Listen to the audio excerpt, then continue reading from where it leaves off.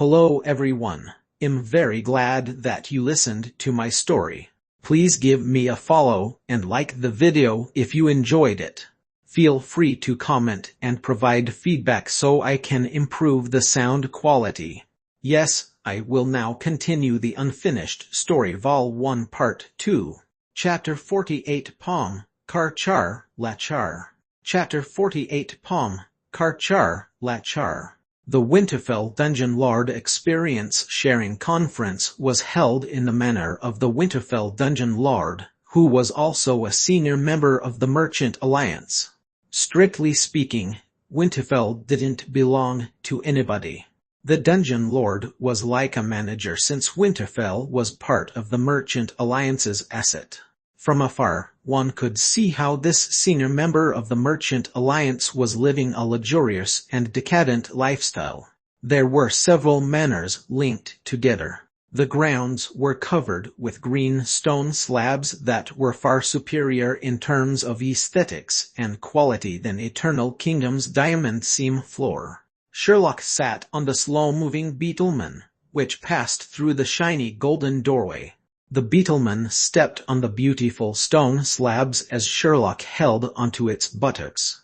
Finally, the beetleman stopped in front of a circular fountain.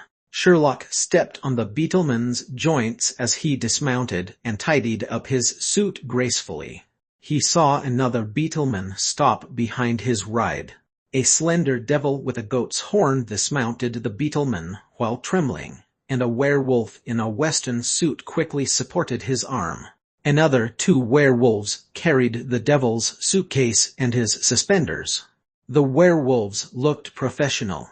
The gold-horned devil looked at the young Sherlock, the elderly beetleman at his side, and the three goblins on top of the beetleman. Finally, he looked at Sherlock in bewilderment. Sherlock looked back at his servants. Because of their height, the goblins were unable to step on the beetleman's joints to dismount. Arthur looked unsightly as he attempted to climb down. Sylvarners hesitated, while not wearing pants, took a deep breath on the beetleman's back before jumping. When not wearing pants landed, his leg bones emitted clear crackling sounds and he sat on his buttocks. His spine also emitted strange sounds as he laid flat on the ground. As he didn't have the sensation of pain, he didn't scream. His body emitted the sounds Pom, Karchar, Lachar. What are you doing? It's that high, and yet you jumped. Arthur used both his hands and legs to climb down. He frowned and attempted to pull not wearing pants up, but the latter was unable to stand up. How would I know that goblin anatomy was so realistic in this game? Normally, I would lose some blood in most games. Who would believe that I would break my bones not wearing pants? Laid on the ground and said in exasperation. Is this your first day playing this game? Arthur slapped not wearing pants' head. Will it affect the mission? Drag me please, bro. Not wearing pants pleaded to Arthur. Sherlock couldn't bear to watch any longer. He lifted his hand as he transferred Marner to not wearing pants to heal his injury. Thank you, Shirley. Thank you, Shirley. Not wearing pants stood up and smiled happily. Sylvarners, who was still trapped on the beetleman, said anxiously, What should I do? I'm a small girl. I don't dare to jump. Sherlock walked over and gazed at Sylvarners, who seemed to understand Sherlock's intention. Sylvarners nodded, focused her gaze, and jumped like not wearing pants towards Sherlock's location. Pom, Karchar, Lachar. SHT, this is crazy. I'm interacting with an NPC using my eyes, Sylvarners said angrily and laid on the ground like not wearing pants. She vomited a mouthful of fresh blood. Sherlock lifted his hand and transferred Marner to Sylvarners, healing her injuries. The gamers didn't know the usefulness of pain, and it showed. Sherlock didn't have to carry them. As long as they didn't fall to their death, Sherlock could heal them. It was much more convenient than carrying them. The three gamers started their discussion excitedly. Aren't you a girl born after 2000? Not wearing pants asked as he looked at Sylvarners, who stood up and continued cursing and swearing. Have you seen a girl whose name is Sylvarners who could do missions and carry materials for 3 days, 20 hours per day? Arthur asked. Gosh, are you perverted? Sylvarners looked surprised at Arthur and said, me saying your daddy doesn't mean not a girl. A cute 2000 girl. DMN, are you sure you aren't a man disguising as a girl not wearing pants? Teased. The three of them continued bantering as though not wearing pants and Sylvarners didn't have a fatal fall. Let's go, my servants. From now on, y'all represent Eternal Kingdom. Talk less, do more work, and don't touch anything. Sherlock broke up their banter and brought the goblins into the manor as the gold-horned devil gaped in shock. The gold-horned devil looked questioningly at the werewolves at the side, but they only shook their heads. Once Sherlock and his servants left, a goblin bellboy led Sherlock's elderly beetleman to the designated place to rest. Arthur, not wearing pants, and Sylvarners went bothered by the gold-horned devil. There were many devils and underworld creatures to see at the sides. Some were devils like Sherlock and had huge wings. Others were devils with strange faces. Normally, their heads would have strange things. Goat horns were quite common. The number of devils was small, while there were many more underworld creatures, such as 10-meter-tall giants, stone golems, minotaurs, succubi who wore high heels, revealing clothes, and had long slender tails, and other mystical underworld creatures that the gamers hadn't seen before. Gosh, they are going to be blown away by what we saw. Hurry, take pictures. I'm vexed that I can't take pictures in the game. Would you carry out your mission properly? Stop talking. The three gamers continued bantering, though they lowered their volume. Not wearing pants and Sylvarners whispered to each other incessantly. Taking the stairs up, Sherlock looked prominent with goblins as servants. Before he arrived at the entrance to the main hall, a sludge monster in a wet tuxedo slithered over. Lord Sherlock, the sludge monster shouted as he dashed towards Sherlock. Sherlock was stunned and looked at the sludge monster, whose tuxedo looked familiar. All sludge monsters looked the same, so it wasn't easy to identify them. I am Baron Nicholas Butler. The Baron ordered me to wait here for Lord Sherlock. We have met before, Lord Sherlock. The sludge monster bent forward and bowed to Lord Sherlock. Sherlock remembered the butler and bowed as he took off his hat. An irritating voice was then heard. Lass's plot. We should be able to see Lassie soon since his butler is already here. Is he a sludge monster or a slime? Stop talking. The sludge monster was embarrassed and asked Sherlock, Lord Sherlock, Lassie is. It's all right. Don't worry about them. Why did the Baron have you wait for me? Is the Baron here too? Isn't he on his business trips? Sherlock waved his hand and said. Before the sludge monster could reply, the irritating voice came from behind again. What's that? Did the sludge monster react to my conversation? Yes, Lassie is the pet name for your Baron. Is this your first day knowing that the NPC could interact with you? Please stop talking. The mission says that we can't talk. The sludge monster is looking at us. What if we fail the mission? Not wearing pants and Sylvarners stopped talking after Arthur reminded them. So it's a pet name. Baron was right. He received great hospitality while he was at Eternal Kingdom, the sludge monster said. Lord Sherlock, as you know, Nick Baron Lassie is also part of the Merchant Alliance. Though the Baron didn't manage to come back, he was concerned about Lord Sherlock. That being the case, he assigned me to wait for you and then lead the way.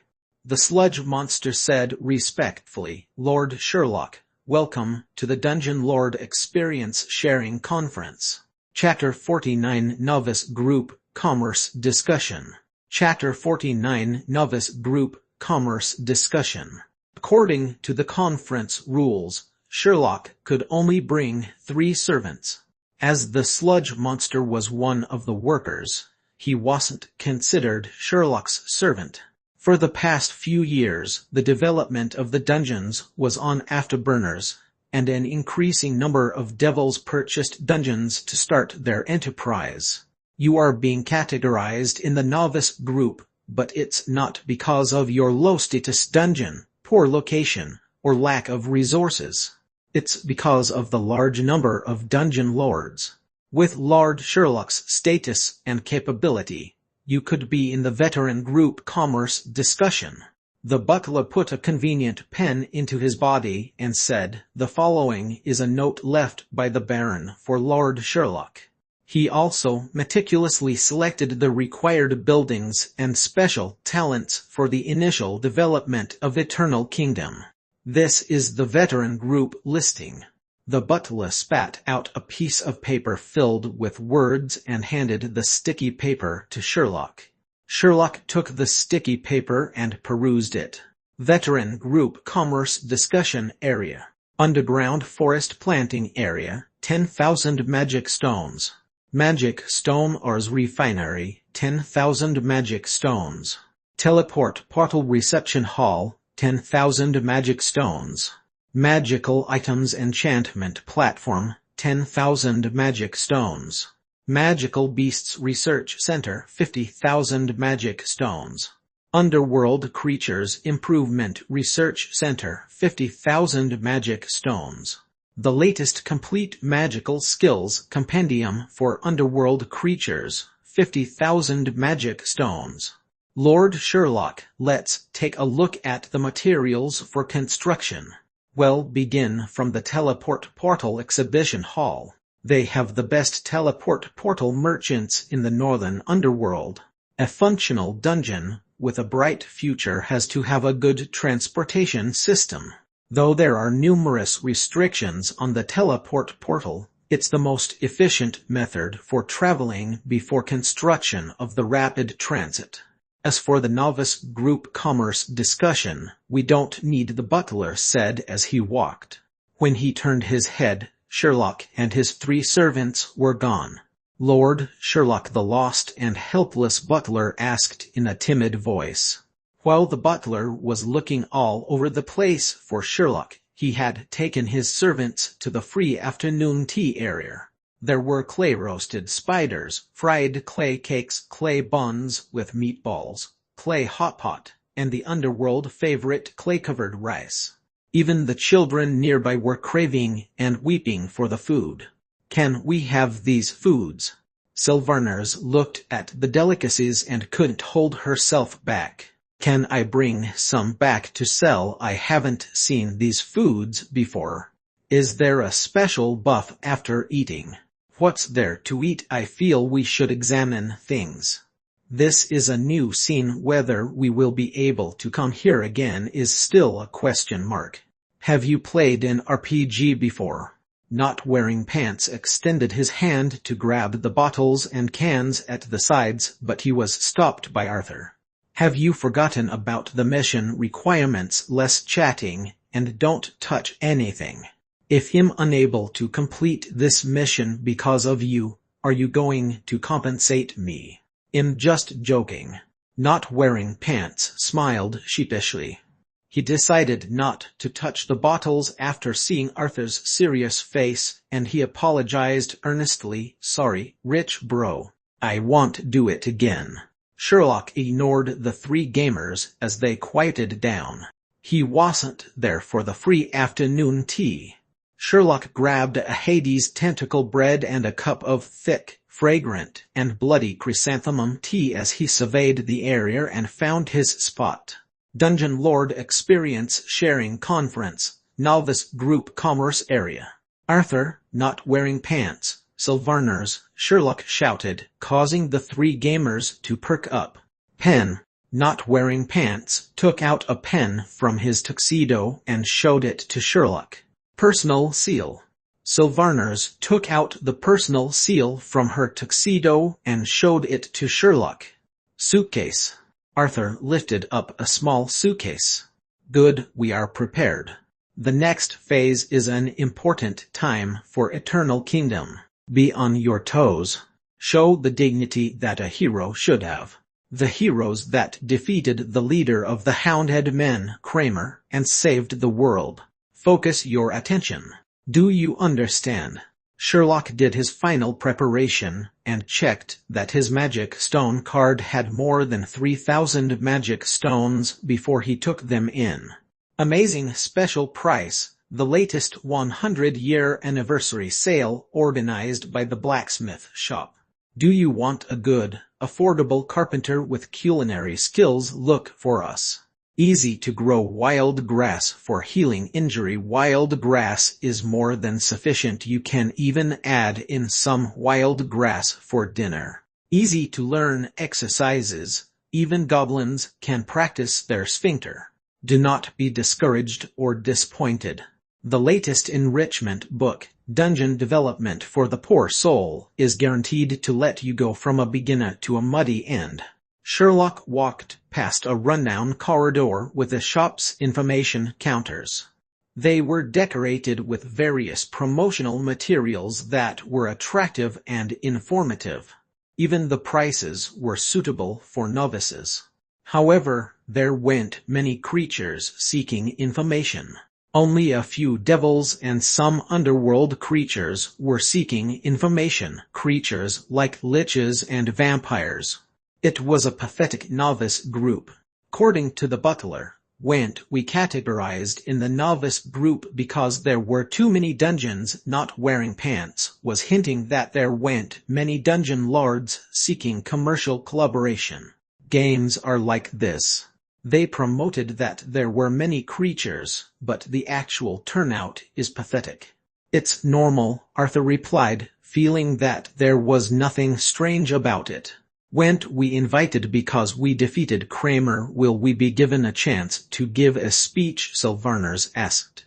As the gamers chatted among themselves, Sherlock found his commerce collaborators. Super low interest loans for novices. Pleasant to borrow, a heartache to repay.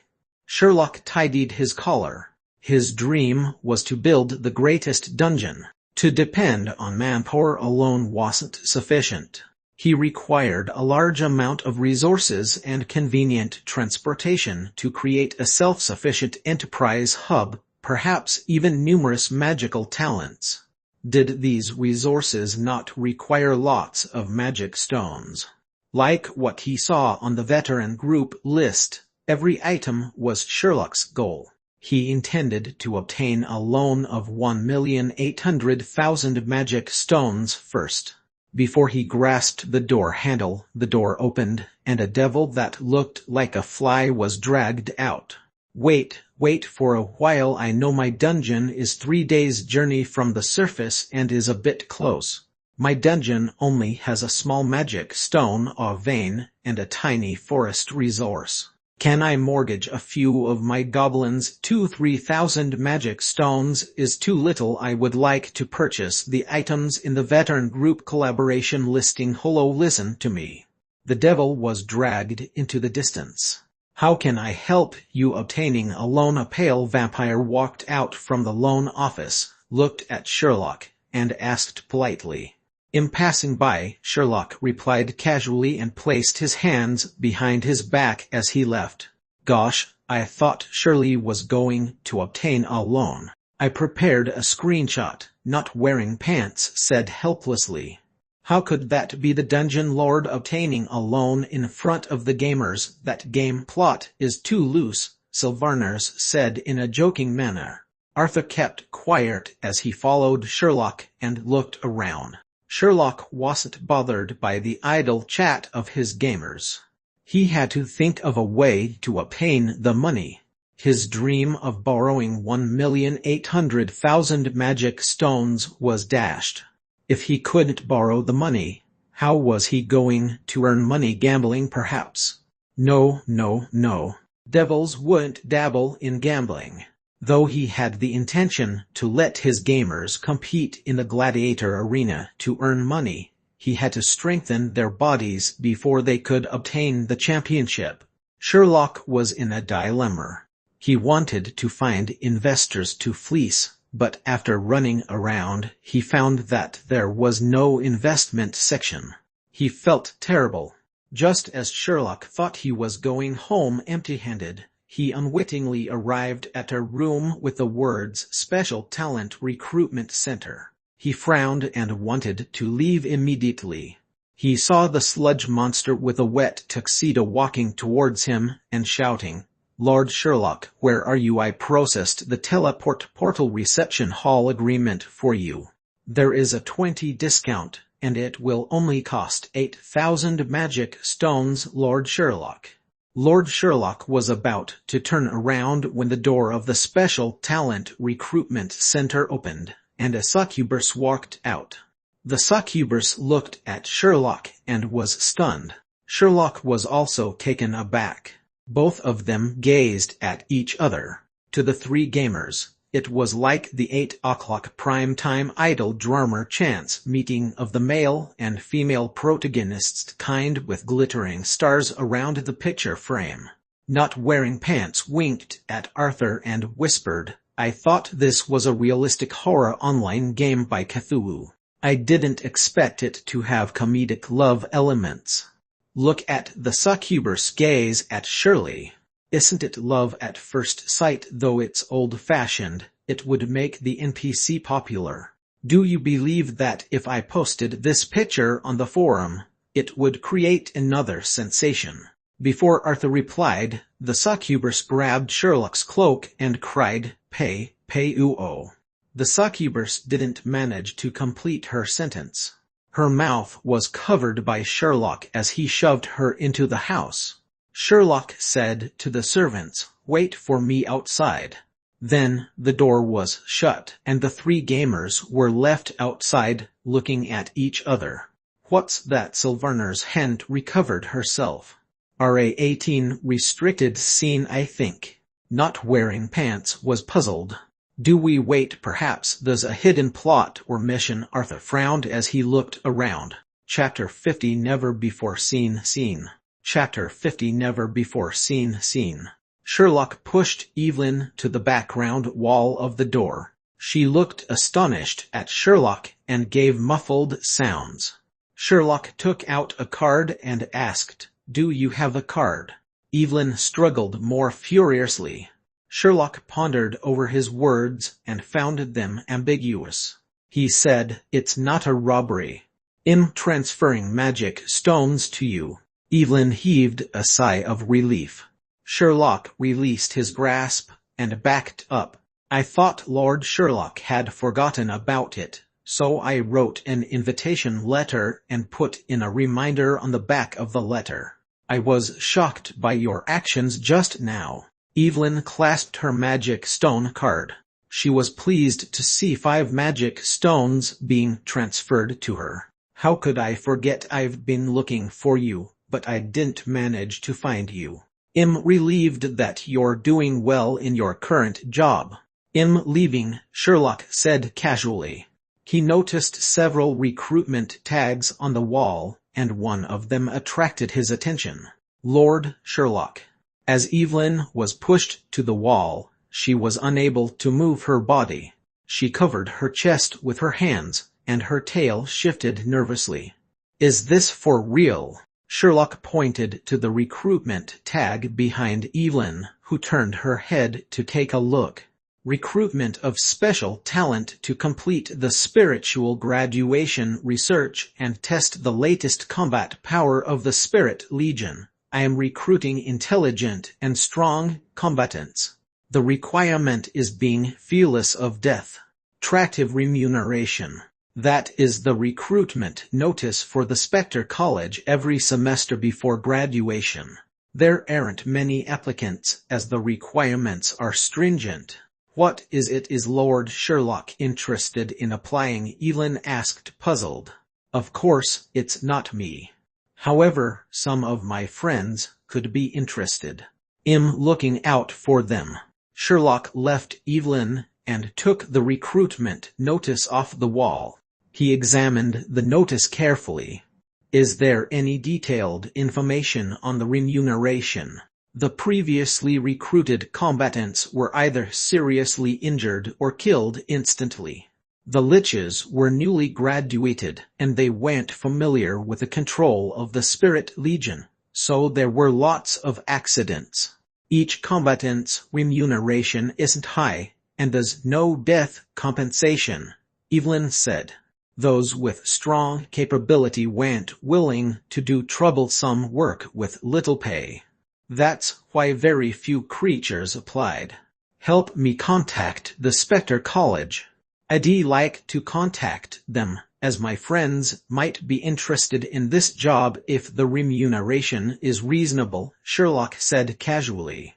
You know my address. Write me a letter after contacting them.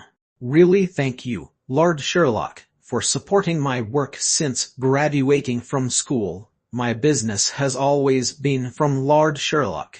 I'm really touched. Evelyn wiped her face with the sleeves. You're just beginning your career, so it's harder to get businesses. It's normal. As long as you work hard, you'll be successful. You're such a diligent girl. You'll have a bright future, Sherlock said sincerely as he handed the recruitment notice back to her. As he turned to leave, she caught hold of Sherlock's cloak. Sherlock turned his head and saw reluctance in Evelyn's eyes. Intermediary application fees, 5 magic stones, Evelyn said. What you bought a dungeon next to the Spirit World dungeons cannot be paid for with loans and must be paid in full. My God, your dungeon is located in such a good location. The lick that I recruited the other day graduated 3rd in place in the Spectre College, and I got him from the Eternal Fire Dungeon. Do you know the Eternal Fire Dungeon, the top-notch dungeon in the northern underworld? I just discussed an item. Didn't I hunt for a magical beast with my minions previously? The quality of the beasts is good. Magic stones aren't a problem as long as you get him to work in my dungeon immediately. Yes, it's negotiable. Remuneration, of course, it's good. Private swimming pool, scenic villa by the coast, fully simulated surface weather, best clay meals 3 times a day, available throughout the 4 seasons. My dad has a dungeon, and I'm an intern over there. I'll look for a good place in the future to develop the dungeon. Your merchant band is good. Come to my dungeon and set up a permanent trading post in the future. The surface world's adventurers charged into my dungeon like wild dogs as they raided my items. You don't know how chaotic the scene was. Arthur, not wearing pants, and Sylvaners stood at the entrance of the novice group commerce area and observed the meal section that was getting crowded. The devils and the strange underworld creatures were socializing, while the goblins and sludge monsters in tuxedos served the crowd. They held plates that were filled with colored bubbling drinks and various bloody snacks. Why do I get the feeling of hidden missions when I listen to the NPC's conversations? Not wearing pants said helplessly. Sylvaners suggested, shall we return to the door and wait for Shirley? Is it the door behind us? If Shirley comes out, we'll notice. Arthur pointed to the house with the sign Special Talent Recruitment Center. What shall we do? Shall we ask somebody? Not wearing pants said as he started looking for a candidate to interact with. As he walked out, he knocked into the knee of a passing devil. It was a serious blow, and he fell to the ground. The devil had a pair of huge, meaty wings and crimson-red skin. His body, chin, elbows, and knees protruded with long feelers. He looked like a huge octopus. The octopus devil turned and looked at the fallen goblin whose head had green words that he didn't understand. Then he exerted his dominance, causing the noisy hall to become quieter. Some creatures were unaffected and continued their conversations. Those low-level creatures, however, felt the overwhelming dominance and looked over at them. A few nearby goblins were trembling with fright and collapsed to the ground. The octopus devil thought that the fallen goblin would behave like the other trembling goblins, but the goblin stood up, ran around him, and squeezed the feeler on his knee. "Greetings, I'm not wearing pants, one of those who defeated the leader of the Hounded Men, Kramer. I came from the Great Eternal Kingdom dungeon." The nearby devils and underworld creatures sniggered. Sylvarners said nonchalantly, "These creatures will be part of the instance dungeon for us to kill, and yet they dare to laugh at us. They won't live long." Not Wearing Pants and his companions went fools. They could discern that the laughter wasn't friendly. Lowly creatures. The octopus devil exerted more of his dominance and extended his hand, which was filled with tentacles, towards Not Wearing Pants. "I'll teach you how to write the word death using your flesh and blood." Par. The hand of the octopus devil made a loud sound as Not Wearing Pants lifted his hand to fend off the devil's hand with no effect. Not Wearing Pants was dumbstruck, while the octopus devil was taken aback. The surrounding chatter faded as the nearby devils looked on with interest. They had seen all sorts of things, but a goblin against a devil, they hadn't seen such a confrontation before. The octopus devil lifted his hand and gazed at Not Wearing Pants before slapping down viciously. This time, it was a fast slap. As he was about to slap Not Wearing Pants' head, a hand caught hold of the octopus devil's hand. Sherlock stood emotionlessly behind Not Wearing Pants as he grabbed the octopus devil's hand. Sherlock. The octopus devil recognized Sherlock. Chapter 51. Is there a similar game? Chapter 51. Is there a similar game? It has been a long time since we last met. I don't know what feud you have with this goblin, but he's my servant. Sherlock released his grasp of the octopus devil's hand and pushed Not Wearing Pants behind him. At the same time, he exerted his dominance so that the three gamers were unable to move or speak. To the three gamers, it wasn't Sherlock's dominance that prevented them from moving. It was the start of the plot animation. Sherlock. The octopus devil looked at Sherlock as though he had grievances, but he kept quiet and left. After the octopus devil left, Sherlock waved at the three gamers behind him. "That's an irritating fellow, but he has little to do with Eternal Kingdom. Hope that we won't meet him again. Let's go, Arthur." Sylvarners, Not Wearing Pants. "Your mission is complete. We have obtained sufficient funding and commendation. We should return back to Eternal Kingdom." Sherlock intended to obtain financial support via loans or investments, but it wasn't feasible to obtain a loan, and the investment requirements were too stringent.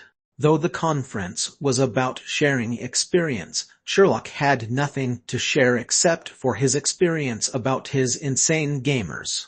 Sherlock didn't return empty-handed, however. He had found a suitable mission that he could entrust to the Otherworld's gamers. As for buying other items or recruiting magical item producers, alchemists, and enchantment and precious stone talents, Sherlock was not interested after seeing the astronomical price tag. He originally intended to let his gamers show their fearless nature during the loan process so that he could obtain a higher loan, but it wasn't necessary since he was unable to borrow money. Secondly, he had other avenues for earning money. Sherlock didn't want to waste any more time. He had to plan how to work with the Spectre College and come up with plot missions for the gamers. Sherlock found that the gamers were becoming more and more important to him. They could work without pay. As long as Sherlock gave them rewards, they would work diligently. And now they would even help him earn magic stones. How could Sherlock not love the gamers? The gamers were still keen on exploring the manor and were interested in the malevolent octopus devil. That was correct. They were interested.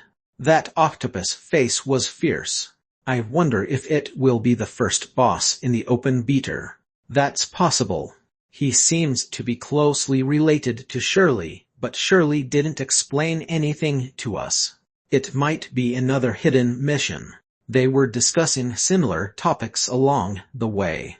Sherlock didn't respond to them as usual. He quickly took them to Winterfell and traveled back to Eternal Kingdom via the teleport portal.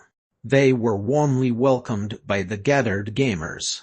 The gamers surrounded Arthur, not wearing pants, and Sylvarners. Everyone was curious. The 3 selected gamers left for a few hours. What kind of mission did they do? What was it like at the conference? The moment Not Wearing Pants arrived at the dungeon, he found a place to lie down and went offline. He was in a hurry to make a post in the discussion forum. He had just returned from the conference, so he had lots of things to share. After Not Wearing Pants went offline, Arthur followed suit. That left Sylvarners to be surrounded and bombarded with questions by the gamers. It would take some time for Sylvarners to answer the questions. Sherlock created equipment insurance for the 6 legendary items and gave the teleport tokens to the 3 owners of the legendary items. They could install the teleport tokens within the dungeon. Arthur had gone offline, so the teleport tokens would be handed to him the next time he was online. Sherlock revived some gamers' corpses that he didn't manage to resurrect last time. Then he returned to the dungeon core main hall and brainstormed for the gamers' main plot. He shouted for Brew to help, but Brew replied, "The main plot can be anything, as long as the gamers enjoy being the saviors of the world. Without them, the entire underworld would be finished. Use this as a guide and select the plots that the gamers prefer, like the recent killing of the notorious Kramer. It's cool and awesome. I'm going to do coding for the banking system. It's not that easy." Then Brew remained silent. Sherlock had to depend on himself for the main plot. After racking his brain for 3 minutes, Sherlock browsed the official forum. With his administrator account, he posted the words, "Are there any games that are similar to the Dungeon series?" The post received many replies. K. King, what instead of working, the administrator is skiving, beware of your pay being docked, manual comedy. Gardens Sunshine, what dungeon is that? Dungeon and Fighter. Cloudless Piano, the administrator is asking about the Dungeon series. It's the standalone game made by the German company. I cannot recall the actual name. 33 Cats, heard of the Civilization series. Chiffon Prattle, I am pleading for beta tester status. It's good to have an official live stream of the beta testing. Sherlock refreshed his screen a few times, and the contents were mostly people pleading for beta testing status. Brew. Sherlock closed the forum page and asked, "What is the Civilization series?" "It's a standalone quality game that is about the Otherworld's progression of civilization." "Is Lord Sherlock keen to try the game?" Brew appeared surprised. "I'm not keen to play the game. I'm finding inspiration for the main plot," Sherlock explained. Let me suggest, try the game when you're free. This game is very popular in the Otherworld. When the gamers started the game, they couldn't stop playing for at least 10 days, Brew said earnestly. "Do you think I'm like them? I'm a devil." Brew kept quiet for a while and said, "Since Lord Sherlock is that insistent." The download icon of Civilization series.rar appeared on Sherlock's screen, and the download speed was much slower than before. It required more than 50 hours for a complete download. Apologies, Lord Sherlock. I need large amounts of mana to code the banking system, so the resources for downloading stuff is limited. If you can't wait to play. Sherlock quickly said, no worries, let it download at this speed. It was more important for Brew to focus on the banking system. Sherlock minimized the download window and opened the official discussion forum to browse. A few gamers came to purchase private land and beds, but they didn't take up a lot of Sherlock's time. Posts about the Dungeon Lord Experience Sharing Conference appeared on the forum and were created by Not Wearing Pants. A post called Mission from the beginning to the end of the Dungeon Lord Experience Sharing Conference, and speculations about Shirley became the most popular post. Even Sherlock's previous post on the Dungeon series was demoted in terms of popularity. Sherlock opened up Not Wearing Pants post, which was filled with many pictures. The pictures showed all the creatures and scenery on his journey. There were also captions to explain the pictures. The main contents were about Not Wearing Pants' experience in the conference and emphasized 2 points. First was Shirley's unclear relationship with a succubus NPC and possibly an unusual plot for gamers to discover. Second was a devil with a face of Kel Fuzed who could possibly be a boss that had to be defeated. This devil has a mysterious relationship with Shirley. When he shouted Sherlock, it was filled with animosity.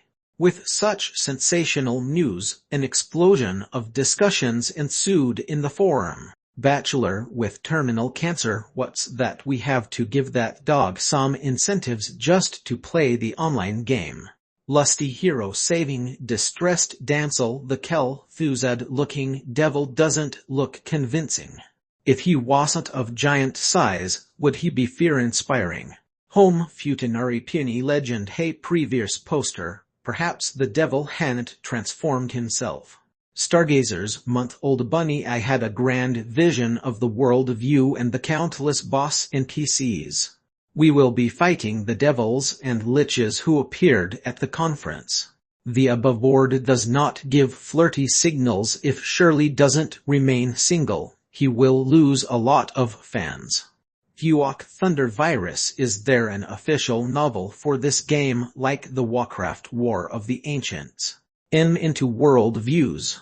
The gamers were responding excitedly to Not Wearing Pants post, and they discussed the world view of Dungeon Eternal Kingdom. Time sped by while Sherlock was browsing the forum. The number of active gamers dwindled, and many gamers went offline. Sherlock looked at the progress of the Civilization download. 5 hours had elapsed, but it was still quite some time before the download was completed. Sherlock pondered if he should play another round of Dungeon. At that time, the dungeon core emitted a ball of fire, and a letter was spat out. It landed on Sherlock's table. The letter had a skull with the words, "To Eternal Kingdom Dungeon Lord, the respectable Lord Sherlock Spectre College sent." Chapter 52 My Goblin Friends. Chapter 52 My Goblin Friends. Respectable Devil Lord Sherlock, we have received notice from the Special Talent Recruitment Center that your friends intend to apply as combatants and participate in the graduation research of the liches in the new semester. Our college is treating this with the highest priority, and we have sent a staff member to Winterfell. We look forward to discussing the details with you and your friends. We hope that you will confirm the meeting time and location. The following is the contact address of our college's staff member. Winterfell Old District No. 777, Black Shop Hotel, Room 213. Professor Bacon, Academic Deputy Director, Spectre College. Sherlock thought that the Special Talent Recruitment Center and the Spectre College were very efficient. It was less than half a day, and the Academic Deputy Director had already arrived in Winterfell. Sherlock asked Brew to manage the dungeon while he used the teleport scroll to travel to Winterfell. After leaving the teleport portal reception hall, he looked for a Hades horse carriage that had a valid license. Winterfell Old District No. 777, Black Shop Hotel. Please use the meter, thank you. Par. The horse carriage behind Sherlock cantered off when the gnome coachman cracked his whip over the Hades horses. In front of Sherlock was a hotel with a signboard Black Shop. At the hotel entrance, an Orc who was scantily clad looked askance at Sherlock. Sherlock wasn't bothered. He walked straight into the hotel. "I'm looking for room 213, Professor Bacon," Sherlock said to a gnome receptionist who was busy filing her nails. "Okay, please register your name, then proceed to level 21. The right-hand lane is the fast lane," the receptionist said courteously. Sherlock was taken aback. He registered quickly and headed towards the right lane. At the end of the right lane, there was a gnome in a service suit waiting. When he saw Sherlock, he perked up and asked in a shrill voice, "Devil Lord, which level are you going?" "Level 21, thank you." The gnome slapped on the wall, which then started to quake. A hole opened in the middle, and a sticky liquid was stretched into thin lines. It wasn't a wall but a mouth or container that looked like a wall. The inside of the container was covered with wooden planks, and there was a magical lamp. Sherlock walked into the container, and the mouth closed immediately. After a loud bang, it started a free-fall exercise as it plunged for 5 seconds before stopping. The mouth opened up, and Sherlock looked at the corridor before him. The numbers 21 were on the sides. Sherlock peered out from the container. Room 213 was within a stone's throw. "Do you want to go down my mouth's tired?" the container complained in a muffled voice as Sherlock was peering around. Sherlock walked out, and the container shut itself, looking just like a wall. Tar. As Sherlock was about to knock on the door of room 213, the door opened by itself. A scantily clad Orc and gnome walked out of the door while casting flirty gazes inside the room. "You're so interesting, Professor. Do call us again." "We leaving." "Thank you, Professor, for your hospitality." Both of them left the room. When they saw Sherlock, they appeared nervous and walked close to the wall. They stood waiting at the fast lane behind Sherlock. Sherlock felt weird, but he walked to room 213 and knocked on the door. "Did you forget your stuff, my little precious?" The room door opened, and a skeleton who was emitting black smoke appeared behind the door. He stopped halfway through his speech and looked stunned when he saw a devil by the door. "Apologies, you are. Nice to meet you, Devil Lord Sherlock." Sherlock took out the letter from the Spectre College and passed it to the skeleton politely. "I found this place according to the address indicated on the letter. Are you Professor Bacon, Academic Deputy Director of the Spectre College?" The skeleton looked at Sherlock and gazed at the Orc and gnome waiting at the fast lane. Then he looked at his own skeleton frame, and his cheekbones blushed. "Do come in, Lord Sherlock." Professor Bacon made way for Sherlock to step in. The room was quite high class, with a living room and a bedroom that were filled with a pungent smell. Bags filled with mud were scattered by the tea set. The sofa had a sizable oak pillow, and the bed was a mess. It looked as though there was a pillow fight. "Apologies, I just arrived and am too tired to clean up. You should have informed me earlier so that I could have prepared." "Please take a seat while I change my clothes," Professor Bacon said as he entered his bedroom. He came out of the room with a bathrobe. "Those two just now," Sherlock pointed outside the door. Those were my sponsored students whose families are poor. They are good students with bright futures. I don't wish to see them disadvantaged because of their poverty. They knew I came to Winterfell and came to thank me. Do you understand me? Professor Bacon said as he brewed a cup of blood chrysanthemum tea for Sherlock. He sat on the sofa and threw the pillow behind him as if nothing had happened. Understand, I fully understand. Sherlock nodded and said sincerely, it's rare to find a spectre like Professor Bacon, someone who is compassionate and has high integrity. It's good to help destitute students. Now, let's discuss the combatants of the Lich's graduation research. Yes, let's discuss the important affairs. How many of your friends will be taking part in the graduation research? Professor Bacon extended his hand and pressed his thumb and index finger together as if he was squeezing something. In our recruitment notice, we stated that there's danger, just a little bit of danger. Creatures lose their lives every year. Our college has a limited budget, so high remuneration and compensation are out of the question. Don't worry, Lord Sherlock, the remuneration won't be that low either. I know those from the Special Talents Recruitment Center. I would like to know how many creatures your college is recruiting, how much they are paid, and how long it lasts, Sherlock asked. As the college is the largest spectre organization in the northern underworld, more than half of the Liches graduate from our college. Every year, there are many graduates, so we intend to recruit 1,000 creatures, and the remuneration is 100 magic stones.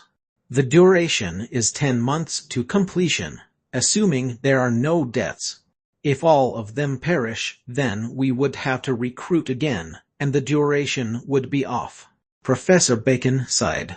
The recruitment of these talents takes up a lot of time. Even the surface wars and the underworld wars take a shorter time. For the past tens of years, there has been no successful completion within 3 months, and the annual graduation is dragged on for a long time.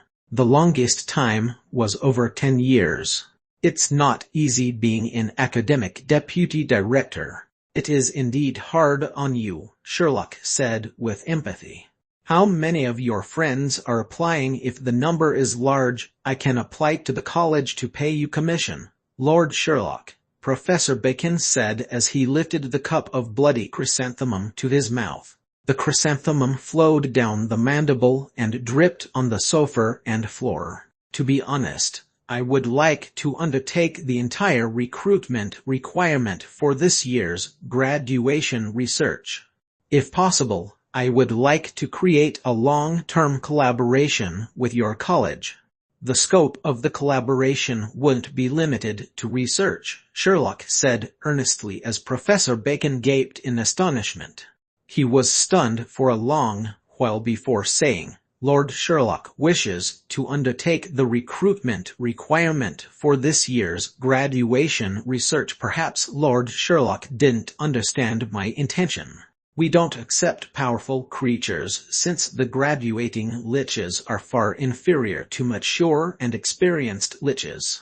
If the combatants are too strong, the liches might not be able to fend for themselves, and then we would be unable to assess their capabilities. Hence, we would like to recruit orcs or gnomes. A superior devil like you might not be a suitable candidate. Apologies, Professor. You have mistaken my intention. I'm not participating. My friends are taking part. Sherlock shook his head as he replied.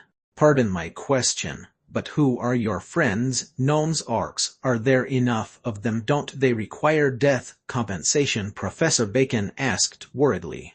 My goblin friends, Sherlock answered. Chapter 53 What is an Instance Dungeon? Chapter 53 What is an Instance Dungeon? After Sherlock finished speaking, it became dead quiet. Professor Bacon straightened his body. Then he folded his arms to support his chin and leaned on the sofa twice, making bone-scraping sounds. Sherlock was patient. He crossed his legs and sipped his thick, fragrant, and bloody chrysanthemum tea. "You're saying—" Professor Bacon stood up and paced in the room. "Your goblin friends are taking part in the graduation research. Apologies, Lord Sherlock. Perhaps you've misunderstood my intention. I didn't make it clear. The capability of the combatants cannot be too strong or too weak. I'm afraid the goblins might not be up to the job. If the goblins become the targets of the liches, the college might prefer to set up more scarecrows instead." Professor Bacon had made his intentions clear, and he tried not to be offensive. If the creature sitting opposite wasn't a superior devil drinking tea, Professor Bacon would have pointed at his nose and asked, "Are you treating me like a fool?" "Don't be mistaken, Professor. My friends and I aren't looking down on the college, and we don't have the intention of fooling you. I know you're prejudiced against goblins, and I don't like them either, but my goblin friends are different." Sherlock put down the cup of tea and clasped his hands at his knees before saying, "To be exact, these goblins are my dungeon's servants. Though they are servants, I treat them as friends. Their lifespans aren't long, their status in society isn't high, and they often die in accidents. However, they have ideals and goals, and their capabilities are strong. Though they can't be compared to the gnomes and orcs, they are able to handle the spirit legion conjured by the novice liches. They are also resilient. They enjoy challenging themselves and doing the impossible. 100 magic stones is more than enough for a goblin, as his compensation is only 50 magic stones. They won't have any complaints, even if there's a fatality. Also, nobody will complain and cause a negative public opinion since there is no Goblin Rights Protection Association." Professor Bacon thought for a while and said, "Lord Sherlock would like to send your goblins to be cannon fodders. You plan to charge 50 magic stones as their compensation, while you take 50 magic stones as commission. How could I do that? I'm not that kind of person. How would I appropriate 50 magic stones from the goblins?" Sherlock said with integrity. Though Lord Sherlock said it with integrity, without a contract, the devil's words weren't reliable. Professor Bacon made a simple calculation. For a dungeon corps to recruit a goblin, only a signed contract was required. With a dungeon lord's identity, he could deceive them into participating in the research without paying their salary. After they perished, 50 magic stones would be given as compensation. Meanwhile, Lord Sherlock could keep 50 magic stones. This would become an infinite money-making scheme. The crux was whether the college was willing to accept the goblins as the liches' opponents. The college was obviously not willing. "Lord Sherlock, as you know, I can't make a decision. Please go back and wait a while. I'll convey your proposal to the college. If they are agreeable, I'll inform you straight away." Professor Bacon stood up and said, "Professor, I understand your predicament. If you don't try and dismiss my goblin friends straight away, aren't you too dogmatic?" Sherlock stood up and said, "Since you are here in Winterfell, it would be a pity if you leave. Why don't you give my goblin friends a chance?" "Lord Sherlock, I would like to give your goblin friends a chance, but the college has rules that I can't break." Professor Bacon shook his ribs and sighed. "Professor Bacon, give my goblin friends a chance, and you will have more time to stay in Winterfell for investigation. You're also giving the poor Winterfell female students a chance.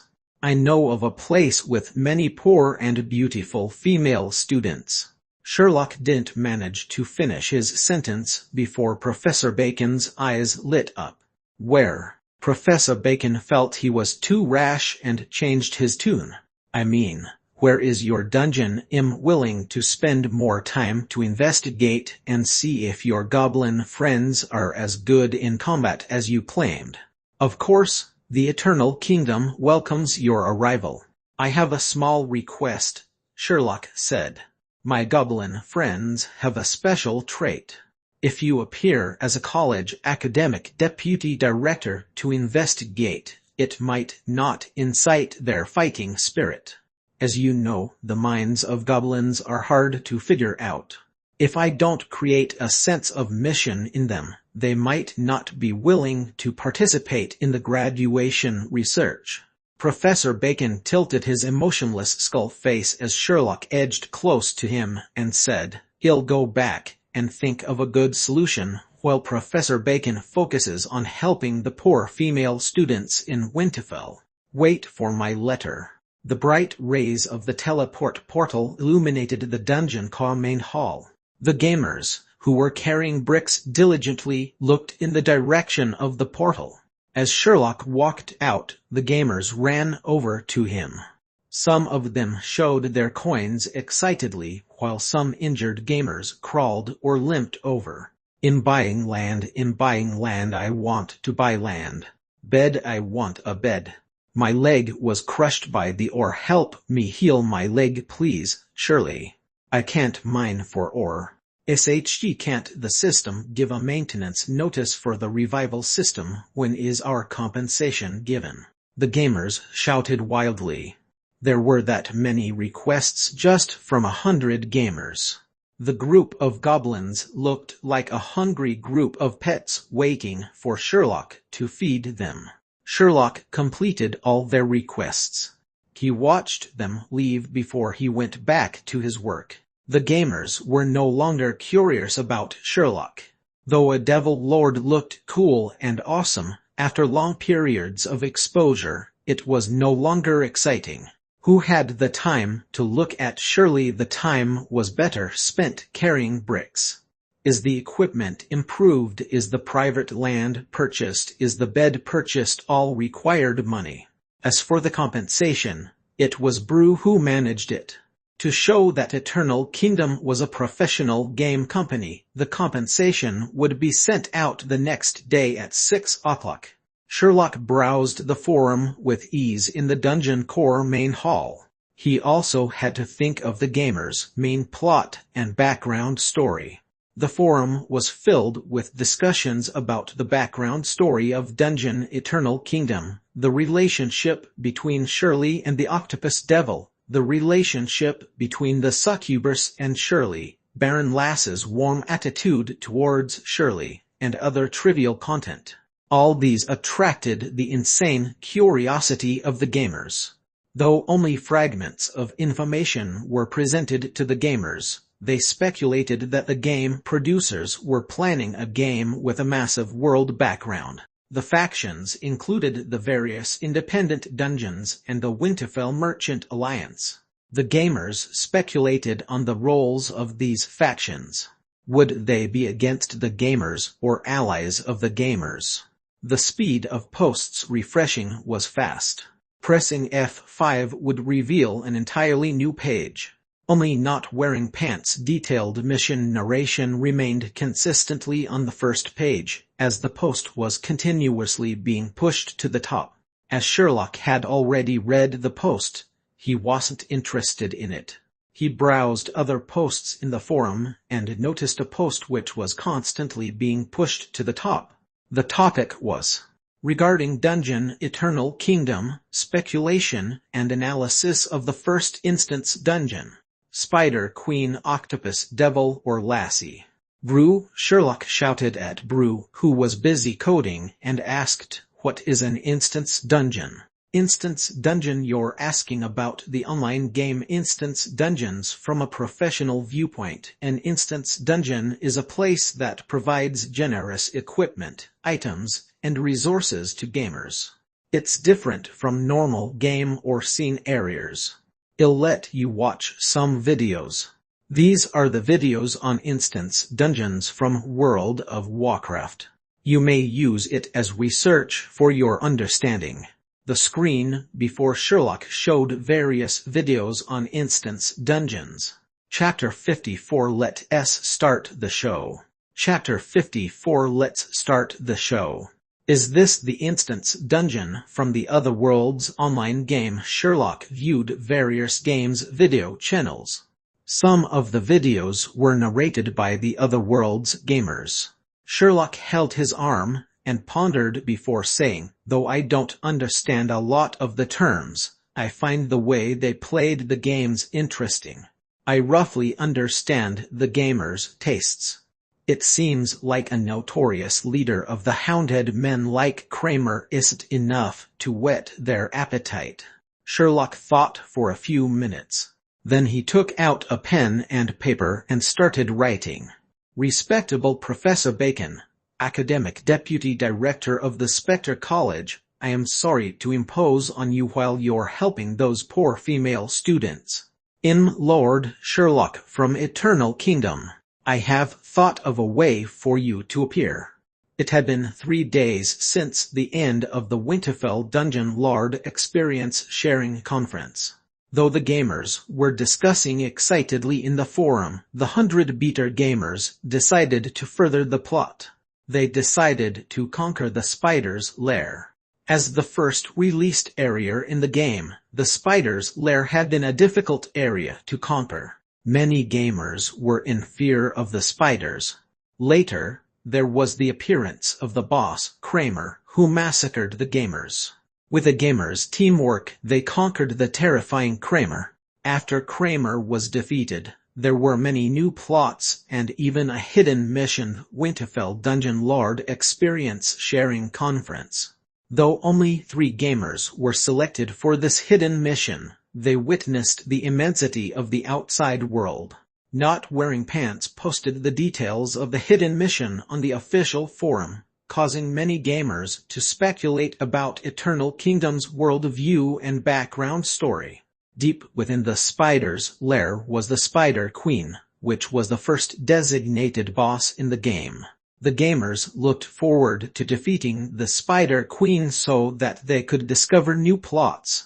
Moreover, the Spider Queen's hair was one of the things sought after by Shirley. Perhaps there would be another hidden plot. As such, the excitement of conquering the spider's lair reached a new high. The gamers' combat skills were being honed. With the help of Brew and Morrows, the gamers' skills improved by leaps and bounds. The gamers discovered tips about improving their equipment, like when seeing Simber at work, volunteer and help. When Simber is at work, do not disturb him, and don't speak nonsense to Simber. Especially the third point. The gamers who spoke more nonsense to Simber or harassed him had an incredibly low chance of improving equipment.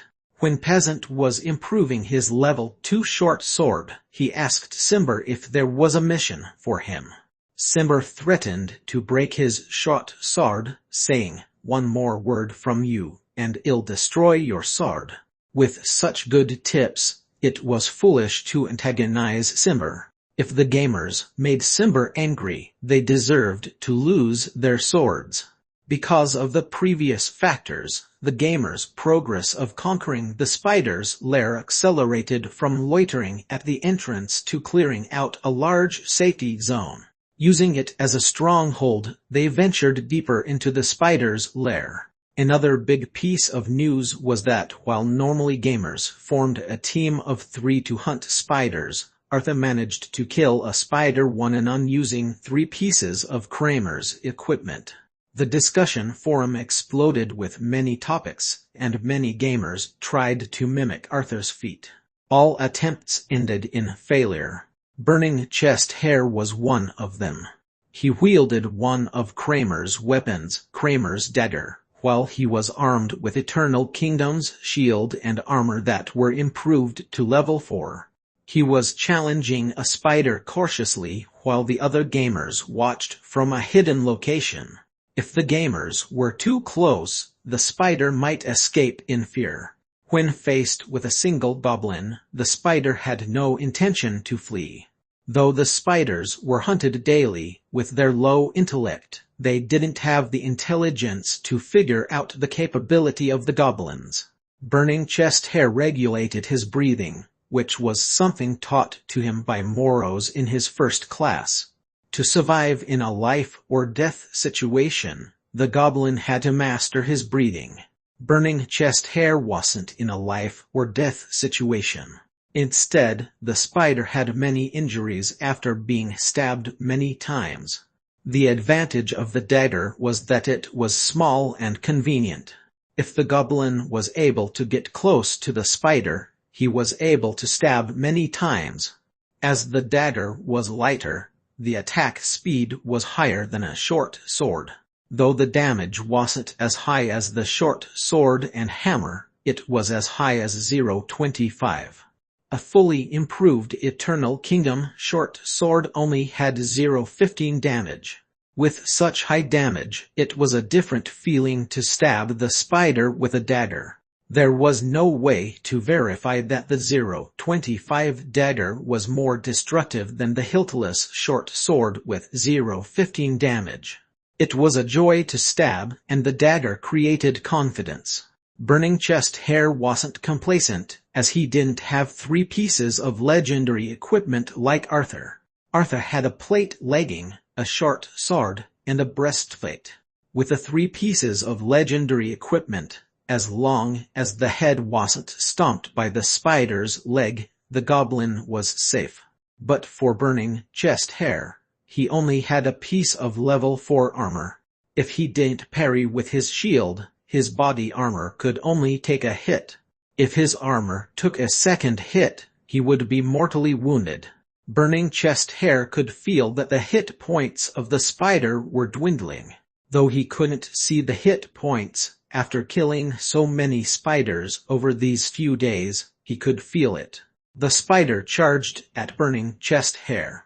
He also charged at the spider with a cool slide as he raised up his dagger in an attempt to slit open the belly of the struggling spider.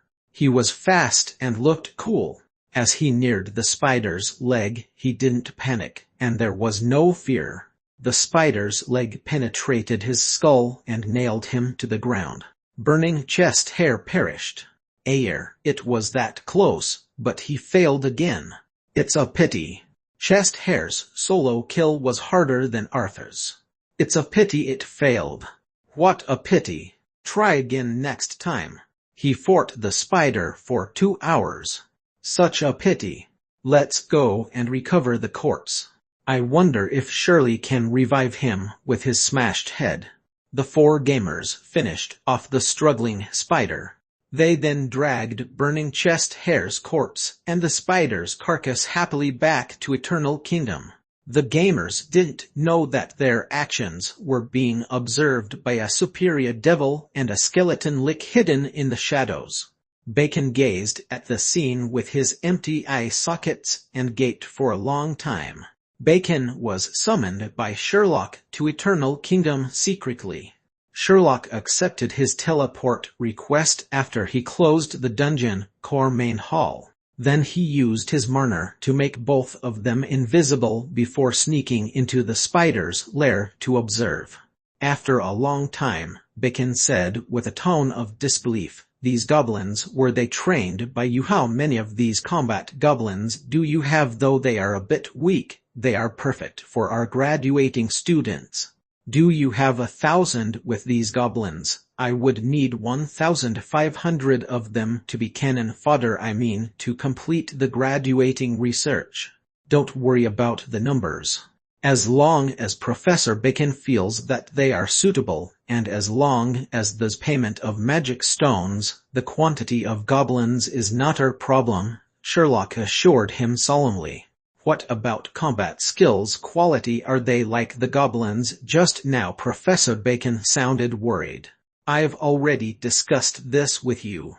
You have to investigate and test the capabilities of the goblins according to our discussed method," Sherlock said. "Yes, I'll do the testing, but is it necessary?" Lord Sherlock recommended the poor students gathering place and allowed me to help them complete their studies, and while I'm very grateful, this matter is embarrassing. I don't have any drama performance experience. Should we get a professional actor? Professor Bacon looked hesitant. A professional actor wouldn't have the capability. Professor Bacon is more suitable. Enough discussion. Since they're online, since they haven't slept, let's start the show. Sherlock looked at Professor Bacon and said, Chapter 55. Did you drug them? Chapter 55. Did you drug them? On a grey mud stump, a hounded man looked around warily as his nose sniffed about. In the labyrinth-like spider's lair, the smell of goblins pervaded the air, and the hounded man felt uneasy. 10 days prior, a group of goblins appeared in the normally peaceful spider's lair. Initially, these goblins were food for the spiders, and they came in mad hordes. The hounded men tribe benefited from the extra food source, though not for long. The predator and prey switched roles within a few days. The spiders faced extinction as their numbers dwindled, and the goblins ventured deeper into the spider's lair and disrupted the hounded men's lives. The most important thing was that the hounded men didn't have enough food. The young hounded man didn't know anything after that. He only knew that the leader left, the elder left, and the strong warriors left, and that they never came back. He had to hunt for food, and his prey was the goblins. And he didn't ponder the important question of why the leader, elder, and the warriors didn't come back, because his low intelligence couldn't cope with such a complex question. Then he discovered a lone goblin, who could be eaten once the head was removed. The young hounded man edged closer to the lone goblin, whose head was showing strange green words. The goblin was wearing a breastplate and plate leggings. However, it was all right since his back skull was unprotected. All the hounded man needed to do was to club the goblin, and he would pass out. The young hounded man was confident, and his charging speed accelerated. Suddenly, he felt something trip his leg, and he fell to the ground with a thud. He felt dizzy and nauseous. He was unable to stand up, and he heard the goblins talking. Gosh, the traps are effective. 666. The degree of freedom is too high. I'm going to brag about it on the forum. The hounded man screamed and wanted to stand up, but he felt he was being tossed over. His neck felt cold, and he was unable to make any sounds. He saw 3 goblins staring at him before his vision became blurred. Arthur ended the hounded man's life with a precision cut. Not wearing pants, and Savanners checked that the hounded man was no longer breathing before searching around. There's nothing valuable. It's too pathetic. At least have some bronze coins. Not wearing pants sighed with disappointment. We're better off fighting spiders. At least the materials can be exchanged for coins and reputation points or used for equipment improvement. Savanners was disappointed and said, We laid an ambush here for an hour, and there's only a hounded man. If we don't venture deeper into the spider's lair, there won't be any spiders. Never. If we venture deeper, we might get lost. It wasn't easy to improve my equipment to level 4. If we all perish, I'll lose my equipment. No way. We'll form a larger expedition for safety and find the Spider Queen as soon as possible. Once we defeat this boss, I bet there will be a new plot and mission. Not wearing pants folded his arms and said, Let's go back. I'm going to post on the forum, and then go offline. Savanners and Arthur agreed, and the 3 of them walked in the direction of the dungeon. The gamers had already left road signs and location marks in the lair. They even cleared a large space for use as a stronghold. The term stronghold was the gamers' term, and the place was meant for gamers who were in danger or needed to go offline to obtain sanctuary. Those who were lucky might encounter other resting gamers who could help out. Dungeon Eternal Kingdom was a virtual reality online game with a high degree of freedom. When the goblins were outside the dungeon, there were no safety zones. The concept of the stronghold was randomly proposed by a beta gamer and promoted on the discussion forum. It was well received by other gamers. As there were only 100 gamers, it was easy to get a consensus. Not wearing pants, Arthur and Sylvanus didn't bother with the corpse of the Hounded Man since Shirley didn't require any Hounded Men as materials. The three gamers decided to return to the dungeon. As they were about to leave, there was movement coming from behind. The dead Hounded Man stood up trembling. His eyes were shimmering with green rays of light. "What's that not wearing pants?" was confused. "I don't know." I'm a bit scared. Sylvanus squirmed her body and shifted closer to Arthur. "Gosh, don't pretend to be a dainty girl. You're a rich gamer. Learn the aloofness of Arthur." Not wearing pants looked teasingly at Sylvanus, who was indignant as she replied, "Since when am I pretending I'm a dainty girl born after 2000? You don't believe me." "The heck I do. If you say one more word, I'll kill you. Don't smear my virtuous image in front of Brother Arthur." "Gosh, I almost vomited my meal from last night. If I were you, Arthur, I'd chop off her head." While Not Wearing Pants and Sylvanus were bickering by Arthur's sides, the Hounded Man charged forward. That fast. Not Wearing Pants saw the charging Hounded Man, who had greater speed than before. He instinctively raised his shield and short sword. His experience told him that things went so simple. This Hounded Man was different from the other monsters. While Not Wearing Pants was getting ready, Arthur had charged forward while swinging the Kramer's short sword. He penetrated the Hounded Man's body with his sword, but the Hounded Man raised his club as though he was intact. Then the Hounded Man smashed the club down on Arthur's head. "Arthur!" As Arthur collapsed to the ground, Sylvanus shouted out like in the Young Idol Love Drummers. However, her goblin voice sounded like pigs being sent to the slaughterhouse. Sylvanus readied her short bow with an arrow in one smooth motion. Shoo! An arrow flew towards the Hounded Man and struck Arthur's face. Arthur's short sword, breastplate, and plate leggings vanished after flashing with brilliant rays, leaving Arthur in shorts. An arrow was stuck in his face as he fell face up at the Hounded Man's legs. He was motionless. It was obvious that he had perished. "DMN, it's so hilarious. You're killing me." Haha! Not Wearing Pants fell to the ground rolling as he guffawed.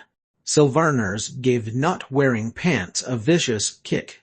She put away her bow and readied her short sword as she charged towards the Hounded Man. Not Wearing Pants laughed for a while before he charged.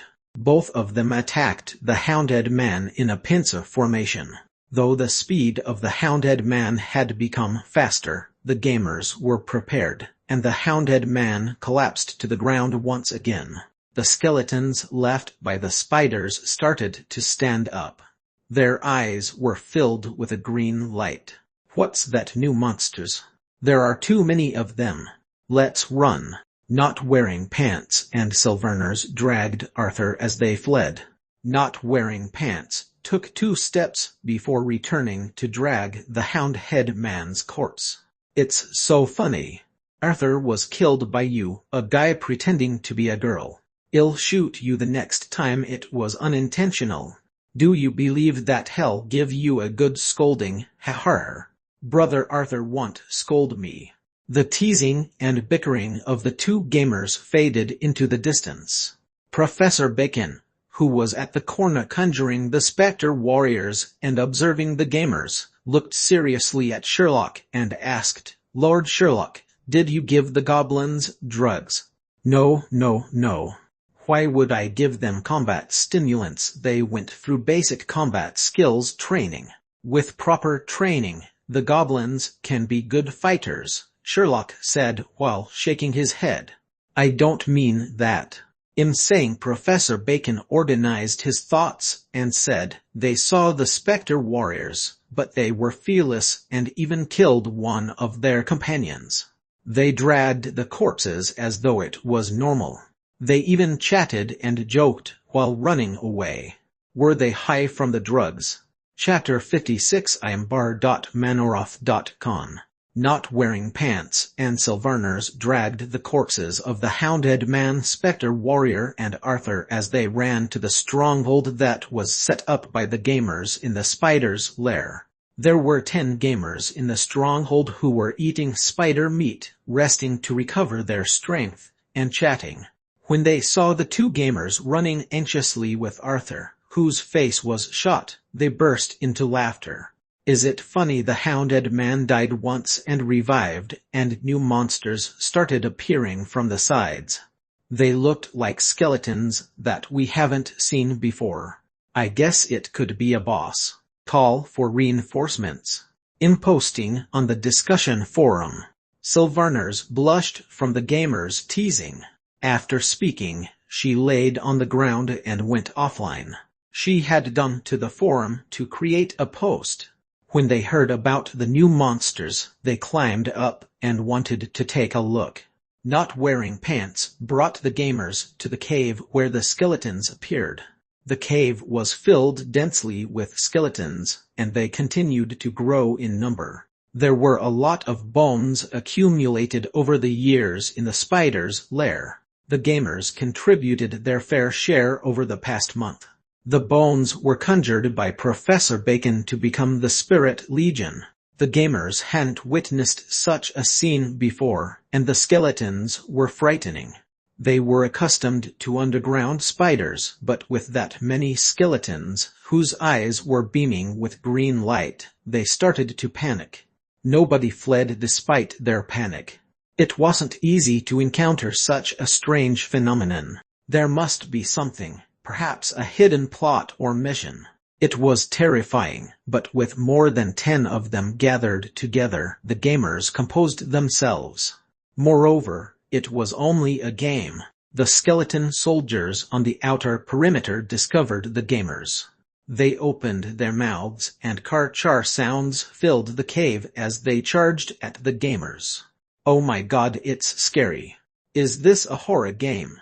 Be quick, who's fighting the monster? The gamers hadn't fought with skeleton soldiers before, and they were disorganized. There was a gamer who collapsed to the ground after being scared offline.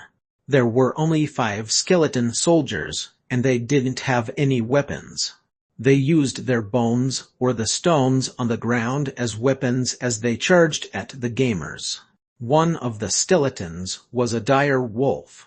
The mouth had sharp fangs that made this skeleton more threatening than the normal humanoid skeletons. The gamers were fully armed with shields, weapons, and armor. Though they screamed and were terrified by the skeleton soldiers, they gained courage in greater numbers. They had 10 of them versus 5 skeleton soldiers. The gamers charged at the skeleton soldiers and slashed wildly.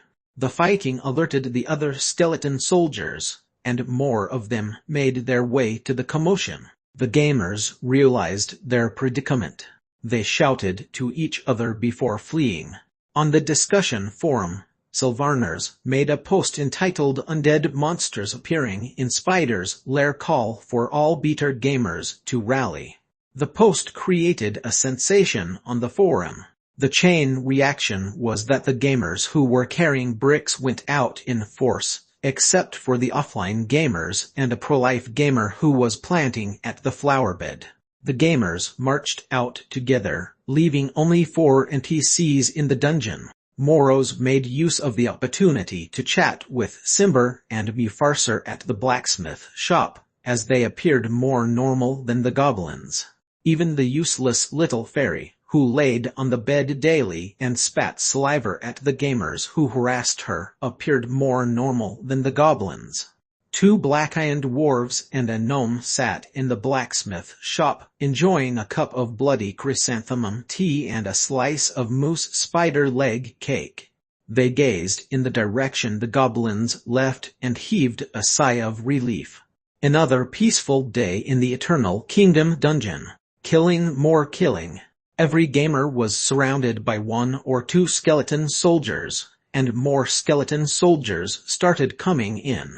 When the gamers who were carrying bricks rushed to the spider's lair, the 10 gamers who were defending the stronghold were being chased out by the skeleton soldiers. Other gamers in the spider's lair were also being chased out by the undead forces. The gamers consolidated their forces and fought a terrible battle with the skeleton legion. The gamers were brave, but they quickly retreated. It wasn't that the gamers couldn't defeat the skeleton legion. While the skeleton soldiers had greater numbers, most of them were without armor and weapons. The skeleton soldiers would use their bone fists to hammer the gamers' chests while the wild beast skeletons that had teeth stood by the side and watched. The gamers retreated because they didn't want to fight. It was risky to fight the skeleton soldiers. If they were surrounded, they couldn't run away, and then they would lose their equipment. The situation wasn't clear, and they didn't want to kill the skeleton soldiers blindly. There were no reputation points and no loot. If there were reputation or coin rewards, then the gamers would be willing to kill skeleton soldiers daily. The gamers retreated from the skeleton soldiers, who were unable to catch up with them. The skeleton soldiers didn't pursue the gamers, wandering around in the spider's lair instead. The gamers gathered and did a roll call. Besides a gamer whose face was badly beaten by the skeleton soldiers, there were no casualties. What's the situation this is? A bud. Is there going to be a new map? Did someone unravel a plot? The gamers started discussing. Before they figured out what was happening, nobody wanted to fight with the skeletons. At this instance, the cave was filled with a gust of cold wind, and it sounded like a whistle. Dark murmur gathered from all directions towards the spider's lair entrance. The gamers hadn't seen such effects before, and they stared wide-eyed at the strange phenomenon. Gosh, that's awesome. Looks like Hollywood special effects. The game producers are awesome. Did someone unlock a plot, Sylvarners? Did you discover good stuff? Could you keep quiet so that I can watch the plot? The group of gamers chatted incessantly. The dark murmur gathered and formed a cloaked man with dark smoke.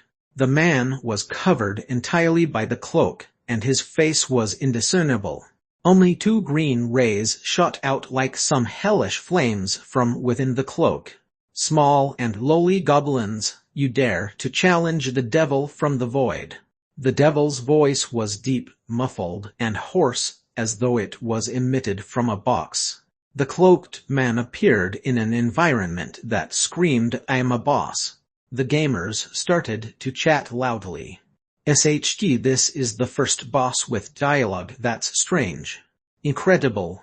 It seems like after defeating the terrifying Kramer, we're going to save the world again. This is hilarious. You are so entertaining. I told you that you had unraveled some plot. The special effects of the boss appearance were incredible. It's a pity that the special effects of the surrounding scene weren't as good. A large group of skeleton soldiers. Could it be a calamity brought by the departed souls? How do we fight? How do we fight? How do we fight this boss? Let's strip out of our equipment and send in a wave of cannon fodder to check out his skills. I'm going offline soon. Don't kill the boss that fast. Wait for me. Don't worry. We fought for a few days to defeat Kramer. This boss looks more powerful than Kramer. We don't even know if we can fight it.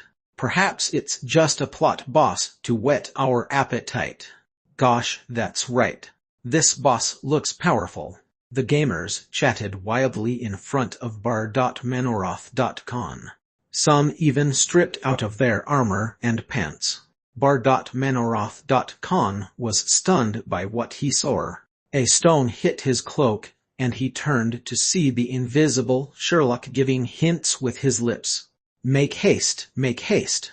Bar.manoroth.con recovered himself, and continued to speak using his previous voice. I am bar.manoroth.con. Am here to destroy your paltry world. You are all dispensable. Sherlock coordinated by exerting his dominance so that the gamers couldn't move. It was like being immersed in a plot with a restriction on moving. The hand of bar.manoroth.con gathered a ball of dark murner that became dark rays and shot towards the gamers. Before the gamers could react, dark rays appeared in front of them. A tall figure suddenly appeared among the gamers. His huge devil wings extended, and a magical barrier engulfed all the gamers. The dark rays collided with the magical barrier and created scintillating effects and a static noise. Sherlock lifted his hand, and his figure appeared godlike in the lighting effect. He was resolute and commanded the gamers, "Keep close to me, citizens of the Eternal Kingdom, I will shield you." Chapter 57 The Extremely Responsible Lord Sherlock. Chapter 57 The Extremely Responsible Lord Sherlock. After Sherlock's command, none of the gamers moved. They were restrained by Sherlock's dominance, and they focused on watching the plot animation. As the dark rays collided with a magical barrier and created multicolored sparks and realistic sound effects, the tall, cloaked bar.manoroth.con advanced towards Sherlock and spoke in a deep, eerie devilish voice. "Sherlock, just as I thought. You were here. I detected your odor long ago." Sherlock was in agony as he shouted dramatically, "No, my power is being drained." The magical barrier became weaker and weaker. The dark magical beam penetrated the barrier and pounded Sherlock. "Die, Sherlock, you can't stop me this time."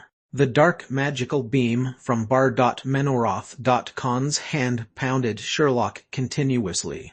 The brilliance from the magical contact almost engulfed Sherlock. Our Sherlock howled in agony as he knelt on one knee and supported himself with a hand on the ground. He looked extremely vulnerable, and he shouted to the gamers, "Help me, citizens of the Eternal Kingdom, stop him, stop bar.manoroth.con." The gamers realized that they were able to move. It wasn't known who shouted, for surely for Eternal Kingdom. However, the other gamers began shouting as well. For Noko, for the equipment, for the world, for Azeroth, for Medokar Karname. War, DMN, it's only a plot boss. Could you stop yelling? There's no loot for fighting a plot boss. Haven't you played online games before? The gamers screamed at the top of their lungs as they charged at bar.manoroth.con. Bar.manoroth.con was dumbstruck and backed up. He had lots of experience, but he hadn't seen a bunch of fearless goblins charging at him. He composed himself and shouted, "Pathetic goblins, do you think you can stop me? I came from the void. I am bar.manoroth.con." Once the word "con" was uttered, a gust of magical wind blew from bar.manoroth.con's body and made them fall all over the place. The gamers steadied themselves and charged nosily at bar.manoroth.con. The 100 goblins were armed with short swords as they charged wildly. Though bar.manoroth.con was tall, he wasn't as tall as Sherlock. The gamers were at the height of his thigh, which created a serious problem. The gamers who were on the outer rim were unable to slash at bar.manoroth.con. If bar.manoroth.con was tens of meters tall and tens of meters wide, then the gamers would be able to form a circle and slash at him. However, only 6 to 7 gamers were able to surround him. The second ring of gamers had to stab at his knees or thighs through the first ring. The third ring of gamers could only stab at the first ring of gamers through the second ring of gamers. Each stab drew fresh blood all over the place, and the gamers wailed. "SHT, who are you stabbing? Could you look where you're stabbing? You've stabbed your allies, do you mean it? Stop stabbing, the boss didn't attack us. We've killed a few of our allies. Do you mean did you stab me? Could you attack the boss? Why did you attack your own people? He stabbed me first. Idiot, didn't we vow to be united? Why are you bickering? If you continue bickering, I'll hang all of you on the tallest tree on top of the Yellow Mountain. Those who killed allies should die first. Yes, why are you creating trouble out of nothing? Yes, KKK. This is hilarious. What the heck in not fighting anymore, DMN? Har, it's so hilarious that I can't hold my sword properly. Har. Before bar.manoroth.con, tens of goblins were in chaos. A few goblins were stabbed to death. A gamer at the back laid on the ground and laughed while tossing around. A few goblins at the front threw their swords away and wrestled with each other. Every goblin was shouting and screaming. Bar.manoroth.con's ears were filled with incessant noise. Bar.manoroth.con felt someone cutting his toe. He lowered his head and saw a goblin whose head showed the strange words, burning chest hair. The goblin was holding a broken dagger as he sprawled on the ground with one hand acting as a support. He was trimming bar.manoroth.con's toenails. Another goblin stepped on burning chest hair's back in the chaos, but he didn't move at all. He was focused on trimming bar.manoroth.con's toenails. As he trimmed, he shouted, "Horizontal/Berserker Strike, Horizontal/Berserker Strike." Bar.manoroth.con stood dumbfounded while lifting his hand to create the magical beam that shot at Sherlock's body. Though the gamers slashed at him, there was no damage. The gamers couldn't even damage his cloak that was protected by magical defenses. The gamers slashed for a period of time while Sherlock encouraged them. A minute later, bar.manoroth.con conjured a magical wind that blew away the gamers surrounding him. Sherlock exerted his dominance, and the gamers were unable to move or speak. To the gamers, they had entered another plot animation. Thank you for your help, citizens of the Eternal Kingdom. My power has come back. Sherlock stood up as his black murner expanded and dispersed bar.manoroth.con's dark beam. Bar.manoroth.con backed up and shouted, "No, this is impossible. Bar.manoroth.con, you won't be successful." Sherlock walked towards bar.manoroth.con and said, "The citizens of Eternal Kingdom will stop you." Sherlock jumped high up and transformed into a black magical block that smashed on bar.manoroth.con. There were bright lights and loud banging sounds. Under Sherlock's magical attack, the ground formed a pit.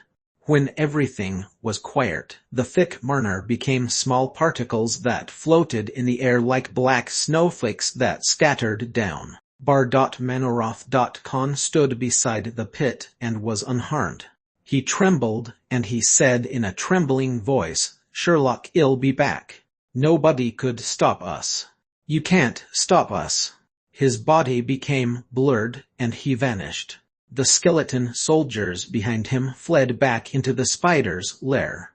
When the ruckus ended, Sherlock revived the gamers' corpses and said exhausted, "Thank you, citizens of the Eternal Kingdom. No, you're all heroes. Without your support, I won't be able to stop bar.manoroth.con."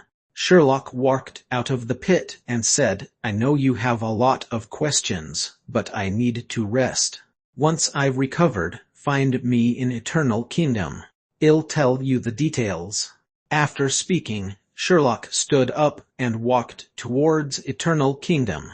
His body became blurred before he vanished. Gosh, what is this? I suppose it's the new main plot. Let's return to Eternal Kingdom. The plot's too exciting. I'm going to make a post on the forum. It's a good chance to gain experience points. The gamers left the spider's lair entrance and walked in the direction of the Eternal Kingdom. Sherlock made himself invisible as he and Bacon watched the gamers leave. Sherlock said to Professor Bacon, "It was hard on you, Professor Bacon. Here, this is another Winterfell gathering place for pretty and poor female students. The address is on this piece of paper." Sherlock handed Bacon a piece of paper. "Aye, Lord Sherlock, you are extremely responsible towards the poor female students. Don't worry, I'll help these poor female students." Bacon wiped his invisible tears and kept the piece of paper. Chapter 58 Initial Agreement. Chapter 58 Initial Agreement.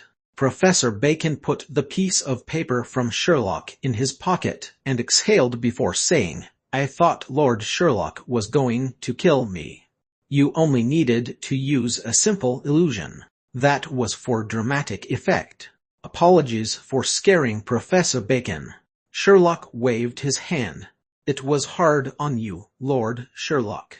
You have to play these games with the goblins. To be honest, it's shameful."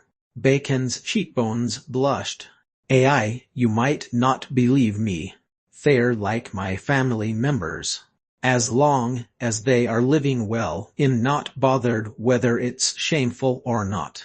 "Yes, what do you think of the goblins becoming the combatants for the liches?" Sherlock exhaled and said, "Lord Sherlock, this batch of goblins are pretty good, though their brains don't seem right. As combatants for the graduating liches, I mean research assistants, there's no problem. Brains aren't required as long as they can fight and are fearless. The goblins have proved themselves worthy." "Don't you worry," Bacon nodded and said, "Professor, I'm relieved. Since the goblins are qualified, can we discuss the details of the graduating research?" "Let's go to my office," Sherlock said as he made Bacon invisible. "Of course." Both of them chatted as they strolled to Eternal Kingdom. The gamers returned to Eternal Kingdom in a hurry. They chatted excitedly about the plot animation along the way. Lord Sherlock had said that he would tell everyone the details once they returned to the dungeon. The gamers returned to the dungeon happily and looked for Sherlock. When they saw him, Sherlock's head had a large word, SHH, and they were puzzled. Sherlock said, "Once I recover my power, I'll tell you." Then he shut the dungeon core main hall. Sherlock was busy discussing the graduating research with Professor Bacon, so he was unable to tell stories to the gamers. To deal with the gamers' questions, Brew announced a full-service mission. Full-service mission: protect the vulnerable devil Lord Sherlock. Mission description: after the battle with Bar.Manoroth.con, Lord Sherlock is very weak. Bar.Manoroth.con's evil legion could attack Eternal Kingdom anytime. Heroes of the Eternal Kingdom, take up your weapons and protect Devil Lord Sherlock. Please note that gamers are not able to request revival during the mission period. Mission reward: those who carry out the daily construction mission will receive double rewards. All the gamers went into an infrastructure madness as they carried bricks diligently. What about the main plot mission? It was all right. Let Sherlock rest for a while. The gamers mined ore with their pickaxes diligently. They carried the ore stones and cut the stone slabs to cover the ground in order to complete the construction missions and earn double rewards. In the dungeon main hall, there was a table with original wood color and 2 wooden stools. It wasn't poor, it was simple. Bacon wasn't used to such an environment. He sat on the stool and placed both of his hands on the table. He tapped the table with his finger bones. Sherlock brewed a cup of bubbling crimson chrysanthemum tea and sat down. Thousands of liches graduate annually. For the past tens of years, the college hasn't been able to recruit enough manpower, so tens of thousands of liches have been unable to graduate. Every graduating lich has to prepare his own spectre warrior and obtain the approval of the examiner to graduate. They are rather strict rules. No wonder your college is the most famous spectre college. With so many students, it isn't easy to determine their combat power. Professor Bacon nodded and said, the biggest problem is an insufficient number of combatants. As such, the college wishes to sign the collaboration agreement as soon as possible. Because it's the graduation season, and yet there's not much progress, the college is getting worried. If the goblins could make it to our college as soon as possible. Bacon felt his words inappropriate. It was as though he was hurrying the goblins to their death. He explained, I know we should give some time for the goblins to bid farewell to their families. However, considering the cost of the college, if a student's graduation is delayed one day, the operating cost would increase. In addition, the accumulation of students waiting to graduate is a smear to our college's reputation. Currently, it's the golden period for the development of dungeons, and every dungeon is in urgent need of a lich.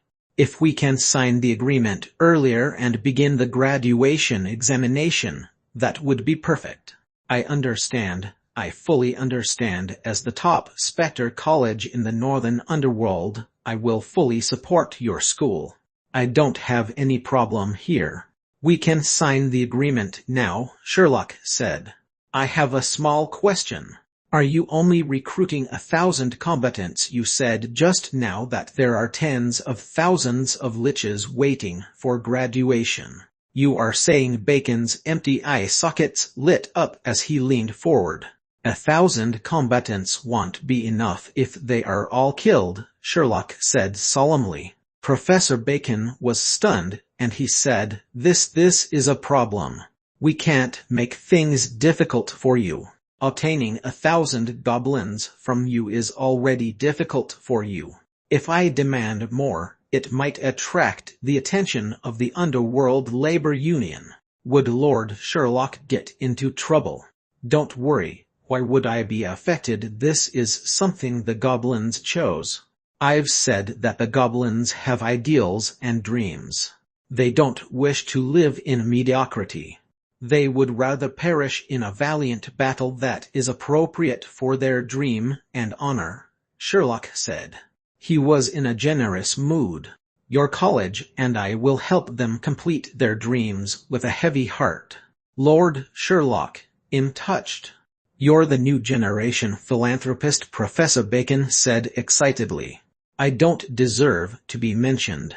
My efforts are a notch below Professor Bacon. Sherlock waved his hand modestly as he said, My intention is simple. Your college has many graduating students, while my goblins are eager to start their adventure. Shall I undertake the entire graduating research? Well, go according to the head count instead of fixing a number. I guarantee that it will be lower than your estimation. Of course, to protect the college's interest, I won't get inferior goblins to participate in the graduating research so that I can reap profits from their death, Sherlock said. The goblins will go through a strict selection process to become combat-fit goblins. That will reduce casualties and the cost to the college to a minimum. All these terms can be included in the agreement so that the college will have a peace of mind. That's great, Lord Sherlock. You are the epitome of justice, Bacon said. This is not an insult. I hope that you don't misunderstand me. Understand? I understand. Sherlock lifted his hand and said, If the college has no other issues, we'll discuss the details in the agreement. After checking, we can sign the agreement. For the spectre warriors summoned by the liches, will they have their own equipment? Yes, but not much. Most of the skeleton soldiers don't have any equipment. Is there a problem? Professor Bacon was puzzled. Oh, if the goblins defeat the Spectre warriors, can their equipment be the reward for the goblins? Professor Bacon understood Sherlock's intention and said, I understand Lord Sherlock's intention. The equipment prepared by the students isn't expensive, and there's no problem giving it to the goblins as a reward. There's no such precedence, but Lord Sherlock has helped us tremendously, so we can agree to this request. What about the students' opinions? We'll deal with the students' opinions. Don't worry. What about the equipment left by the goblins? Lord Sherlock, it will be returned intact. Sherlock and Bacon looked at each other and smiled. Bacon's face appeared happy as both of them finalized their initial agreement. Sherlock smiled as he said, let's discuss the details. Normally, a lick and a combatant would fight one-on-one. However, as the goblins are far inferior to the gnomes and orcs in terms of anatomy, I suggest that 2 liches fight against 5 goblins in an instance dungeon setting. 2 liches against 5 goblins instance dungeon. Bacon was puzzled. I'll explain it to you. Chapter 59 Offline Maintenance. Chapter 59 Offline Maintenance. Sherlock and Professor Bacon finalized their initial agreement. Professor Bacon had a deeper understanding of the request to package the graduating research as a heroic conquest of an instance dungeon. They even discussed the details of the instance dungeon plot. Professor Bacon used a teleport scroll to return to Winterfell. He had promised to bring the agreement contract and his workers 3 days later. Sherlock would be the representative for the goblins in the agreement with the Spectre College. The workers would be in charge of constructing the teleport portal. The Spectre College had provided a specific location for the graduating research. As Sherlock had agreed to supply the goblins to solve the problem of the graduating liches, spending a few tens of thousands of magic stones on building a teleport portal was a small matter for the college. It would help the goblins arrive quickly at the graduating research training grounds. There were tens of thousands of graduating liches, and a similar number of goblins was required.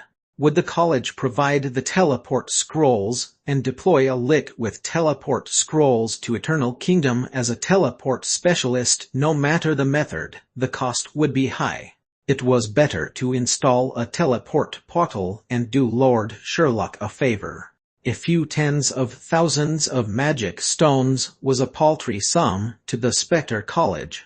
It charged high fees and provided a premium education. This teleport portal was linked to Winterfell and not Spectre College. Winterfell was the teleport interchange in which the goblins could be teleported to Spectre College.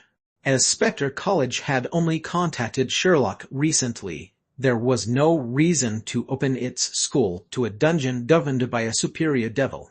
Winterfell was different. It was a neutral town of the Merchant Alliance. It was perfectly safe. To ensure timely teleportation, the Spectre College rented a teleport portal in Winterfell for a specialized fast lane. Sherlock was good with the arrangement as he didn't have to use teleport scrolls to travel to Winterfell in the future. After sending off Bacon, Sherlock looked at the diligent gamers before browsing the discussion forum, which was filled with posts by the beater gamers. Not Wearing Pants wrote a post titled "Shirley's plot is awesome. All other games' cutscenes were inferior." The post attracted tens of thousands of replies. Though it wasn't the most popular post, it attracted Sherlock's attention. Sherlock opened the post, and the beginning was "Not Wearing Pants" symbolic greeting. "Greetings everyone. It's me, Not Wearing Pants. It has been a week since I wrote the strategy guide on Kramer. Recently, there have been great changes in the plot. Those gamers who were offline and non-beater gamers who weren't able to witness it, it's alright. I have many screenshots for your viewing pleasure. Picture, picture, picture. The special effects are awesome compared to the previous games that I have played. The game has a 100 true-to-life animation that has a shocking effect. It is as though I am immersed in the Harry Potter universe. I would say the special effects are even better than Harry Potter. We will discuss the game plot. We found many skeleton soldiers in the spider's lair. Sylvarners posted a call to arms, and many gamers gathered in the spider's lair. Then we were shown the plot animation. That is correct. It is the Void Devil bar.manoroth.con. Picture. There were a lot of us, and we weren't able to move during the animation. Of all the screen captures, this is the best one. Please bear with it. The mysterious bar.manoroth.con is the first boss with dialogue and is on par with Sherlock's power. Bar.manoroth.con looked pretty cool. We only have the following information on bar.manoroth.con. 1. He is a boss with hit points.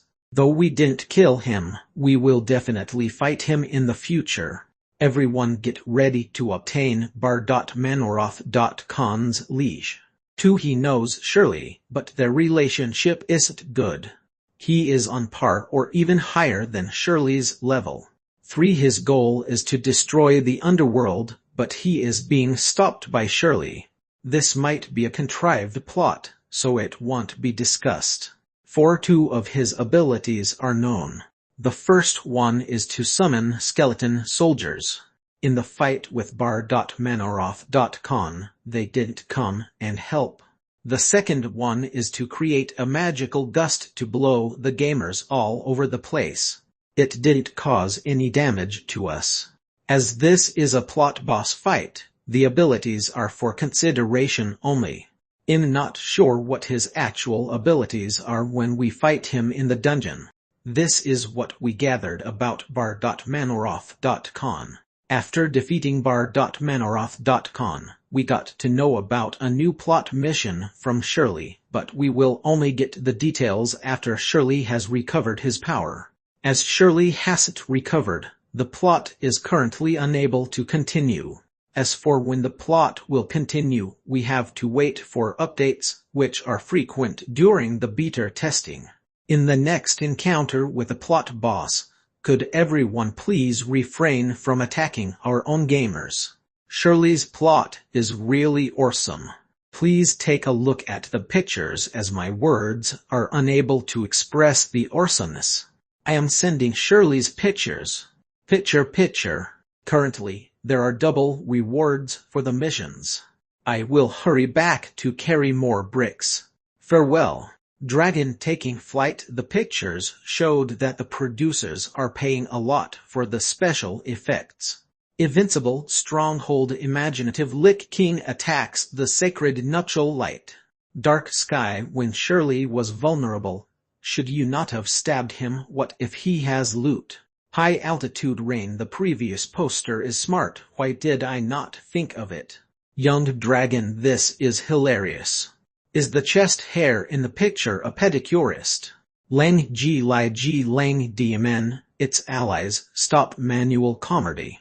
Seafood shaved ice. Wait, did anyone discover the front and end name of the boss combines into bacon? Perhaps it's an Easter egg. Nuclear beard. Gosh, you found a blind spot. As Sherlock was browsing the posts, Rue said, Lord Sherlock, the Civilization series has completed its download. That fast? It has been 50 hours already. Let me see. Sherlock closed the discussion forum and uncompressed the zipped file. He installed the game and started Civilization 6. After the strange opening animation, Sherlock browsed the selectable roles and chose the Kin Emperor, who looked like a capable human leader. He clicked on the Quick Start button. Isn't Lord Sherlock starting as a beginner? Isn't this your first time playing this type of game? Brew had some experience. It's too troublesome. I'll learn as I go along. Sherlock said confidently as he looked at the game graphics and followed the step-by-step tutorial to move his units. He noticed the words at the bottom right corner, "Next turn." Sherlock clicked on it. Lord Sherlock, it's time," Brew shouted to Sherlock. What the opponent finished constructing the wonder of the world impossible. "I've calculated that faster," Brew said immediately. "Lord Sherlock, the creatures from Spectre College have arrived. It's the third day today. Today is the third day." Sherlock lifted his head and saw the gamers working diligently outside. A few gamers bought beds and private land from Brew. During this period of time, Brew took over Sherlock's job. Sherlock was dazed. Why did time pass so fast? He felt he had only clicked a few next turn buttons. "Lord Sherlock, the Spectre College is constructing the teleport portal in the dungeon, and it will take at least 2 days. During this time, I suggest offline maintenance. They are different from the Winterfell workers. Most likely, they are mana-skilled liches. If they come in contact with our gamers, there could be issues. I'll explain offline maintenance to you." Sherlock agreed to Brew's suggestion. He could focus on the main plot, background story, and the instance dungeon updates. The gamers received Brew's system announcement. Offline maintenance. Notice the game will carry out offline maintenance and upgrade the functions in the new version. The gamers are to go offline within half an hour to prevent data loss. Chapter 60 version 0.03 update log. Chapter 60 version 0.03 update log. Gosh, offline maintenance and updates. Isn't the game updated while we're online? Why is the update done offline this time? The servers were kept running for a month. If the servers aren't maintained, won't they overheat? Not bad. It's better than Unix servers since there's only offline maintenance once a month. How long is the maintenance? Is there a notice on the official website? Let's go offline. Go. Let's go to our residential area to go offline. The residential area was designated by Sherlock and could be sold to gamers at 1 silver coin per 2 square meters. Every gamer was only allowed to purchase a private land of 2 square meters. This was to cater to their requirement for privacy so that they could place a bed and even a private storage box. Sherlock originally intended to purchase a 7 to 8-story bed for everyone to use. It could save space, improve land usage efficiency, and improve the gamers' relationships. Perhaps some bedroom culture as well, though they didn't move when they were offline. Sherlock couldn't help recalling his 90 years of voluntary education, which was his youthful period. Lord Sherlock, everyone is offline. Those who went offline were forced offline. While Sherlock was reminiscing about his youth in his school period, Brew interrupted him. Sherlock gazed outside the dungeon core main hall, and only a handful of goblins laid outside sleeping. Most of the goblins had gone to the residential area to go offline. The residential area was way past the blacksmith shop and the carpenter workshop around the corner. It was a newly excavated space, so Sherlock was unable to see it from his location. Sherlock walked out of the dungeon core main hall. It was dead quiet. Sherlock wasn't used to the serenity. He arranged the few goblins that were lying outside the dungeon core main hall in a corner. He saw a goblin lying on a seabed next to the blacksmith shop. He lifted the goblin and placed the goblin in a corner. Little fairy that was squirming on a bed by the flower bed looked around in terror. She witnessed how the devil lord threw his citizens in a corner and heard the slamming sounds as they landed. The evil devil lord wasn't taking care of his citizens. How scary! Those chattering goblins who would harass her daily were suddenly possessed as they ran laughing back to their rooms to sleep. Those who didn't have rooms fell to the ground. Even the goblin, Reindeer, who was cultivating flowers fell to the soil and never woke up. The devil lord must have placed an evil curse or used Marner on the goblins. It was horrifying. Little Fairy curled herself into a ball. Sherlock ignored Little Fairy, who was imagining things. He cleared the gamers who were blocking the way, then he summoned Moros, Mufarser, and Simber. The two black-hand dwarves and the gnome were curious about what had happened to the goblins. Lord Sherlock didn't intend to explain. He held his magic stone card and said to them, "I'm paying your salary today according to daily rates. Let's synchronize our time so that it will facilitate the next payday. I'm giving you 2 days of leave. You may visit Winterfell or your family. You can't be working all the time. Working 672 hours per month is sufficient. I'm a generous devil lord." When everyone heard about their salary, what Lord Sherlock said after that wasn't important. As long as the salary was paid, it didn't matter whether one was working 996 9 a.m. to 9 p.m. 6 days a week, 12,127 12 p.m. to 12 a.m. 7-day week, or 727 7 a.m. to 2 a.m. 7-day week overtime. Everyone could accept it. Why else would everyone work so hard for love, for responsibility? It was poverty. Even if it was the underworld, they had to eat. The period of dark hatred, bloody wars, and the destruction of the world had passed. Everyone obtained their salary happily.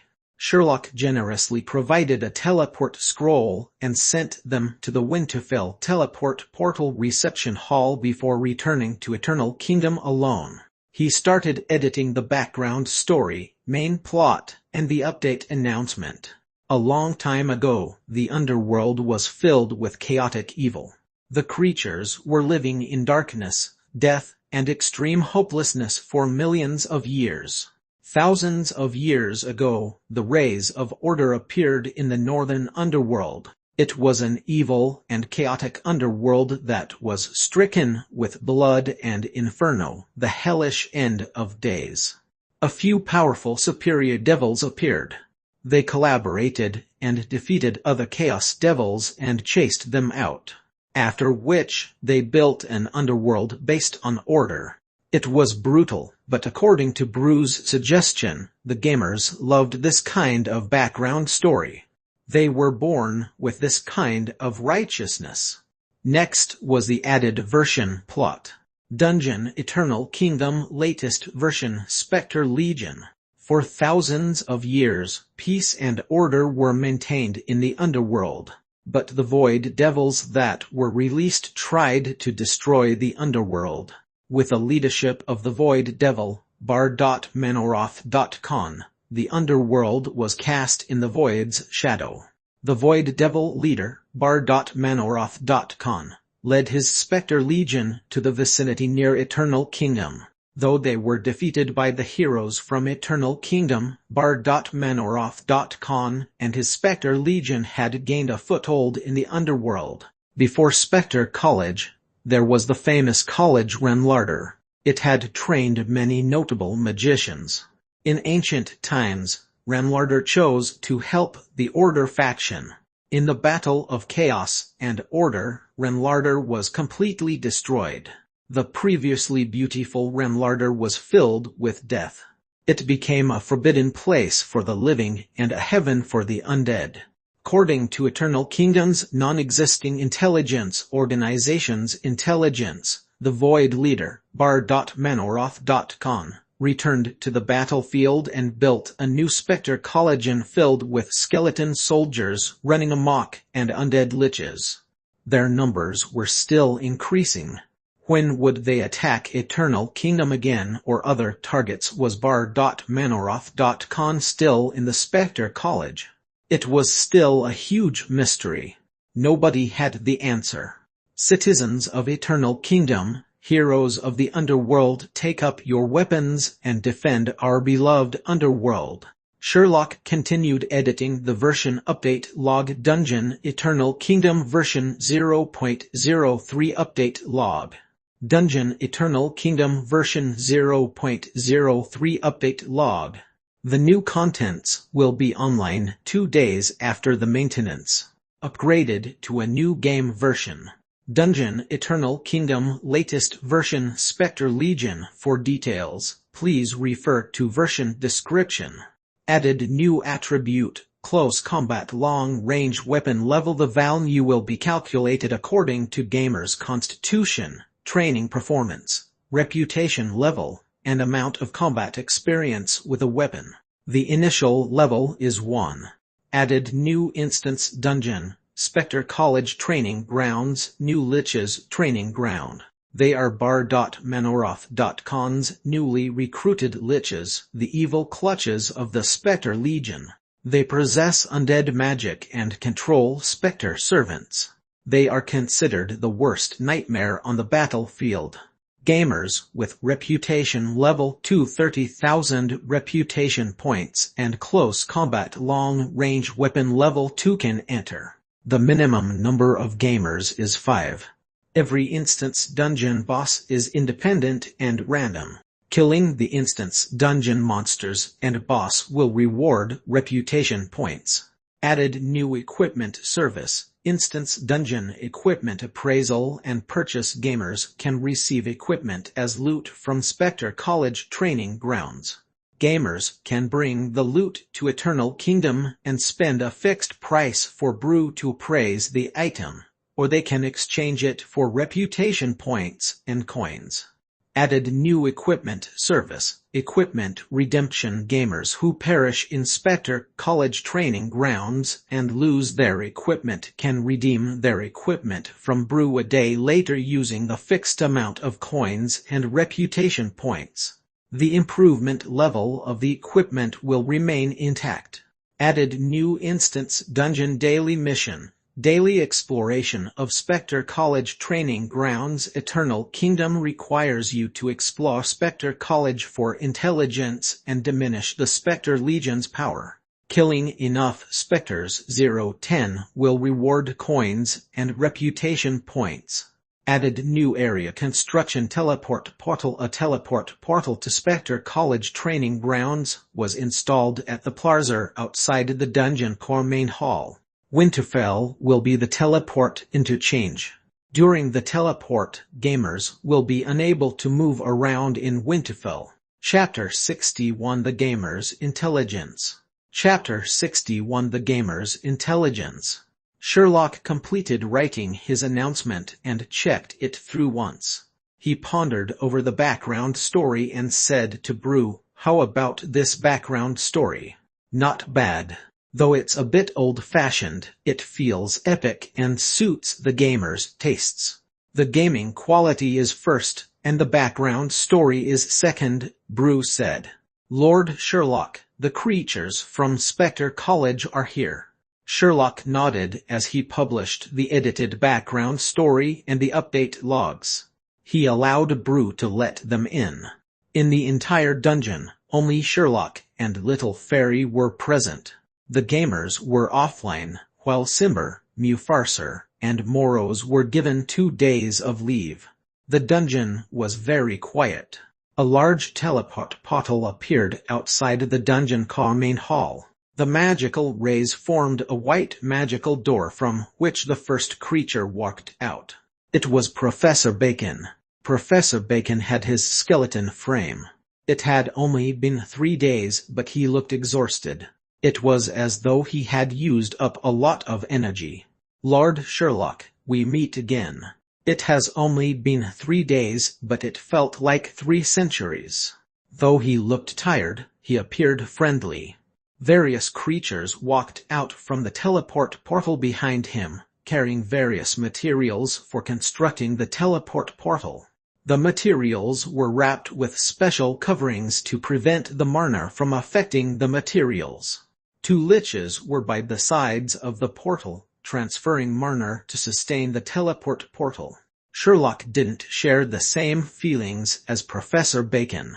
He had only clicked on the next turn in civilization. It felt like an hour ago that he had discussed the agreement with Professor Bacon. Professor Bacon, it has been hard on you. You have slimmed down. Professor Bacon shook his skeleton frame as if he was laughing. Lord Sherlock is jesting. Where are your dungeon servants? Professor Bacon noticed the pile of goblins at one side, but seeing Sherlock's nonchalance, he felt that he had to ask about the goblins. After pondering, he mentioned it in passing. Though it was a new age, he was a superior devil who could sell thousands of goblins without batting an eyelid.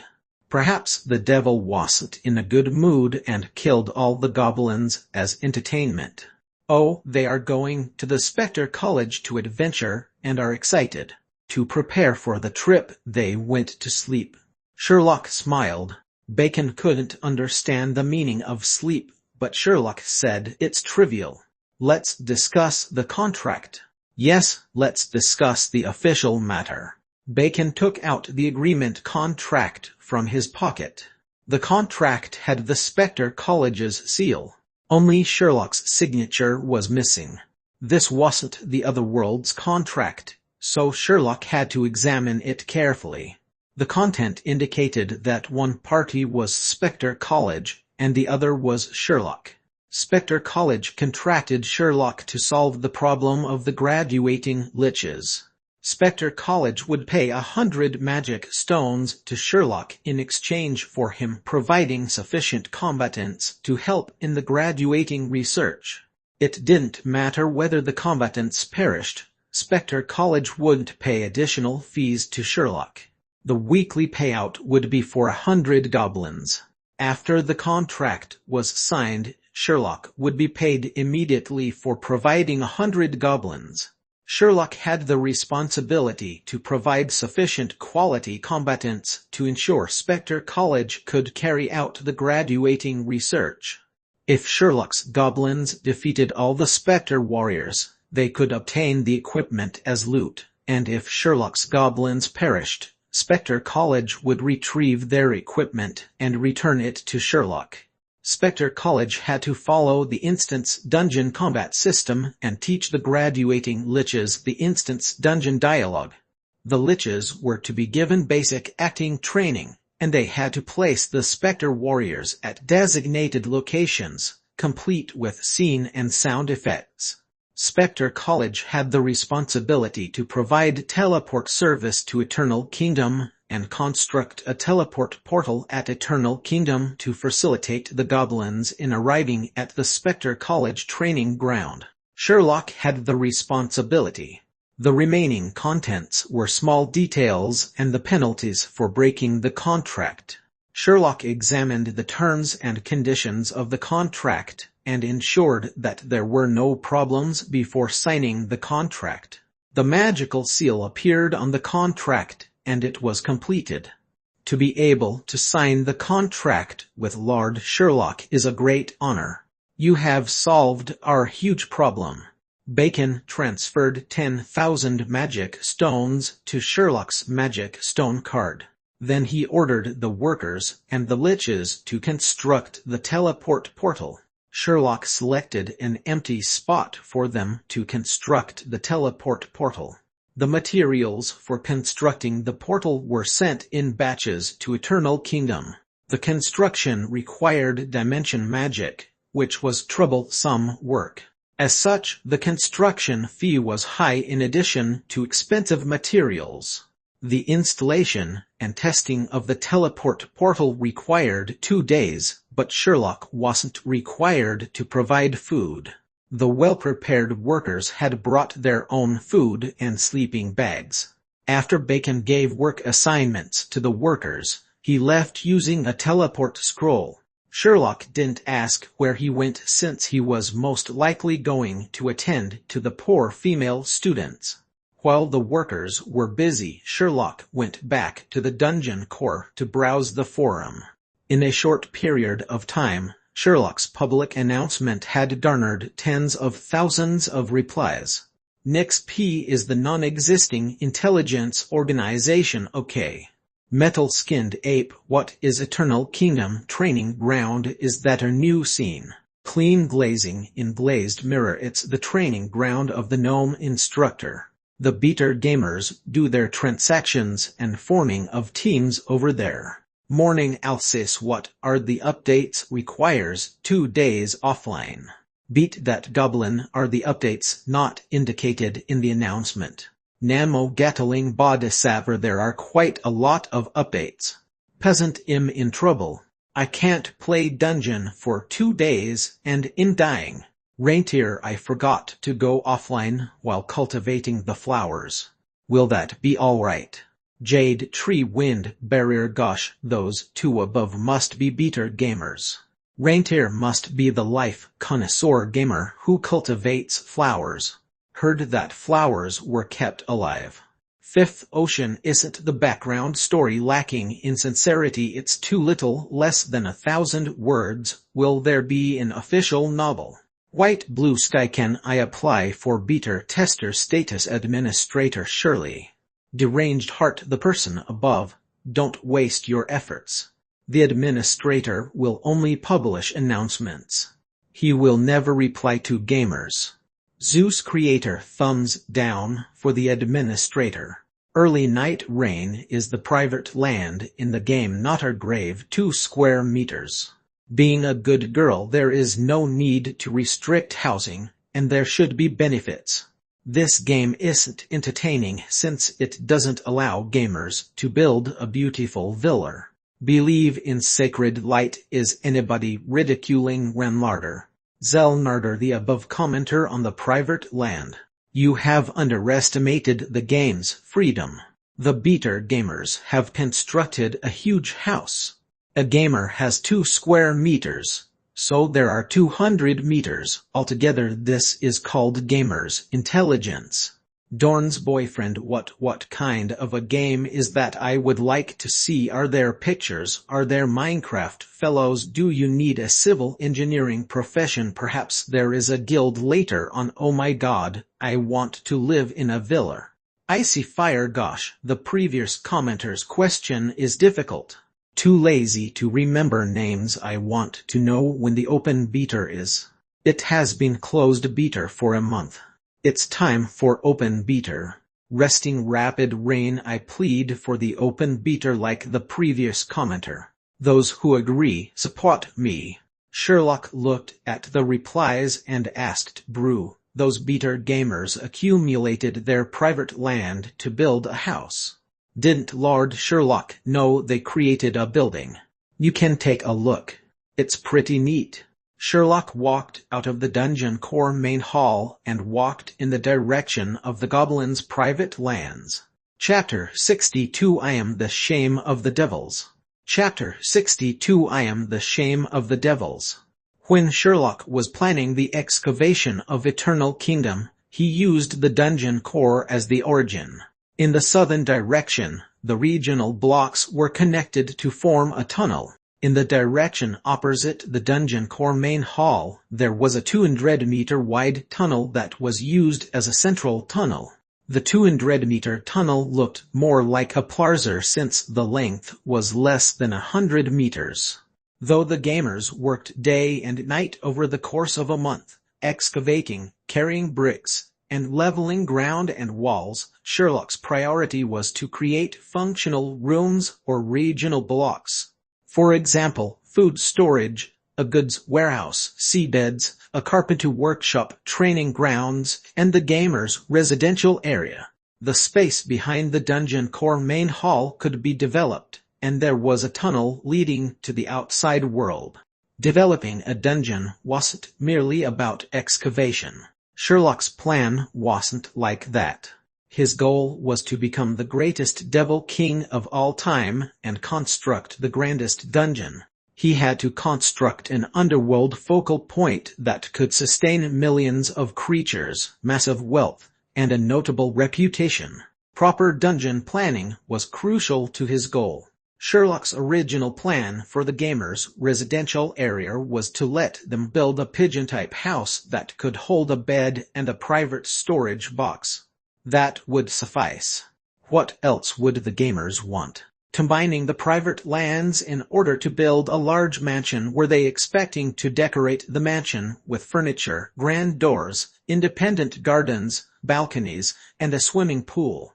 I can understand Lord Sherlock's concern. If we don't restrict the gamers' activities, they will construct illegal buildings and affect the future development of the dungeon, Bruce said as Sherlock walked to the residential area. These gamers are able to accept the harsh environment and benefits. Their only desire is to have as large a house as possible with furniture, grand doors, independent gardens, balconies, and swimming pools. Why don't we accede to their desires and let them combine the lands and construct their dream home or even high-rise buildings? Lord Sherlock won't have any losses, and it will satisfy their needs. You're right, but they have gone too far this time. Sherlock had arrived at the residential area. When he saw the house, he couldn't describe how he felt. Sherlock's original planned residential area had wide paths surrounding the 200 square meters of space. Walls were constructed at the perimeter of the empty space, and within the walls, there were tens of goblins who were lying all over the place and sleeping peacefully. They didn't react to Sherlock's presence. Sherlock wasn't unhappy with the sleeping goblins or the surrounding walls. He was unhappy with the construction diagram drawn on the walls using stones. On the construction diagram was a 3D building with many 2D diagrams that were professionally drafted. Even the length was denoted on every line. There was a thickened line on the wall with the words heavy-duty wall. The diagram depicted a single-story building that occupied the 200 square meters. The top part of the building was like the shape that was inverted. The protruded flaws were designed to integrate into the sides of the wall. The space above the 10-meter pathway that was designated by Sherlock was occupied by the building. There was a basement below the building that had the same shape. The protrusion was as high as the first story. One of them was inverted and joined with the other at the protrusions. The protrusions became the connectors. The final shape looked like a standing dumbbell. On the top part of the plan was a word dream, while the bottom was filled with gamers' signatures carved with stone. There was a pile of wall body at the perimeter. Chisels, hammers without handles, pickaxes, small tools that had spider silk twirled around stones, various kinds of rocks, grassroots items, or stones, and all sorts of tools were placed neatly by the side. The 100-meter gamers were serious. There are civil engineering students in this batch of gamers, and they are good. The diagrams are professional. Brew didn't know why he said that. Why are the chisels and hammers used in missions placed here? Sherlock frowned and asked. Sherlock remembered that the chisels and the hammers were loaned out during missions. After completing the missions, the gamers were to return the tools. The gamers not only used the tools to complete missions, but they also used them to construct their own houses.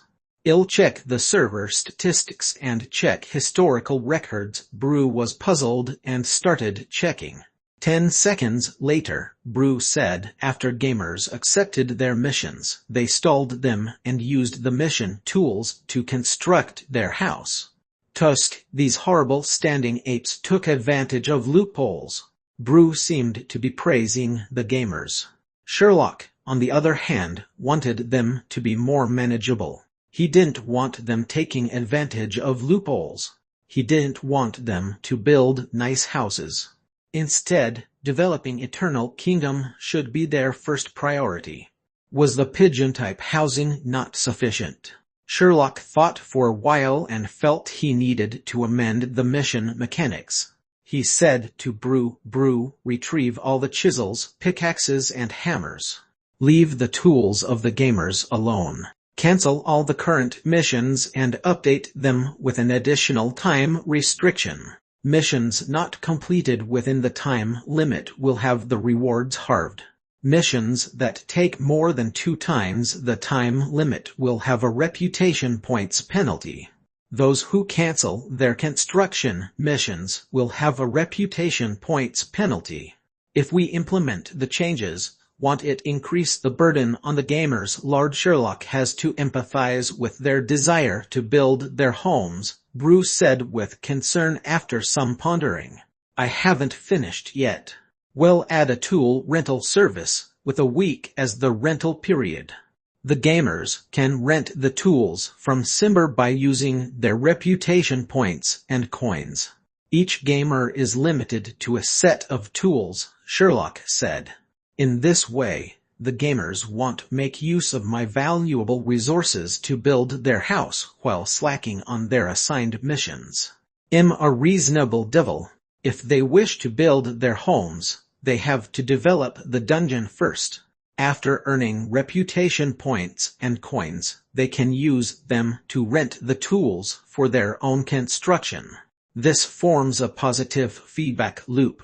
Lord Sherlock, what about the combining of private lands by the gamers? Should we enforce new rules? Brew asked. It's not necessary. Since they like to build large houses, let them be. Buildings with protrusions are not allowed as they are ugly. High-rise buildings and basements are not allowed. If they really want to have them, charge them accordingly. The size and shape of the buildings have to stay within the restricted perimeter. We will limit buildings to 3 levels above and below the ground. I'll publish everything in an addendum. Sherlock waved at the wall with the diagrams and added the following words to it: work hard. The words work hard appeared next to dream. Looking at the words, Sherlock sighed. Of course, if they really want to build private villas, once the dungeon is fully developed, they can do so with reputation points and coins. They can build dumbbell-shaped houses or even beetleman-shaped houses. I have no qualms about that as long as they can afford them. I am so generous, just, and compassionate. The shame of the devils. Chapter 63. Welcome back. Chapter 63. Welcome back. Sherlock had to think carefully about the update contents, amendments of construction missions, and details of private lands. Sherlock had experienced how the gamers took advantage of a loophole. If any of his measures went well thought out, the gamers would do something astonishing, just like the living quarters that he had just seen. If a gamer hadn't mentioned combining land in order to build a house on the discussion forum and made him take a look, the whole outline of the house would have been built within 10 days. The gamers would have used the tools for developing the dungeon to build their house. Sherlock spent some time deliberating before announcing the addendum. 1. Amended the private land construction issue. Gamers are temporarily allowed to build level 2 and 3 above and below the ground. For each level, each gamer is allowed 2 square meters at the cost of 1 silver coin. In the future, more land will be released for construction with a corresponding increment in prices. 2. Amended the daily construction mission conditions. Added services of weekly rental of tools through Simber. To prevent the gamers from taking advantage of loopholes, Sherlock examined the addendum carefully before publishing it. The gamers were discussing the new version, Spectre Legion, and complaining about how the offline maintenance took 2 days. After Sherlock published new updates, the gamers commented with excitement. Landlord Mo Lai, what's this? The gamers discovered a bug obtaining an additional tool by stalling a mission. Does the tool cause damage? 3rd Gen Euro King Miracle. Gosh, I just learned that the beta gamers created a building together, and now the game officials are restricting it. Cloud Hopping Fairy Forum Administrator. Ape Garden Administrator, buck up. Cloud Gaze Snow Pile Administrator, buck up. Seafood Ice Shaver cut the repetition V. On seeing most of the gamers saying Administrator, buck up, Sherlock was relieved. He was pleased by this comment. Sherlock resumed his official work after glancing at the workers constructing the portal. Civilization 6 starting next turn, begin. Lord Sherlock, Lord Sherlock. When Bruce's voice sounded in Sherlock's mind, he panicked and looked at Civilization 6's information indicator that showed Sage Hero Garndi dropping a nuclear bomb on him. Garndi's nuclear bomb again. He talked about peace in the diplomatic dialogue every time. Was that a typographical error? Sherlock was feeling vexed when Bruce said, Lord Sherlock, the workers have finished their work. The workers' leader is waiting for you outside the dungeon core main hall. That fast 2 days have passed. Sherlock was shocked and looked at the next turn button at the bottom right corner of the screen as he shook his head. Sherlock saved his game and shut it down. A cloaked lit with an emotionless skeleton face waited outside the dungeon core main hall. Sherlock walked out of the hall, and the lich bowed. Lord Sherlock, according to the contract, we have completed the teleport portal to Winterfell. We have also made adjustments based on your requirement. There are 2 teleport modes. The first one is using Winterfell as an interchange to arrive at the Spectre College. The other one is a direct teleport to Winterfell. Lord Sherlock, I'll show you.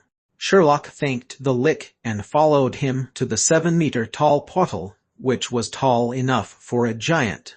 Sherlock could also enter the portal comfortably. It was a bit too big for the goblins. With a 3-meter width, 10 goblins could enter at the same time. The teleport portal foundation was situated in a newly excavated space, which would become the teleport portal reception hall. The ambitious Sherlock wouldn't be satisfied with a single teleport portal, though there was only one in the reception hall. There were no surrounding walls or ornaments, but it was temporary. A month ago, Sherlock had just bought the dungeon. Even the dungeon core was abandoned. He used a lot of effort to revive the core. Who would have expected him to have excavated that much space and constructed that many buildings within a month? As a devil, he had to have dreams. To choose the portal mode, he had to change the direction of Marner. Hence, he didn't have to worry about the gamers changing the portal mode going to Winterfell and creating trouble. Sherlock set the portal mode and transferred his Marner to activate the teleport portal. He walked through the portal that was covered with white-colored magical light and arrived at the Winterfell teleport portal reception hall. There was peace and serenity, and there were no foul-speaking receptionist orcs. Sherlock was in a 100-square-meter room with nice decorations. Besides the portal, there were a few small tables, comfortable chairs, and a rack with a newspaper and magazines. Sherlock noticed a sexy devil with goat horns and a long, slender tail on a magazine cover. The tail was placed in front and covered the crotch area, and the top 2 sensuous points were covered by a slanted newspaper. Tusk. Sherlock was annoyed and extended his hand towards the newspaper. Lord Sherlock, this teleport portal is directly connected to the previous lich. Walked out from the portal, and his skeleton head turned to the rack that was without a newspaper. He said to Sherlock, the Winterfell VIP room. Lord Sherlock helped to solve our major problem. This is a small gift from our college. This isn't cheap. I'm very grateful. Sherlock expressed his gratitude and put back the newspaper that had the words, Son of the Grand Duke Alexandria, will be visiting Winterfell. The newspaper covered the alluring magazine cover. Lord Sherlock, would you like to visit Spectre College? The lich asked, turning his head back with an expressionless skeleton face. "It's not necessary. I'm busy with my dungeon, and I visited the college a few years back." Sherlock waved his hand as he replied. Since Sherlock wasn't going, the Lich kept quiet. Since the Liches and workers had completed their work, they wouldn't be staying in Eternal Kingdom. They weren't worried about Professor Bacon, and one of the Liches said Professor Bacon would return on his own. Sherlock bade farewell to the workers and sent them off.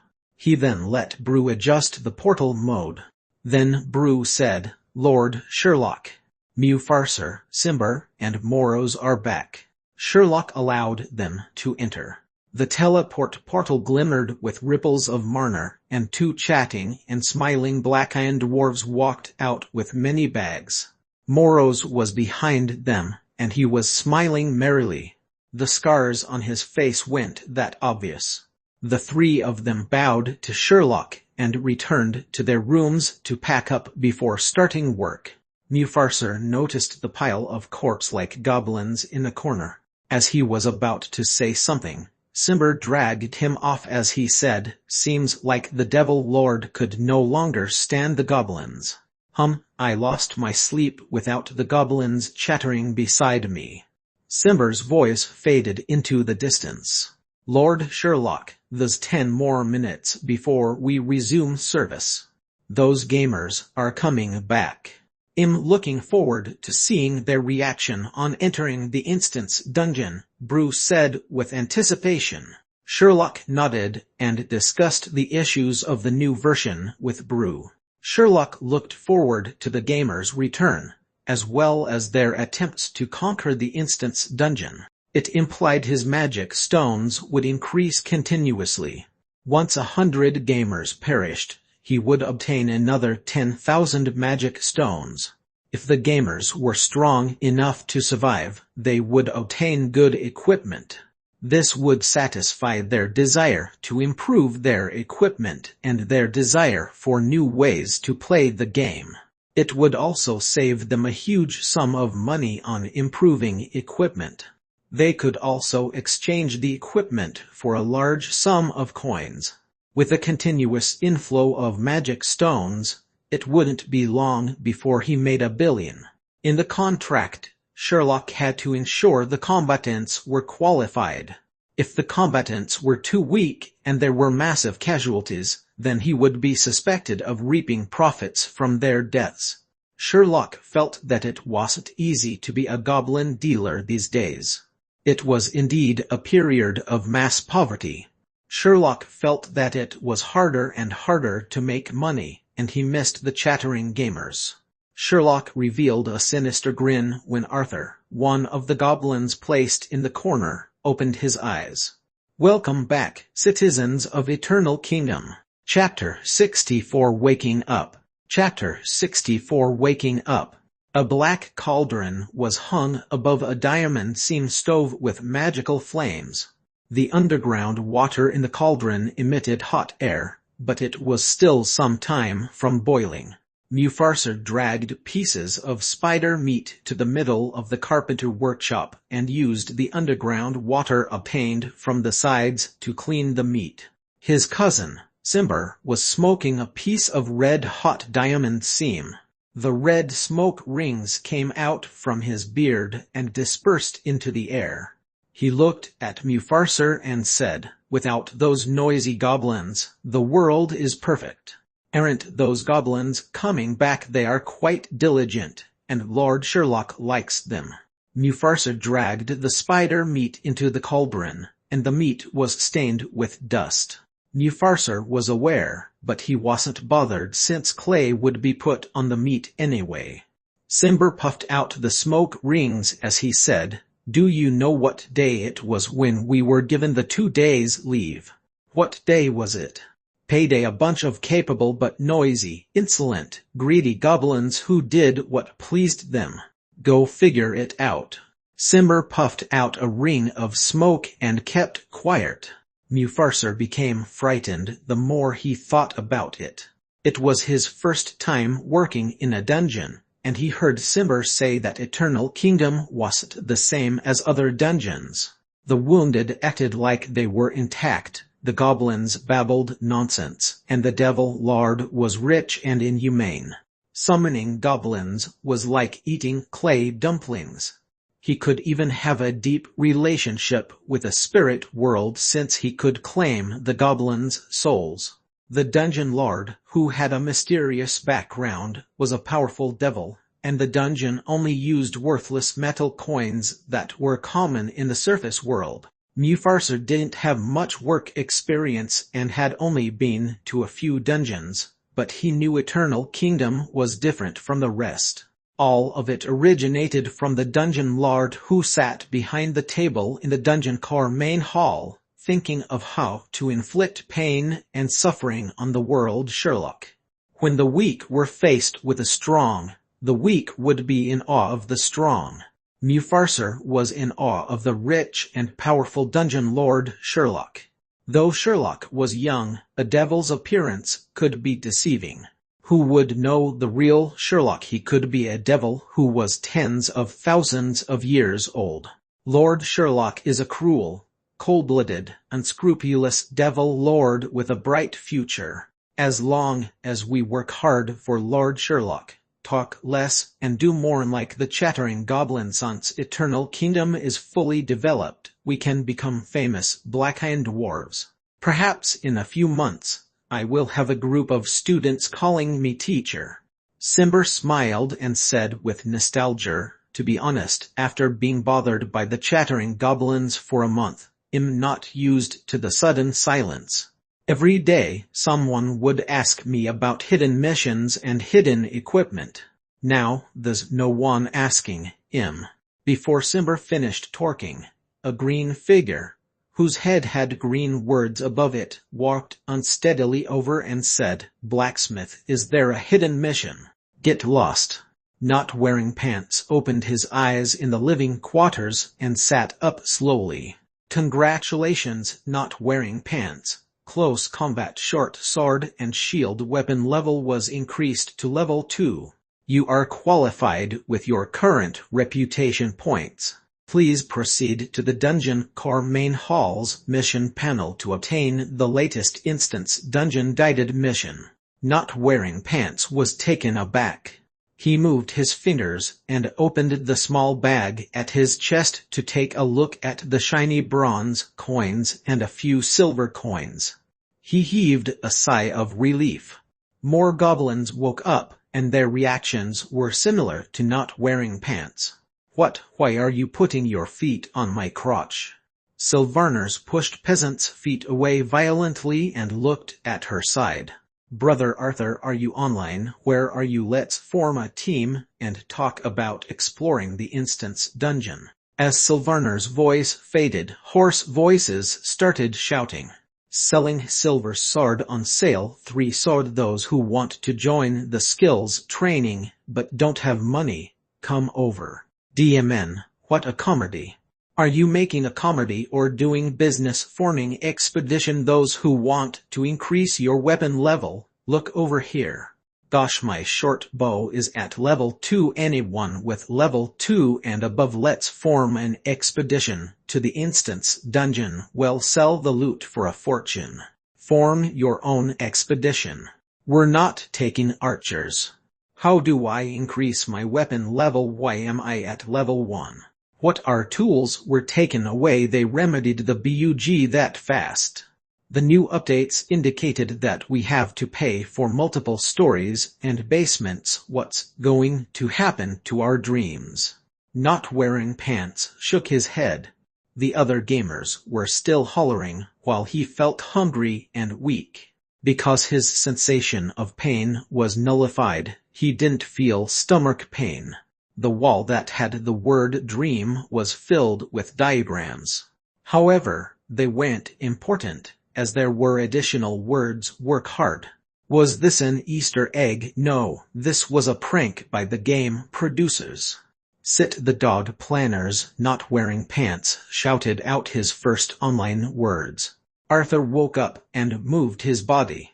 He used all his effort to move the goblins on top of him.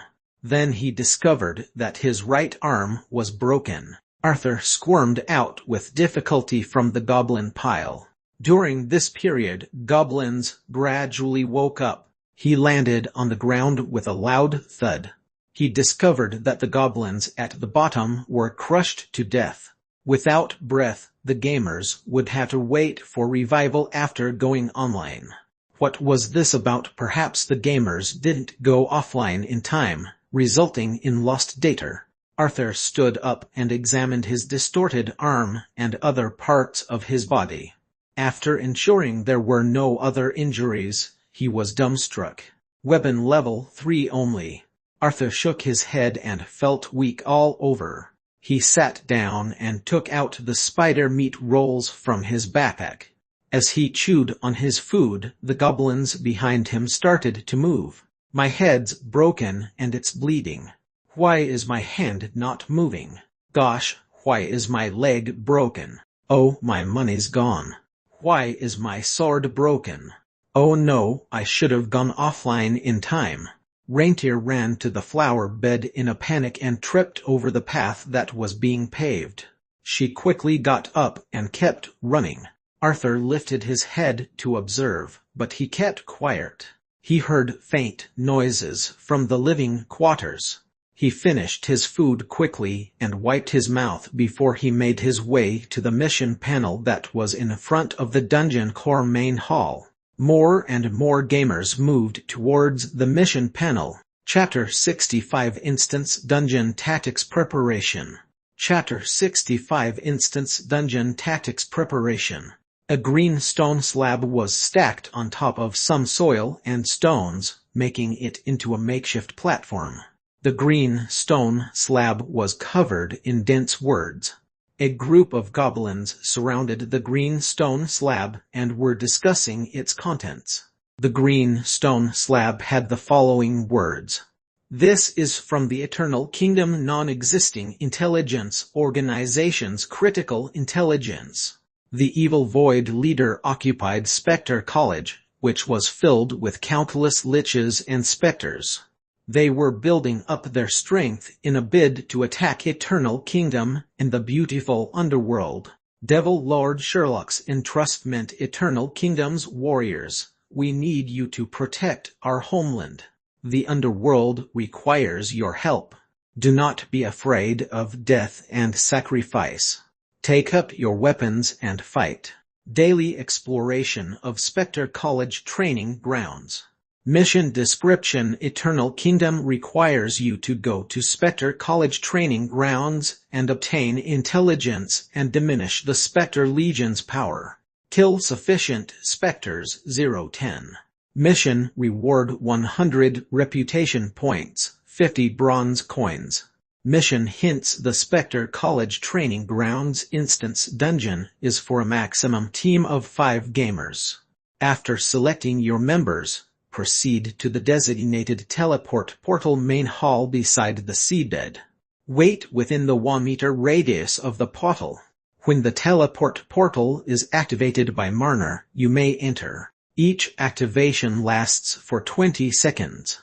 Instance dungeon requirement. Reputation level 2 and above 30,000. Close combat long-range weapon level 2 and above. The contents on the green slab stone were very detailed. After the gamers finished reading the contents, they forgot all about the version updates that destroyed their Dumbbell Villa dream. Those with weapon level 2, join us. Archers are declined. Those with 3 equipment, join us. Make haste. First expedition team, move out. Spider hunters, join us. Those who want materials and equipment improvement, join us. Well, leave once a team of 4 is formed. Loot distribution is by rolling dice. The group of gamers shouted at the top of their lungs, and the entrance of the dungeon core main hall was rowdy like a Sunday market. Pom Simber, who was improving the gamers' equipment, heard the loud shouting from the main hall. The green veins on his forehead pulsated, and he was getting very impatient. Uncle Blacksmith, help me have a successful equipment improvement, otherwise, I'll lie down in front of your shop. Your chest armor is gone. No. Peasant grabbed his head in despair and wailed, kneeling down as he witnessed Simber hammer out a huge hole in his breastplate and throw it mercilessly into the recycling furnace. The gamers who were queuing up for equipment improvement witnessed Peasant's predicament, as well as 2 other gamers who were wailing in despair. They walked off silently. It wasn't a good day for equipment improvement. Half of the gamers were below combat level 2. When they realized that they were unable to enter the instance dungeon, they quickly formed teams to hunt for spiders. The spiders were facing another bloodbath. When these gamers flooded the spiders' lair, the remaining gamers formed teams of 5. Some gamers had formed their teams and were preparing for their expedition to Spectre College. 5 goblins sat in a circle close to the teleport portal. They were Arthur, not wearing pants, Sylvarners, burning chest hair, and Peasant. While other gamers were still forming teams, they had started to discuss their combat tactics like this: follow according to how we fought the skeleton soldiers of the plot boss. Does everyone understand? Not wearing pants said as he used the tip of his sword to draw out the combat plan. Sylvarners and Peasant hesitated and nodded. Arthur didn't respond, while burning chest hair grabbed his arm and asked, "Wait, I don't understand." "I understand the left and right flanking followed by a sneak attack at the back. But what is this initial short bow volley about? What is there a problem? Before engaging the monsters at close range, we fire from a distance. Isn't this common knowledge in an online game?" Sylvarners frowned and looked at burning chest hair as she asked, "Are you worried about my archery skill and harming allies? My long-range weapon level is 2. No, I'm not worried that you will harm allies. Before engagement, we will be hiding behind. No matter how good you are, you aren't able to shoot behind your head unless you're God V," burning chest hair said as he spread out his hands. "I mean, think about the skeleton soldiers. Aren't they made of bones?" "Yes, what about it?" Sylvarners looked puzzledly at burning chest hair. "You're shooting at a skeleton. Where are you going to shoot?" burning chest hair said, and the other gamers understood. Not wearing pants slammed down his palm and said, "DMN, I forgot about this problem. I'm playing this game like previous online games. Well, throw stones at the skeletons. The accuracy is better anyway. We agreed that I would use my short bow to engage the monsters first. Why are you changing the plan? Don't you trust me?" Sylvarners objected. "Even if they are skeletons, I can kill them with a shot to their skull. Perhaps I can kill all of them without you fighting. Do you believe that? The skeleton soldiers are all bones without any flesh for the arrow to hit. If you shoot an arrow through a soldier's ribs and hit the spine of another soldier behind, thus killing 2 soldiers, wouldn't we be wasting our talents? Use the stones. It's not only more accurate but will save on arrows," Peasant suggested. "Yes, you shot Arthur's skull last time. Have you forgotten?" Not wearing pants said. "I said it was an accident." Brother Arthur didn't say anything. "Why are you always mentioning that if I don't use my short bow? What's the use of owning one?" Sylvarners stood up impatiently and screamed at Not wearing pants. A few gamers looked in their direction. "Use stones," Arthur, who was sitting cross-legged, said. "Oh, I agree with Brother Arthur." The hot-tempered Sylvarners sat down obediently. "If there are no other issues, well, move out," Arthur said as he slapped his thigh and stood up. Chapter 66 Brainiac. Chapter 66 Brainiac. Dew with bright reflections dripped from mellow leaves onto the damp soil. Dense mist shrouded the gray forest and scattered light dispersed in the forest. Dire wolves wandered in the forest, while huge spiders spun their transparent webs among the trees. The forest was like a dangerous labyrinth dreamscape. In the sky, a wyvern shrieked as it flew close to the trees. Within the reflection of its dark eyes, a few beetlemans were running towards a huge fortress on a forest path. The wyvern extended its wings, and its shadow swept across the surface, covering the beetlemans and the huge fortress. After passing by the fortress, the wyvern dove vertically down along the walls. When it reached a certain height, the wyvern adjusted its body and resumed flying forward. The wyvern disappeared from view, leaving a luminous plant and a dark underground tunnel in sight. In the tunnel, various beetlemans, Hades horses, and the enormous giants were busy traversing. Behind the wyvern, a semicircle magical curtain engulfed a huge cave that could hold a forest and a fortress. The magical curtain blocked all light rays and shimmered with a magical glow. After going through the magic curtain and following the forested path was the fortress. In a building on the side of the fortress, liches were manipulating skeleton soldiers, lifting various items, using mana to raise bone walls, and creating flames using magical effects. A large music box made of bones was playing sinister music. This was originally the preparation hall for the Spectre College graduating training grounds. It was now disguised as an ancient battlefield by various props, bone walls, and special effects illusions. With the sinister music, the preparation hall had become a frightening entrance to the stronghold. A square door made from rocks was placed in the main hall. White magic rays filled the entire square door. This was the entrance to the graduating training grounds. That teleport portal was connected to 150 sealed graduating training grounds. On the side was a dark-robed lich with his skeleton palm pressed on the stone teleport portal. There were a form and a feather pen floating by his side.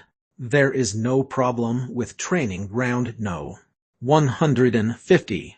Prepare to proceed. The floating feather pen started writing furiously on the form. Noises were heard in a corridor leading to the main hall, and a group of liches in student cloaks was led by a tired-looking lich whose body was emitting dark smoke. Professor Bacon. The lich who was checking the training ground entrance walked forward and bowed to Bacon respectfully. Brainiac, haven't you graduated? Didn't you report for work at the Eternal Fire Dungeon? Bacon asked in astonishment. The headmaster recommended me to Eternal Fire Dungeon to gain exposure. With experience in a huge dungeon, coming back for a professorship is much easier. But I prefer staying in the college and working as a teaching assistant. To obtain a professorship requires a long time. Also, dungeon work isn't suitable for me as it consists of punching the time card daily, getting paid at the start of the month, and currying the favor of superiors. There is no research work. Instead, it's summoning specters for the dungeon lord or repairing magical items. That's not what I want. I want to learn new knowledge and marner skills and experience new things.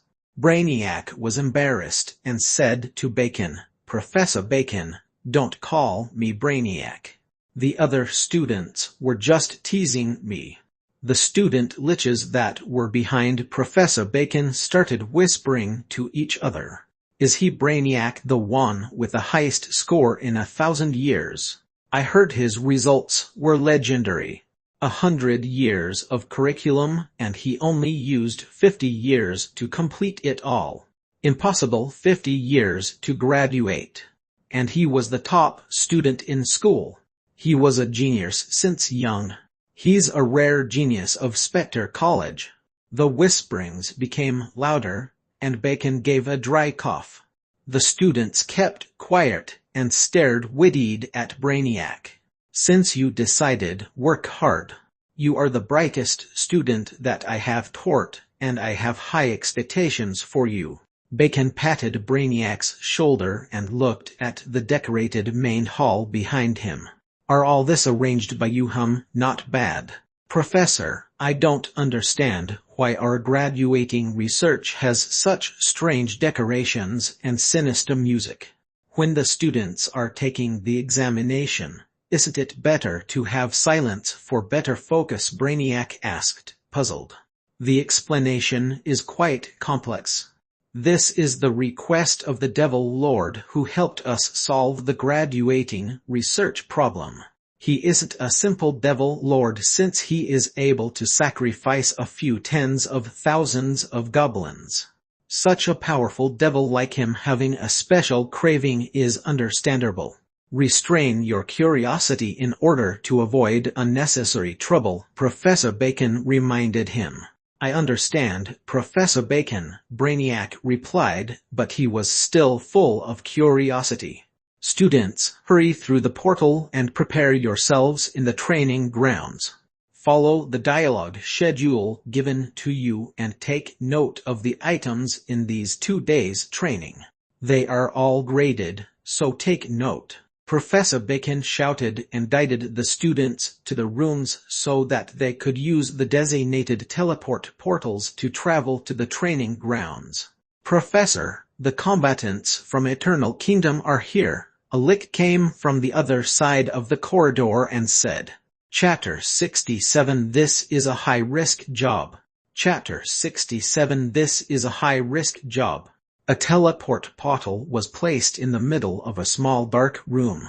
The sides of the room were covered with bone walls, and there were green flames at the side. Mysterious crimson diagrams were painted on the walls, and sinister music filled the room. A magical brilliance lit up the teleport portal.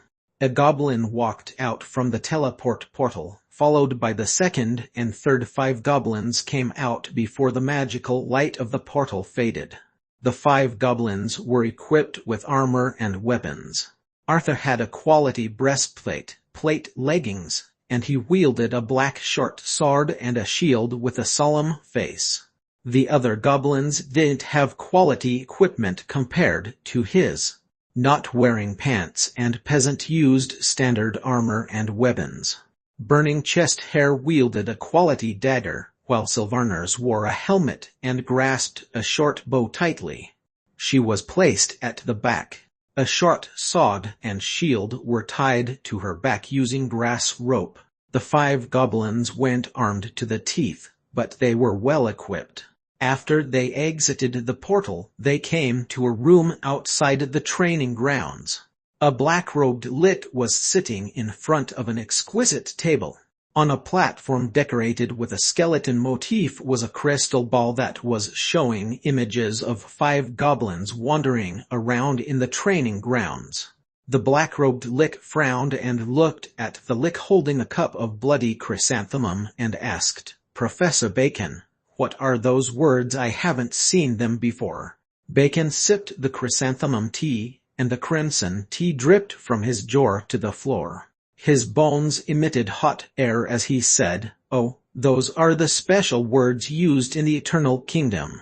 I haven't seen them either. Perhaps it's a native language of Lord Sherlock and used for assigning work. I thought you had seen it before. Even Brainiac hasn't seen such language. Lord Sherlock, is that the devil who signed the agreement with our college to undertake the graduating research? Brainiac asked. That's correct. The most evil, cunning, and cruel devil lord. Professor Bacon smiled and said. Though his dungeon isn't fully developed, he has extraordinary talent in training the goblins. I have good foresight, and I know that he will achieve extraordinary feats. Bacon said to Brainiac. I didn't know that. Professor Bacon looked highly on the Devil Lord. The goblins look like they have undergone training. What are they doing? Brainiac straightened his body and looked carefully at the crystal ball. In the crystal ball, the 5 goblins destroyed all the items, including cans and wooden boxes. 2 goblins, not wearing pants and peasant, placed the wooden planks into their backpacks. Bacon was taken aback. He turned around as green flames lit up in his eye sockets. He extended his skeletal hand and placed it upon the crystal ball. With a transfer of Marner from his hand, sounds emitted from the crystal ball. "Why are you carrying them? There's more equipment for us to carry," Sylvarners asked. "Our swords and hammers don't have wooden handles. We don't even have wooden boxes." "What does that mean?" "Wood is a scarce resource. There are that many wooden crates here. We could exchange them for coins," with Shirley not wearing pants said. "Is there a description on the wooden plank?" Burning Chest Hair asked. "No description. It needs to be appraised," Peasant said. Arthur was speechless. When Bacon's hand left the crystal ball, the chatting voices of the goblins faded. "These goblins intend to sell the wooden planks to their dungeon lord, that evil, cunning, and cruel devil lord finished. These goblins are doomed." Bacon shook his head and muttered to himself. "Wait, Professor Bacon, I feel this is not the crux of the problem." Brainiac frowned and said, "These goblins feel that they can return. If they were orcs or gnomes, I could understand, but the goblins, do they think they can return?" Professor Bacon scoffed and said, "Brainiac, you can't talk like this. We're doing illegal graduating research and not operating a meat grinder. They aren't here as cannon fodder. They are here to contribute to spiritual magic research. We paid them, and they were recruited from the Merchant Alliance organization. It's a risky job. You have more to learn. Times have changed. We're a college, not a slaughterhouse. You can't just think about research. Tact is something you have to master." Brainiac nodded solemnly. "I understand, Professor Bacon. Are these goblins that capable?" They look confident.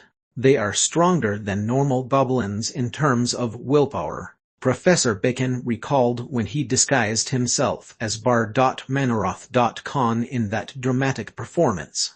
The goblins stabbed at him wildly. They even stabbed their own comrades. They were fearless and had no sensation of pain. "Let me see how to allocate the goblins to the graduating students. I'll start with the lowest-ranking students." Brainiac opened up a thick book. A skull picture was affixed at the top left corner of every page, along with a name, date of entry, learning subjects, and training instructors. "I'll start with this one." Brainiac pulled up another crystal ball and shouted into it, "Examination candidate no. 98,562. Prepare to enter the training grounds. The examination is about to commence."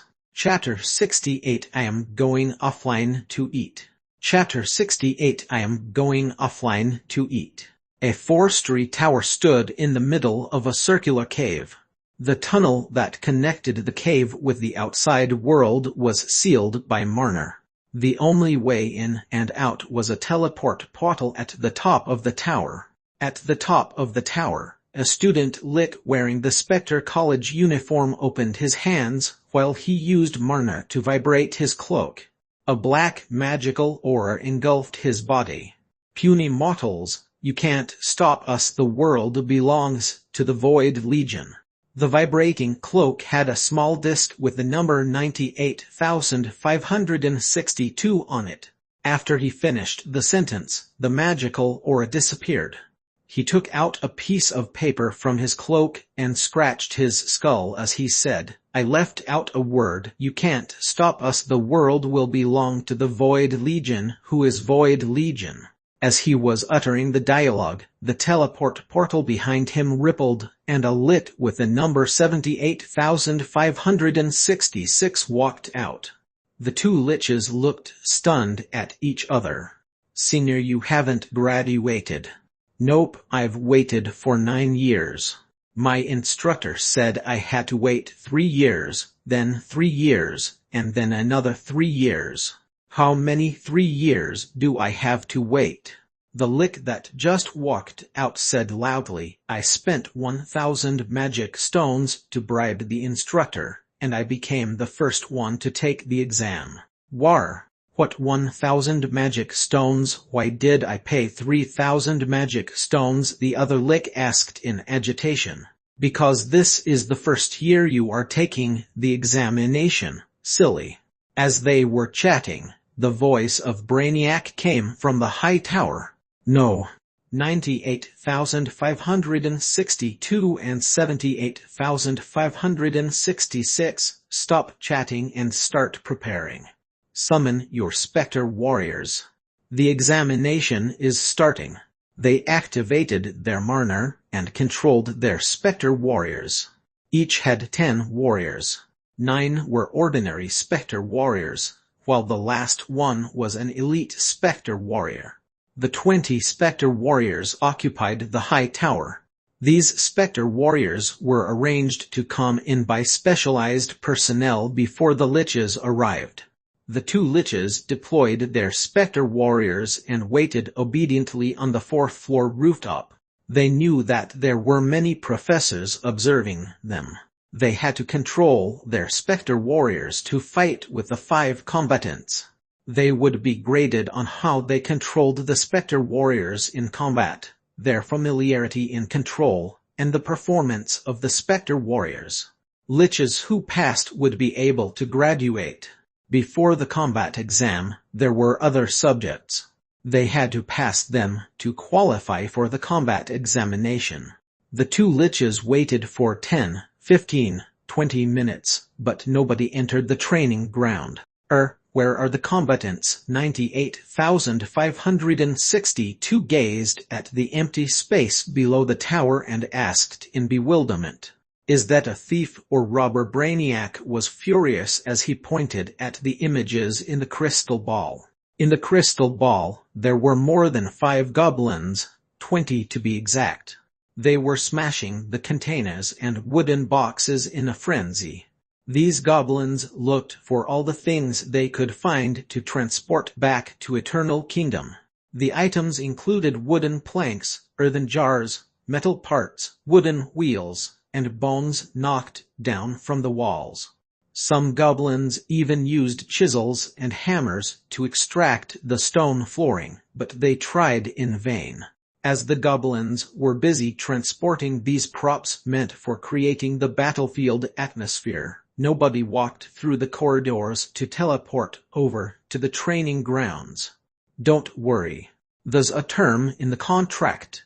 "Let me see," Professor Bacon said as he took out a copy of the agreement and found the terms. "Party BS combatants may exhibit abnormal behavior, such as taking things away. Party A should restrict the combatants' movement and control their route. Do not put any expensive items in their vicinity. If Party A suffers any losses, Party B will not be held responsible." Party A was Spectre College, and Party B was Lord Sherlock. There are such terms in the contract. Is it Lord Sherlock's intention to let his goblins steal from us? Brainiac took the contract and examined it carefully. Lord Sherlock wouldn't resort to such means. "He isn't in need of money," Bacon said confidently. "It could be the goblins' tendency since they have low intelligence. They might be different from the normal creatures. It's normal for them to do such stuff. Since the items aren't expensive, let them be. The most important matter is to let the Liches graduate. I borrowed these props from the Drummer Society, and they are performing the Armageddon War next week using the same props. They are already destroyed. Even if we retrieve them, they can't be used. Forget it." Il Torque to the Drummer Society. "Why did you place that many props? Magical effects are sufficient. I hope they finish their transportation fast." Bacon looked at the busy goblins in the crystal ball and sighed. Even if there were lots of props, they would complete the moving somehow. The gamers removed all the props from the Instance Dungeon entrance main hall. They ensured that the flooring couldn't be removed before they gathered together. In Bacon and Brainiac's crystal ball, some of these gamers looked like they were sleeping. Some were sitting dazed on the ground, while a few wandered around looking. None of the goblins walked into the teleport portal of the training grounds. Bacon was getting impatient. What are they doing? He pressed his hand on the crystal ball, and the chatting voices of the goblins were heard. My food is almost ready. Where are you from? I'm from Beijing. I'm from Hangzhou. My group member is irresponsible. Could he not have his dinner later? The four of us are waiting for him. Time passes fast when playing this game. It's mealtime in the blink of an eye. I spent the entire afternoon helping to remove all the props. I posted on the forum, and they didn't believe that the game has such interactivity. Haha. I'm not chatting. I'm going offline for my meal. I'll be back in a jiffy. Chapter 69. What on earth was happening? Chapter 69. What on earth was happening? Dark clouds gathered at a very low altitude. Flashes of white-green lightning could be seen occasionally. At Spectre College Training Ground No. 69. After a white magical brilliance of light, 5 goblins whose head were showing green words teleported in. The 5 goblins looked around, but they were not in a hurry to enter the tower. The training ground was disguised as a desolate battlefield by Marner. There were scattered white bones and broken obstructions. All these were just props. They acted quite similar to previous combatants finding the exit the moment they entered, Brainiac commented as he looked at the goblins in the crystal ball. I hope that their performances are better. Keep an eye on the other groups. It's almost time for my class. So I'm leaving, Professor Bacon reminded Brainiac. He drank the bloody chrysanthemum tea, and the tea dripped down as he walked out of the room. Brainiac bowed as Professor Bacon left. Then he sat down and observed the crystal ball. The goblins had given up looking for an exit. They chose the goblin with a short bow as the front scout, and the 4 goblins walked abreast in the second row. They advanced warily into the high tower. The examination rules were amended to cater to the Devil Lord's requests and take care of the goblins. There were 2 graduating students to a group, and they were only allowed to use the lowest-ranking skeleton soldiers. They were being assessed by other examiners on how they controlled a fixed number of skeleton soldiers to defeat the combatants. If they were unable to defeat the goblins, the liches weren't able to graduate. As the largest and most notable northern spiritual faculty, Spectre College had the most stringent management and academic requirements to guarantee the quality of its students. This was the reason why many students failed to graduate. To Brainiac, these goblins looked skilled and wielded their weapons confidently. But once they encountered the skeleton soldiers, they would break down. What the heck? Brainiac couldn't believe his eyes. The goblins threw stones at the skeleton soldiers out of the blue.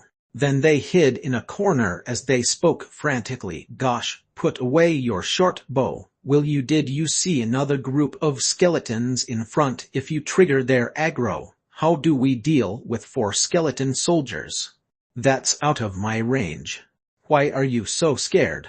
Stop talking. Focus your attention. Peasant, go forward and taunt them. Grandsons, how did you taunt them? Why are these skeleton soldiers after me? I've asked already. Are you sure these skeleton soldiers have aggro? That Kramer had it. Why wouldn't the skeleton soldiers have it? DMN, my buttock is hit. Don't panic. It's alright if it's off tank. Don't you have a shield? Whoever the skeleton soldiers attack becomes the tank. Hurry. Brainiac observed that the goblins were panicking when the skeleton soldiers attacked. Soon, they became composed and started attacking the skeleton soldiers. He was surprised the goblins didn't escape and exhibited basic combat skills. After a few minutes, they slashed the skeleton soldiers into a bunch of bones, and Brainiac started to ponder. The goblins gathered the scattered equipment and placed it in a corner. After that, they continued their advance. Brainiac was puzzled about why the goblins looked so happy. What was wrong with them? Was that goblin not injured? Why did the injured goblin not abandon his comrades and flee? Why were the goblins not afraid of the skeleton soldiers? How did the Devil Lord train the goblins? Why were the goblins smiling? Did they not know that they could die? Brainiac felt these questions were out of his understanding. As a brainiac and a genius, his research covered all the underworld creatures and races, including goblins. The more he researched goblins, the more he discovered that besides their large numbers and fast growth rates, they didn't have any positive points. These creatures were hunted for fun since ancient times, and they were merely grain storage zombies. If they weren't able to speak or have group activities, it would be questionable whether they had intelligence. Brainiac wasn't prejudiced against the goblins, but he didn't like them, and he wasn't curious about them. He wasn't like the ancient creatures who killed goblins for fun. He belonged to the New Age and received New Age education. He didn't have such primitive thinking. The times had changed. However, the vulnerability of goblins hadn't changed. What about these goblins? Brainiac switched the images in the crystal ball in disbelief. He looked in on the other groups of goblins. Besides a group of goblins who perished against an overwhelming number of skeleton soldiers, the rest of the goblins advanced to the second level. They would keep the skeleton soldiers' equipment as though they were worth a lot of money. These goblins, what on earth was happening? The gamers were fighting with their sweat and blood in the Spectre College Training Grounds instance dungeon for reputation points, equipment, and first and tactical intelligence. The evil, greedy, cold-hearted, and cruel Devil Lord Sherlock sat on the chair and gazed at the magic stones card as he counted the numbers happily. More than 10,000 magic stones. After purchasing the dungeon, Sherlock didn't have that much wealth until now. He was loading Civilization 6 on his computer screen and downloading the NO series.rar. Red fireballs appeared at the dungeon car, and a letter was spat out from the flames. The letter was clean, and small crimson hearts were drawn on the cover. Sherlock raised an eyebrow. What the heck is this? Chapter 70. Why did your mum let you eat? Chapter 70. Why did your mum let you eat? Sherlock was stunned by the little hearts on the letter. Brew asked, Lord Sherlock, is that your suitor? I didn't know there were such things. Perhaps when I went to the Dungeon Lord Experience Sharing Conference, someone was smitten by me and obtained my address before sending me this letter. Sherlock smiled as he lifted the letter and tore it open. He took out the contents. Winterfell Season Discount Information. SK3 Flagship Shop Tengu Black Ox Countdown. SK3 Shocking Discount Black Technology Magnetic Green Pen. Arc Style Selling for the first time in the Underworld. Enjoy 6 months of interest-free installments. Making your face greener and more beautiful. The Don't Have the Most Expensive Stuff Blacksmith Shop's latest discount.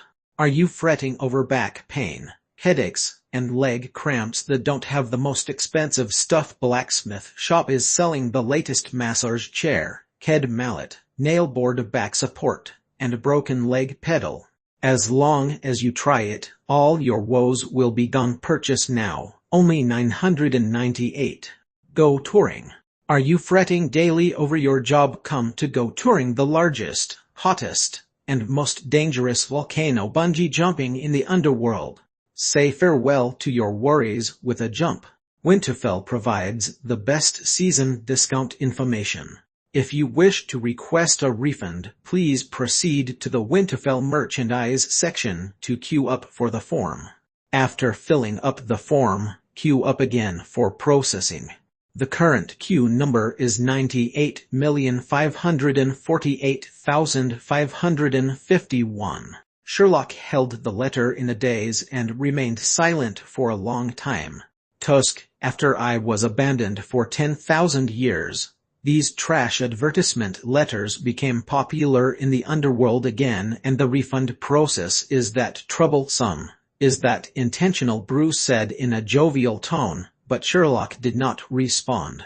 He was reading a piece of news on the discount pamphlet. Northern Underworld Dungeon Sale Section Advertisement.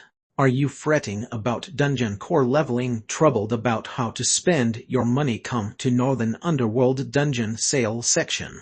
Well, empty your gold vault in a second. Shocking sale price if you register now. The original 20 million magic stones dungeon core used for leveling will only cost 19,999,999 magic stones, a discount of 1 magic stone. For more details, please send your inquiry letter to the dungeon sale section.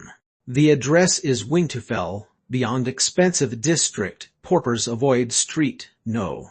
888 Northern Underworld Dungeon Sale Section, Winterfell Branch. Sherlock examined it for a while and then sat back as his eyes became dull. He muttered, "Price increase again."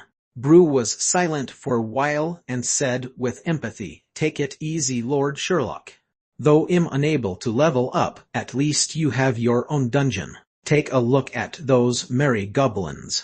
In their other world, they can only afford a toilet after working their entire lives, and they would still owe the bank interest. Our 5 gamers perished. 500 magic stones will be transferred to your account, won't they?" 5 teleport portals appeared outside, and 5 goblins walked out. The gamers outside immediately surrounded them, as they were the gamers who explored the instance dungeon. Since they came back this way, they had perished in the instance dungeon. The others were curious about the difficulty level of the instance dungeon. Sherlock glanced at the excited gamers and sat back in his chair as he picked up the letter and continued reading. Besides the discount information, there was another letter and information pamphlet. For example, the Feel at Home magical item shop affirmed the latest ancient ruin location and commenced the project to find it. The Merchant Alliance was giving this project priority and employing professionals with high pay and benefits. The Feel at Home magical item shop, Lord Sherlock. Perhaps it was the shop that you sold the ancient ruin key to, Brew asked curiously. That's correct. I saw an opportunity to make a fortune. Sherlock smiled. He saved his Civilization 6 game and shut down the computer. Taking his cloak from the chair and putting it behind him, Sherlock walked towards the teleport portal outside the dungeon core main hall. Brew, activate the system maintenance for an hour. Dang! A black short sword and a huge red axe collided. The goblin, Arthur, who was wearing armor, shifted to his left to dodge the axe. He was unable to parry the energy of an axe swing, so he had to sidestep and divert the axe's energy to his right. An oak skeleton frame was wielding the large axe, and his body was emitting black smoke. The height was 3 times a goblin. Though it didn't have any flesh with a spectre magic, its strength was on par with a normal oak. "Puny mortals, you can't stop us. The world belongs to the Void Legion." The oak skeleton frame opened his mouth and shouted as the huge axe was diverted to the ground. The oak skeleton extended his right hand and grabbed Arthur's neck with accurate estimation of his dodging. The oak skeleton pulled the nimble goblin towards him. At this time, not wearing pants, bashed the orc skeleton's thigh bone using his shield. Burning chest hair stabbed the orc skeleton's spine using his dagger, but it wasn't effective. A goblin laid by the side, its stomach cut open by the axe. Though the goblin wasn't dead, his intestines were all over the place. Peasant was the mortally wounded goblin on the ground. Sylvarners readied her short sword and shield and waited for a chance to attack. This was the fourth and highest level of the tower. Not far from there was the teleport portal for getting out of the training ground. If the goblins defeated the last skeleton soldier, the two graduating liches would have failed the examination. On a tall viewing platform, two liches were observing the fighting. The skeleton soldiers of one of the liches were all defeated. The other lich had the last elite skeleton soldier. Though he fatally wounded a goblin, the other four goblins still had strong combat power. For goblins, they were too strong. They weren't only strong in combat, but they were also strong-willed. The goblin whose belly was cut open and whose intestines were all over the place said happily, "Buck up, he's going down, make haste, I'm going for my meal. My mum's going to nag at me." If the examination rules didn't exclude the two liches from communicating with the goblins, they would grab hold of the dying goblin and ask, "Bro, your stomach is in bad shape. How is your mum going to let you eat?" Chapter 71 I am asking a question.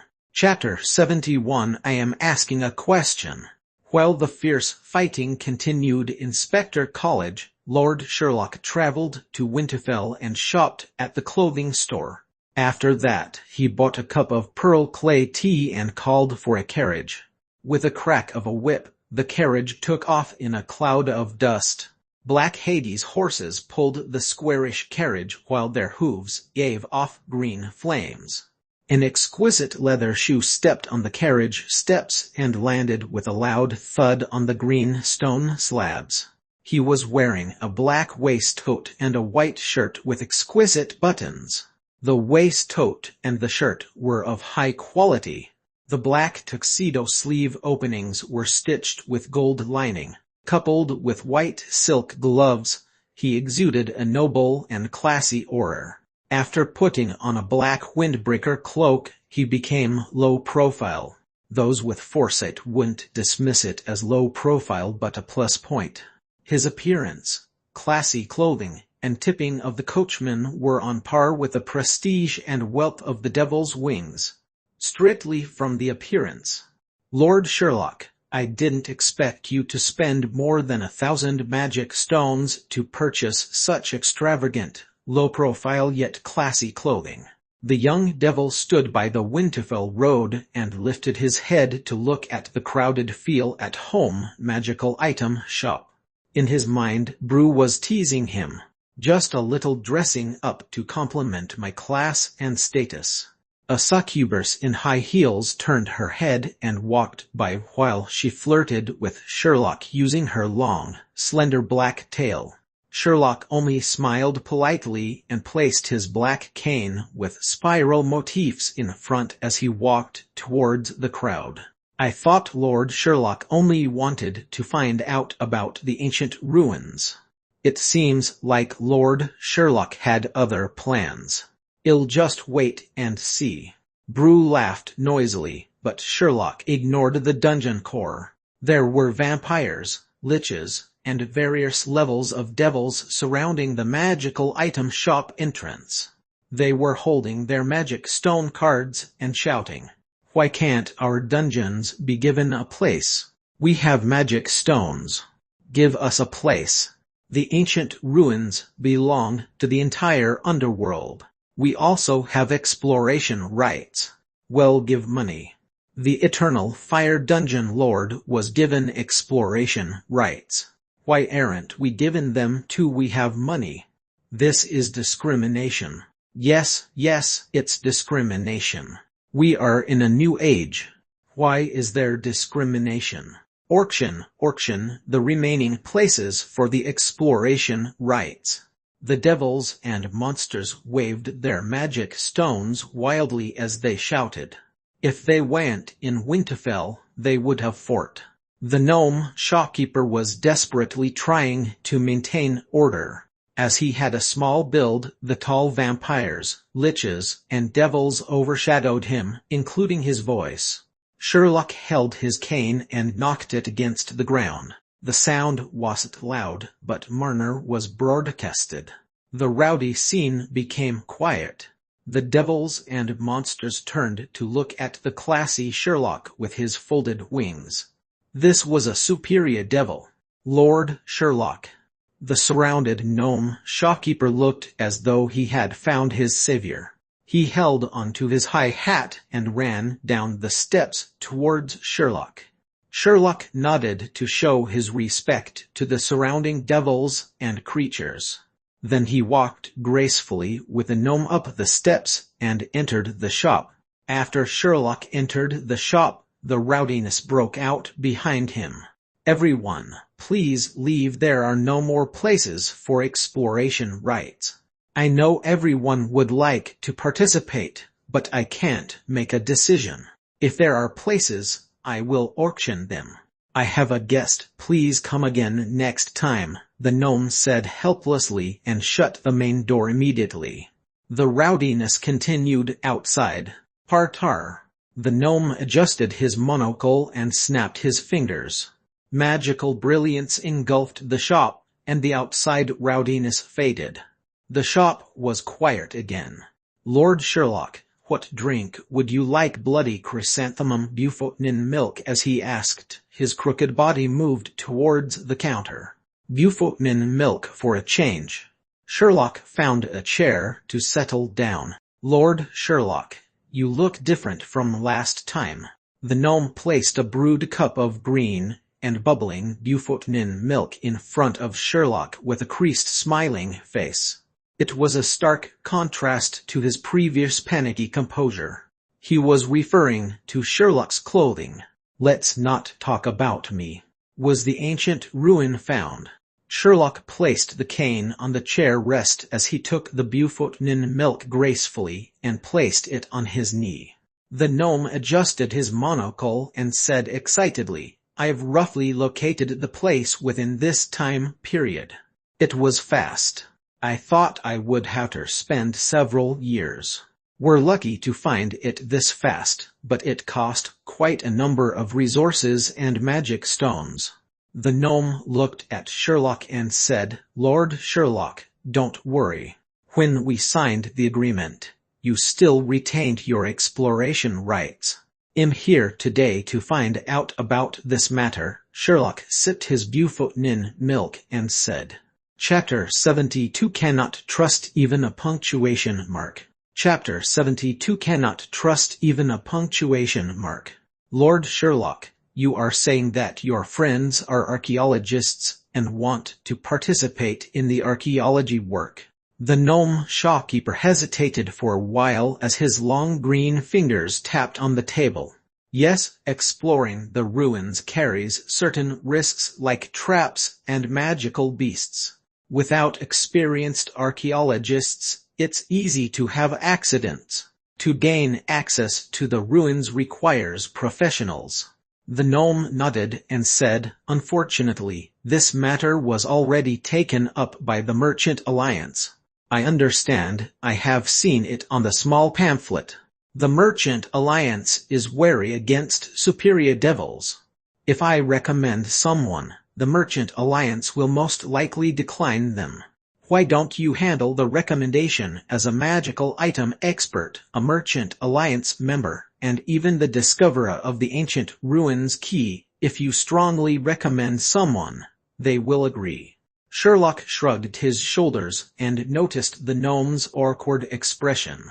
He immediately said, I know it's not easy for you to trust a devil's recommendation.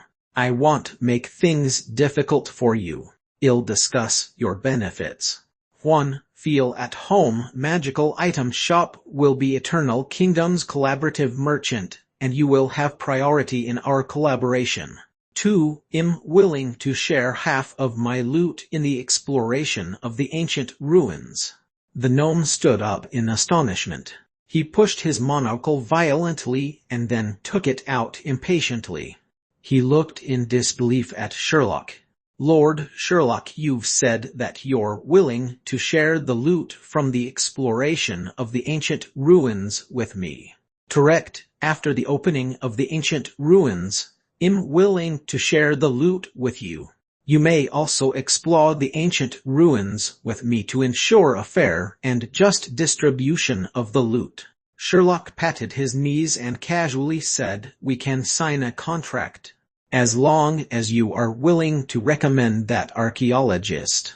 The gnome made gurgling sounds and paced worriedly before asking, "Does the archaeologist have a certificate? Quality tertiary certification? Does the creature have archaeology experience?" Several ancient ruins archaeology experiences, guaranteed rich experiences. The gnome was deep in thought.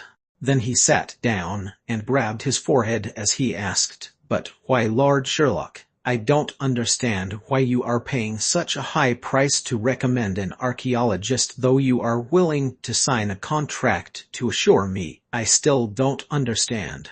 Sherlock spread out his hands and said, "Shopkeeper, I'm not in need of money, but I'm afraid of trouble. When I obtained the ancient ruins key, I could have located the ruins by myself. However, because it's troublesome, I sold it. Don't be mistaken.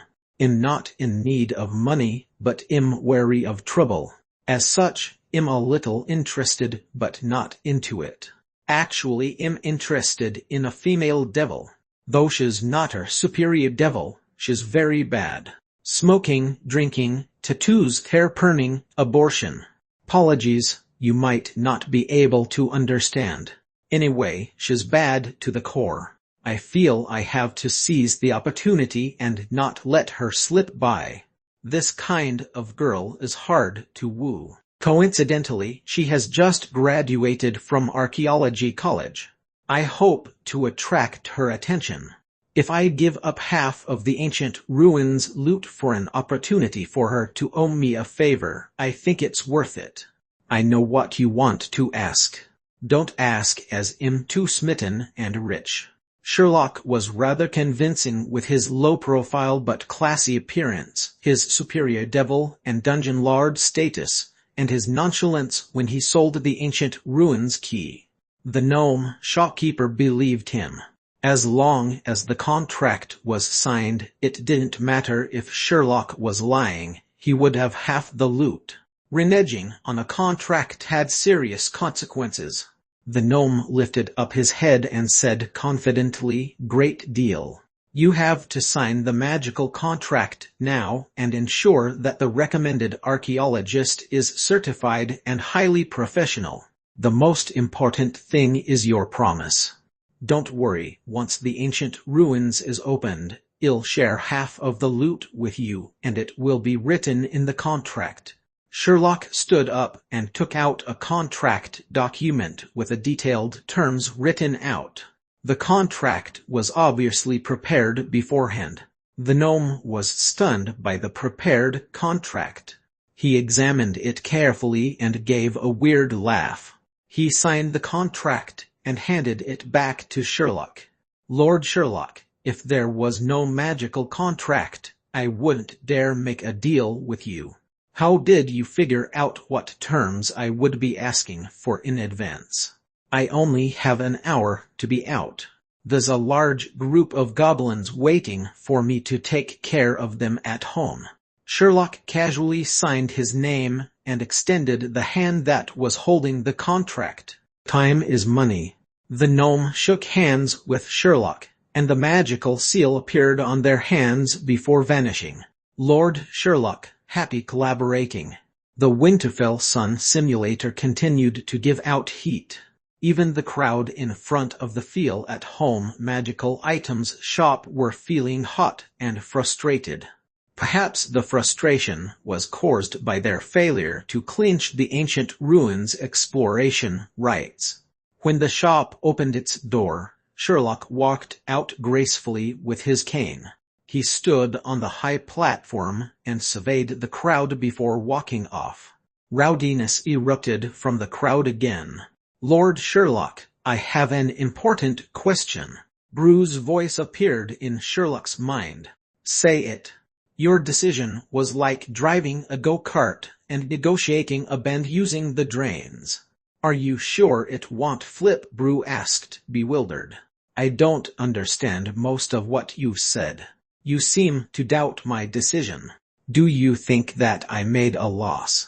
Sherlock stood by the roadside and removed his white gloves. He released 2 buttons and removed his waistcoat. He was a perfect gentleman previously, and now he looked like a rebellious rich kid. "Lord Sherlock, what I'm going to say may not be appropriate. This ancient ruins opportunity could be our only chance to have an open beater. In saying it could be the best chance to level up the dungeon core." Bruce's voice sounded lost. "Who is the archaeologist who made you give up half of the ancient ruins loot? If that creature was your female schoolmate, or your childhood sweetheart, as your servant, I have to give you a suggestion." "What suggestion?"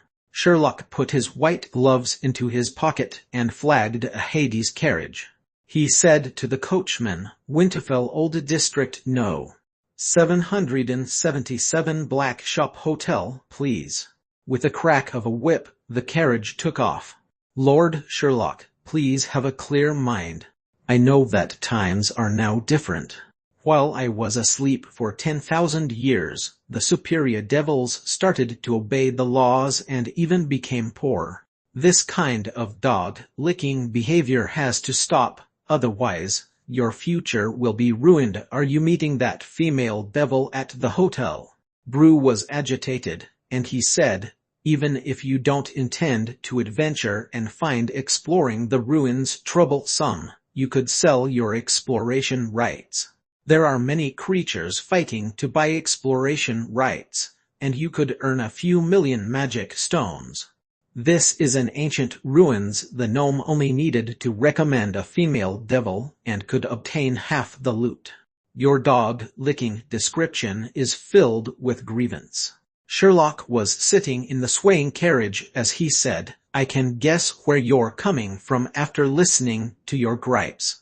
Do you believe that I would share half my loot for a female devil? Why do you have the wrong belief that I would be chummy with a female devil?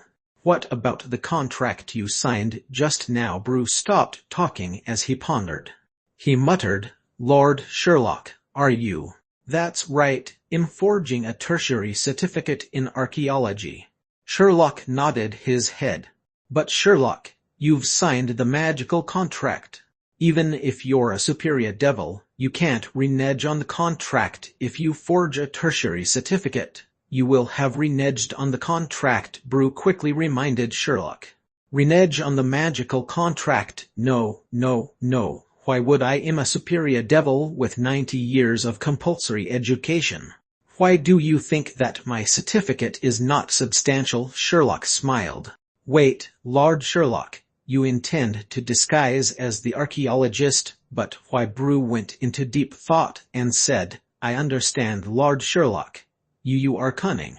Bruce asked in a teasing voice, "Lord Sherlock, you told the shopkeeper that the archaeologist is a female devil, but you're a male, Lord Sherlock." Sherlock said with an emotionless face, "Did the contract mention it's a female?" "No. Don't you know that with a devil's words, even a punctuation mark isn't trustworthy if they aren't included in the contract? A trustworthy devil like me would follow the contract to the dot." I see. I was worried just now, but it was unnecessary." "Lord Sherlock, how did you know that the shopkeeper would be tempted? He possesses the ancient ruins key and will have exploration rights. He could have explored the ancient ruins on his own. Do you think that a gnome shopkeeper, a merchant under the Merchant Alliance, would become the sole owner of the key and the exploration rights?" Sherlock asked. "At most, he would obtain the price of the key, some magic stones as a reward, and benefits from the system like reduced taxes. The Merchant Alliance is not a charity organization. He can't make decisions, so he can't and won't decline my proposal. Are you a devil? Yes, a superior devil.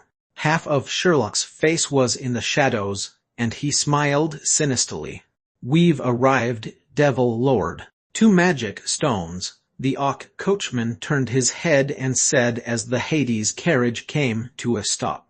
That expensive a price increase, did you go on a detour? Par. The Hades carriage behind Sherlock left. Directly in front of him was the Black Shop Hotel, where he met Professor Bacon the first time.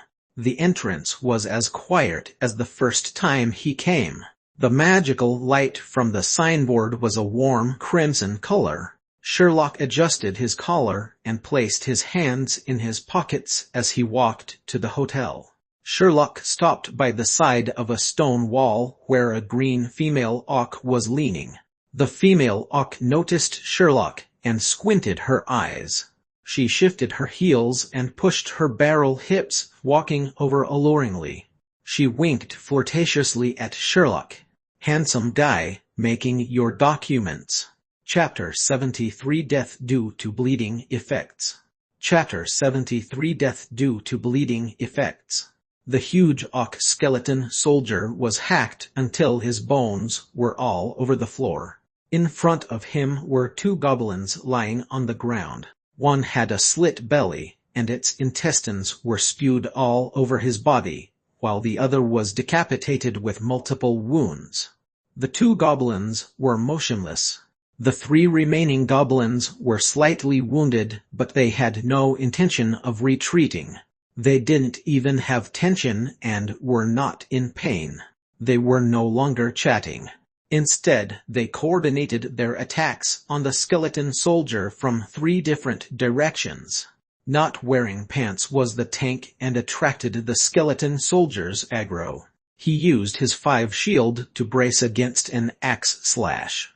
Arthur and Silvernus attacked simultaneously from both sides. The battered thigh bone finally gave way and broke apart. The Ock skeleton soldier collapsed to the ground, and his black murner faded. A black short sword hacked viciously into its spine. Dan. Arthur witnessed his sword bounce off the bone and was stunned. The bone's tough. It's indeed a worthy boss. Silvernus hacked on the Ock's hip bone, but it screeched along the surface, leaving scratches without any damage. The black murner on the Ock gradually faded as he knelt on his broken leg and muttered, "My 1,000 magic stones." He fell to the ground with a thud and remained motionless. His armor dropped noisily with the bones onto the ground. Yes, we've defeated them. This instant's dungeon is too difficult. We fought for 3 hours. Silvernus sat on the ground, and the wound on her buttocks tore open. Blood gushed out and formed a large pool as though a floodgate were opened. You look like you're having a period. Why are you sitting down? Help pick up the loot. We're leaving. That's a teleport portal, most likely the exit. Not wearing pants picked up the scattered bones. The bones were pretty hard, perhaps they could be made into medicine. If not, they could be ground and eaten to strengthen one's bones. He also removed the skeleton soldier's breastplate, pauldron, and helmet. As the gamers were busy looting, Lick No. 78,566 stood on the command platform and gazed at the goblins below. They were gathering the equipment that he had bought for the skeleton soldiers and piling it together like it was trash. They were even looting the previous skeleton soldiers that they had defeated. Lick No. 98,562 sighed and patted his senior's shoulder. Senior, forget it. We'll try again next year. Our luck's bad to have met 5 insane goblins. It won't be like this next time. We'll graduate one day. Tears welled up in the empty eye sockets of 78,566. No, they're too much. Did you see the goblin whose stomach was slit and yet was telling horrible jokes at the same time he was dying but still thinking of going home to eat? That affected my control of the skeletons. There was an ape that kept stabbing. I could still put up with that, but he kept shouting, "Berserker attack, horizontal slash, berserker attack, horizontal slash." I had a splitting headache from his chanting. What's up with these goblins? 10 years. This is my 10th year. Ooh, they did it on purpose. They're taking advantage of me. Ooh, my 3,000 magic stones are gone. No. 78,566 and 98,562. The examination has ended. The results will be released to you from your faculty instructors 3 days from now. Go back and take a rest. Once the combatants have left, return via the teleport portals, Brainiac said while the two liches were still consoling each other. Brainiac adjusted the images in the crystal ball and observed the wounded goblins running around the 4 levels and accumulating their loot at the teleport portal. They weren't showing any pain or suffering. Weren't they feeling pain or tiredness? Why were they so obsessed with the loot even at the expense of their lives? It was understandable if the equipment was valuable, but it was worth at most tens of magic stones. Some equipment was only worth a few magic stones. Why were they that obsessed? Were they that poor? Were they not paid 100 magic stones? They barely survived and should logically hurry back to heal their wounds. Were their wounds not serious? Why were they able to carry that much equipment even though they could die at any time? Was the equipment useful if they died? Since when did the goblins become fearless? Would the goblins not do anything to survive? Brainiac gazed at the goblins' behavior in the crystal ball. When they were dragging their dead comrades and about to leave, he had a burning desire to ask the goblins what they were doing. Bringing their comrades back for burial after being burdened by the equipment and injuries. They were thinking of bringing back their dead comrades. Were they goblins? Perhaps knights. Perhaps the goblins did watch out for each other in their culture. Brainiac placed both his hands on the table as his empty eye sockets lit up with green rays of bewilderment. Sweat dripped down from his bald forehead like torrential rain. Why did the goblins become like this? Sherlock, Eternal Kingdom. Would the answer be found over there? While Brainiac was still mulling over his curiosity of the goblins, they entered the teleport portal and left the training ground with their loot and dead comrades. After transiting through the Winterfell teleport portal, Arthur, not wearing pants, and Sylvarners returned to Eternal Kingdom with their loot and the corpses of Peasant and Burning Chest Hair. The gamers immediately surrounded them. Experts, tell us your strategy. Further, post your strategy guide. Experts, bring me along for your next expedition. Are you selling the equipment? It looks pretty neat. Sylvarners was looking as pale as a sheet when she collapsed to the ground. Her buttocks were bleeding profusely. Sylvarners perished due to the bleeding effects caused by fighting the instant's dungeon boss. Chapter 74 Gamers' Rights. Chapter 74 Gamers' Rights. After Sherlock forged his archaeology certificate, he returned to the Eternal Kingdom. Eternal Kingdom was covered with a huge pile of useless items. They included rusty metals, crushed metal pieces, tiles, ceramic pipes, wooden planks, metal parts, bones, and even grass. Those were the items collected by the gamers from the Instant's dungeon. They were the props from the Spectre College Drummer Society, but they were dismantled and brought back by the gamers. The gamers carried the trash and gazed at Sherlock in anticipation as they said, Surely do you want this? Surely, could the wooden planks be used to make handles? I took them to Mufarser, but he doesn't want them. Surely, take a look at this ceramic tile. Is this a magical item? Can this item be appraised? Surely, do you want these items? Low prices are accepted. I'll sell them to you. Buy this trash. Since when did I ask the gamers to collect trash? Wait, the color of the wooden planks looks good, and they have a smooth texture. Could it be wood from the underground grey forest? Spectre College is rich, but it's a pity the wood was made into planks. Sherlock informed Brew to collect the wooden planks, but not the other useless trash. The wooden planks were of high quality and could be used to make wooden boxes. They could be sold to the gamers for them to store their personal items. Perfect. The wounded Arthur and not wearing pants dragged the corpses of their comrades, while their bodies were laden with a noisy pile of equipment. Who knew how they managed to secure that much equipment to their bodies? The surrounding gamers became rowdy. That equipment looks cool. Can they be exchanged for fitting equipment? Are they considered legendary equipment? Surely, can peasant be revived given his current state?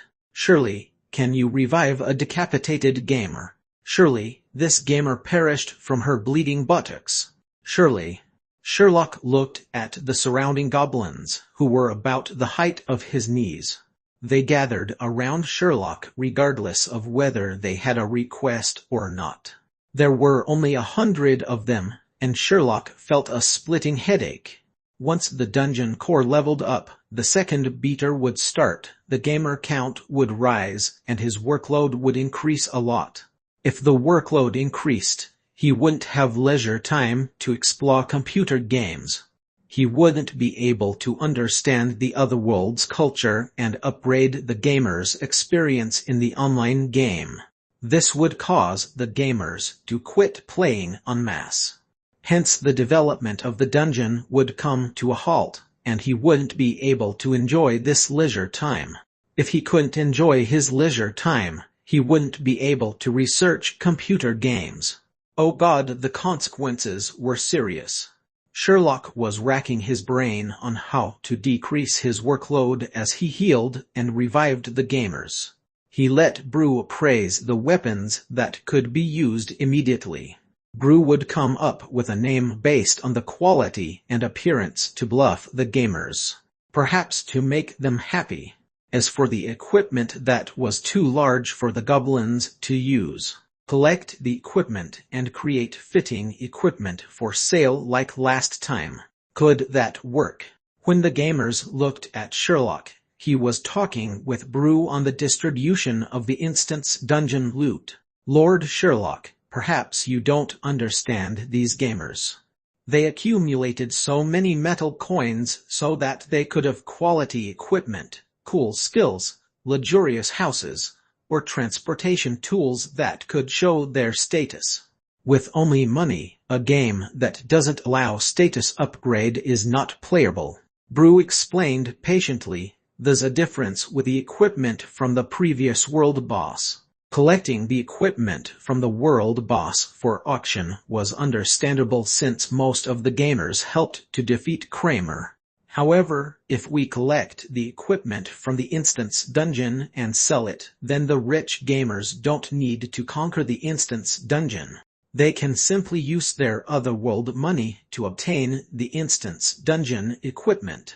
For the poor gamers, if the equipment is collected by us after they spent lots of effort, they will be angry if they have to then spend money like the rest of the gamers to purchase the equipment. Once the capability gap between them widens, the game will become imbalanced, and the gamers will quit the game en masse. None of the common gamers will be willing to use broken equipment while the rich gamers are equipped with stellar weapons and armor. Though there's no player versus player fighting, if the common gamers are unable to be proud of their equipment, the consequences will be dire. Lord Sherlock, please reconsider. The main labor force developing your dungeon are those common gamers who work the missions day and night. If they are unable to retain the instance dungeon equipment, their motivation to conquer the instance dungeon will be very low. If no gamers are willing to conquer the instance dungeon, then your magic stone's income will be severely reduced. You might even have to renege on your contract with Spectre College. I don't think you want that to happen, do you, Lord Sherlock? Sherlock pondered and looked at Arthur, not wearing pants, the revived Sylvaners, burning chest hair, and peasant, and the surrounding gamers who were staring at him. Then he said, "Well done, brave warriors. You've successfully completed the non-existing intelligence organization's mission. The loot might not fit, but it's all right.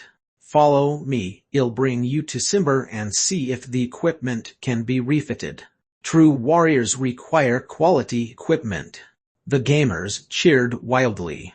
A plot. This is the plot after conquering the Spectre College Training Grounds instance dungeon. Too strong, those 5 RDMN strong.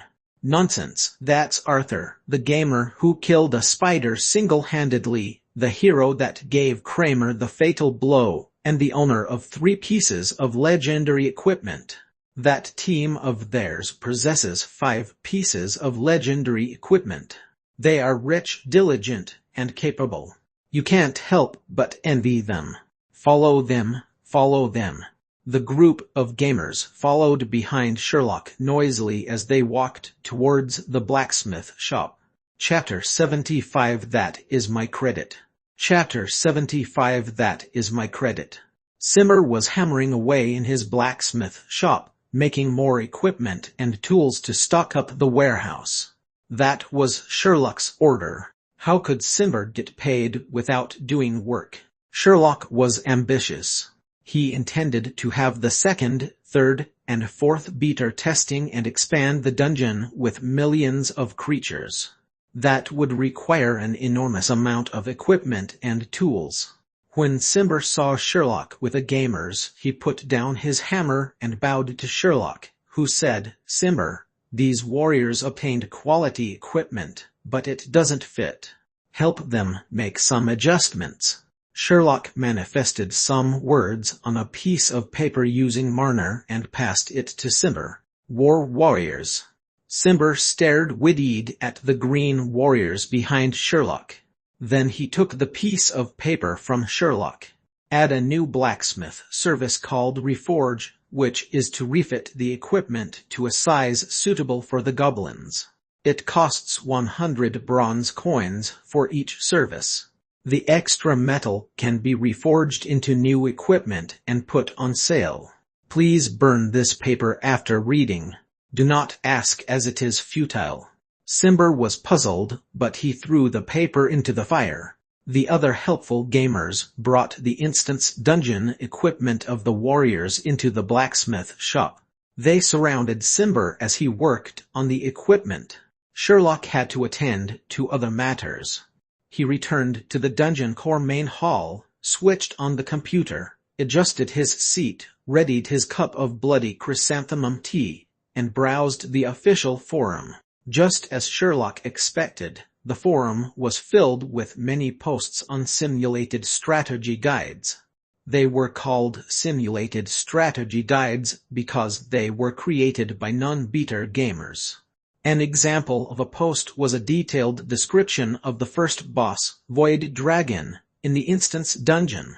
It told of where to position the gamers so that damage could be inflicted on the dragon from tactical gaps, and the second boss, which was a Void Devil commander. It was quite convincing, and the replies were repetitive like a repeater machine. "It's real, I am that Void Dragon." The gamers had just completed their instance dungeon mission, and only one team survived while the other teams failed. The initial count of the beater gamers was low, and there were even fewer gamers who went for the instance dungeon missions. The gamers who liked to post strategy guides were few. An example was not wearing pants. The gamers were still at the blacksmith shop reforging their equipment. It would take some time for them to post strategy guides in the forum. Sherlock wasn't going to be idle. He was going to research the other world's culture. The NO series game had finished downloading. NO 1800 began. In the academic department of Spectre College. Brainiac, I've finished reading this year's academic report. You have done well recruiting students and teaching duties. I will be submitting these reports soon, including the graduating research report that you have written. From the 4 elimination rounds, 6 liches have successfully graduated within a day. This is the fastest and most efficient graduation in tens of years. You've raised some issues like collaboration termination, disguised graduation examination, and goblin research. I have deliberated on them, and they are to be amended. Bacon sat on the chair as he looked at Brainiac and passed the report back to him. Professor Bacon, perhaps you haven't seen the 4 elimination rounds. From what I observed, those aren't ordinary goblins, Brainiac said confidently.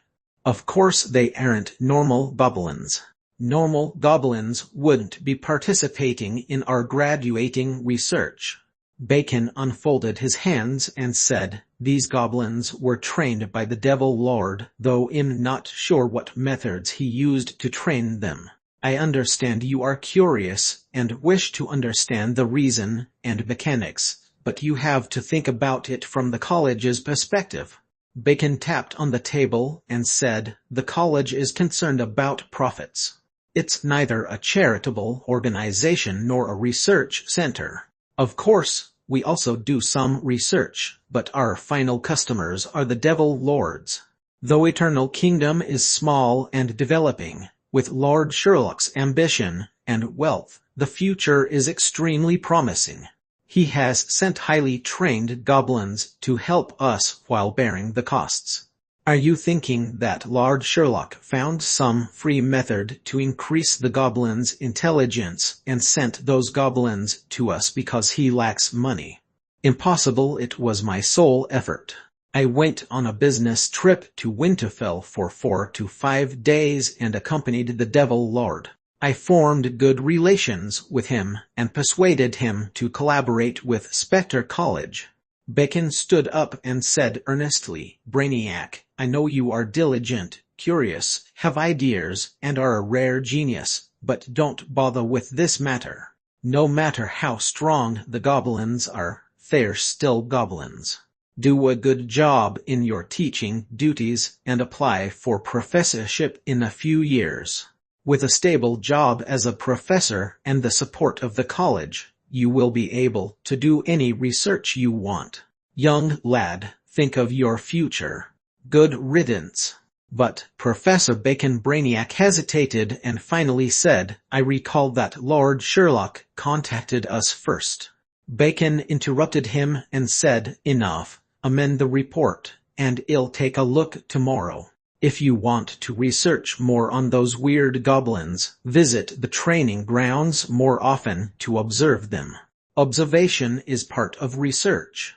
Don't do anything to renege on the contract. If you antagonize the Devil Lord and hinder the college from solving the graduation problem, it will be a huge question mark whether you can stay in the college. Bacon was stern, and he stared at Brainiac with an expression that said, don't ask. Okay, I understand, Professor Bacon. Brainiac sighed and left the academic department with a report. Seeing the dark and empty corridor outside the academic department, Brainiac grasped the report and sighed. When am I going to earn a profit in this game? Why am I getting a deficit? Sherlock was furious to see his finances in shambles on the computer screen. Many people on the internet were also complaining about this, Bruce said casually. Sherlock lifted his head and noticed that there weren't many online gamers. There were 4 groups of gamers who challenged the Spectre College Training Grounds Instance Dungeon. All groups except Arthur's group failed. They fought to the final boss, but he was too strong, and they all perished. At this rate, he would receive 10,000 magic stones within 7 to 8 days. It was good to collaborate with a rich Spectre College. Sherlock understood that it wasn't practical to sustain such a high casualty rate. With the improvement in the gamers' combat skills, accumulated experience fighting the skeleton soldiers, and the captured equipment from the Spectre College, the chance of conquering the Instance Dungeon would increase.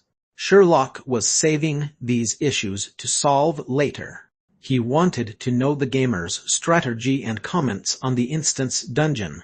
Sherlock shut down the game Anna 1800, in which he was always running a deficit.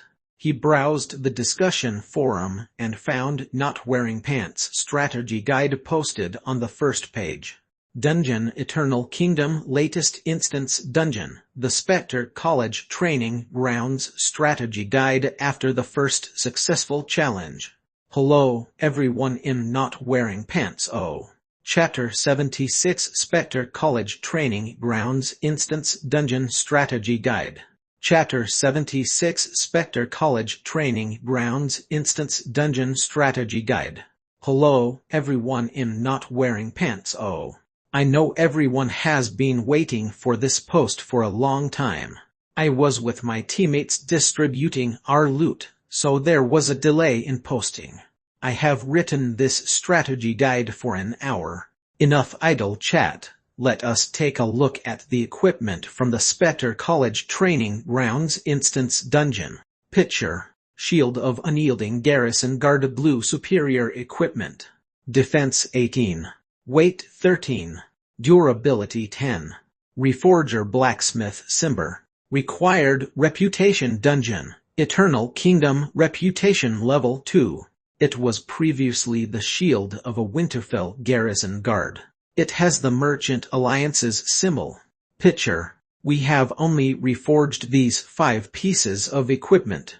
We brought back a total of 16 pieces, of which 5 could be used after minor repairs.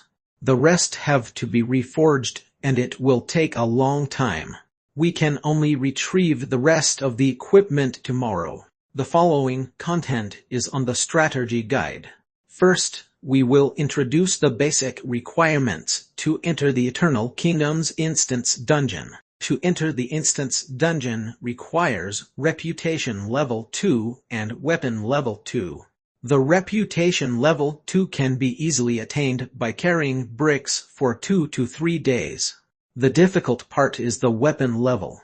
To increase weapon level, one has to attend Morrow's classes and hunt for the spiders. Most of the gamers were in the equipment accumulation and improvement phase.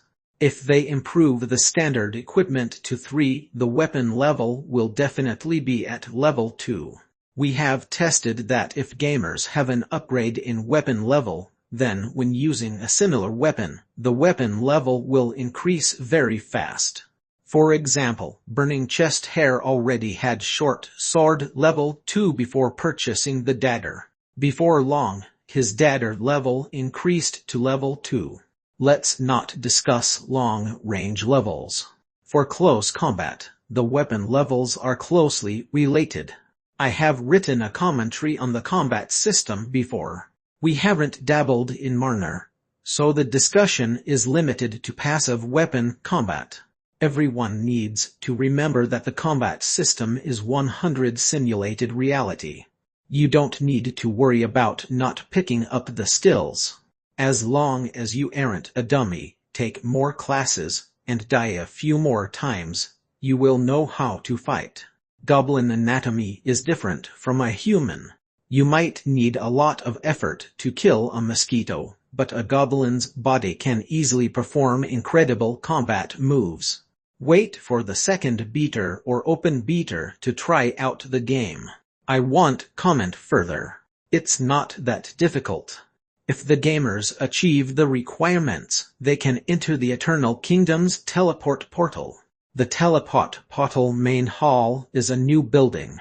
The beta gamers have updated the Eternal Kingdoms map with the new building. Picture of beta gamers' hand-drawn map of Eternal Kingdom dungeon. The place with a red circle is the Teleport Portal main hall. The outer walls aren't completed, but everyone is working hard to complete the construction. Let's buck up.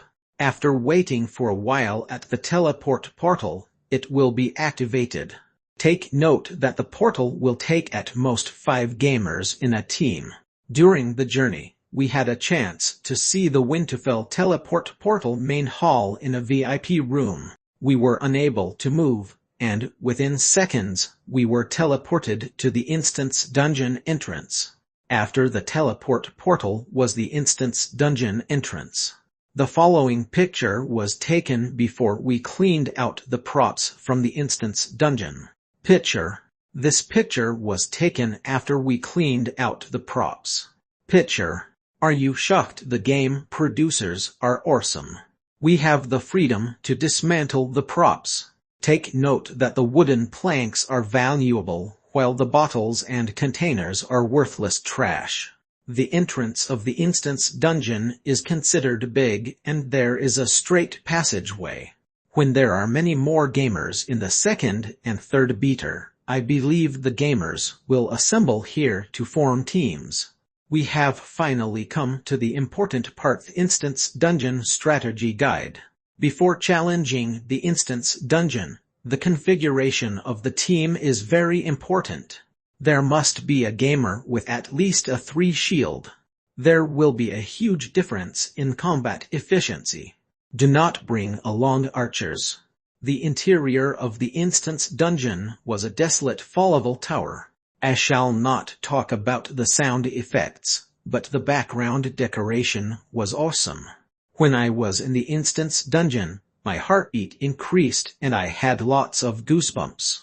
After going offline, even when I was out of the gaming capsule, my hands were still shaking. The monsters were all skeleton soldiers. Even the boss. They would shout things like, "Intruders! Kill the intruders." Whether they were minions or the boss, the dialogue was similar. The boss had slightly more dialogue, but it isn't important. The most important thing is they are very strong in combat. The minions were a team of 2 skeleton soldiers patrolling in the fall-level tower. I haven't discovered any fixed patrol routes. They seemed almost random. After confirming with the other expedition teams, we discovered that they had the same experience. The configuration of the minions and equipment was different. Even the attack style and habits were different. The contents of the entire instance dungeon were randomly generated. Whether my strategy guide is useful depends on how you make use of the information.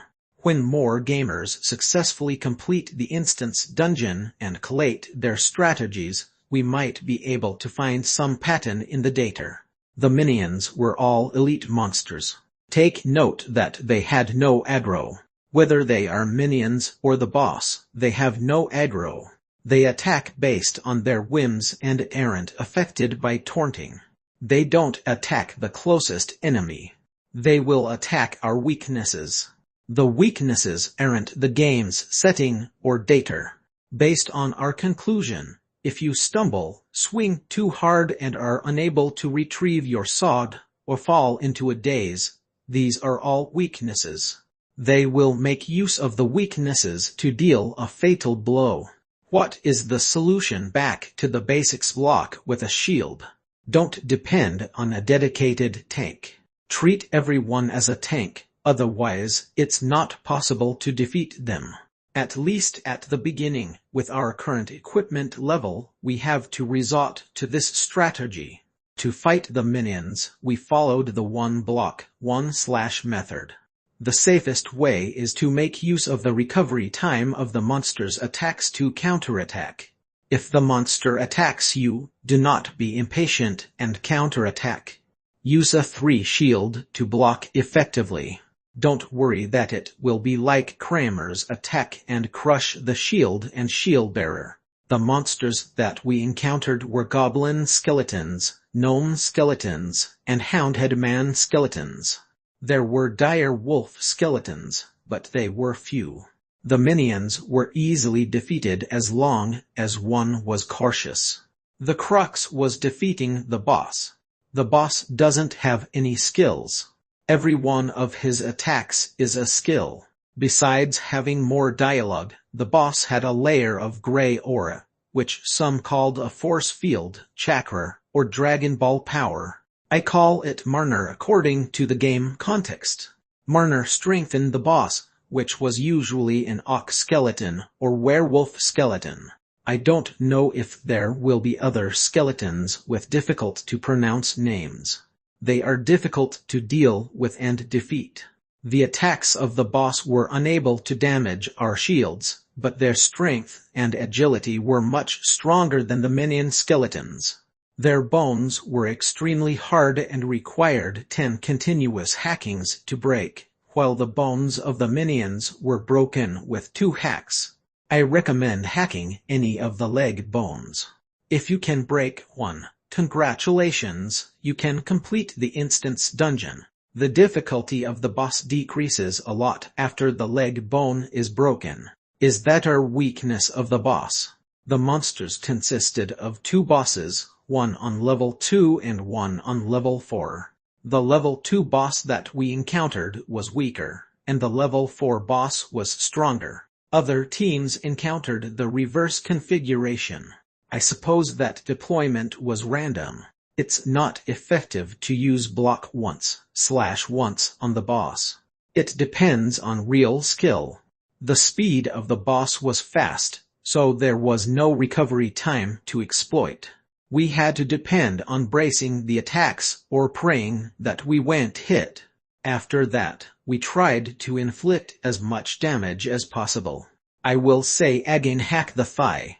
It's best to improve equipment to level 3. We have a teammate called Peasant. His improved breastplate was destroyed before setting off, so he used normal armor. The attack of the boss penetrated his armor and killed him. I won't describe his demise or show the picture since it would be censored. Protect your neck. Burning chest hair from my team was decapitated. I will end the discussion of the strategy guide since it is getting late. Tomorrow, our team is going to challenge the instance dungeon for a second time. I am unable to finish the strategy guide in one post with limited time. I will put in more detail next time. I am publishing the screenshots of the instance dungeon. Enjoy. Picture. In conclusion, this instance dungeon is extremely fun. I will read the replies of the post tomorrow morning. Good night, everyone. After not wearing pants post was published, the comments flooded the screen. Angel Wretch, gosh, the attributes of the equipment are very high. WW. Don't say what I do not want. Reforge, what's that? I haven't heard of it before. A new skill. Lonely patient without regrets. It could be the coder monkey updating in secret. What is your name on Kidian is the boss called Skeleton Spirit Comedy. Seafood shaved ice. I would like to participate in the second beater. When is the second beater? Green Wang's cat. I wrote about Shirley and college memories in my classmate Octopus roasting the boss forum. Show your support after reading. Sheng Yuiming, traditional Chinese. Seed and foam. If you're not using the 16 pieces of equipment, sell them to other beater gamers. The more gamers that complete the instance dungeon, the more strategies there will be. Buck up, beater gamers. Stir-fried vegetable rice. I am in America, and the game is famous all over America. It's a pity the Americans can't play. Serpent, we can't play either. A Lone Ranger called Success. Could you be less melancholic?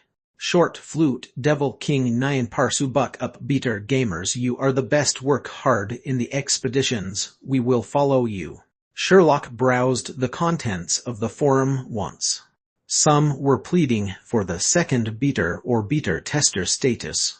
Some bragged about killing the boss in the instance dungeon within seconds.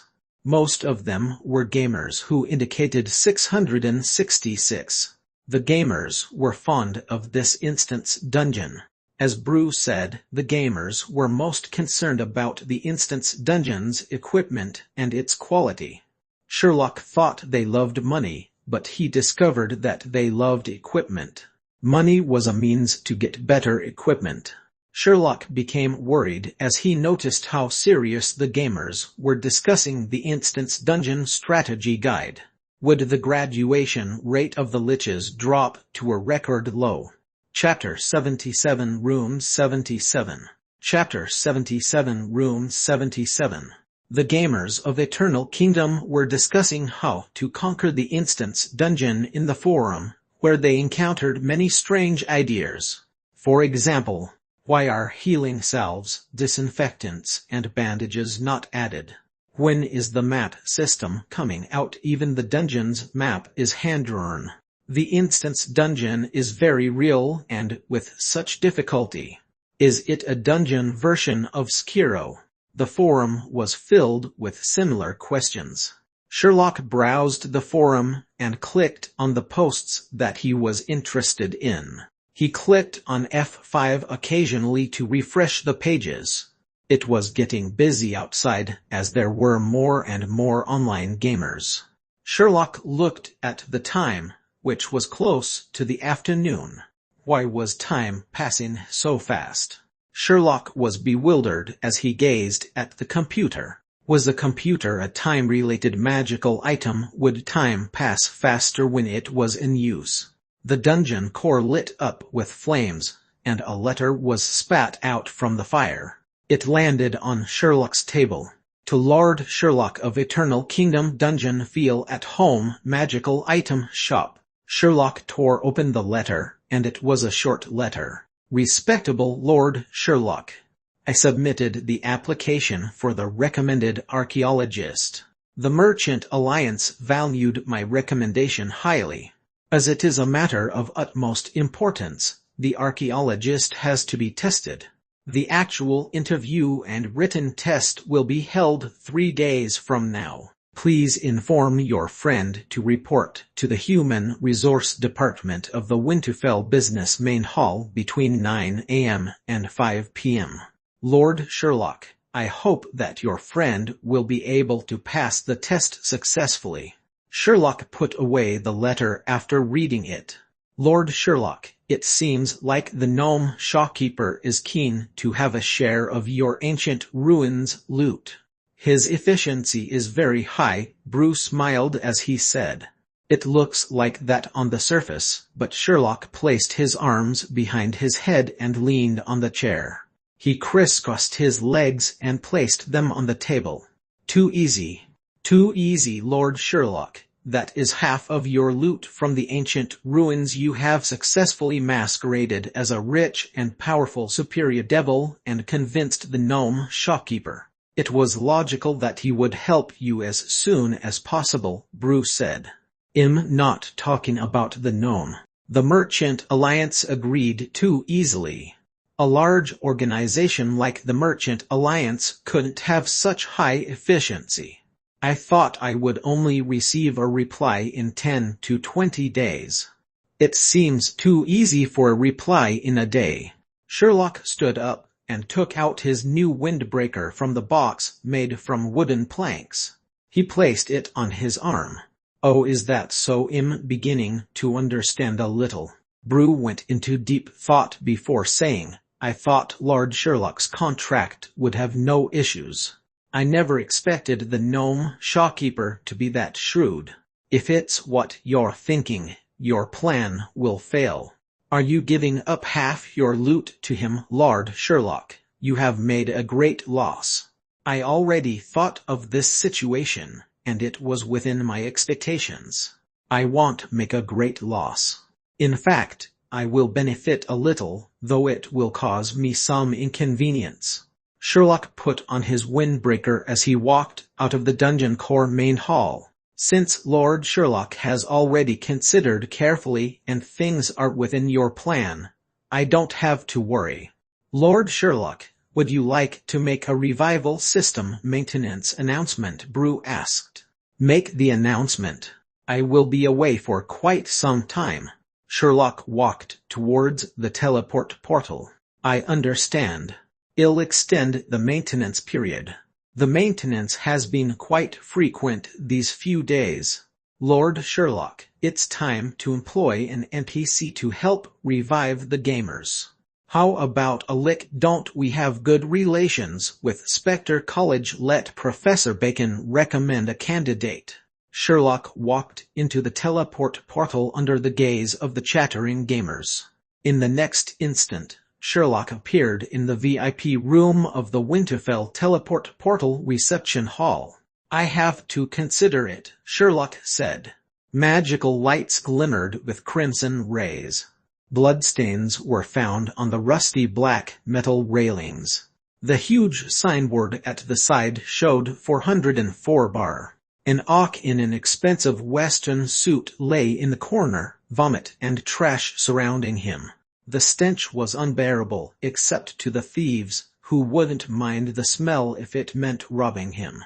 Polished leather shoes stepped on the broken glass pieces and car sounds were made. Sherlock bypassed the penniless and drunk orc and walked to the back door of the 404 bar. Compared to the huge, luxurious, and crimson-lit main door, this small metal door didn't look like a part of the 404 bar. A tall werewolf with a black waistcoat, strong arms, and a fierce look stood by the small metal door. From his aura, he seemed like a powerful werewolf. Sherlock tightened his windbreaker as Bruce said with concern, Lord Sherlock, it might be difficult to slip in without being seen. No problem. Sherlock frowned and walked towards the werewolf. As he got closer, he became more solemn. Han Zilulu Hu Han. The werewolf glared as he made the rhythmic sounds. Is Underworld work that tiring? Bruce's voice was filled with sympathy. It's different from previous times. I have been saying that it's not easy making money these days. Sherlock sighed, walked by the werewolf, opened the small metal door, and walked in. Behind the door was a dark and silent corridor. It looked as though there was no end. Sherlock glanced at the corridor and walked as he counted his steps. When Sherlock counted to the 77th step, he stopped and faced the wall to his side. Dong, dong, dong. Sherlock tapped on a wall that made hollow sounds. Boom. On the left side of Sherlock, a furry fist penetrated the stone wall and made a huge hole after a loud bang. Stone fragments and dust filled the corridor. Before the dust settled, a fierce-looking werewolf poked his head through the hole and looked at Sherlock as he asked in a hoarse voice, 38,324. Sherlock shook his shoulders to remove the dust and said to the werewolf, 14,122. Sherlock waited for a while, and the wall with a hole was pushed open. The fierce-looking werewolf behind the wall bared his teeth, and his chest muscles were bulging out from the tight dark shirt. A goblin was bandaging his bleeding fist carefully. A few goblins were carrying bricks that were to be used to repair the wall. They looked proficient in their jobs. Behind the stone door was a corridor. After walking for a while, there was a wide entrance hall and a bar counter. A professional, smiling succubus who was wearing a white shirt and short black skirt that stopped above the knee stood by the bar counter, which had the words Successful Educational Bookstore behind it. The succubus bowed to Sherlock, who nodded back before walking into the bookstore. The door to the room had a small window, and a small tag was placed by the side. It said, Winterfell Police Notice, do not visit indecent places. Merchants are to engage in proper businesses. Looking through the small window of one of the rooms, one could see a ushiked sofa, which held a few goblins, gnomes, and orcs drinking merrily. There was also an Auk carrying a loudspeaker and singing loudly. A few scantily clad Auks with heavy makeup clapped their hands to support him. The room was soundproof, so Sherlock couldn't hear what the Auk was singing, but he saw a banner celebrating third-year class, a successful group interview for Eternal Fire Dungeon's employment. Sherlock continued to walk forward. The windows of most of the rooms were blocked by metal sheets, so there was no way to see what was going on inside. Sherlock wasn't interested in what was inside. Sherlock walked to the room with the number 77. He composed himself and muttered, "It's here." Chapter 78. I am conscientious. Chapter 78. I am conscientious. The door with the number 77 was made of steel, and the small window on the door was blocked by metal sheets. Sherlock extended his hand and placed it on the metal door. After Marner engulfed the metal door, it vanished.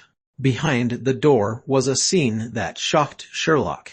"What a bold scene, Lord Sherlock," Bruce said teasingly.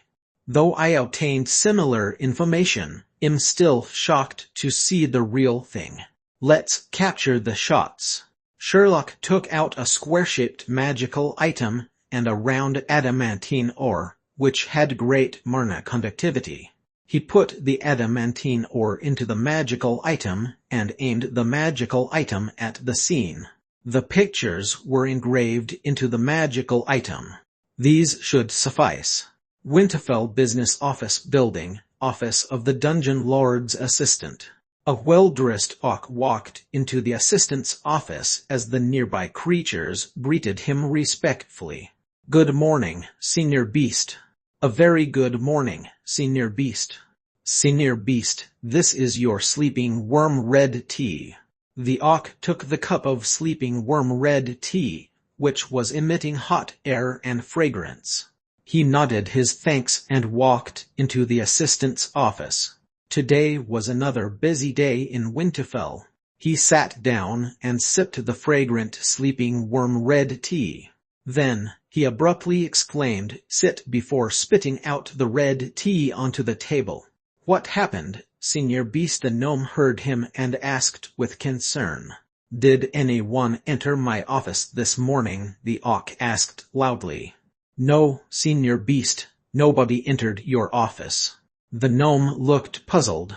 "Okay, you may leave."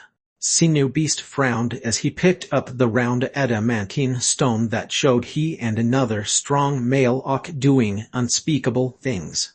Though the pictures were small, with a certain magical item, the pictures could be blown up big enough for clarity.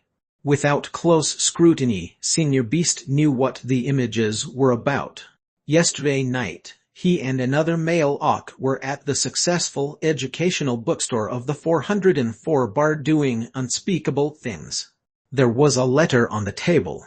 After seeing this letter, go immediately to the innermost private room in the nearby Big Trouble Cafe. I am short of time. Sit down and listen after you arrive without asking questions. If you ask, I'll send the green engraved stone to your wife and family members. That was all for the letter. Senior Beast tore the letter into shreds furiously. If he wasn't in the office, he would have given a battle cry and hacked someone with an axe. He swallowed the torn letter into his stomach and squeezed the adamantine ball, but it didn't disintegrate. His green face turned red from anger. He put the adamantine ball into his pocket and rushed out in a fury. "Senior Beast, where are you going?" "Urgent matter." While everyone gaped, Senior Beast left the office in a hurry. He ran all the way to the Big Trouble Cafe. It was breakfast time and the cafe was crowded. Senior Beast inhaled deeply to normalize the panting from his run. He tried to hide his wretched face as he clenched his fists, which were as large as sandbags, and walked towards the innermost private room. It was much quieter inside. He held himself back from smashing the room door. Instead, he knocked. Come in. A voice was heard from within.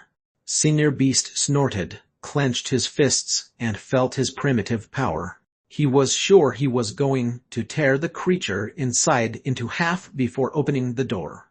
A young devil was sitting inside the room, a superior devil. In front of the devil were a variety of tea beverages. He had ordered almost all the tea in the cafe.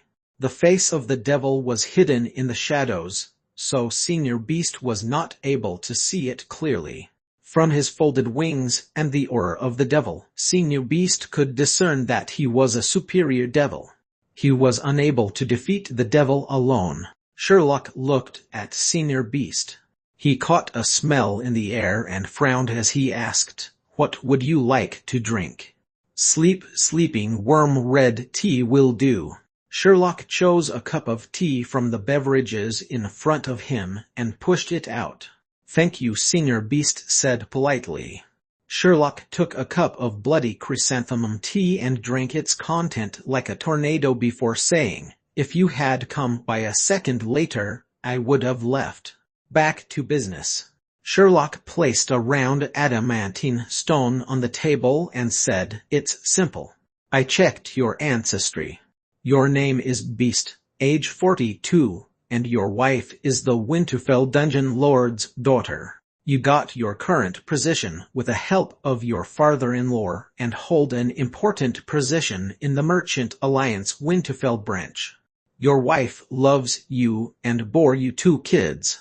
You lied to your wife to study the heavenly sacred grace with a man in the bookstore. You also worshipped the sacred Lady Coconut, and you were so devout that there was sacred light by Satan's grace. If I didn't witness it, I wouldn't have believed that 2 orcs had sacred light. If this was made known to the dungeon lord or your wife, you would be dead." Sherlock stopped for a while. The orc was as pale as a sheet. Sherlock finished drinking the Bufotenin milk in one gulp and said, "I know that 2 days ago, the gnome shopkeeper of the feel-at-home magical item shop looked for you. Let me guess what he asked of you. He asked you to reject a devil archaeologist who is coming for an interview in 2 days. Is that correct?" "What do you mean?" The orc swallowed hard. "Let me ask, how much did he pay you?" Sherlock got a cup of blood-curdling swine tea and gulped it down. 20,000 magic stones, the orc said with difficulty. "Into your account, full sum." "Into my account, full sum," the orc said in agitation. "I signed a contract with a gnome shopkeeper. If I renege on the contract, the consequences are serious." Sherlock leaned forward, intertwined his fingers, and placed them under his chin as he said, "That is a tricky problem. In Notter Barter Devil, times are different and devils have a conscience. Share half the money with me, and I'll let you accept the gnome shopkeeper's request without reneging on the contract. You can keep the other half. How's that?" "Good deal." The orc hesitated for a while but eventually gritted his teeth and nodded. Both he and Sherlock took out their magic stone cards and they made the transfer. Sherlock had an additional 10,000 magic stones. "Don't think I'm taking advantage of you. I spent thousands of magic stones to obtain your information. I also owe someone a favor. To obtain information on creatures like you is difficult. I'm getting my costs back." Sherlock put away his magic stone card and said, "I'll talk about the second matter." Second matter." The orc stood up in agitation. He felt the adamantine ball in his pocket and helplessly sat down. I need you to employ an archaeologist to participate in exploring in ancient ruins." Sherlock nodded and said, "What didn't you say I'm not hiring?" The orc widened his eyes and looked at Sherlock as though he had schizophrenia. "Decline the applicant 2 days later." "Why don't you hire the applicant for today?" Sherlock took out a certificate with the name Sherlock. "This is my archaeology certificate. I'm a qualified professional. I wouldn't force you to do things against your will. I'm also willing to take a test. There's no need for a test. I know what to do. I hope that you can guarantee no draft a contract.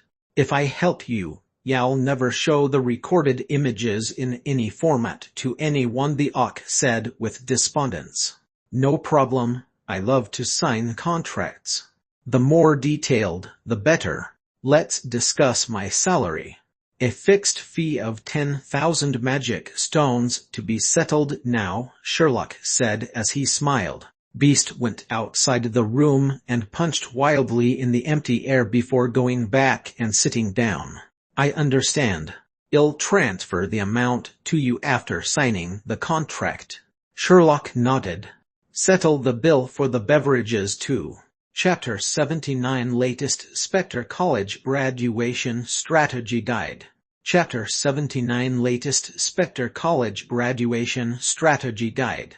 In Spectre College, Brainiac sat in the room and observed the goblins via the crystal ball. They had defeated the skeleton soldiers controlled by the liches and were accumulating loot merrily. This was the third team of goblins to have defeated the skeleton soldiers within 4 days. They didn't look like they were research combatants with their enthusiasm. Instead, they looked like they had gone into a treasure vault. Their combat performance piqued the curiosity of Brainiac. Examination candidates 85,945 and 65,685. Get ready, Brainiac shouted into the crystal ball as he gazed intently at the 5 goblins in the crystal ball. Brainiac was confident that the green words above their heads were identical to the team that had successfully defeated the skeleton soldiers 4 days ago. What did these words mean? Brainiac took out his notebook and wrote the distorted Chinese words "Arthur, not wearing pants." There were about 20 words. Brainiac couldn't understand the meaning, and he only copied them. They didn't look like Marner runes or other Marner symbols. They were just language, complex language. Were those words their names or professions? Their professions were more probable. If they were names, then those 2 words, burning chest hair and peasant, wouldn't appear again. What were the green words above the goblins exactly? Faint sounds of walking and chatting came from outside. Have you bought the paper slips that have the graduating topics? Bought it. Gosh, they are expensive. Only these few paper slips, and it cost 100 magic stones. Share it quickly. I heard 4 graduating students failed. We are against goblins this year. Why are goblins that difficult? Perhaps 6 are failing now. The skeleton soldiers in training ground know. 45 were all killed. My God, those goblins are good, do you believe that? Gun, I feel I'm going to fail. I'm going to be hammered by those goblins. Why do you say that every time? Aren't you the top in every examination? Never, it's not me. You are tarnishing me. Brainiac frowned and opened the room door. He saw 3 students walking past. Wait, come over here. The 3 students were stunned by Brainiac's voice. They turned their skulls and looked nervous. Give the paper slips to me. Brainiac extended his hand towards them. Senior, what paper slips? I don't know. Yes, we don't know. The students colluded among themselves, but after seeing Brainiac's emotionless skeleton face, they looked at each other and lowered their skulls. One of them passed tens of paper slips, which were full of words, to Brainiac. The lick at the side complained in a small voice, "It's your fault for speaking so loud. What's there to show off? Gone, even our tips are gone. Depend on your own capability in the examination. Are the bosses giving you tips in the dungeons when you start work?" Brainiac scolded them severely and glared at them with his empty eye sockets. Then he returned to the invigilation room. Brainiac closed the door and looked at the crystal ball that showed 2 Lick students doing their final preparations. The 5 goblins who had come before squatted at the training ground entrance as they packed their backpacks. Brainiac wasn't bothered with the goblins. They were most likely checking their backpack space so that they could pack more trash from the training grounds. Many goblins were doing that. Brainiac examined the paper notes in his hand. Latest Spectre College Graduation Strategy Guide from the graduating seniors who vomited bone marrow to compile. A must-have mystical manual for all slackers. We collated the latest rounds of examinations and obtained information from all channels. The combatants were given uniformed training, and they came from the Eternal Kingdom dungeon. We have reason to believe that the combatants have a commonality. We sacrificed many nights not sleeping in the graveyard and vomited our bone marrow to organize related information and strategies. We compiled the latest trending examination contents. Every copy is 100 magic stones.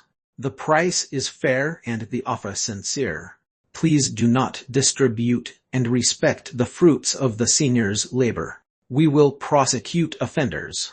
The following are the essences of our research. The notes on the previous years can be burnt. The combatants this year are different. Keep your dragon urine since it is ineffective against the goblins. We are still observing, and the curious can do some research. Research on goblins' immunity to the dragon urine is non-existent. Do not accuse the seniors of not telling you. Smearing the skeleton soldiers with the feces of magical beasts in a bid to affect the goblins has failed. The speed of the goblins wasn't slowed down by the stench. After defeating the skeleton soldiers, they collected the feces. Do not steal the feces from the laboratory. Save it for the juniors. Goblins will attack the skeleton soldiers' thighs or legs. Do not save on the magic stones. Within the weight limits of the skeleton soldier, put on as much armor as possible. If your control of the skeleton soldiers isn't strong, your mana is limited, and you are unable to cover the whole body, you may sacrifice the breastplate for a pair of plate leggings and metal boots. Goblins will accumulate the captured equipment after defeating the skeleton soldiers, and the subsequent goblins will use the captured equipment. We concluded that they have an organization that facilitates the exchange of equipment. Do not prepare quality equipment for the goblin-sized skeleton soldiers to prevent future examinations from getting tougher. In combat, damage the goblins' equipment as much as possible, as after combat, the equipment will be collected and sent back to the Eternal Kingdom dungeon. The equipment can then be used to arm more goblins, so damage their equipment. There is no point in cheating during the examinations. However, before the examination, during the preparation period, try the Big Devil brand mana drink. It will replenish your energy and increase your mana. As for the effect, it depends on each individual lick. Try it. Please understand that we are paid advertisement fees. These goblins don't know pain and are fearless of death. Some goblins sacrificed themselves to create opportunities for their comrades to kill the elite skeleton soldiers. Goblins who were dying could laugh happily. The skeleton soldiers were panicking from their antics. The goblins are suspected of taking drugs. According to successful graduates and failed students, these goblins were using standard breastplates, shields, and short swords. Very few of them had full body armor or strong weapons. For example, the following was called Black Armored Goblin. Picture. Brainiac looked at the picture of the goblin that showed his extremely ugly and aggrieved face. He was wielding a black short sword and shield and was wearing a black breastplate and plate leggings. This picture was taken secretly by an examination candidate. The most important identifier was the green words above the goblin. Brainiac took out his notebook. He checked many times and it was the same as Arthur. This goblin had the profession of Arthur. Brainiac didn't understand the words Arthur, he only looked at the shapes. Brainiac had a deeper knowledge of the words Arthur and continued reading the notes. Please remember, if you encounter this goblin or his team, then your examination will most likely fail. If you aren't confident in your skeleton soldiers, I suggest you remove, hide, or destroy all equipment to prevent creating problems for future graduates. Though there are no rules that stipulate killing all combatants for graduation, the college has the famous words, if you cannot defeat 5 goblins, do not talk about graduating. All students who were defeated by the goblins have to repeat school. As the goblins were all using a shield, try to go for hammers, flails, or other blunt weapons. Though they aren't fearful of death or pain, their arms can still be broken. When you encounter weak goblins, do not kill them. Knock them unconscious and throw them into the teleport portal. Your little action could help more students graduate. The goblins' attack patterns are quite obvious. If your skeleton soldier attacks a goblin, he will not counterattack. Instead, other goblins will attack you. When you see the weakest goblin, pretend to attack him. When other goblins attack your skeleton soldier, use the opportunity to inflict damage when they show their weaknesses. When they raise their shields, attacks will be ineffective. If the goblins don't enter the examination ground for a long time, do not worry.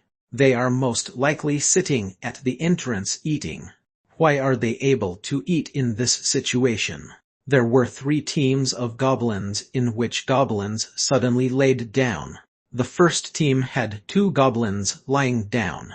The second team had 1 goblin lying down.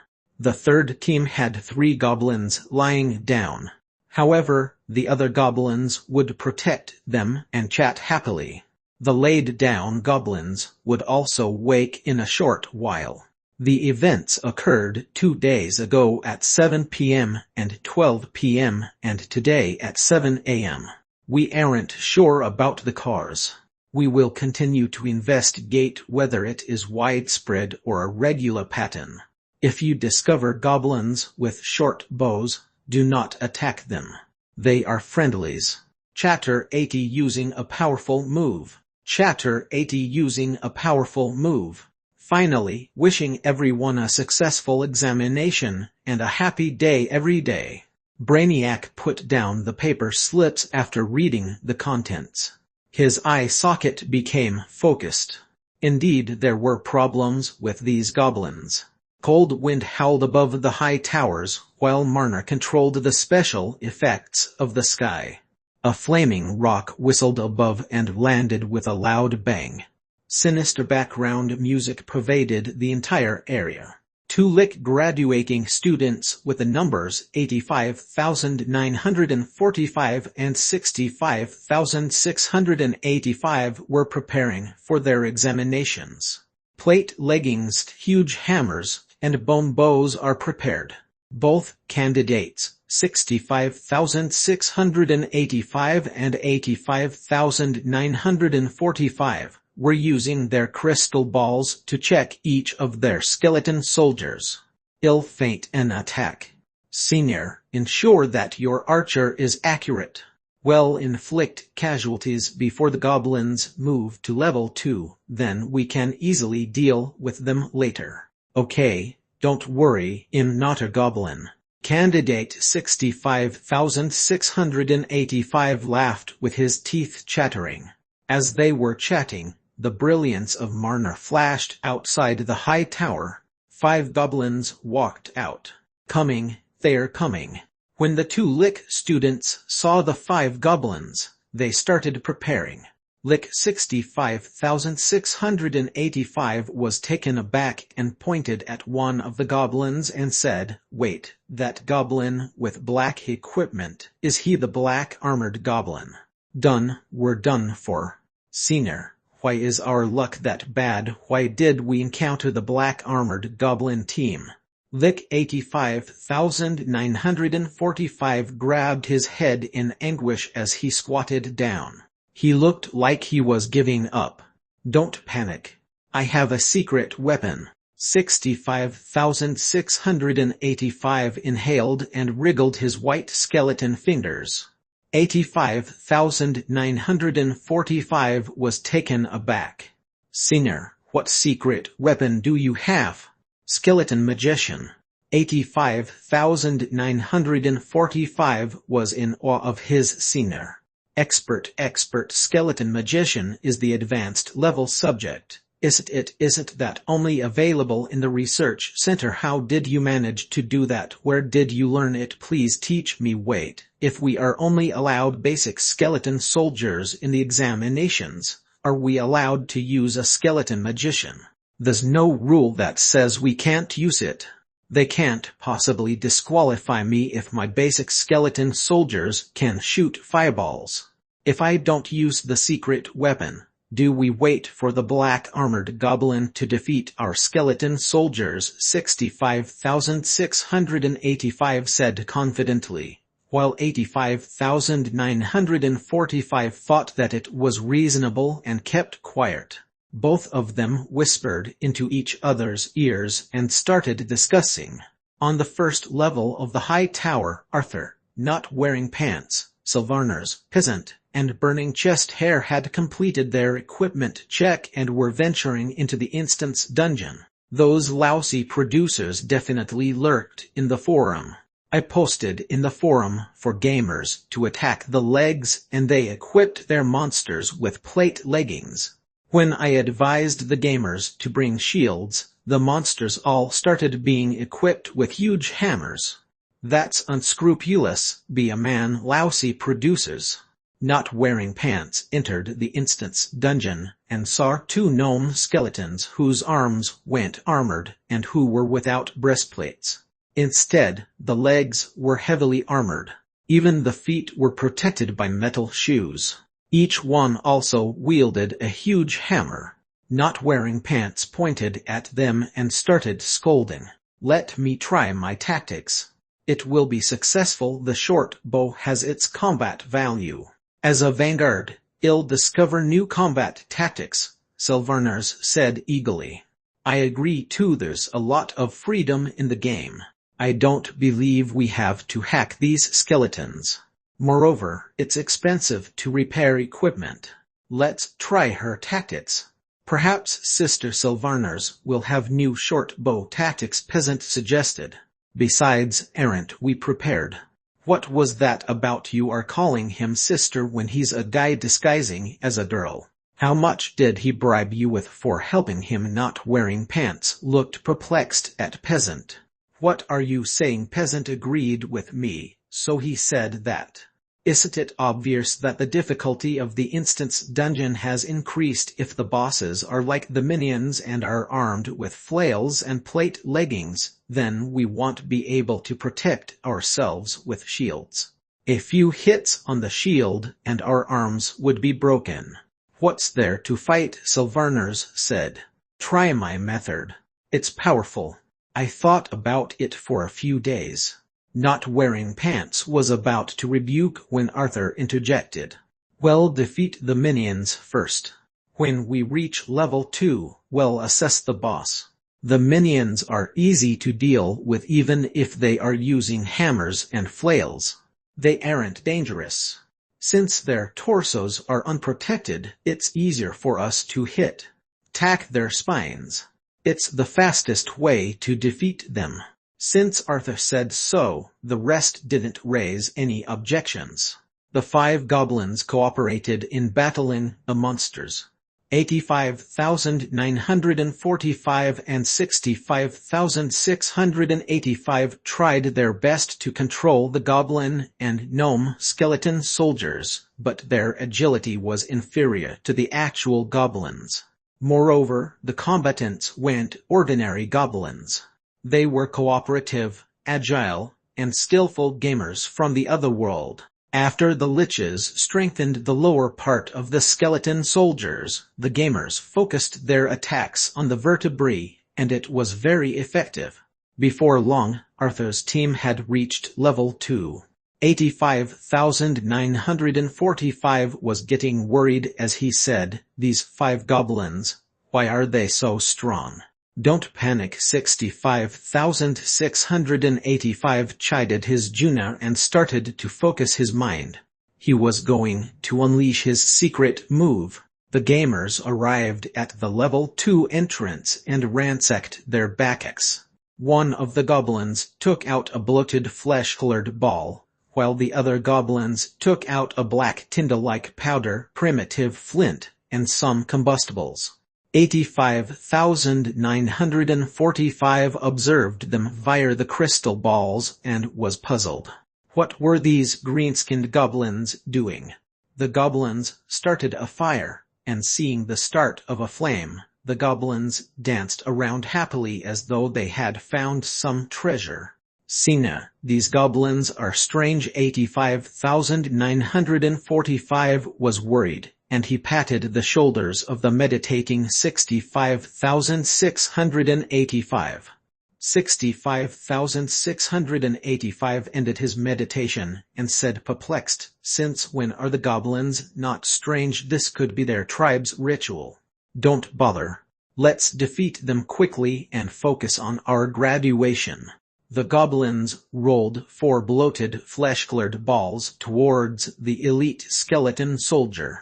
Soon, they rolled to the sides of the elite skeleton soldier. "That which animals' bladders are those?" 85,945 stared for a long time before figuring out what those flesh-colored balls were. "Animal bladders. These goblins are thinking of using urine-laden bladders to defeat my skeleton magician. This is hilarious." 65,685 laughed heartily.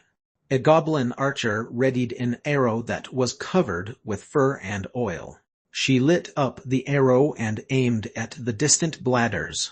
"Gosh friendlies!" the 2 liches shouted out as they looked at each other, exhilarated. "Steady, steady. We can graduate this time." That gave me a good scare. I thought we're going to fail after encountering the black-armored goblin. I didn't expect to have friendlies. Haha. Senior. After graduation, let's go out for a drink. Of course my treat. I was scared to death just now. I'm happy, very happy. The 2 liches talked excitedly about how they were going to celebrate. The images of the crystal ball showed the other goblins hiding far behind. The goblin archer shot the flaming arrow at the balls of bladder. The other goblins started to protest. The liches were able to see the images but couldn't hear the sounds. From the goblins' expressions, they were dissatisfied with the goblin archer. She turned her head to shout a few words.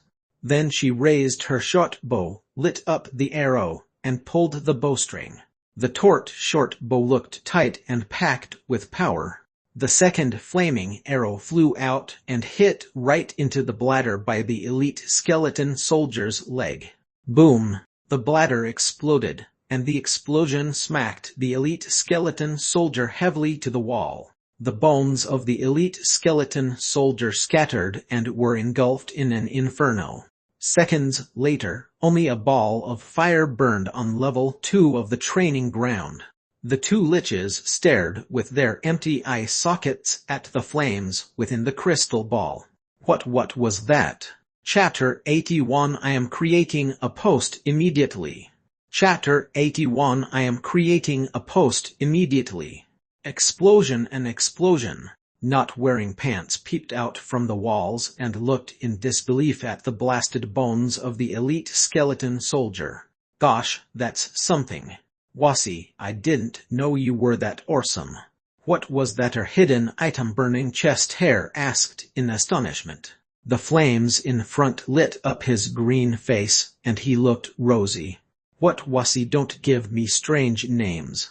I am Sylvarner's Dark Queen. Sylvarner's said in a hoarse voice. I told you about my tactics yesterday. You weren't paying attention. That was not her hidden item. I made them myself. Forget it.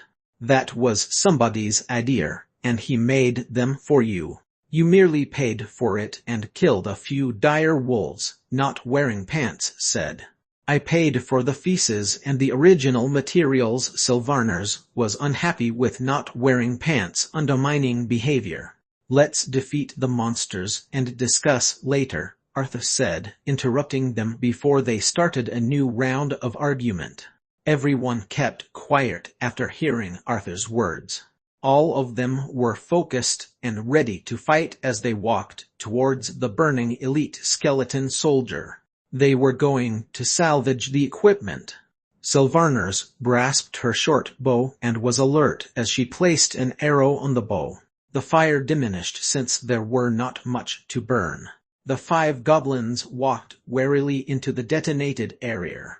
The explosion was quite powerful, leaving a pit in the ground. The skeleton frame laid on the ground and the pieces of armor were slightly damaged. The weapon was a flail, which looked intact. Peasant extended his hand and touched it when he caught a whiff of fragrant roasted meat. Peasant was dumbstruck. He retrieved his hand and found his finger cooked. It's dangerous without the sensation of pain, Peasant muttered to himself, but no one was bothered. With Peasant's confirmation of the true-to-life game physics, Arthur took out his short sword and flipped the scattered equipment to let it cool down. He would come back for the breastplate when it was safe to touch. The other gamers followed Arthur's method and went around to flip the equipment.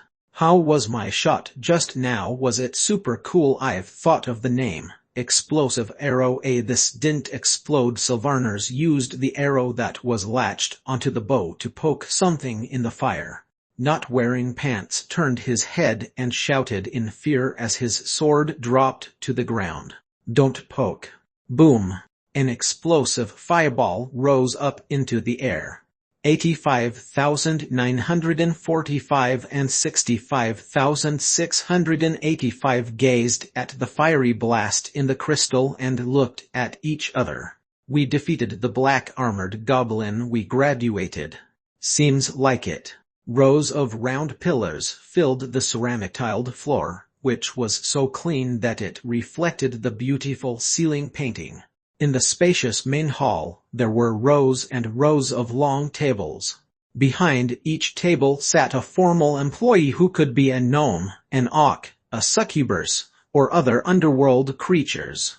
The background wall behind the employees had the words, "Smile on the face, service with your heart, Winterfell Talent Resource Market."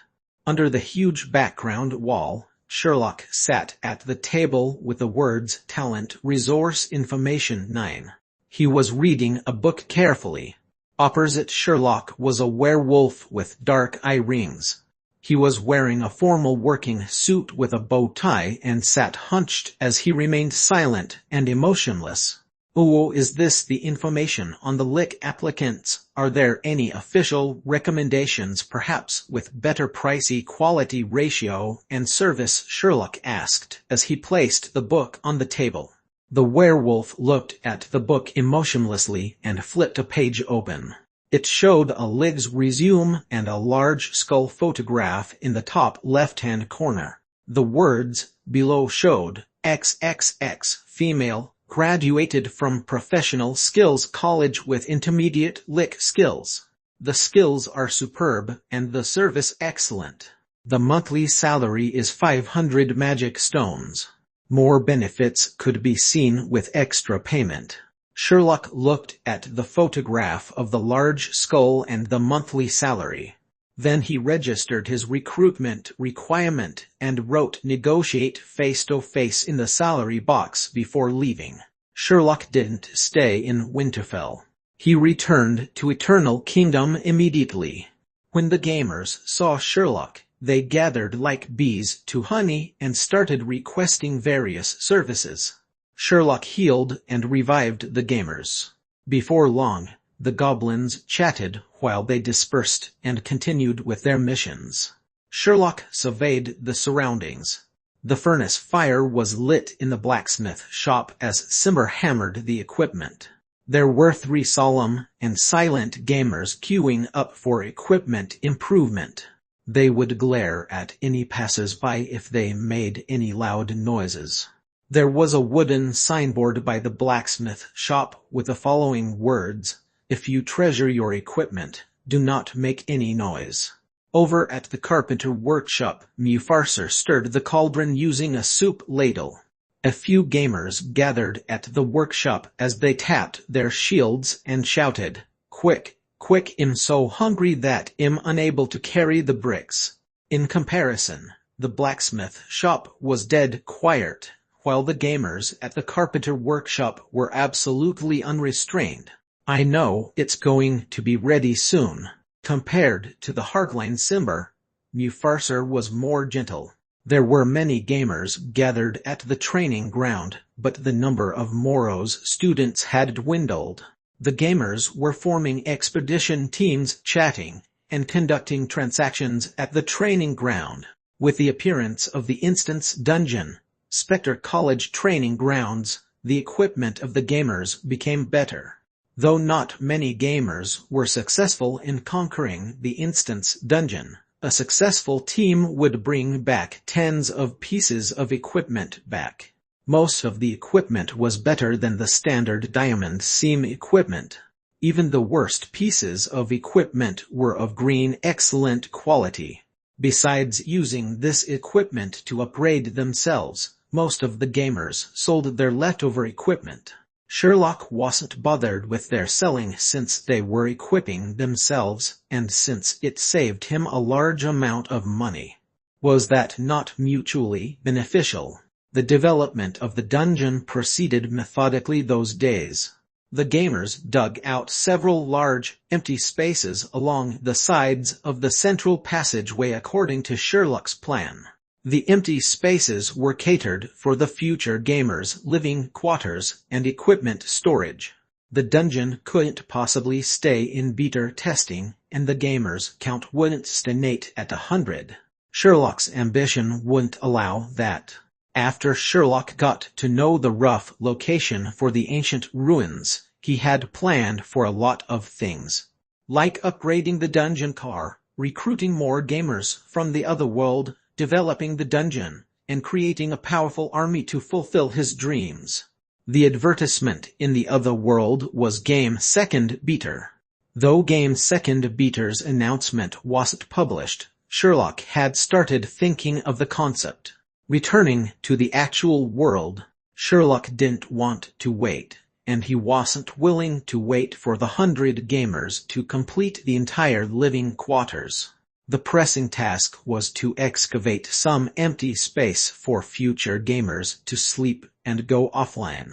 As for refinement and beautification of the living quarters, that would be done after expanding the gamer count when new gamers were recruited to the dungeon. Sherlock looked at the busy gamers setting up stalls and selling their stuff. He pondered for a while and returned to the dungeon core main hall. He let Brew display the current area map on the dungeon core before he started planning. He planned a new area beside the original living quarters. Brew, let the gamers excavate this area first for tomorrow. I understand, Lord Sherlock. Sherlock heard a commotion coming from outside. What, Arthur's team perished? Was the test of the bladder bomb successful? Sherlock looked outside and saw 5 goblins walking out from the teleport portals. They were Arthur, not wearing pants, Sylvaner's peasant and burning chest hair. The other gamers surrounded them immediately. I didn't expect to be killed by my teammate using such an unscrupulous method. I can't help it. I'll smear you to death in my posts, the surrounded not wearing pants said to Sylvaners before falling to the ground. He had gone offline. Chapter 82 I am bombing the dungeon server. Chapter 82 I am bombing the dungeon server. Why did all of you perish? Is the boss that difficult? What the lousy producers patched their bugs secretly.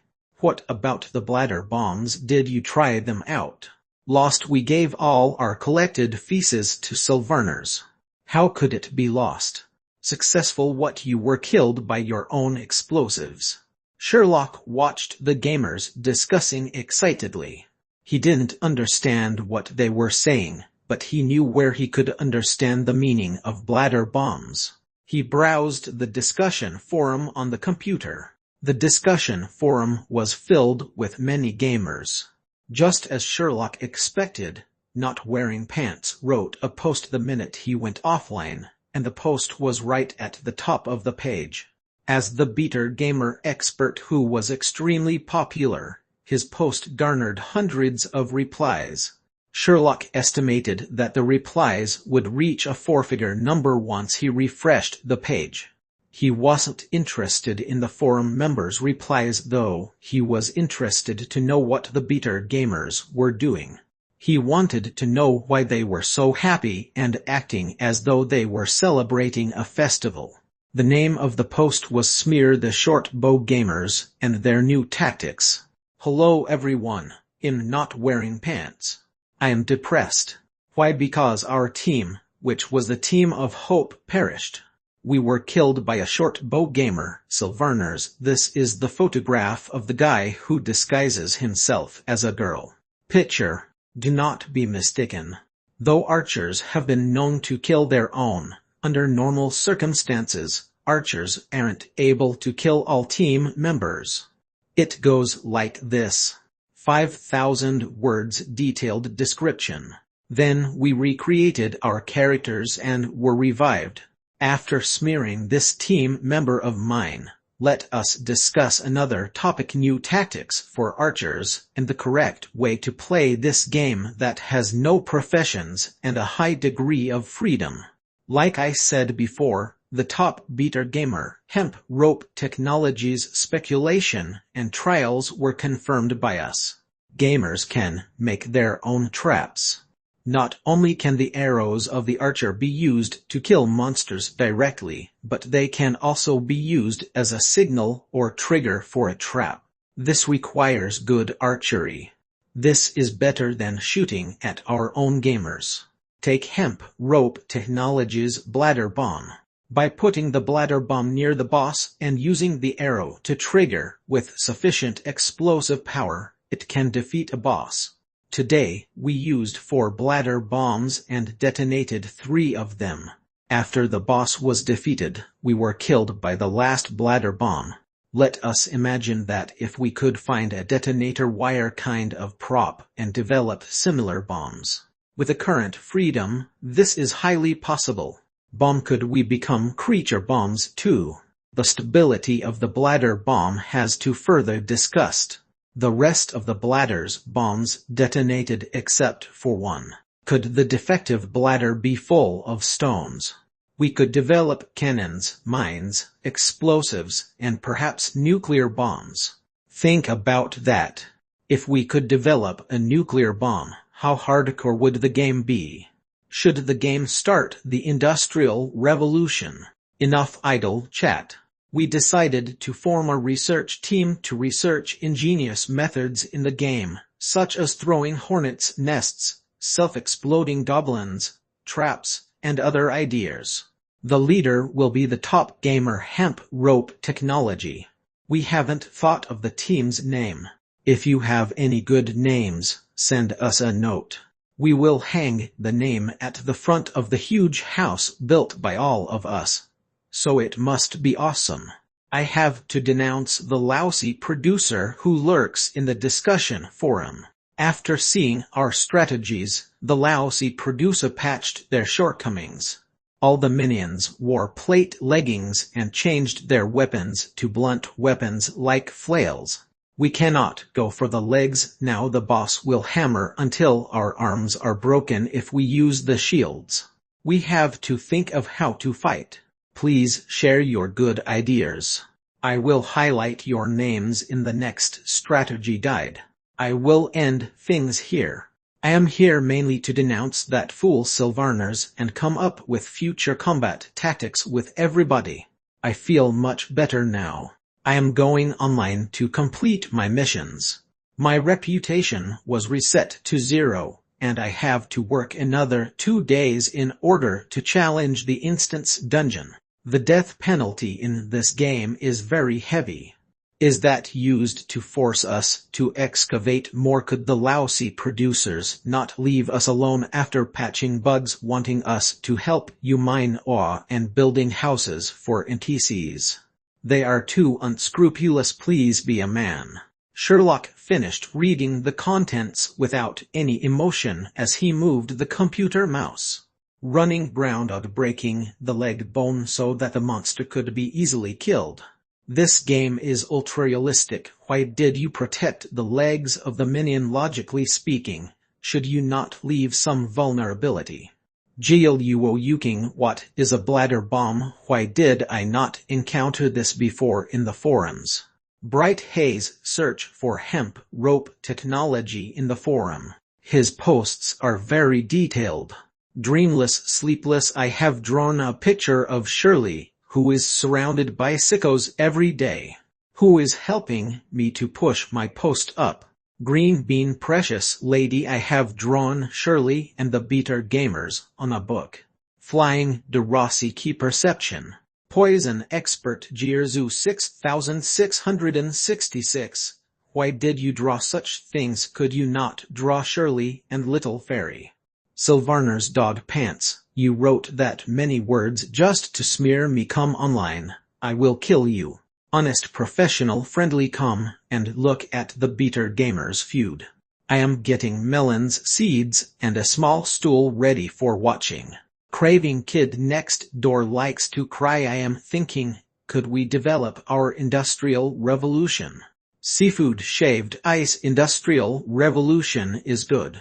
Rose Cherry Meat, initiate the second beater, do not delay. Sherlock scanned through the contents below, and they were asking for second beater. Sherlock closed not wearing pants post and searched for hemp rope technology in the forum. 4 entries were found, and the one with the most replies was the possibility of creating bladder bombs in the game. Sherlock clicked on the post and saw a picture on the front page. It showed a black, sticky substance that looked like it had a bad stench. Picture. The post creator, Hemp Rope Technology, explained in detail how to stuff the smelly back stuff into the dire wolf's bladder. Then he showed how to make threads from the spider silk and seal the bladder tight. After putting it aside for a day, the dried bladder would become bloated like a round ball. Hemp Rope Technology couldn't explain what the gases were. When he breathed them, he perished on the spot. He didn't die of the stench. As his pain reception was set to 0, he couldn't feel the gases that could do him harm. These gases weren't methane, but since there were no professional tools, there was no way to find out what they were. Hemp Rope Technology quickly added, "It's quite silly. Why am I researching this stuff so seriously? The coder monkey could change some codes, and I would die even if I am breathing air." After explaining in detail how to create such bombs and testing with a small amount of fire, they started to burn. He concluded that the gases could be used to make raw materials for bombs if the physics in the game engine was ultra-realistic. He concluded with 2 sentences. I sold all my bladder bombs to Sylvarners, and she is going to test them out in the instance dungeon and create a future for archers. I'm not interested in the future of archers, But if they are successfully detonated, the gamers won't need to dig a hole to relieve themselves, as I would collect all the feces. I will dig a methane pool at the living quarters and see if I can bomb the dungeon server. Cheers. The replies were like repeater machines. If you are bombing the dungeon server, I will give you my future feces. There were 99 identical replies. Sherlock went into deep thought for a while and asked Brew, "The Otherworld's gamers like to play with feces." Chapter 83 Game Aliers, Pioneer. Chapter 83 Game Aliers, Pioneer. Rough huge rocks were stashed at the side, and gray powder particles shrouded the newly excavated construction site. Hammering sounds filled the air as weak green goblins carried rocks their size and hobbled along. A pair of hands grasped a hammer that had no handle and knocked on a chisel that was stuck in a rock in a bid to break it into smaller pieces. Without the protection of the wooden handle, he grasped the metal handle that was forged with spiral grooves to increase friction.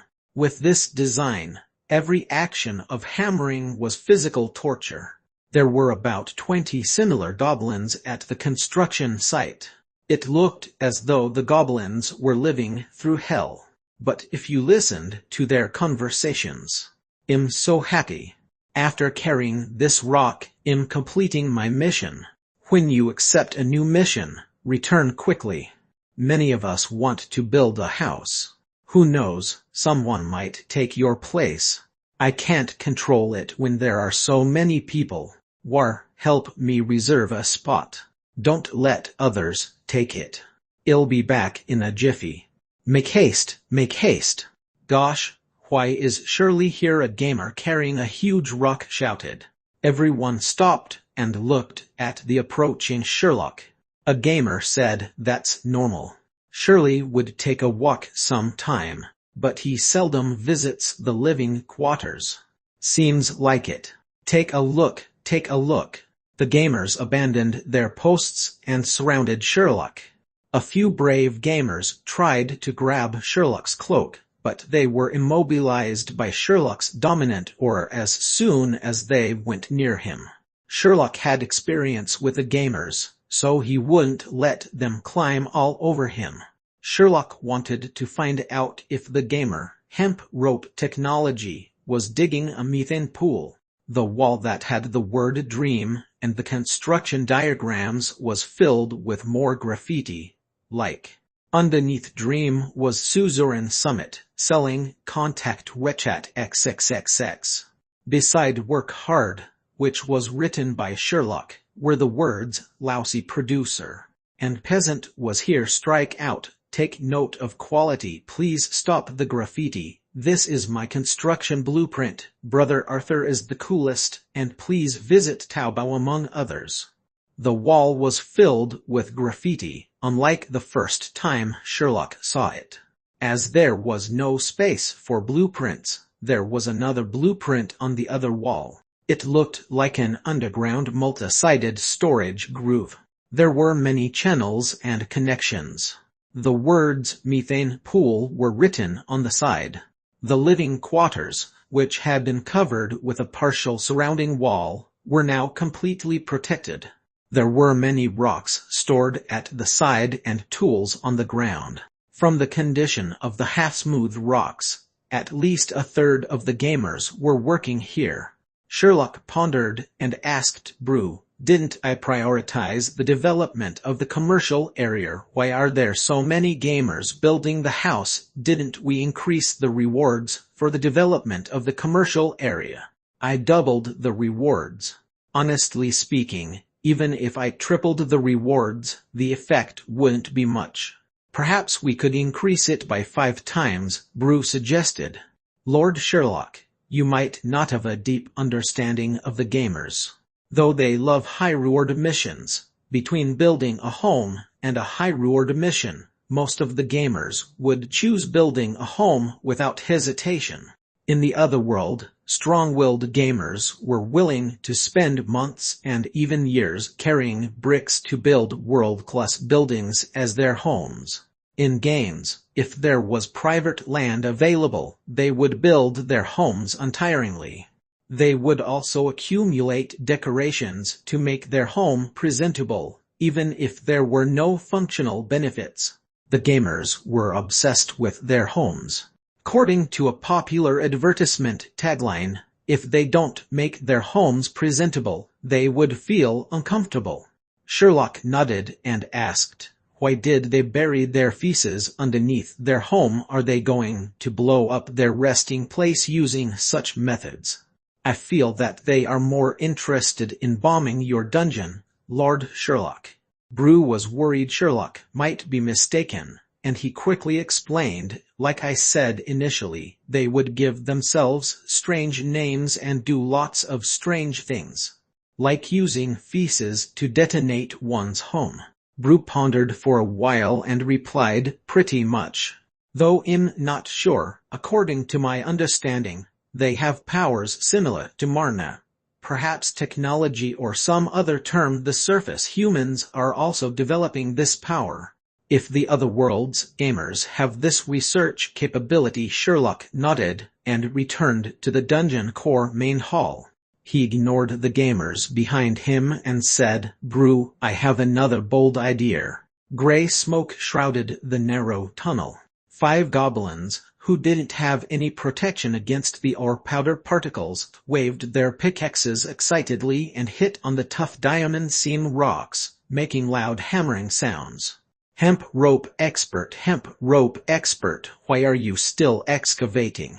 5 goblins stopped their excavation simultaneously. 4 goblins looked at the goblin, "Hemp rope technology." He was slim and looked like a dried goblin. "I am searching for explosive materials. Make haste. What is it?" "Hemp rope technology," turned his head and asked, bewildered.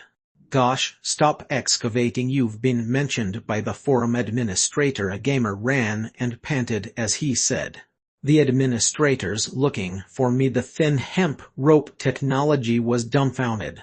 A gamer at the side smiled and said, "Must be that lousy producer who saw your posts in the forum. He wanted to warn you not to create trouble." "There's no need to give a warning. Since the game has this capability and it was discovered by the gamers, the game producers have no reason to ban it." "Why are the game producers looking for hemp rope expert?" "Who knows hemp rope expert? Take a look offline." Hemp rope technology nodded and fell to the ground as he went offline. The forum was shocked by the administrator dungeon lord Sherlock Shirley's post, which was like detonating a bomb in a fish pond. The title of the post was "The Game Producer's Reward Announcement for Hemp Rope Technology." "Greetings everyone, we are the producers of Dungeon Eternal Kingdom. This is our first time in the forum using the administrator account to communicate directly with the gamers. The game producers would like to express our gratitude to the beta gamers for working hard and for their contributions to the beta testing and refinement to the game. I am pleased with the unity of the gamers. As the game is 100 simulated virtual reality, the gamers can create their reality in the magical world. The unity of gamers allows the smooth development of the game and the beta testing. I hope that everyone will continue with the good work. Work hard for Shirley's Dungeon. Smile. We would also like to express our gratitude to our friends in the forum who were unable to participate in the beta testing and yet contributed with their ideas and suggestions. We feel that everyone has provided many good ideas to enrich the developing Dungeon Eternal Kingdom. Thank you for your contributions." "Thank you. We understand everyone's anticipation and love of the game and would like the development of the game to accelerate so that there will be more functions and various types of gameplay. The game producers are also working hard to present the best game to everyone. The game producers are definitely not slacking by playing computer games. Let me mention hemp rope technology. The beater gamer has unexpectedly invented a new type of weapon called the bladder bomb. Though we were surprised, we decided to give this enterprising inventor a special reward, the game's first alias pioneer. This is to encourage more gamers to explore different types of gameplay and create interesting, functional, and powerful game items. We will award this alias to this gamer in the next update.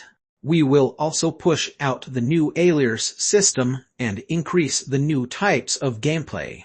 For more details, look out for the coming update patch. In addition, do not try to blow up the dungeon server. Shirley would be very perplexed. Wishing all of you the best of health. Chapter 84 This is impossible. Chapter 84 This is impossible. As this was an administrator's post, it received an overwhelming number of replies. Gyroku the gamers are all talents. Imagine obtaining an alias by blowing up a bladder. Spinning leaf through the forest. We are now the producers to manual hounded. Doubling the money. Gamers are producers. Waiting for extramarital affairs. The game producers were playing the game all this while. Pining for him. The game producers snuck in with the beater gamers to play. Sunrider no, the previous time he appeared was to request a sandbox strategy game. Since the game producers have made the request, the explosive team should get ready, light up the powder kegs, and detonate. Let Shirley experience agony. There were many replies discussing how to blow up the dungeon. Very few gamers followed Sherlock's advice to discuss the invention of new items and styles of gameplay. It was obvious that these gamers preferred destruction over construction. Sherlock looked at the gamers sharing their thoughts on how to blow up the dungeon. He activated the program Word and started editing the contents of the next update. Update content. Dangerous experiments are strictly forbidden in the dungeon. They should be carried out outside the dungeon. Sherlock watched the gamers interact with each other on the forum. They were discussing gameplay for the next update patch. Meanwhile, experienced lick invigilators and the assistant tutor, Brainiac, gathered in training ground No. 25 of Spectre College. In front of them was a badly burnt, empty space. The floor of level 2 had a huge pit. It's Marner. One of the lick teachers looked at the devastated place and said, Examination candidate 65,685 flouted the rules by bringing in a skeleton magician. This kind of damage is due to fireballs. Another lick teacher quickly disagreed. Not likely. If it were caused by Marner fireballs, the edge here would be in a melted state from the high temperature. Marner fireballs have an extremely high temperature, and it looks like the damage was created by physical smashing. So, it was created from physical combat. The other lick teachers at the side started to debate. The pit is too big, so it couldn't possibly be from smashing unless it was done repeatedly. How could such a situation happen during the examination? I agree, it's Marner. Look at the obvious scorch marks over here.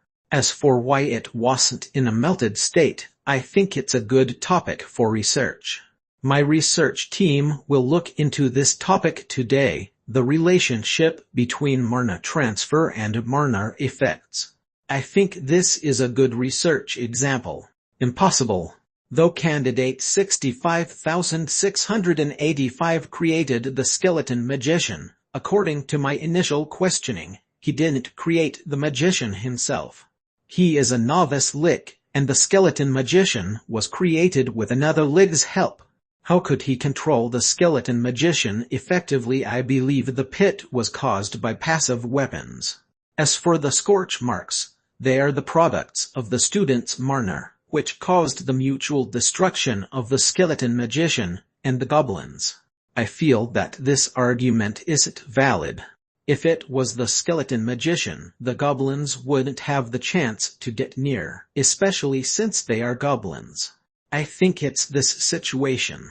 The group of liches was furiously debating when Professor Bacon raised up his hand to stop them and said, "I've listened to your opinions. Since the director believed in me and handed this matter to me, I'll investigate the truth. We'll hold a special discussion meeting this afternoon. Summarize your opinions, and we'll have a detailed discussion during the meeting." Great, I agree with Professor Bacon. I agree too. The Lick teachers agreed, and Professor Bacon said, "Good, please go back first.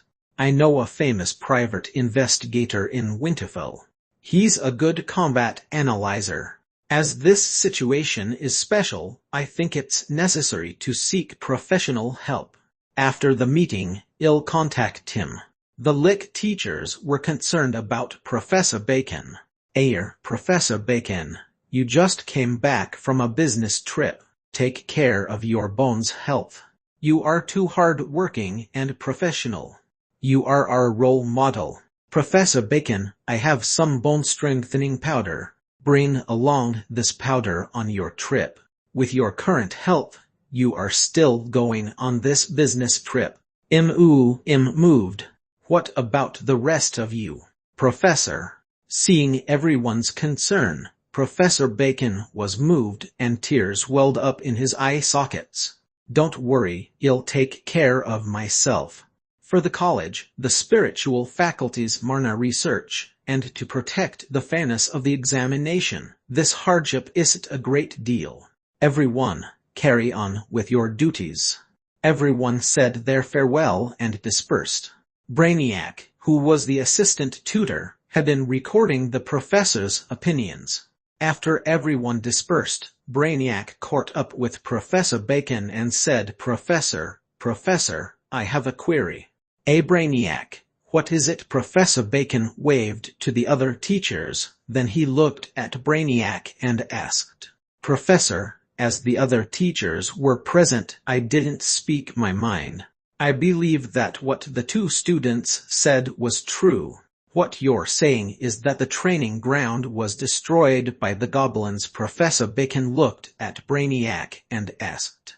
"They threw a few bladders. Then there was a loud booming explosion that killed the skeleton magician." "Have you seen an exploding bladder thrown by the goblins?" "I know that you had some personal matters to attend to, so you went observing the examination. Even if you're just blaming yourself, you can't possibly believe the two students just because you want to obtain the reason quickly." Professor Bacon sighed and said, "The students nowadays aren't as good as the previous students, and they have many gimmicks. After cheating during the examination, they tried to push the blame to the goblins and made up a story about exploding bladders. If they told me that goblins could shoot out fireballs, I might have believed a little. These students are hopelessly ill-disciplined," Bacon said furiously and showed his disdain of the ill-disciplined students. Afterward, he said to Brainiac, "Brainiac, just do some self-reflection. I still have high expectations of you. I will explain your negligence during the invigilation. You're my favorite student and are talented, hardworking, established in Marna research, and have a bright future. Don't brood over this small matter. You will achieve more than I have. Definitely more than an academic department's deputy director. I think highly of you." But Brainiac couldn't resist saying it, though he was interrupted by Professor Bacon. "No buts, Brainiac. You are good in all areas except tact. You are acting immature. As your teacher, I just told you to listen to me and stop meddling. Don't you find it absurd that the goblins were able to detonate bladders with a flaming arrow, especially when the goblins are brainless?" Seeing Brainiac about to retort, Professor Bacon quickly said, "That is impossible. Don't say any more. If the goblins could kill a skeleton magician by using a bladder, I, Professor Bacon, could become the principal of Spectre College. Professor Bacon smiled mockingly and patted Brainiac's shoulder. Enough, don't think too much. Work hard and fight for your future, young lad.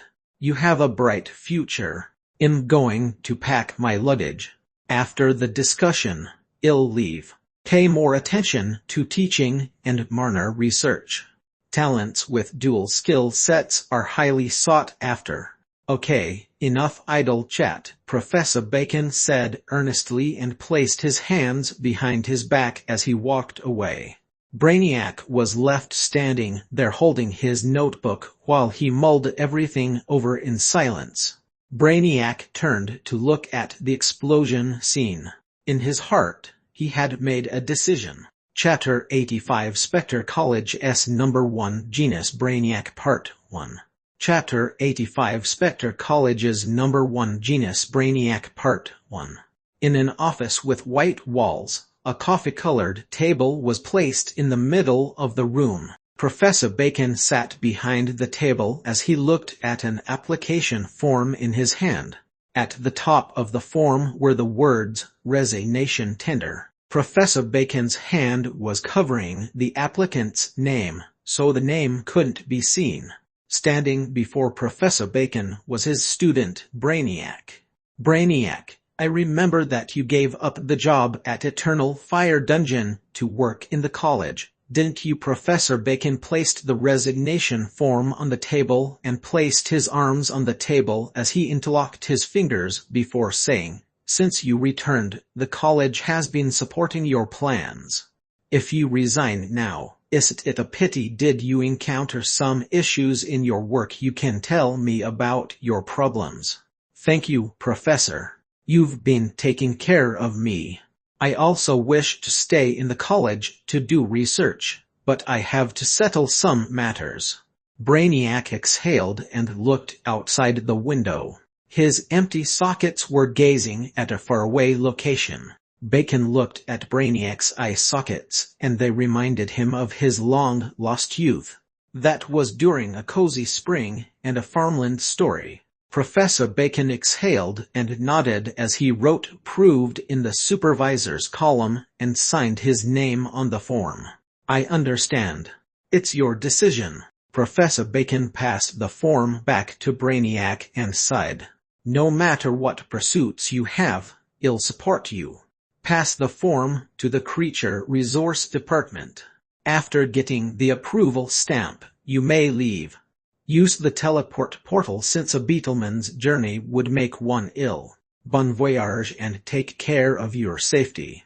Brainiac took the form and bowed to Professor Bacon. Then he turned to leave. Brainiac. He heard the reluctant voice of Professor Bacon and stopped. He turned around and asked, "Professor." Professor Bacon's skeleton frame looked extremely slim. On his white skull were various cracks. Professor Bacon looked at Brainiac and nodded. "All the best, my student that I'm proud of." "Yes, Professor." The ancient dark fortress was barely discernible in the trees of the forest. Brainiac took his large luggage and sat on the horizontal seat that was on top of a beetleman. He gazed at the sharp tower of the ancient fortress. With a beetleman's rhythmic steps, the sharp tower that he had watched for tens of years was gradually swallowed by the treetops. He inhaled deeply and said earnestly, "Farewell, my college." "Farewell, Professor Bacon." At the exit counter of the Spectre College's teleport portal. In the spacious main hall, a uniformed Auk sat in a room with protective metal boards and asked, without raising his head, "Where are you going?" "Winterfell. Travel visor." "Here." The Auk examined the travel visor and noticed that the photograph was a skull. "Put your luggage onto the checking device." Brainiac put his luggage on the magical checking device, which emitted a blaring siren. "Warning. Minor units exceed 100. An on-spot death execution is advised." The uniformed orc knocked hard on the device and looked at Brainiac. Little bro, the Marna units of your luggage exceed 100, and there are restricted items. You can't use the teleport portal.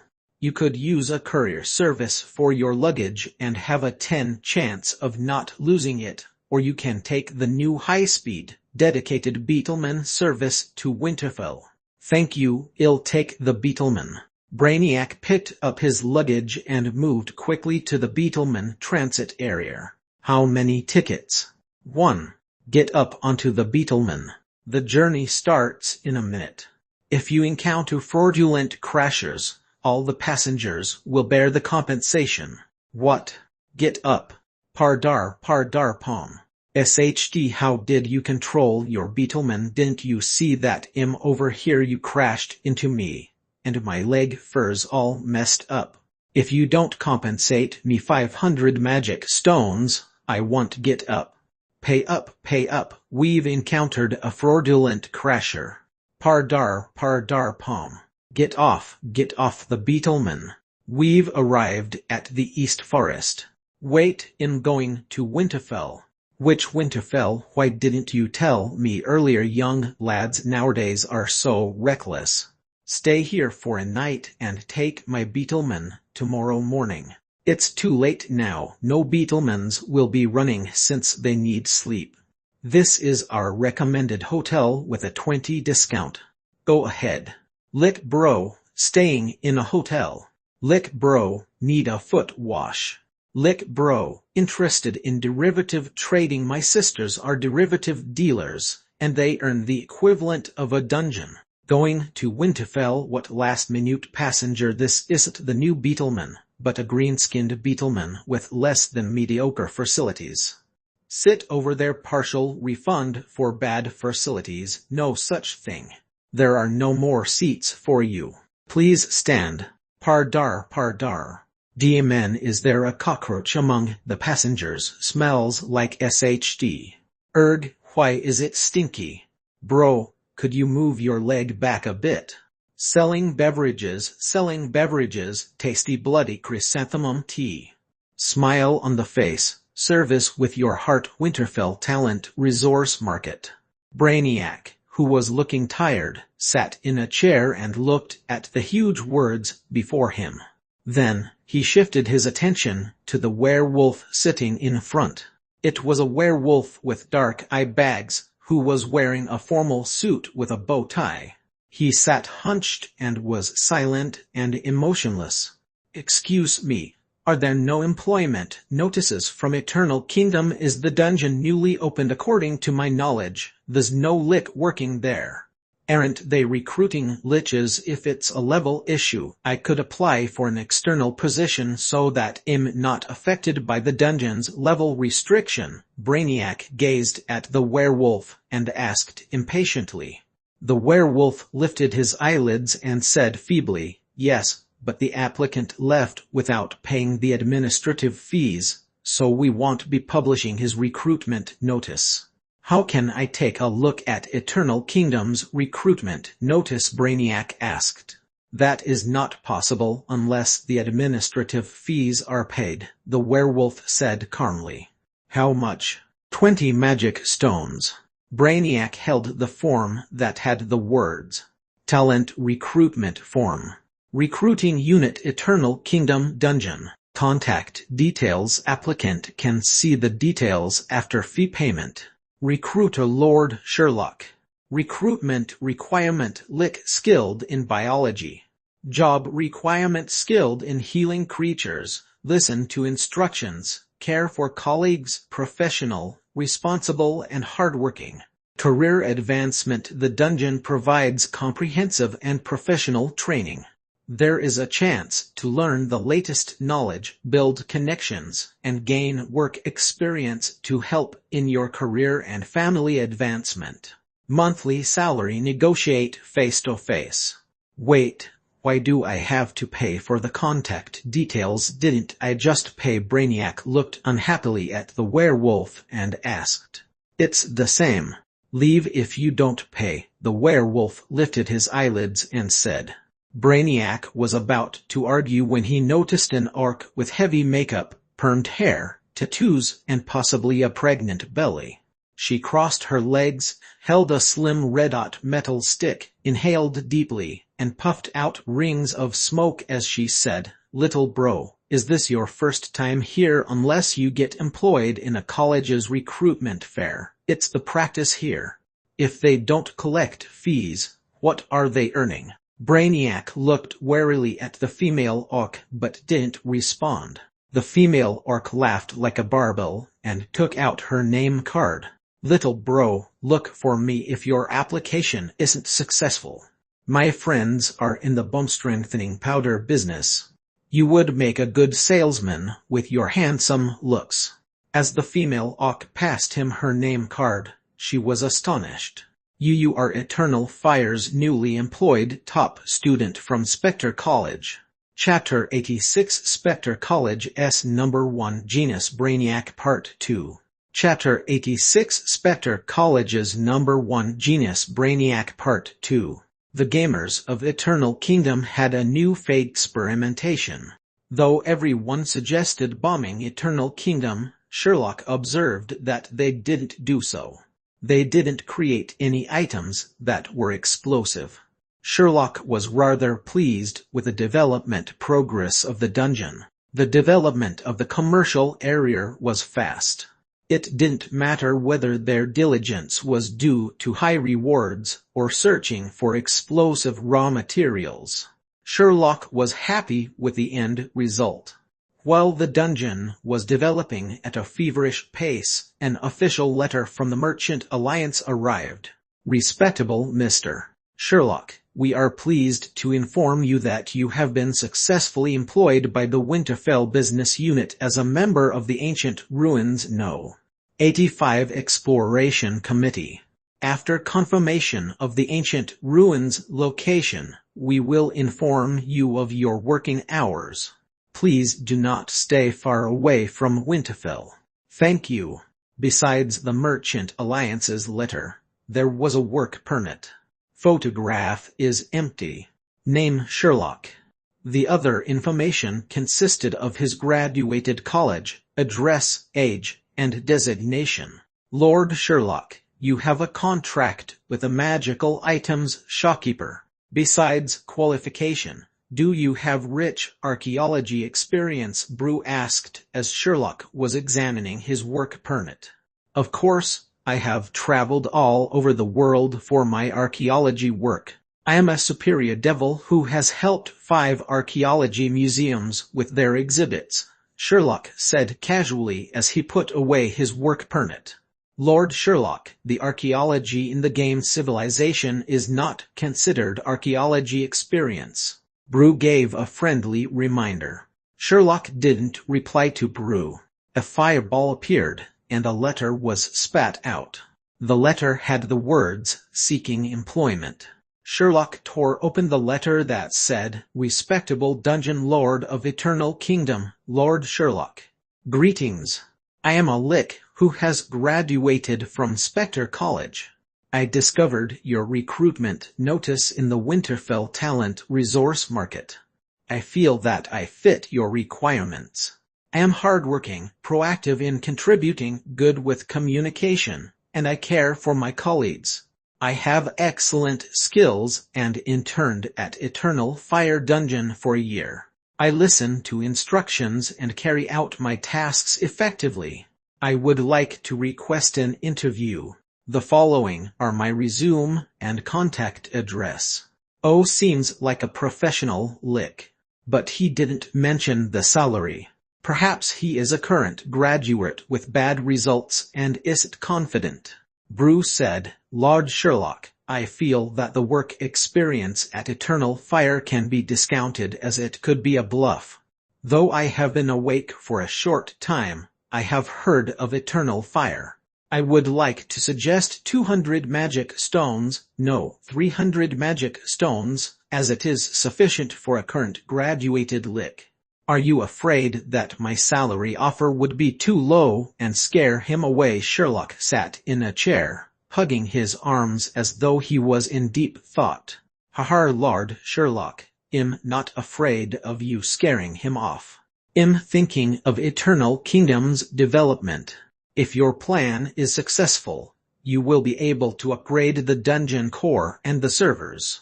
Then I can recruit more Otherworld gamers and open up more races. Unless you stay in the dungeon all the time, we will be short on manpower for healing and revival. If we have revival maintenance frequently, it will cause the gamers to quit after some time, Bruce said earnestly. Yes, you are right, but I didn't pay the administrative fee. Sherlock spread out his hand. What? I registered my recruitment notice at the Winterfell Talent Resource Market, but I didn't pay the administrative fee, Sherlock said as he took out a pen and paper to write. To look at my recruitment notice, the lick must have paid the administrative fee. I thought I had to wait for a while. I didn't expect such a lick to appear. Sherlock put the letter and the lig's resume into the envelope.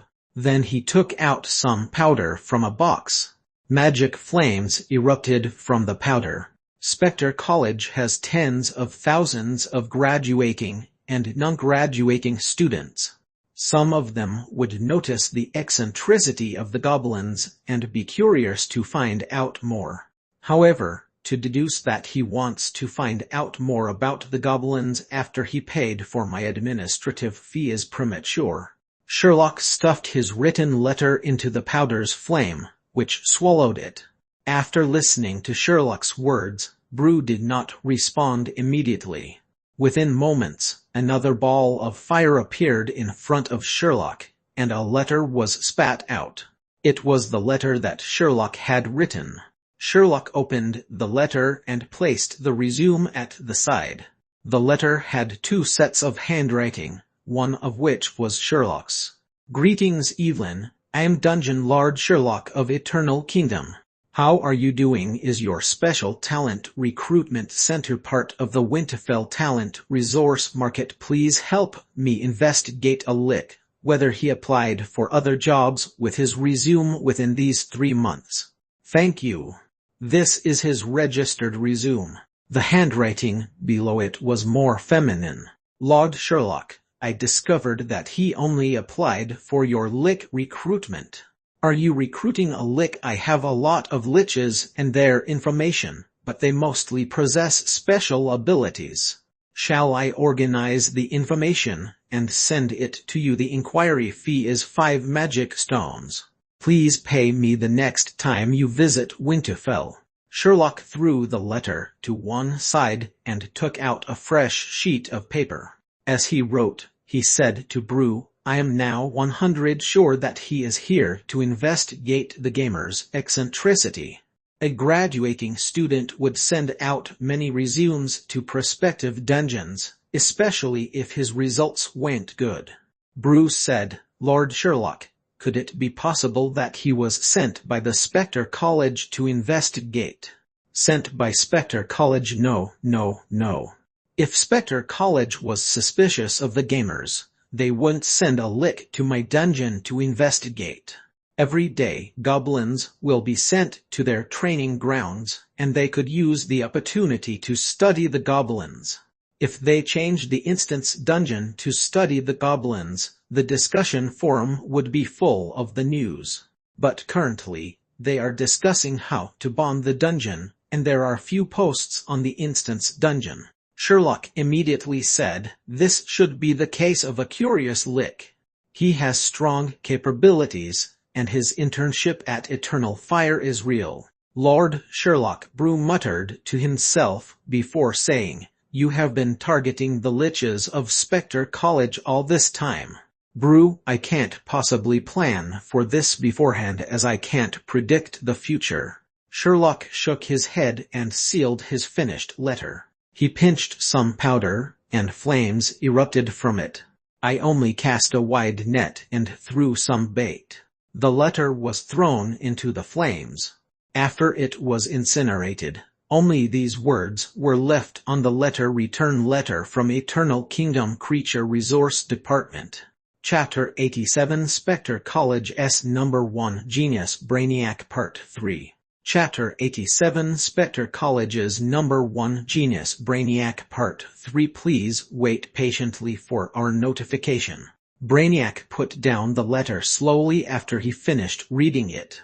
His empty gaze was locked on a candlestick that was lit with pale blue magical flames. The long shadows of Brainiac were cast on the wall. Loud arguments from the room next door pervaded his small room. We let you eat salty clay, but you opted for sweet clay daily. Everyone's going for salty clay. The place where I came from, we took sweet clay. Isn't it strange to take salty clay?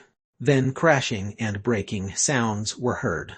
Brainiac extended his hand and activated a magical barrier on the wall. It became silent again. He lost count of the number of times he read the return letter from the Eternal Kingdom Creature Resource Department. But 3 days had passed. 3 entire days. Brainiac waited in the hotel, but there were no replies. Why was my resume not good enough, or has Eternal Kingdom already recruited a lick? No, I can't stay passive. I have to be more proactive. Brainiac reaffirmed his goal, stood up, packed his luggage, and ran to the Winterfell Beetleman ticketing booth. Greetings, I'm buying a ticket to Eternal Kingdom Dungeon. Eternal what fire? Eternal Kingdom. There's no such route, and there are no transit lines to poor or desolate locations. Use a teleport portal or rent a Beetleman.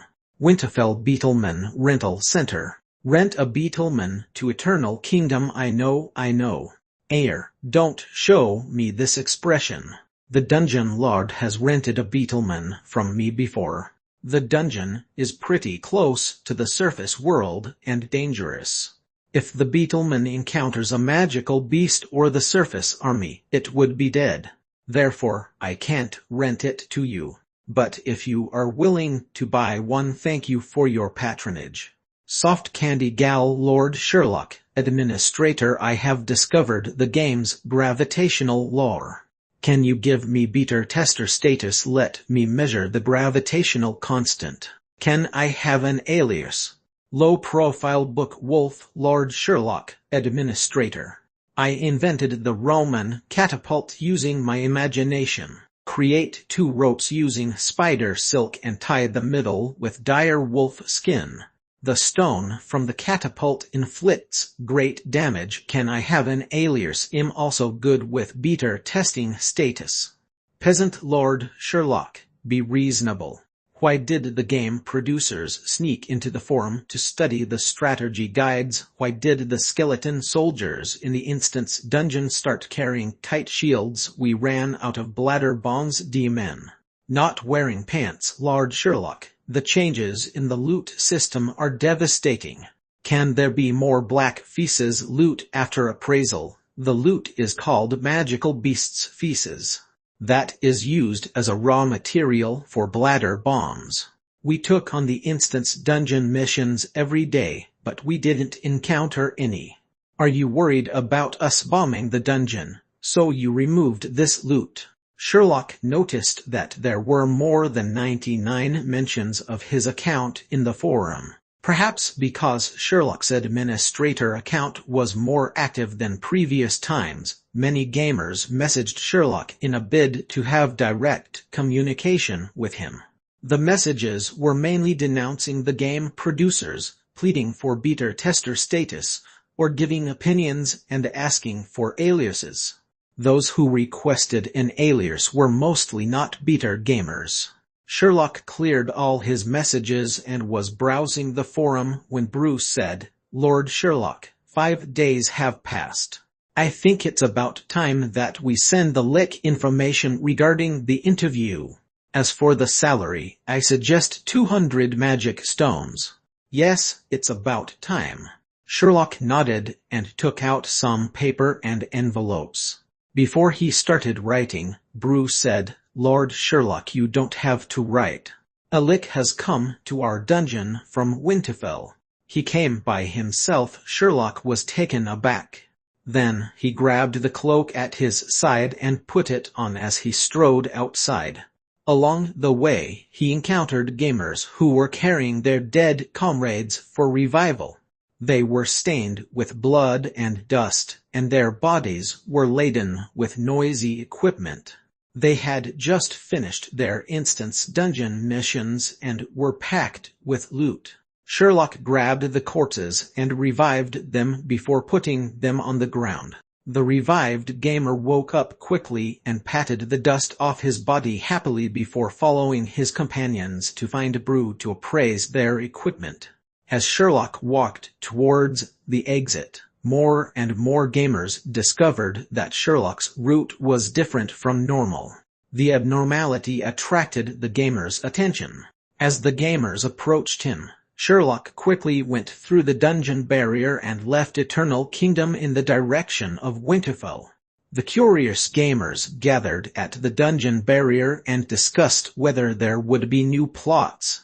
Sherlock exited the dungeon boundary and walked along the tunnel. He saw a beetleman making the pardar running sounds as it ran at high speed towards him.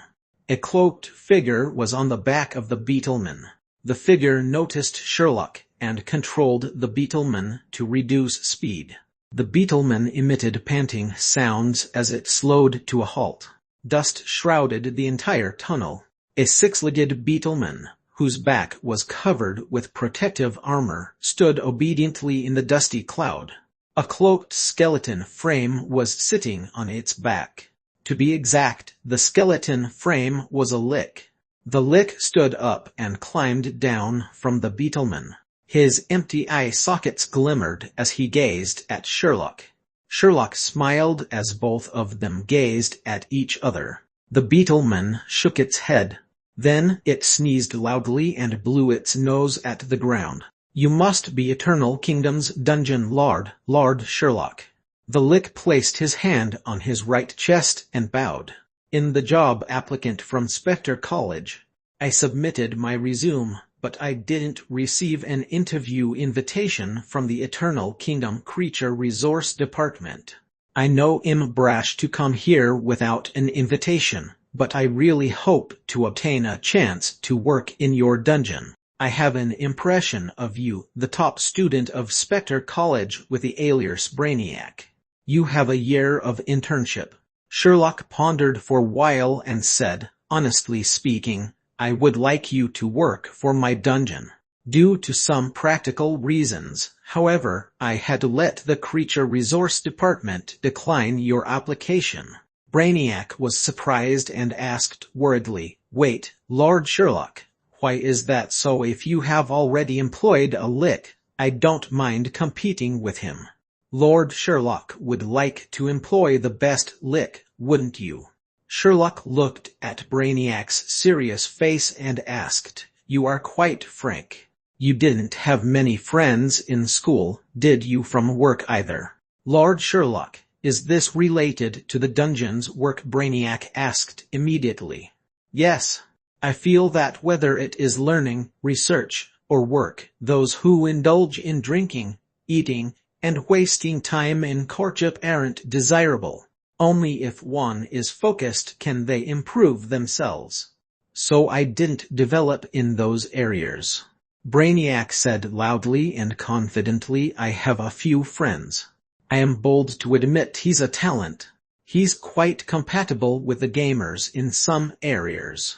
Lord Sherlock, if you employ him, the dungeon will become more interesting," Brew suggested as Sherlock looked solemnly at Brainiac.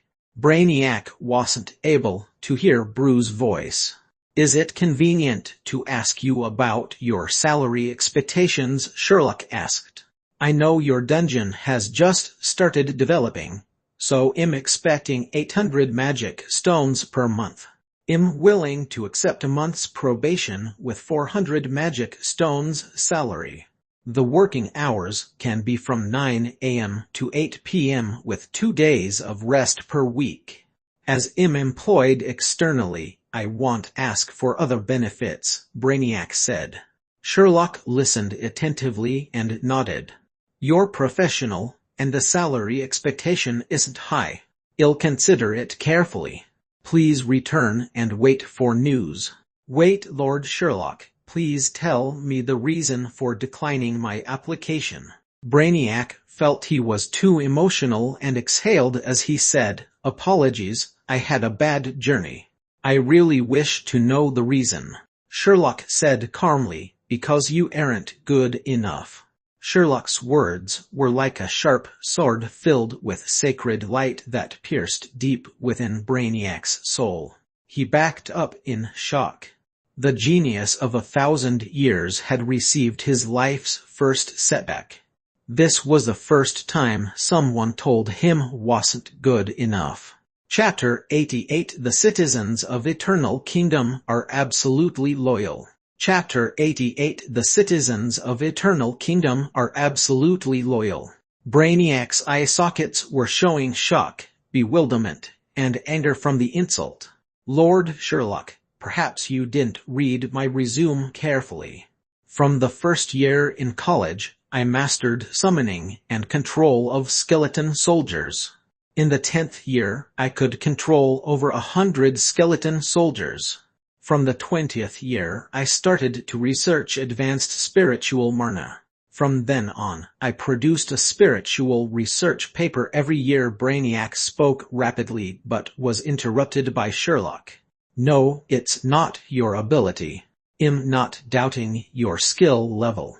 As a lick, your achievements are that of a genius that appears once in 1,000 years. But you are not good enough for Eternal Kingdom in terms of servitude and loyalty." Sherlock immediately said, "The citizens of Eternal Kingdom may not be as capable as you, but each of them works very hard for Eternal Kingdom. Every day, once they open their eyes, they think of how to make Eternal Kingdom the vilest and greatest dungeon. Even if they work to death, they are still smiling because they know their deaths are worthwhile to make Eternal Kingdom the greatest dungeon." Brainiac frowned and thought for a while. After calming down, Brainiac discovered that something was amiss. Was there a pit that they were waiting for him to jump into? Were his dungeon citizens willing to sacrifice their lives to contribute to Eternal Kingdom like Lord Sherlock had described? If that was true, how did he do it? No, it couldn't be true. The goblins that participated in the Spectre College's graduation research were most likely drugged so that they weren't afraid to die. But they were willing to sacrifice their lives to develop Eternal Kingdom, and could even smile while dying. Brainiac's mind was in chaos. Brainiac's instincts told him that things weren't that simple. Because, when the name Eternal Kingdom appeared, all the things relating to the dungeon and Lord Sherlock were inexplicable. The things that Lord Sherlock had done were illogical, but he couldn't detect that Lord Sherlock was lying. "Young lad, I know that you attended a prestigious college and received a premium education. It's understandable that you are ambitious since you have just graduated," Sherlock said calmly. "These goblins didn't attend school for 50 years like you or have your talent that appears once in 1,000 years. However, I treat them as my good citizens, and they have qualities that you don't possess. Go back, Brainiac. When you are ready to contribute to Eternal Kingdom, and when you have the goblins' enlightenment, you will be welcomed by us." Sherlock turned around and cast a huge shadow on Brainiac. Brainiac watched the retreating Lord Sherlock and lowered his head. He couldn't help recalling his mentor, Professor Bacon. In his memories, Professor Bacon taught him the proper way to appreciate the bloody chrysanthemum tea. During late nights, he would be draped in a cloak while he checked on the poor female students in their dormitories. Professor Bacon's voice and words flashed through his mind. Brainiac lifted his head abruptly and opened his jaws with Lord Sherlock's ambition and wealth. The future is extremely promising. Are you thinking that Lord Sherlock found some free method to increase the goblins' intelligence and sent those goblins to us because he lacks money? I formed good relations with him and persuaded him to collaborate with Spectre College. When the memories appeared in Brainiac's mind, he was instantly enlightened. If what his mentor said was true, Brainiac focused his gaze on Sherlock's figure. All the things that had occurred flashed through his mind. Together with his teacher's words, Brainiac was sure of one thing. All the collaborations were the result of the good relationship between his teacher and Lord Sherlock.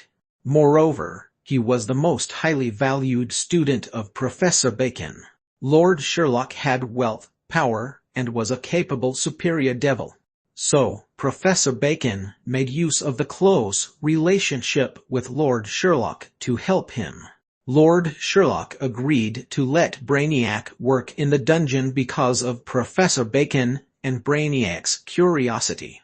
In addition, Brainiac had to suffer during the journey.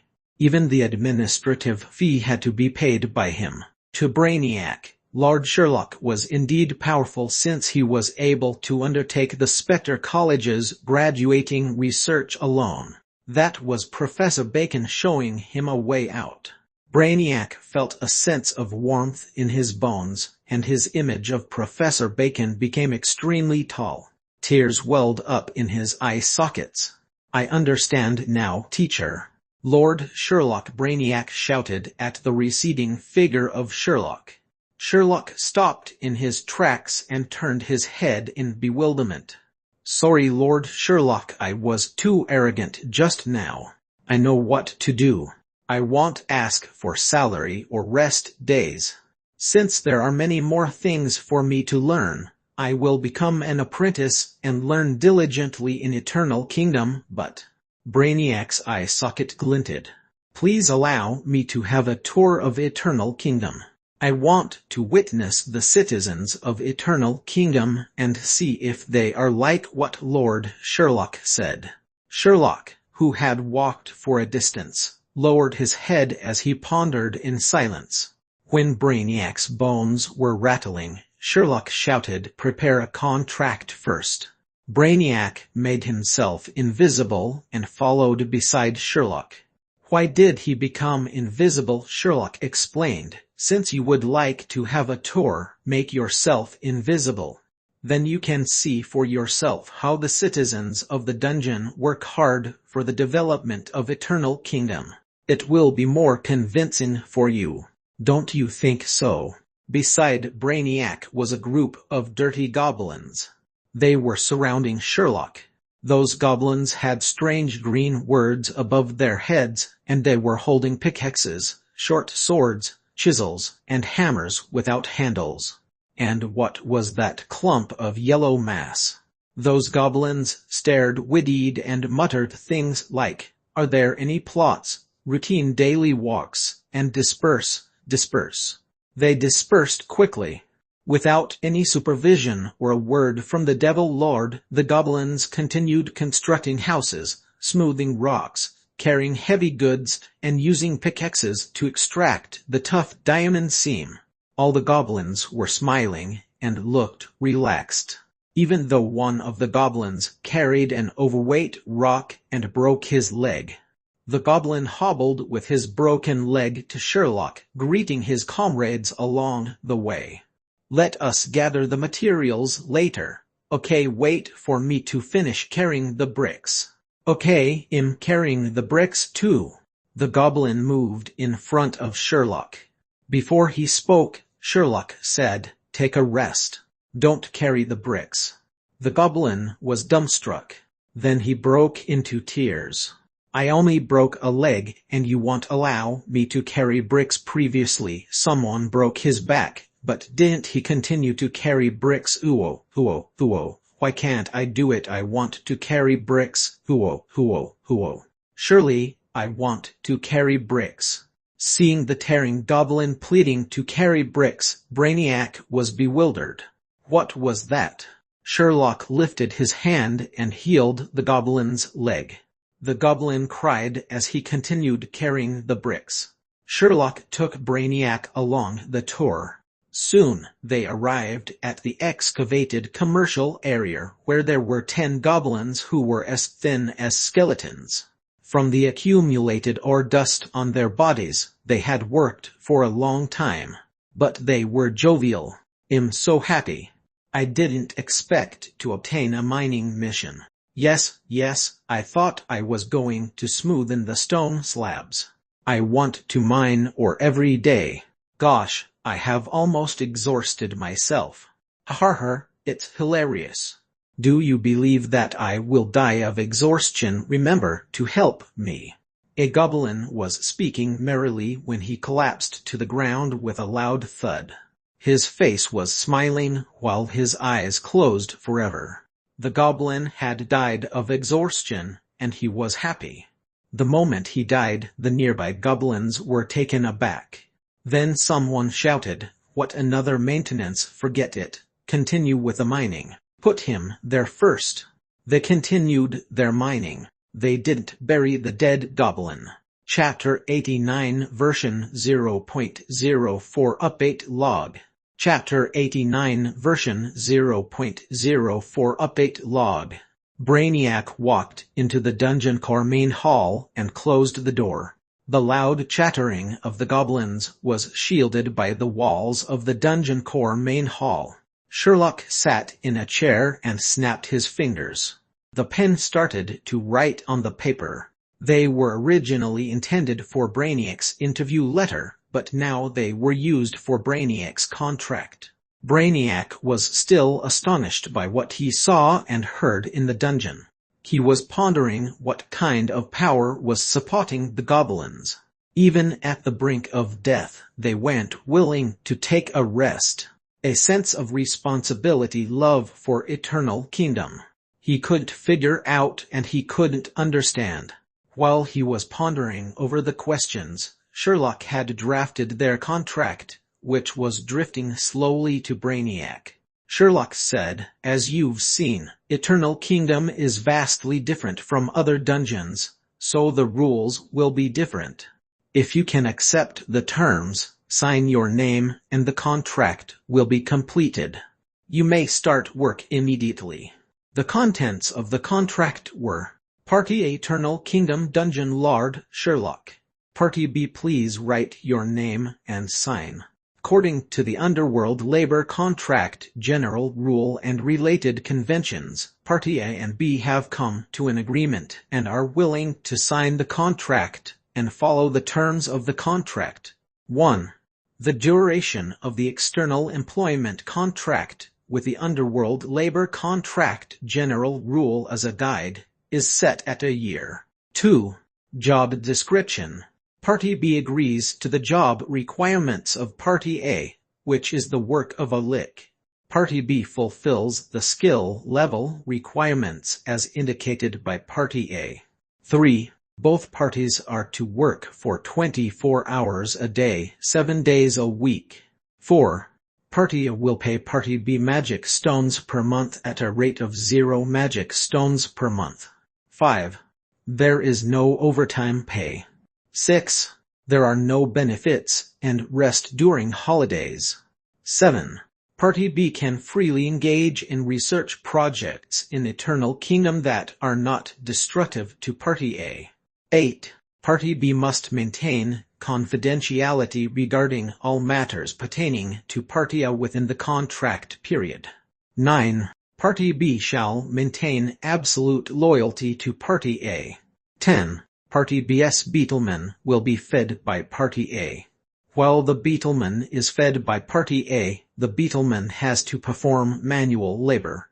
11. If there is no permission granted from Party A, Party B is not to engage in private conversations with the dungeon citizens. Party A official seal Party B hand signature.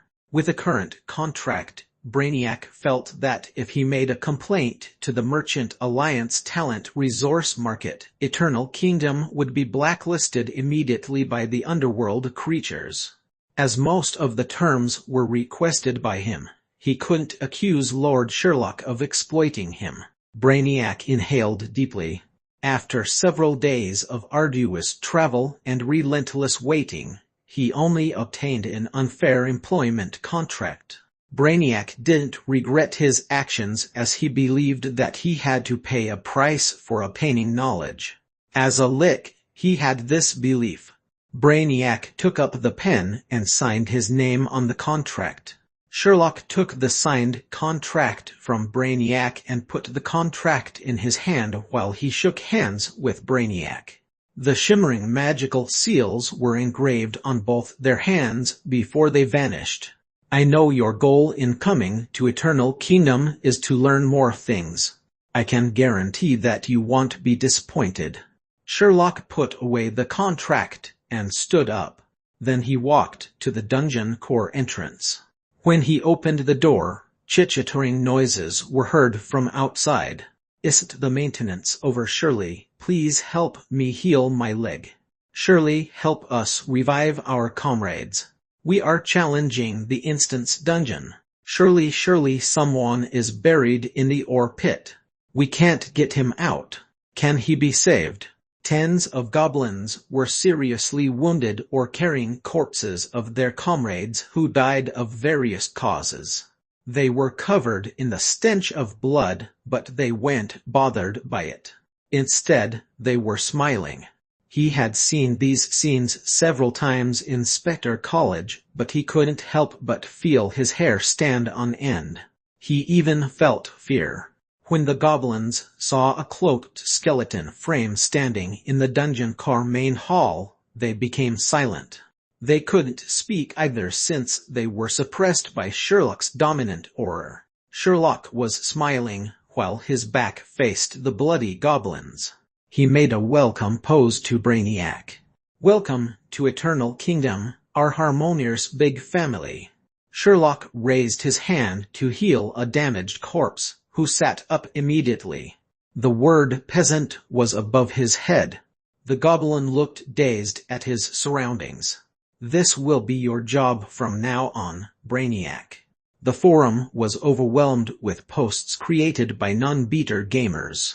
In the dungeon core main hall, Shirley was alone with a skeleton lick. Was Shirley's behavior immoral or his nature distorted? Speculation of the game's plot. Secret ties between Shirley and a lick.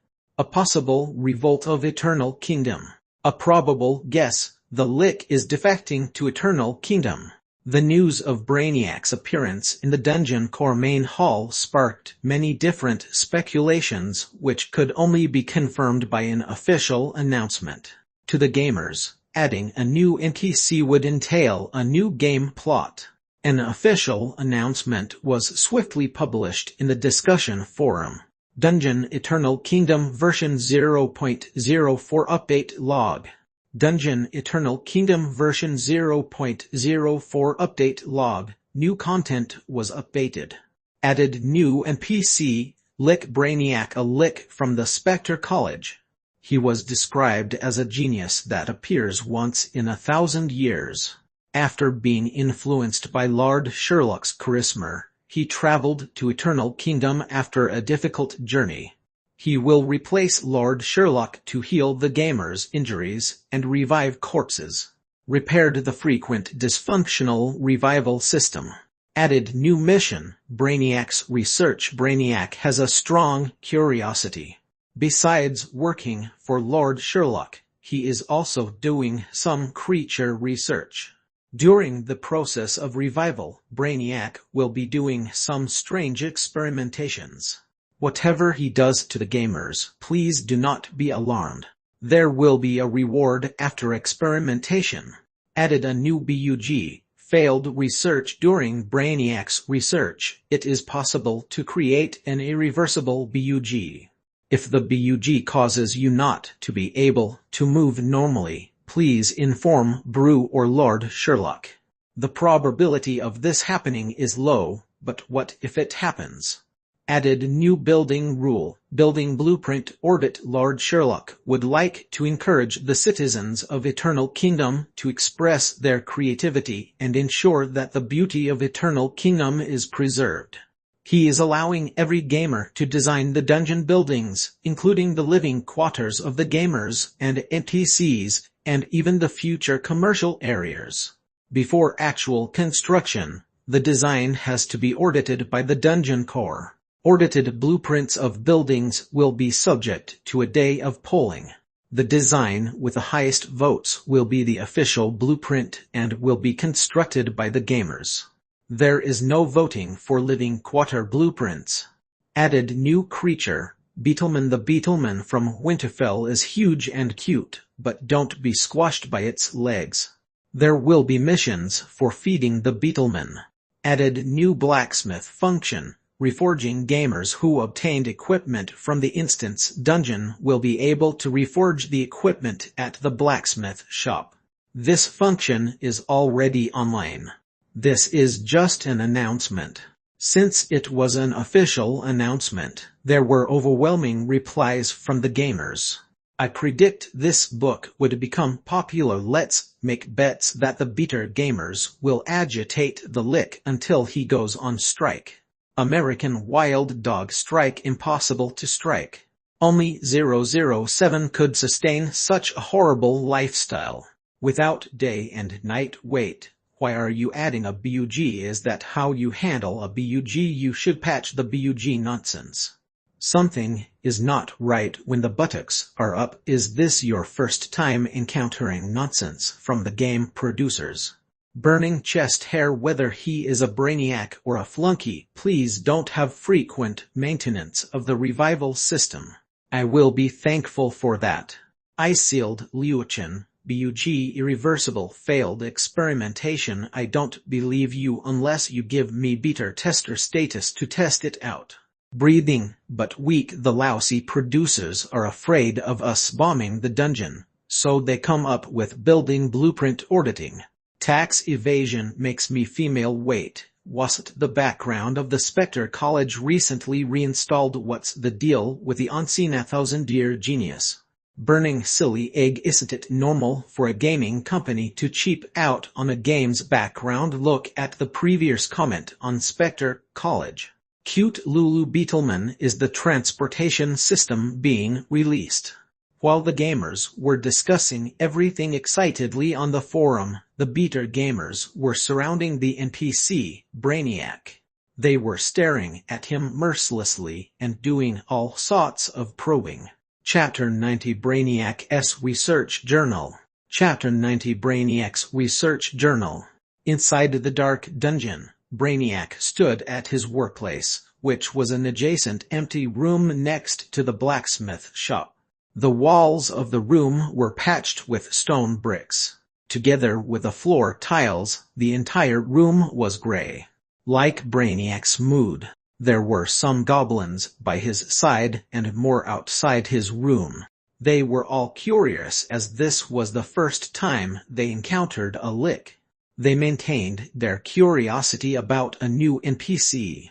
Since the version 0.04 update log contained entries about Brainiac, the gamers wanted to try out the Brainiac's research and failed research missions.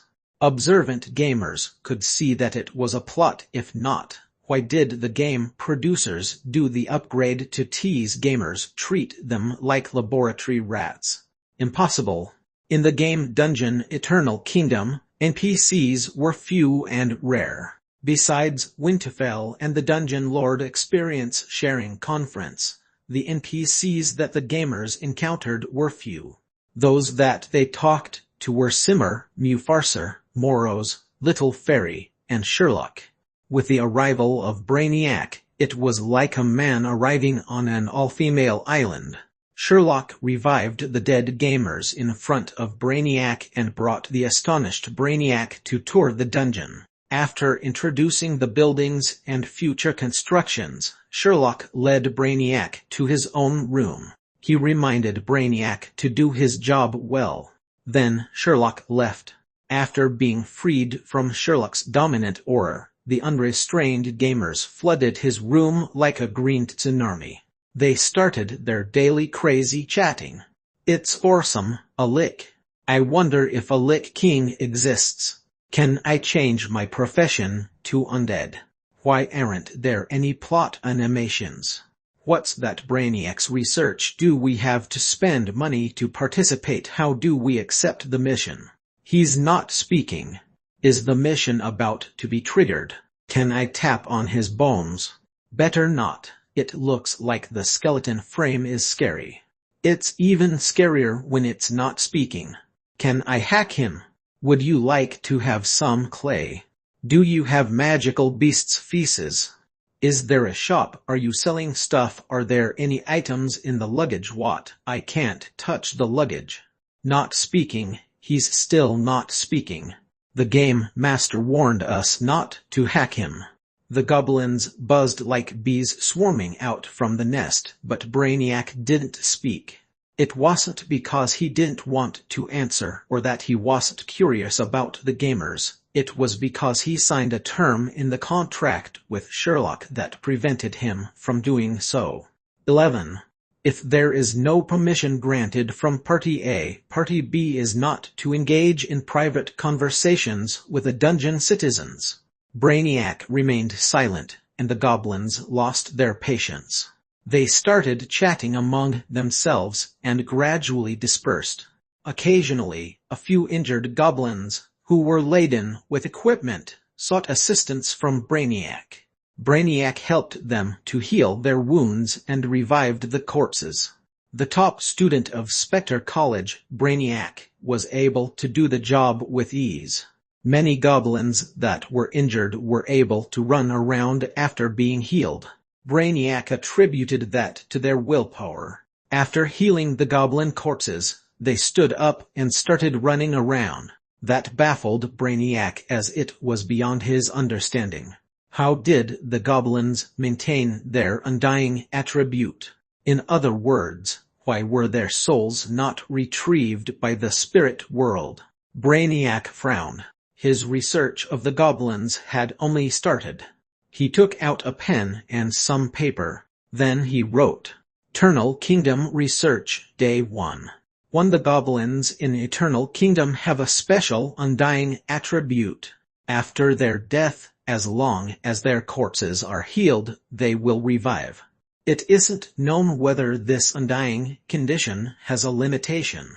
It could be an important research area. 2. The goblins have extraordinary socializing.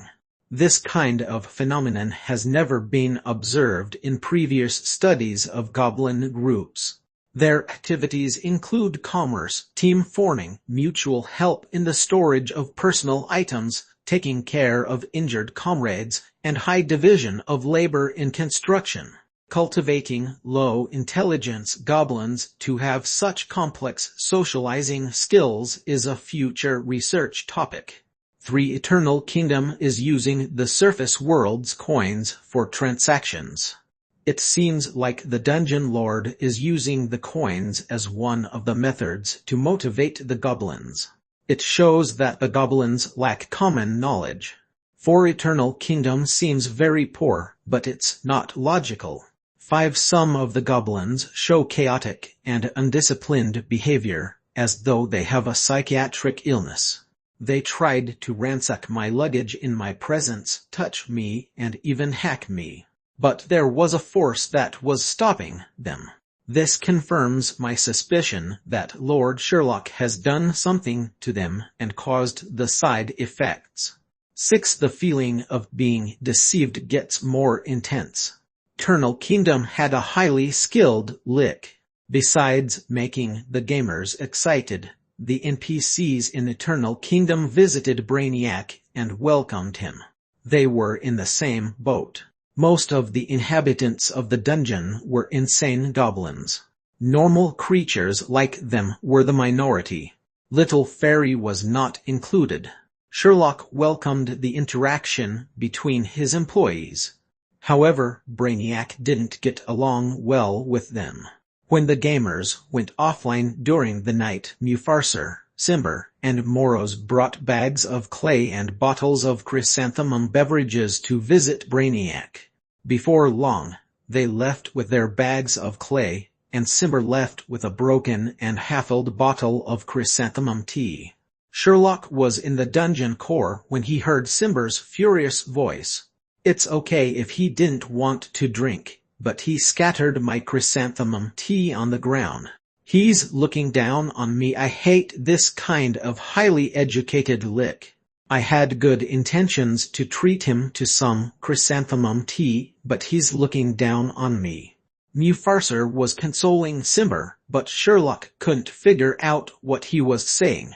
Mufasa and Moros dragged Simber away, and the scolding faded into the distance.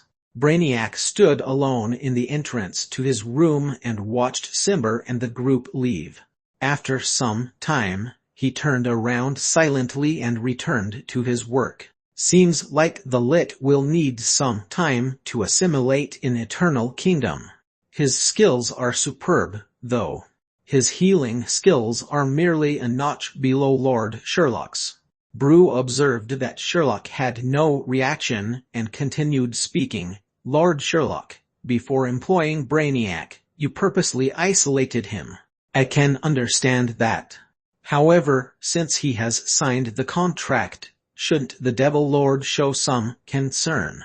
The Lick only signed a year-long contract. After a year, if he hasn't been influenced by you, could you bear to let him leave Eternal Kingdom? Didn't you say devils are manipulators of the heart? I think it's time to manipulate his heart. But liches don't have hearts. Sherlock spread out his hands and said, You want me to manipulate a creature without a heart? That is making things difficult for me. Lord Sherlock, if I had only known you for a day, I might have believed you, Bruce said, sighing helplessly. It seems like you already have a plan, but are unwilling to share it with me. You have hurt the feelings of a loyal servant. You've surprised me. A dungeon core can be sad. Sherlock smiled and didn't say anything. Crimson flames flashed by, and a letter was spat out. Sherlock examined the letter and then burnt the letter to ash. He grabbed his overcoat from the box and put it on. Then, he walked outside the dungeon core. Put aside the matters of Brainiac. Since he is already in Eternal Kingdom, there is nothing to worry about. His aim is research, and the gamers will provide this research opportunity for quite some time. Even if I don't do anything, he will renew the contract with me after a year. Sherlock smiled and walked towards the teleport portal. Lord Sherlock, that letter is bothersome, Bruce said as he watched Sherlock leave the dungeon. Yes, indeed. In taking a walk outside, Sherlock disappeared into the teleport portal. Take care of the dungeon, Brew. Chapter 91 Gamers' New Discovery. Chapter 91 Gamers' New Discovery. The green stone slabs glimmered with gray light after being illuminated by magical road lamps. The frightening shadows on the ground mimicked the frightened rat that scurried across the street. In Winterfell, the peace-loving underworld inhabitants extinguished their magical lamps, kissed their family members' foreheads, and enjoyed the peace of the night. Barbecue smells, various strange smells, and rowdiness pervaded the underworld's nightlife. Kebab, fresh worm, kebab with clay flavor. You don't have to pay if it's not tasty. Can it be cheaper? It's for stitches. Can you reduce the price? It's not for eating, it's for stitching on his body. Handsome lad, come, our learning materials are interesting, come and learn. No, it's harmful to the body. The magical lamps illuminated both sides of the street that were filled with various stalls. Gnomes, werewolves, orcs, and other strange underworld creatures strolled by. The stall keepers were selling censored merchandise. Olalalorler. A gnome with a punk hairstyle rode on a multicolored bird and shouted in a shrill voice as he traveled on the chaotic street. An Auk who rode on a young beetleman also yelled. Ulaalerola. The Auk rider was chasing after the gnome rider. Their reckless behavior invited curses from the crowd. An old auk jumped up and threw a bottle at both young riders as he scolded. Young lads nowadays no speed at all, slow as dodged. I used to race with beetlemans at Bright Autumn Pit and negotiated the bends without damaging my cargo of slimes. The gnomes were tailing me all the way. You're trash. After he finished scolding, the old auk trembled as he walked back into his shop and said to a young auk, to deliver the slimes. A tall-built figure that was draped in a black cloak passed through the crowd. He walked past the old auk and sat down in his shop. Then he raised his hand and said in a hoarse voice, "A plate of slime mucus." The old auk went to the kitchen and came out with a plate containing a small, trembling slime that was looking around wide-eyed. He poked a straw skillfully into the belly of the slime. The little slime closed its eyes and emitted cute sounds. Moo-yee. The dark figure lowered his head and gazed at the cute slime. That's how we drink in our shop. Don't finish the mucus. Leave about half. He will grow back after I add some water, a young auk named Tuatu explained. The tall figure nodded and extended his gloved hand to pinch the straw as he leaned forward. He sucked like a tornado. The little slime was stretched and distorted by the tremendous force. Half of the mucus was finished, but he continued sucking. No. The slime gave a shrill scream and extended a hand to extract the straw. He jumped up and punched his sticky fist at the tall figure. His voice was no longer cute. Instead, he said furiously, "DMNU, can't you understand common underworld language? DMNU, I was almost sucked dry. I'm quitting. I'm unable to do this job. I'm always meeting country bumpkins like you." The slime jumped off the table and ran to the kitchen. Arguments and loud banging sounds were heard. The little slime dragged a small piece of luggage as he walked outside. As he passed by the tall figure, he spat at him violently. "Kipui." Then he scolded furiously as he left. As the slime left, Sherlock, who was wearing a windbreaker, walked by the slime. Sherlock turned to look at the mysterious tall figure sitting in the shop. He walked over and sat opposite the tall figure. "It has been a long time since we last met," Sherlock said directly. "Why are we meeting here? I thought we would be meeting in Winterfell's tallest tower or an empty alley." "Lord Sherlock." The figure hidden within the cloak spoke in a hoarse voice. He turned his head, and the hidden face was directed at Sherlock before he continued speaking. "I'm here to convey a message." Sherlock frowned and waited for him to continue. The tall figure remained silent. They gazed at each other for a few seconds before Sherlock raised his hand and invited him to continue. "Continue. What did he say?" "I am the past, the present, and the future glory. I am the summoning of Hades, the opposer of the eternal oracle. Use the sacred teachings to fend off the heavenly blame, and leave the kingdom of heaven towards." The tall figure spoke in a hoarse but poetic voice. Before he finished, Sherlock lifted his hand and flung away the cloak of the tall figure. There were 3 alternate white and black hamsters stacked on each other. The topmost hamster pinched his own throat to produce the hoarse voice. As the cloak was unveiled abruptly, the voice came to a stop. He stared wide-eyed at Sherlock. The middle hamster hugged a large fruit and placed it underneath his large teeth as he gnawed on it and filled up his cheeks. After the cloak was unveiled, he was stunned, and his chewing came to a halt as he stared at Sherlock. As for the bottommost hamster, his 2 legs were trembling, and his eyes were closed. He didn't know how long he was going to last. "Enough of the nonsense. Get straight to the point.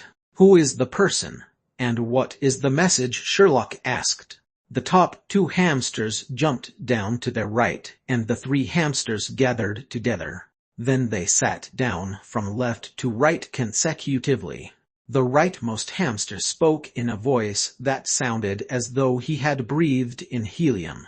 "Lord Sherlock, let us inquire about why you disappeared." The middle hamster put down his fruit and said in the same voice, "What are you doing recently? You've established a dungeon." The leftmost hamster said, "Slime, mucus, wasn't it agreed upon that I would take a little?" Sherlock folded his arms and pondered before saying, "Please bring a message back that I have not disappeared. I'm doing some preparation. I didn't establish a dungeon. Why would I do that?" Sherlock spread out his hands and looked innocent. The leftmost hamster took some documents out from his back.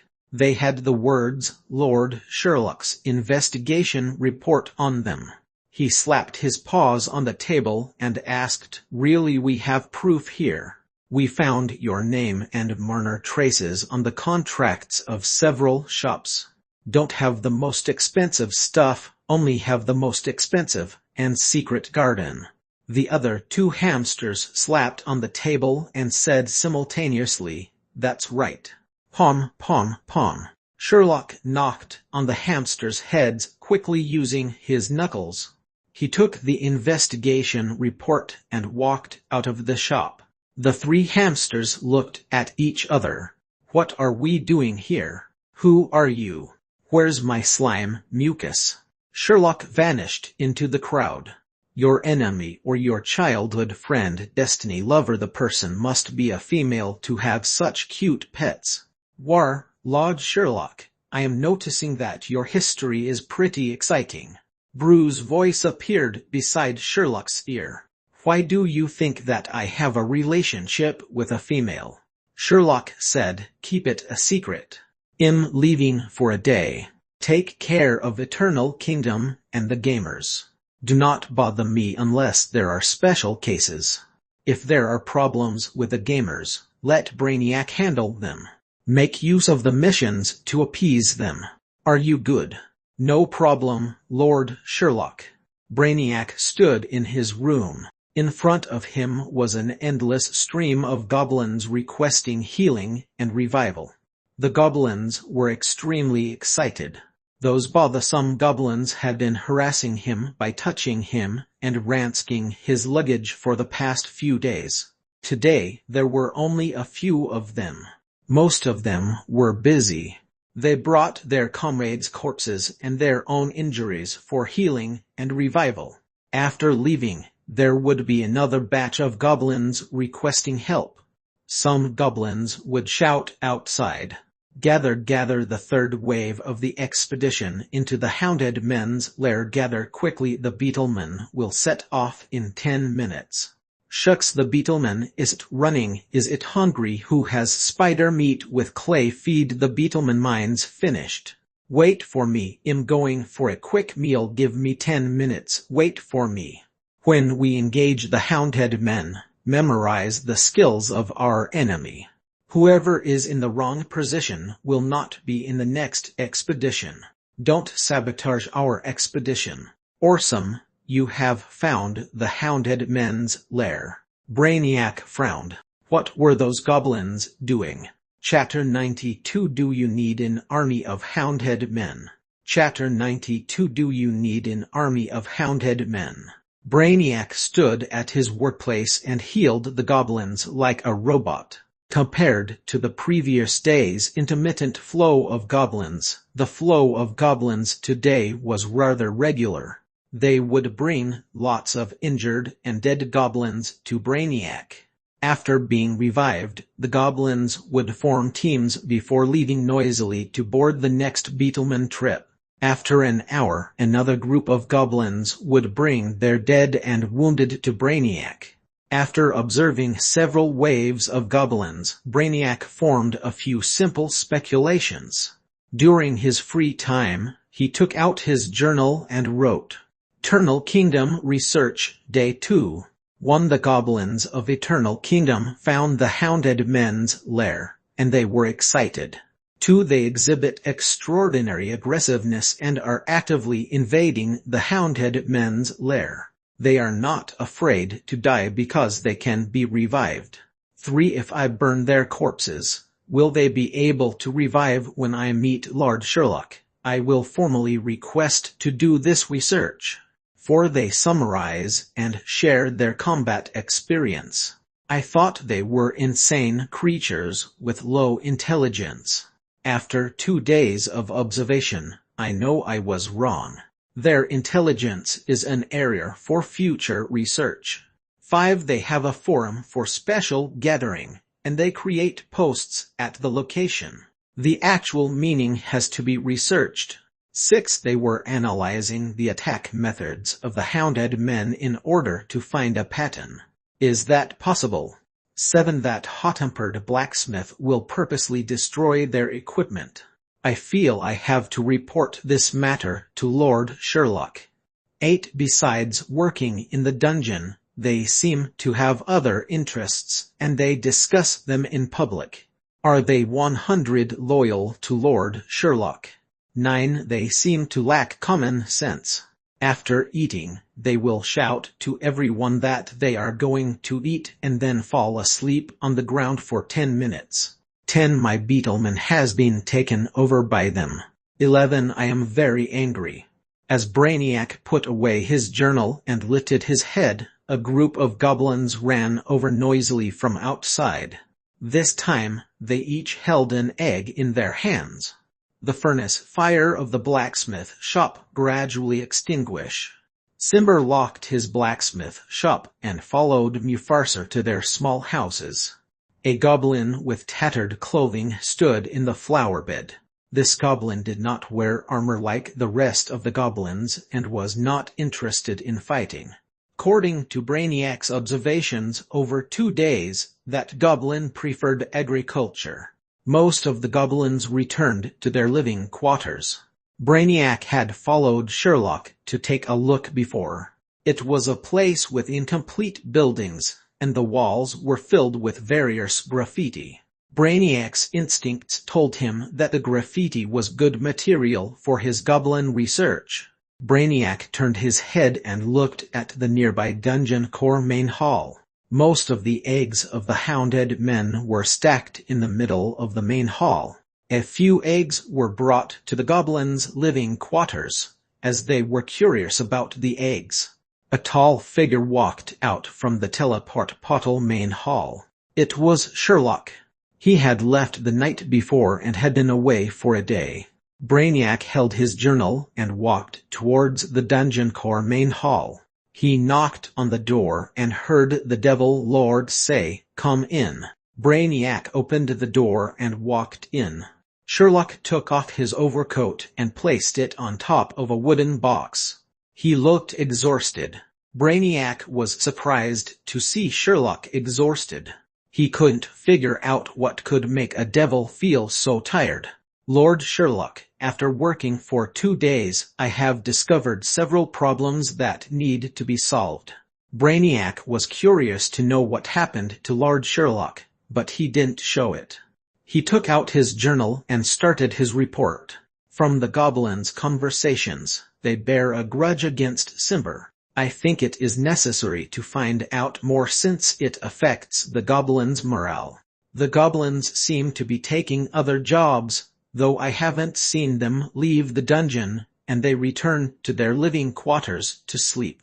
I think they might be working in their dreams, so I find it necessary to investigate. Thank you for your concern. I will use your leads to do follow-up investigations. Sherlock took a seat. He looked at the pile of eggs of the hounded men and gazed at Brainiac as he said, "Do you have any research in modifying the hounded men? I mean, do you have any way to take control of them easier? I remember that creature modification is one of the topics at Spectre College." Brainiac thought for a while and said, "Because there are no creature modification laboratories, with my current magical ingredients and crude methods, though I can make them controllable, their strength, agility, and intelligence would be greatly diminished. The modified hounded men would be weak but docile. Are such modified creatures useful to Lord Sherlock? They're still useful. Sherlock pondered and said, modify them according to the crude method. You may carry the eggs back to your room. Lord Sherlock, creature modification is a complex magical skill and requires many magical ingredients. My current materials and Marna can only modify 10 eggs within this period, Brainiac said. In that case, just carry 10 eggs back. Sherlock waved his hand. Brainiac didn't carry the eggs. Instead, he took out a journal and said, the Hounded Man is a low-level dragon-type creature. The materials used for modification are closely related to huge dragons. 10 dragon scales, 10 Marna units of dragon blood, several pieces of dried dragon eggshell, some highest quality magical powder, and some creature modification catalyst. The initial estimate is 2,000 magic stones, Lord Sherlock. Brainiac extended his hand towards Sherlock. Sherlock's tired face looked dazed. 2,000 magic stones, Lord Sherlock, Brainiac said. Though I have the materials, and they aren't rare or hard to buy, I don't suppose Lord Sherlock intends to make me pay for this modification. No, of course not. How could I do such a thing? Sherlock slapped the table and said in a principled manner. He stood up, paced a few steps, and turned to look at Brainiac. Do you have any research that you are thinking of doing? Brainiac's eye sockets lit up as he placed both his hands on the table and said confidently, yes. When the satisfied Brainiac left the dungeon core main hall, Sherlock sat in the chair and shut his eyes to rest. Brew spoke to him in his mind. I thought he was a dumb bookworm. It seems he has a mind of his own. Did he discover your tight financial situation? Tight financial situation. I have tens of thousands of magic stones in my card. Sherlock shifted his chair back and placed his feet on the table. Correct, Lord Sherlock. You are thrifty, Brew said. Lord Sherlock, would you like to have an obedient army of hounded men? Sherlock opened his eyes and looked at the dungeon core. You are able to summon hounded men, gamers. None of the dungeon cores can summon a dragon-type creature as a servant, including hounded men, who are an uncontrollable, low-level dragon-type creature. In addition, they don't register with the Underworld talent resource market, so they are unable to become servants, Bruce said. However, my summoning method is different from other cores. I use your Marner directly to summon the servants. I created a server that connects two worlds. By using the method of creating a character, I summoned the other world's gamers as your servants. You are saying that with the proper conditions, you can create hounded men as my servants. Is that correct? Sherlock nodded and asked, how do I do that? First, toss the egg of a hounded man into the dungeon core, Bruce said after a long pause. Then, you need a huge dragon. Is that right? Sherlock interrupted Brew and picked up an egg. After weighing it in his hand, he tossed it into the dungeon core. Brew burned with crimson flames and swallowed the egg of the hounded man. Then Brew said slowly and with satisfaction, you will become the great Devil King, my lord. Chapter 93 New Version Evaluation. Chapter 93 New Version Evaluation. Lord Sherlock, when you left to settle your confidential matter, the gamers discovered a large hounded men's lair. I think it's Kramer's tribe. When Sherlock walked into the dungeon to make his daily rounds, Brew spoke to him in his mind. After a day of bloody fighting, a day of raiding, the gamers smashed the hounded men's lair. Besides the tens of eggs of the hounded men, the gamers brought back other trash like candles, crude furniture, and stone tools. But don't worry. I appraised the crude furniture and candles and gave them attributes. Then I distributed them to the gamers as rewards. The other useless trash was given to Simber and Mufarser as fuel for their furnaces. Sherlock had arrived at the blacksmith shop. The outside of the blacksmith shop was very quiet, and there were no gamers. Besides the usual signboard, "If you treasure your equipment, keep quiet," there was another signboard, "Disposal of trash in the surrounding areas is strictly prohibited." Simber was throwing the trash outside the blacksmith shop. At the side was a large pile of damaged equipment. He was scolding, "Demon goblins, fancy throwing the nest of the hounded men into my shop. Are you treating my shop as a trash collection center? Everything reeks of the hounded men, and it stinks." A large pile of trash was thrown in the carpenter workshop. Mufarser stood in front of a cauldron, his nose stuffed with metal pieces. He held a large soup ladle and stirred the food in the cauldron. From time to time, he threw the trash behind him into the magical flames. A group of gamers queued outside and shouted, "Make haste, make haste." In front of Brainiac's house, there was a queue of 20 gamers. They were perfectly fit, without any injuries or deaths. They gathered here because they received a special mission. Mission title: Brainiac's Research. Mission description: Brainiac is starting a secret creature research. You look like a suitable lab rat. Mission objective: after receiving the mission, proceed to the Lick's Burial Hall to participate in a series of creature research. You could perish and have to create a new character. If you have to create a new character, your reputation points will remain unchanged. Mission reward: gamers will receive 300 reputation points, 100 bronze coins, and a chance to receive the Dark Modification Improvement buff or a Weakening debuff. The effects continue until death. The missions were distributed by Brew under orders from Sherlock. This was the research Brainiac requested. Requested: research relationship between the death and revival of the goblins. Sherlock gave Brainiac 2 days to research in return for Brainiac providing free materials and skill support for modifying 10 eggs of the hounded men. This mission was currently very popular. Sherlock saw a gamer who didn't manage to get the mission. He was pounding the ground and shouting, "Why didn't I get this mission? I would like to lie down, do nothing, let the Lick play for an hour, and receive my reward." Sherlock made his rounds to ensure the dungeon was fine after leaving for a day. He returned to the dungeon core main hall with peace of mind. Then he browsed the discussion forum.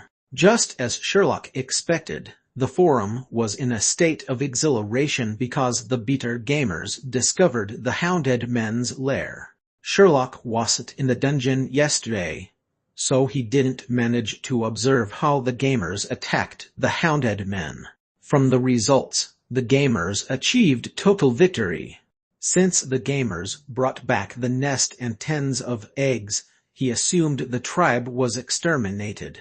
The popular posts were about the new NPC, Brainiac, as well as yesterday's discovery of the hounded men's lair and the ensuing battle that lasted for a day. Sherlock quickly discovered the most popular post. "Let us discuss the game's latest function and the battle of the hounded men's lair. Hello everyone, I'm not wearing pants. The game has been upgraded to the new version for 2 days. There are many newly added functions. This post was supposed to be published yesterday, but we discovered the hounded men's lair. Because of the battle of the hounded men's lair, we stayed online for almost 20 hours. I just got offline to create this post. Let us take a look at the contents of version 0.04. First point: new NPC Brainiac. This is a game-created Lick who is an unseen 1,000-year genius from Spectre College. He came to the dungeon as he was being moved by Shirley. There were no plot animations, and we were extremely perplexed. At least show us a plot animation to whet our appetite. Some experts speculated that the plot animation could be shown in the future versions as a memory. This kind of anticipation hooks the players, and the future memory recall can be made into an instance dungeon. Many large game companies use this technique. The most notable reference instance dungeon, Caverns of Time, had the appearance of Ashbringer and the Prison Break of Thrall. They were good examples. As for the game producers of Dungeon messing with the settings of the Spectre College, well, pretend that it didn't happen since they have added new content. We can find out more about the background story of Brainiac.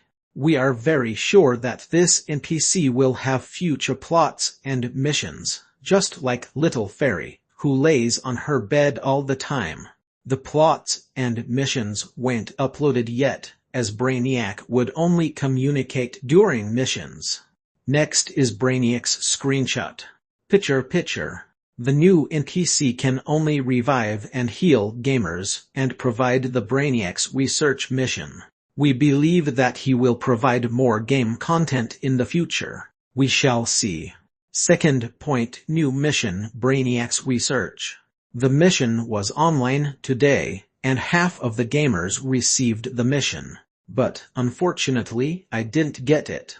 I will say that it's a benefit instead of a mission because it only requires the gamer to follow Brainiac's instruction for certain death experiments. The experiments include being smashed to death, suffocation, incineration, and bleeding to death. You don't even have to be online. After an hour, get revived and receive the rewards. The rewards are 300 reputation points and 100 bronze coins. I am so envious. The mission proves that Brainiac isn't mute, but that he just won't answer our questions. Third point, there is a reward called Dark Modification in the mission Brainiac's research. Nobody has attained this modification yet. We shall see. Fourth point, the game added a building blueprint audit function. Our plan to create a methane pool has gone up in smoke, but we are able to build a beautiful dungeon together. This proves that the lousy game producers are stalking the forum. Fifth point, there is a new transportation tool, the Beetleman, which we fondly named the train. The Beetleman is a new creature after the update, and its route is between the dungeon entrance and the spider's lair. It looks huge and fierce but is actually meek and obedient. It will crush us to death if we aren't careful. That is correct. Just like what was described in the update log, if you stand under its feet, you will be crushed to death. This creature has to be fed, cleaned, and its poo cleared regularly. We receive these Beetleman-related missions from time to time. The Beetlemen take the same kind of food that we eat but in greater quantity. This poses a great challenge to our supply of clay. The train service stops at 12 a.m. as the Beetleman needs to sleep. This is a game setting. Controlling the Beetleman is like controlling the AE-86 of Fujiwara Beancurd Shop. It's harder to maneuver the bends. I'm using the laws of physics for negotiating the bends. Don't ask, it's disastrous. Please take care of yourselves. Do not attack the train. Some gamers injured the Beetleman, and it crushed 7 to 8 gamers in a tragic accident. Here are some special shots of the train. Picture. I have completed the evaluation of version 0.04 update.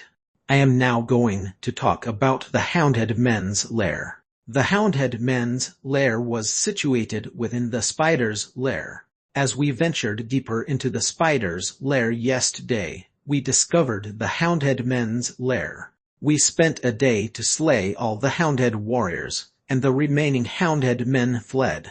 Frankly speaking, it wasn't that difficult.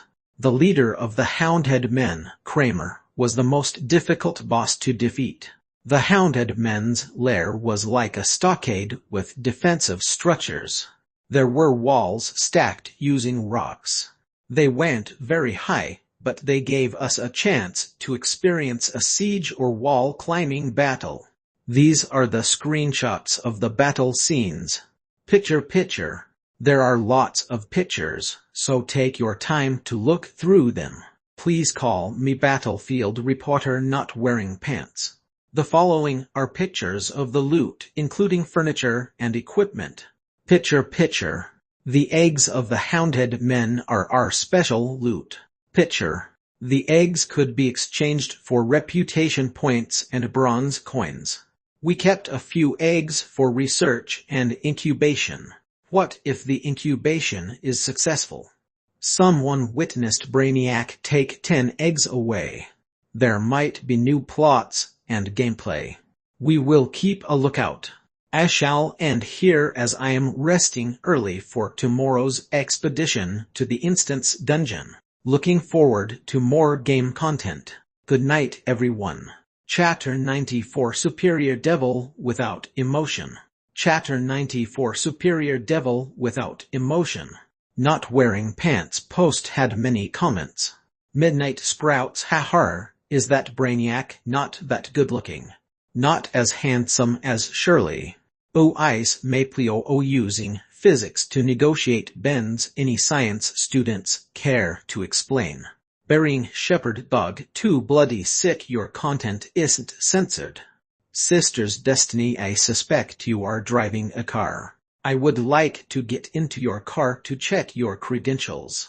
Can I have beta tester status? Bohemian Cat such a cute Beetleman, and you hacked it. EY Raining Dorn what physics nonsense it's impossible to use the leg breaks the gamer's legs cannot reach the ground. I'm guessing the Beetleman ran in a straight line, collided into the bends and the cycle repeated. Nameless bro I suspect Not Wearing Pants is a mole of the game producers. Staring into the void try barbecuing the egg of the hounded men. You might discover a new dungeon dish and obtain the alias of Master Chef. Snowy Winter Night are the lousy producers stalking the forum open up the second bitter shrill scream of a groundhog. Puzzle 419 A logical analysis. Is the pet system released? Chirping sounds anyone drawing an album Shirley and the skeleton Brainiac. The gamers were responding well to Not Wearing Pants post. After Sherlock finished reading Not Wearing Pants post, he browsed other content in the forum, looking for opinions and compliments. From the posts, it was easy to see the gamers' requirements, then they could be added to future version updates.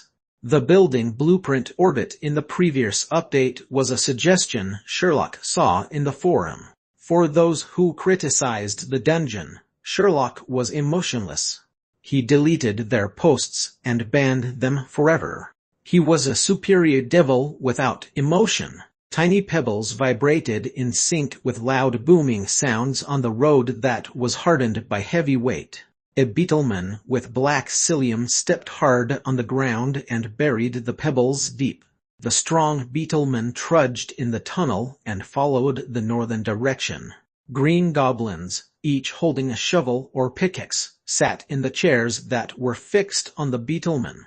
A black sash crisscrossed on their bodies and was acting as a safety belt to ensure that the passengers were not flung out during the high-speed movements of the Beetleman. Underneath the goblin's feet, on top of the Beetleman's shell, were the words, Winterfell Official Beetleman No. 188. A gliding wyvern swept past their heads, and they exclaimed in shock.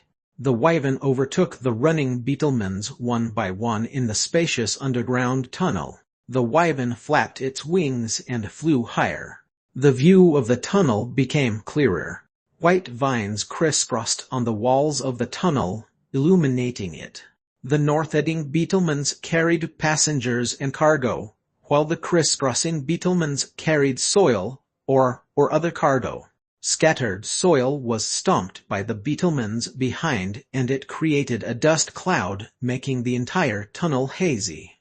The tunnel, which was crawling with the white vines, was a busy transit for cargo transportation, and the end of the tunnel was like a huge dark Hades pit.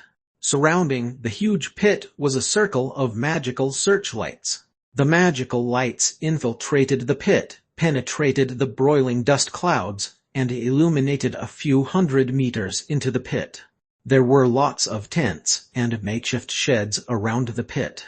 On the walls surrounding the pit were descending spirals of plank walkways and platforms. The plank walkways were spacious enough to accommodate giants. They lumbered while carrying heavy boxes of soil or ore as they made their way up the walkways. Countless goblins and gnomes were seen below the mine shaft, wielding tools as they mined noisily. On the walls of the mine shaft were the large words, "Many rules for construction. Efficiency is the #1 rule. If mining does not follow regulation, the dungeon lord will be sorry." And Winterfell Ancient Ruins No. 85 Excavation Location, or other similar words. On a platform at the bottom of the mine shaft was a high tower with 3 amplified trumpets that were aimed at the working underworld creatures in the mine.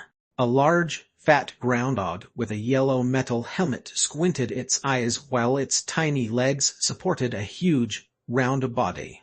The groundhog swayed side to side as it walked towards the loudspeakers at the top of the high tower. At the side was a helmed orc, who was assembling a dismantled piece of magical equipment. When he saw the groundhog, he quickly asked, "Supervisor, it's time for rest. Can we go?" The large, fat groundhog said in a deep voice, "No, we haven't finished the schedule for today. The bosses at the Merchant Alliance are not happy. Within 10 days, we have to find ancient ruins No. 85. Continue with the digging and complete the assembly of the detector. Install detectors at all excavation points.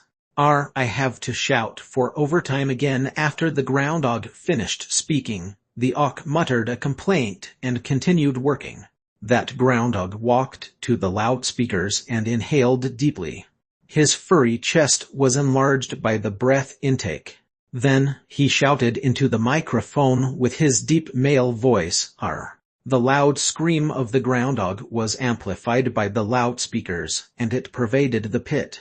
The workers heard the scream, and worked more furiously. At the bottom steps of the mine shaft, a helmed goblin was hitting the hard ore rocks with his pickaxe. After hearing the supervisor's overtime call, the goblin's working speed became faster. As he hit the ore rocks with his pickaxe, a white object was revealed underneath the rocks. The goblin shouted for his nearby comrades to take a look. Before long, tens of goblins gathered to watch. A goblin went to look for the supervisor, while the rest started cleaning up the area. A large white rune appeared in the deep pit, and the goblins shouted excitedly. At the side, a white skeleton hand broke out of the soil. More and more skeleton hands appeared from the soil, and skeletons started crawling out. Another peaceful day in the Eternal Kingdom dungeon. A goblin grabbed his own severed arm as fresh blood dripped to the ground. He followed his companions and chatted merrily as they walked to the Liz Burial Hall. This name was given by the gamers, and a signboard was placed at the entrance. All the buildings of Eternal Kingdom, with the exception of the dungeon core, were painstakingly built by the gamers. Before the game producers had given official names to the buildings, the gamers had already named them. For example, Mufarcer's Dual-Use Kitchen, Beginner's Training Plaza, Eternal Kingdom Main Door, Weapon Storage, Living Quarters, Dungeon Lord Main Hall, Dungeon Core Main Hall, and Main Hall Plaza. The gamers also assigned names and placed signboards to other buildings and empty spaces. Nobody dared to fix any signboards at the blacksmith shop. Even if Simber didn't smash the signboard, the line of gamers waiting to improve their equipment would dash out angrily and hack anyone who made a racket. 2 warning signboards were placed a distance away from the blacksmith shop. Though there was no fighting among the gamers, and they appeared united, there were no rules prohibiting the gamers from challenging each other. When Sherlock stood at the Dungeon Core main hall entrance and gazed at the slanted signboard Dungeon Lord main hall, a gamer with 4 arms, wielding 3 short swords and a shield, and whose head had the words, "Not wearing pants" above it, ran and shouted, "Gosh, I obtained the dark modification buff, it's very cool." Not wearing pants ran behind Sherlock. His 2 additional hands swung the short swords wildly since he wasn't used to them yet. The gamers gathered around him excitedly as they gazed at him with envy and jealousy. Sherlock waited for the gamers to leave before he extended his hand to straighten the signboard. Then, he noticed the unfinished map of Eternal Kingdom that was drawn on the wall. Sherlock glanced at it a few times before ignoring it. Then, he walked into the Dungeon Core main hall. He noticed a roll of newspaper and a letter on the table. The newspaper had the words, "Winterfell Monthly Digest." The letter had the written words, "To Eternal Kingdom Dungeon Lord Sherlock Winterfell Business Unit. Chapter 95 Internet Connection Interruption. Chapter 95 Internet Connection Interruption." Sherlock didn't examine the letter.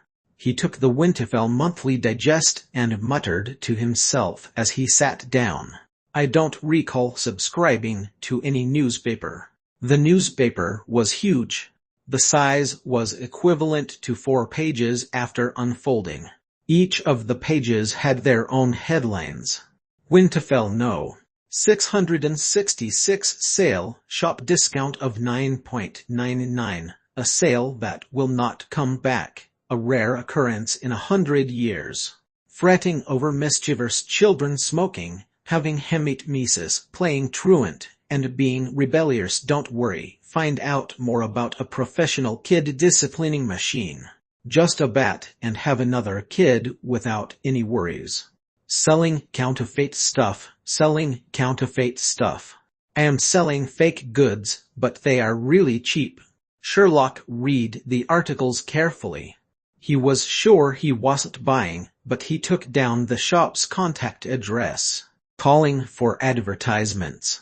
The advertisements, which went of interest to Lord Sherlock, took up 95 of the front and back covers. A small portion of the middle pages had a few practical pieces of news. Winterfell is recruiting a fearless performance troupe for the welcoming ceremony and is offering good remuneration. A chivalrous gnome saved 3 aquamen who fell into the water. After trying to save the aquamen for 10 days, 2 of them perished due to dehydration. Winterfell awarded the gnome a Medal of Chivalry. Emergency: a calamity occurred at the ancient ruins No. 85 excavation site. Sherlock scrutinized the headline and read the contents carefully. Late last night during newspaper production, a calamity occurred at the ancient ruins No. 85 excavation site. According to official sources, the ancient ruins No. 85 excavation site was originally an Orc tribe's ancestral burial ground. Because of the excavation, large numbers of ancestral skeletons got out to stop the excavation. The disturbed ancestral skeletons negotiated for compensation of 1,000 magic stones per household with the excavation team. The Merchant Alliance suffered severe losses, and they reserved the right to sue the excavation team for damages. Professionals pointed out that this could be planned fraud. Professor Bacon, Deputy Director, Academic Department of Spectre College, who was visiting Winterfell, was forced to accept our interview. Bacon, what, you're interviewing me? Can I decline? I can't. Are you threatening me? No, no, no, I know. Blur out my name.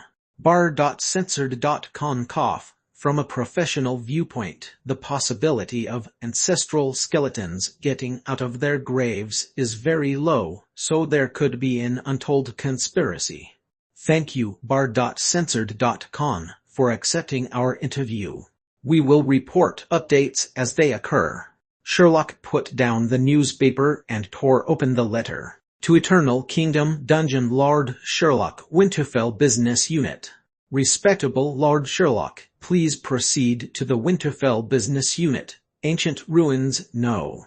85 Exploration Committee, and report to the team leader, Orc, within 3 days. Thank you, Winterfell Business Unit. Sherlock put away the letter as Bruce said, seems like there's a major discovery at Ancient Ruins No. 85, Lord Sherlock. Who knows? From the official report, it seems like an incursion into a tribe's ancestral burial ground. Sherlock browsed the discussion forum as he held his bloody chrysanthemum tea and sipped casually. He wasn't worried. Whether it's this world or the other world, merchants' words cannot be trusted. Lord Sherlock, you must be clear on this point, Bruce smiled and said. If there's a contract, they can be trusted, Sherlock said as he scanned through the gamer's posts. He found Sylvarner's post, which was titled Internet Connection Interruption. What the heck? Tens of other gamers replied and agreed that they had the same problem. Brew, is your summoning unstable? Sherlock asked Brew. Please wait a while, Lord Sherlock. Let me check the server's data log. Brew was silent for a while before he said, Lord Sherlock, according to the server's record, the gamer Sylvarners and other gamers with dropped connections were under attack from a spiritual Marna psychic scream. Normal goblins with their Marna resistance would go insane under this attack. But the gamers' souls are not in this world, so the effect of the attack would be interrupted internet connection. They only need to log back into the game and they will be fine. They won't die or receive any damage. However, I suggest stopping Brainiac's research. Sherlock stood up and rubbed the back of his skull as he walked out of the dungeon core main hall. This Brainiac. In a dark room, a green-skinned goblin with the name Sylvarners laid on a large, smoothed rock face. The goblin closed her eyes and looked like she was sleeping. A lick was by the side holding a journal and recording notes conscientiously. Confirmed psychic scream attack no. 21. Experiment no. 41. Goblin with the strange words, Sylvarners. Like the previous goblin, after the psychic scream attack, she didn't exhibit insanity. Instead, she fell asleep. Note the cognition impediment prevalent in the goblins does not affect the constant range of the research result. The following speculations are made. 1. These goblins do not have souls like the skeleton soldiers. Only their shells exist in this world. From the previous creature modification experiments and their highly complex social behavior and intelligence, every one of them has their own will. They are not controlled, and the chance of being controlled is low. The greatest superior devil can't possibly control 100 goblin puppets with different characters for a long time. 2. They are immune to spiritual Marna and have a special way to avoid being harmed. Psychic Scream only created the effect of an overdose of sleeping worms on the goblins. This will be an important future research topic. The advanced principles of spiritual Marna can break down and cause a revolutionary change in Marna. 3. These goblins and Lord Sherlock signed soul contracts. Their souls were bound to the devil. If that is the case, it is within reason that my psychic scream has no effect on them. I am unable to explain the sleeping effect. For Sherlock could have installed an area effect mana that negated spiritual mana or diminished its effect. I am unable to confirm this, but this is most probable. If I have the chance, I hope to conduct similar experiments at a distant location to test my hypothesis. I will find a chance to get approval next time. 5. I am a novice. Brainiac finished writing his research notes and sat down. He observed Sylvarners and recorded the time she took to wake up, as well as if she would be jumping around. His research period was limited, as Sherlock only gave him 2 days to do so. He tried 20 methods to kill the goblins before reviving them and observing the process. Without fail, all the goblins were successfully revived. Sherlock didn't allow him to burn the corpse. He could kill them with fire but could not burn their bodies to ash or destroy the corpses completely.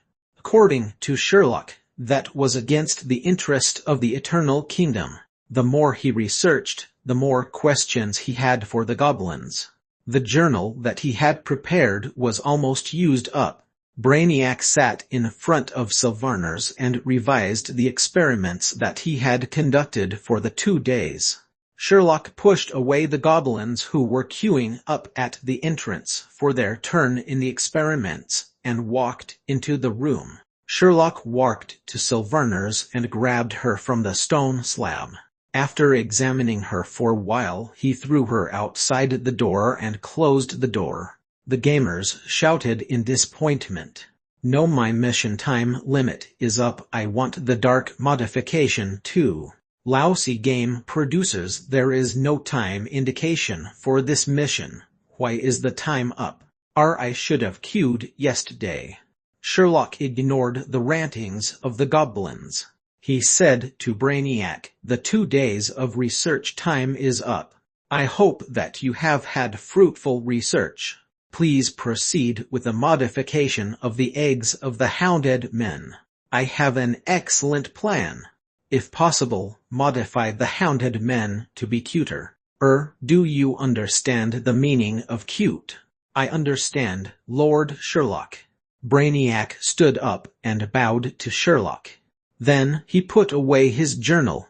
As Sherlock was about to leave, he turned and said to Brainiac, by the way, have you researched ancient ruins before? That is one of my research topics.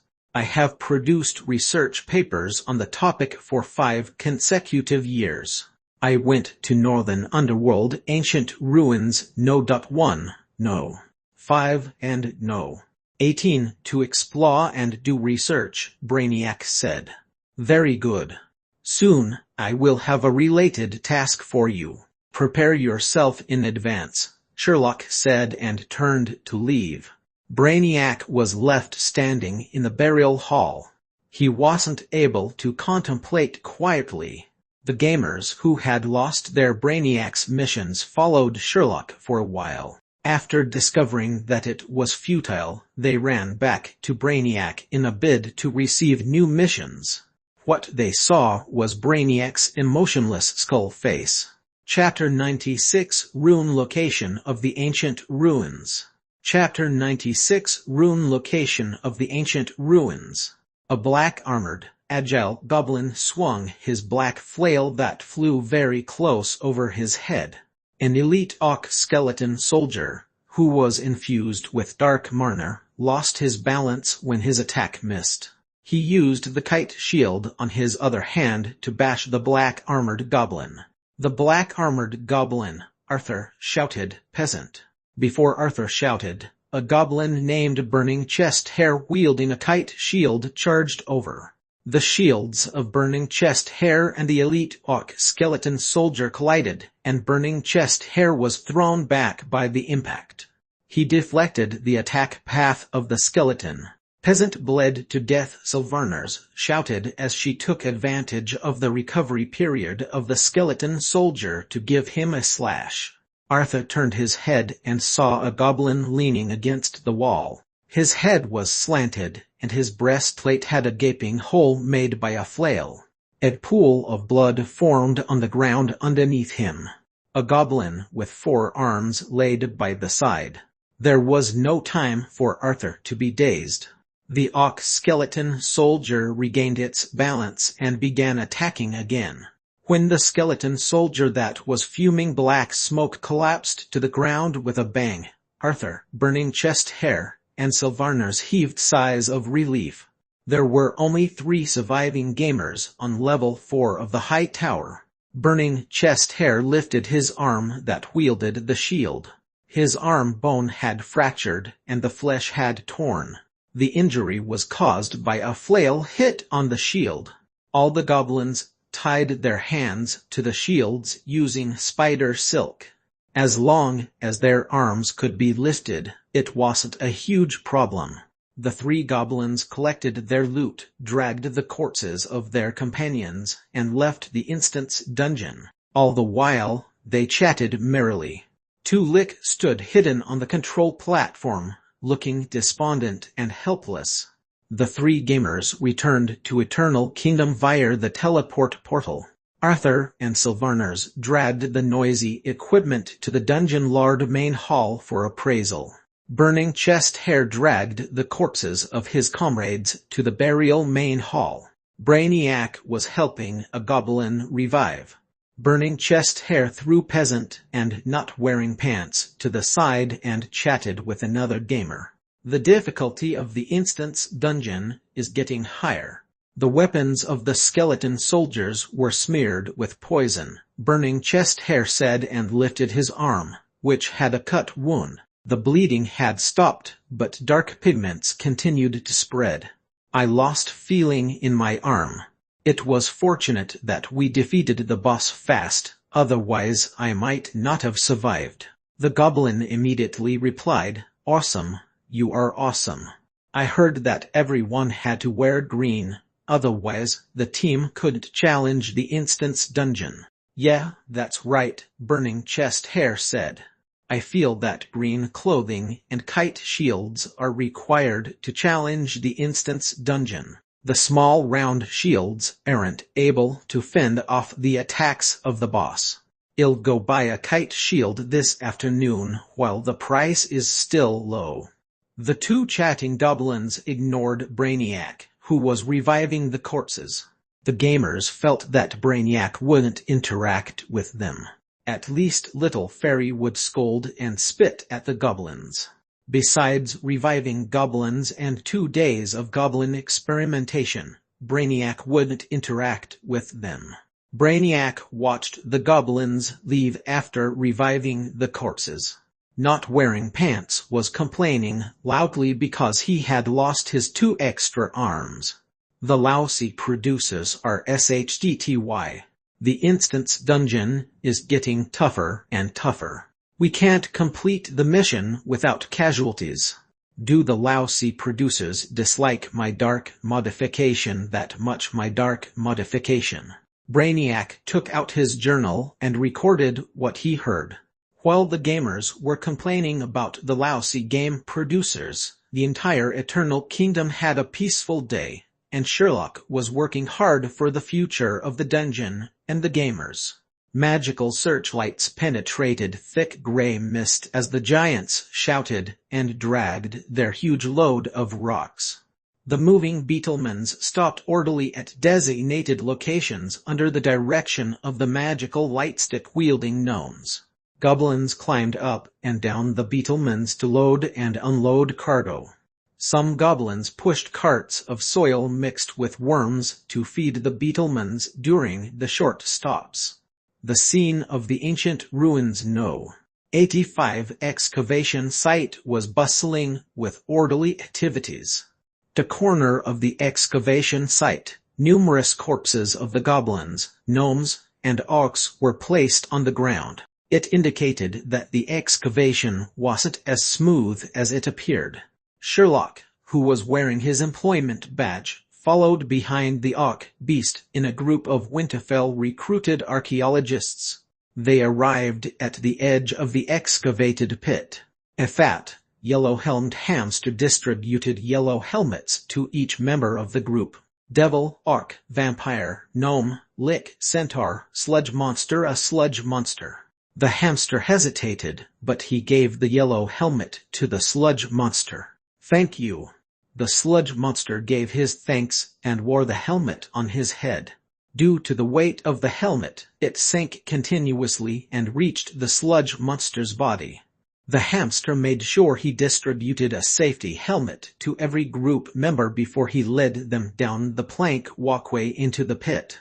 He said, using his deep voice, when entering the excavation site, make sure you wear the safety helmet at all times. The sludge monster was astonished, while the centaur was looking worried.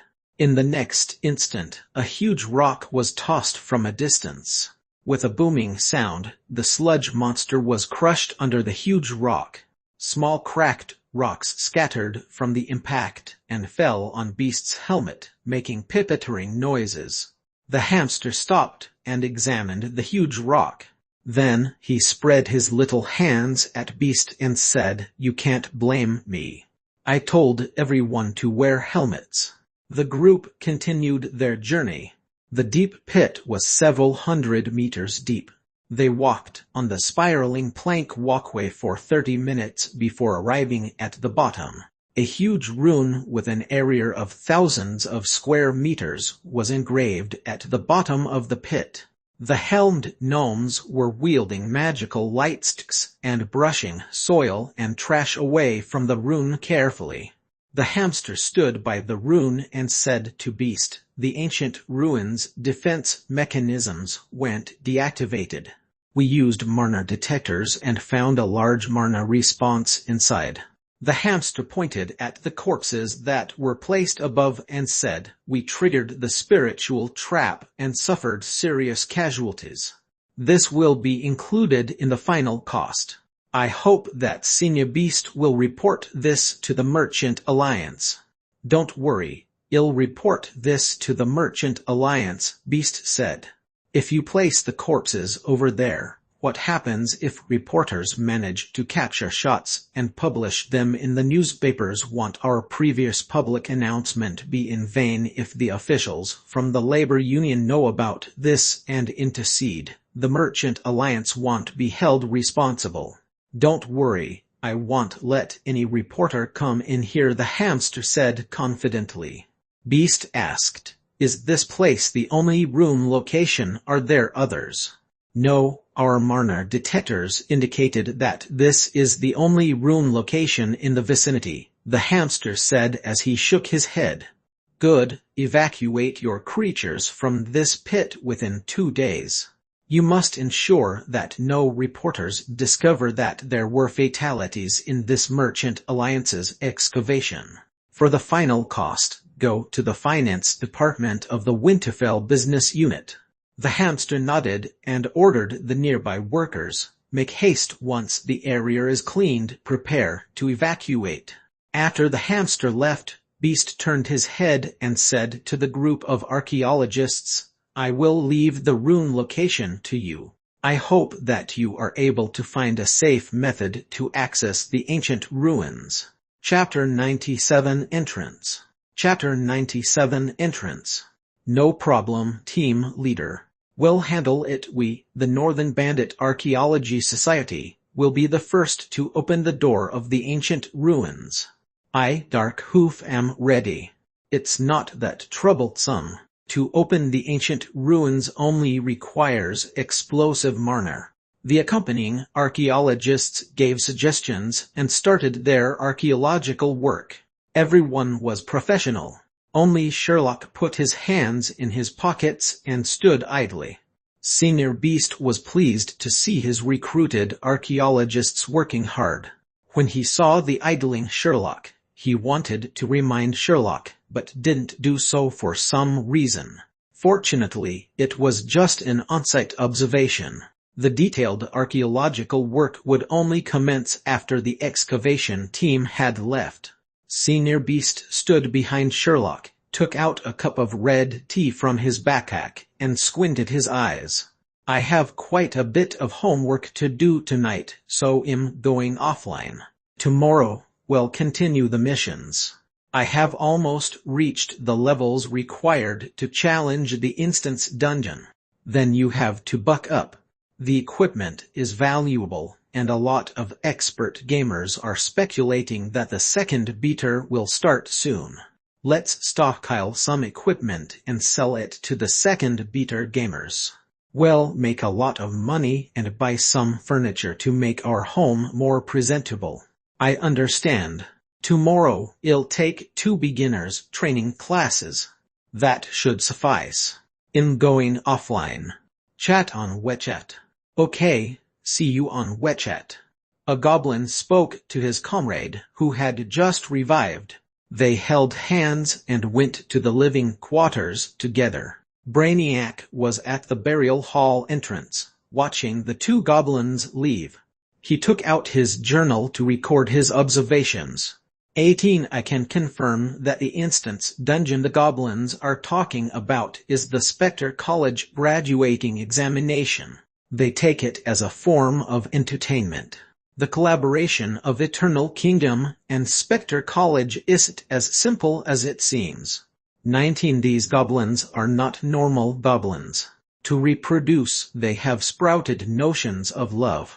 I have not seen any real goblin couples yet.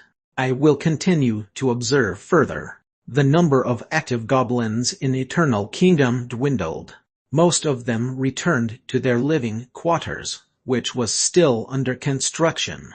Brainiac visited the place before. The building had some structure. From the blueprints on the wall, it was a 3-story high building with 2 basement levels. The ground floor wasn't finished yet. The door of the dungeon core main hall opened, and Sherlock, who was wearing a black windbreaker and neatly dressed, walked out. Brainiac frowned. Sherlock had been going out for the past few days. He didn't stay in the dungeon during the day and would go out even at midnight. Sherlock looked at Brainiac from a distance and nodded courteously.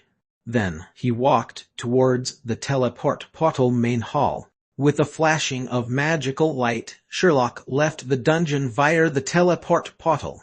Brainiac lowered his head and wrote in his journal, 20. Lord Sherlock seems to have fallen in love. A few magical searchlights wavered at the empty excavation site. The bustling tunnel was now empty. There were no beetlemans, and the quiet scene looked like the end of days. This was the ancient ruins No. 85 excavation site. With the evacuation of the excavation team a few days ago, the Winterfell archaeology team took over the excavation site. Compared to the rowdy daytime, nighttime was deathly quiet. The magical searchlights were shut off in the Serenity, and darkness engulfed the location. Only the white rune at the bottom of the pit emitted faint brilliance in the darkness.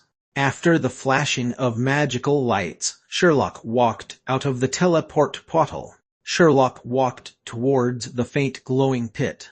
A creature standing in front of the light noticed Sherlock. He turned around and gazed at the superior devil with his sharp eyes. When Sherlock got closer, the creature put his hands into his clothing. With a loud fluttering sound, he pulled open his large coat and revealed 3 alternately stacked black and white hamsters. The middle hamster was holding a fruit. The topmost hamster jumped down to his right, and the middle hamster followed suit. The 3 hamsters formed a row. They spoke from right to left consecutively. Why is Lord Sherlock in Winterfell? We've finally found Lord Sherlock. Why did Lord Sherlock want us to do such things? Lord Sherlock, we've taken control of the location according to your instructions. We added diarrhea worms to their food and drinks. Death-causing quantities. The leftmost hamster finished speaking, while the other 2 hamsters looked at him. The rightmost hamster took out a clump of soil and said, "Open your mouth." The leftmost hamster opened his mouth, and the rightmost hamster put the soil into the leftmost hamster's mouth. He started chewing and fell to the ground within a second. His chest rose up and down rhythmically. The rightmost hamster looked at Sherlock and said, "No." The hamster with a fruit looked puzzled at his sleeping companion, and then stared questioningly at the firm rightmost hamster. "Sleeping worms, didn't we plan to use diarrhea worms and cause them to have diarrhea until they passed out? Why did you use sleeping worms? This isn't going according to our plan." The rightmost hamster retorted, "Because using diarrhea worms would make the place stinky. Are you going to clean it up? Won't using sleeping worms cause stinking too?" The two hamsters were about to fight when Sherlock raised his hand to interrupt their argument. "We have limited time. Don't waste our precious time." The two hamsters stopped their argument and climbed on top of Sherlock's shoulders. Sherlock bent down and put the sleeping hamster in the nook of his arm. He walked to the pit edge and jumped into the deep pit without hesitation. Howling wind made Sherlock's clothing flutter noisily. The two hamsters grabbed his collar tightly as their furry faces were distorted by the howling wind. The surrounding walkways and walls fused into the background and formed a series of afterimages in the descent. As Sherlock fell hundreds of meters and was about to hit the ground, his wings extended and flapped vigorously. The resulting violent airflow emitted a loud whoo sound. Dust was kicked up and swirled like tornadoes a few meters around Sherlock. Sherlock looked like he floated above the ground. He balanced himself before landing on the ground. His windbreaker gradually touched the ground. Somehow, his shiny leather shoes went stained by the dust. The extended wings were folded and kept behind his back. The swirling dust gradually stopped after circling a few times and settled on the ground. The two hamsters climbed down onto the clean ground that contained the rune.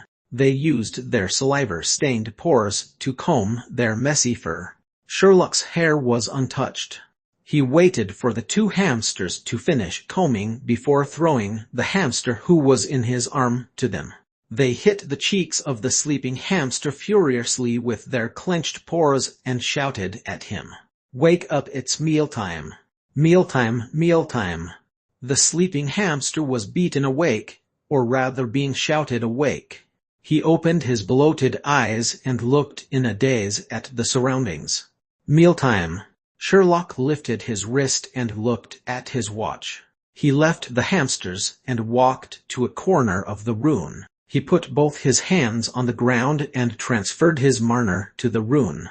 He walked to 8 of the corners of the rune to transfer his marner. White brilliance from the rune was emitted, and it blinded the 3 hamsters.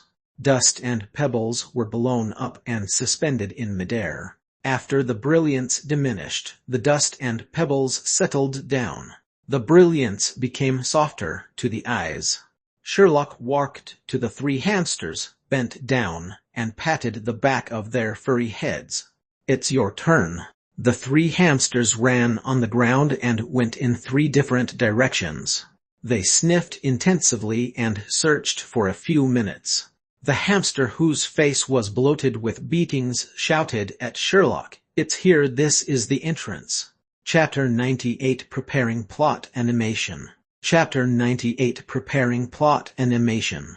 The 3 hamsters gathered and looked at the approaching Sherlock. Sherlock walked to their location, knelt down, and put both his hands on the ground, transferring Marner to the rune. White brilliance pulsated before it reached its peak. The ground with a rune disintegrated. The rune location was like a pile of bricks that was continuously shrinking. Finally, a vertically descending semicircle tunnel appeared. Sherlock stood at the entrance, bent down, and looked into the darkness of the tunnel. The 3 hamsters turned their heads to look at the tunnel and spoke. "What is this? Why is the tunnel going vertically down?" "I don't know. This is the first time I have seen such a thing in an ancient ruins. I feel something ominous inside." Sherlock looked at them and asked, "What do you intend to do?" The three hamsters said simultaneously, "Report your whereabouts." Pom, pom, pom. Sherlock knocked on the back of their heads using his knuckles. "Who am I? Where do I come from?" "Mealtime." The three hamsters looked dazed. Sherlock ignored the dazed hamsters. He looked into the tunnel and muttered to himself, "Interesting. Little fairy, can you teach me to cultivate herbal plants today or concoct some healing salves for me?" A goblin with armor, a helmet, plate leggings, metal shoes, a kite shield, a small hammer, and metal finger glove shouted as he dashed into the flower bed. He was peasant. Keep-Huey. A stream of saliva was spat out from the flower bed and landed on peasant's helmet. Little fairy sat cross-legged on a bed made of soil and rhizomes. It was hard to imagine how she could spit that far with such a tiny frame. "Devils, I curse all of you devils." After cursing loudly, she shrunk her body. The dusty-faced goblin, Reindeer, was at the side eating spider meat with clay. She looked at Little Fairy and watched the dirty-faced peasant leave.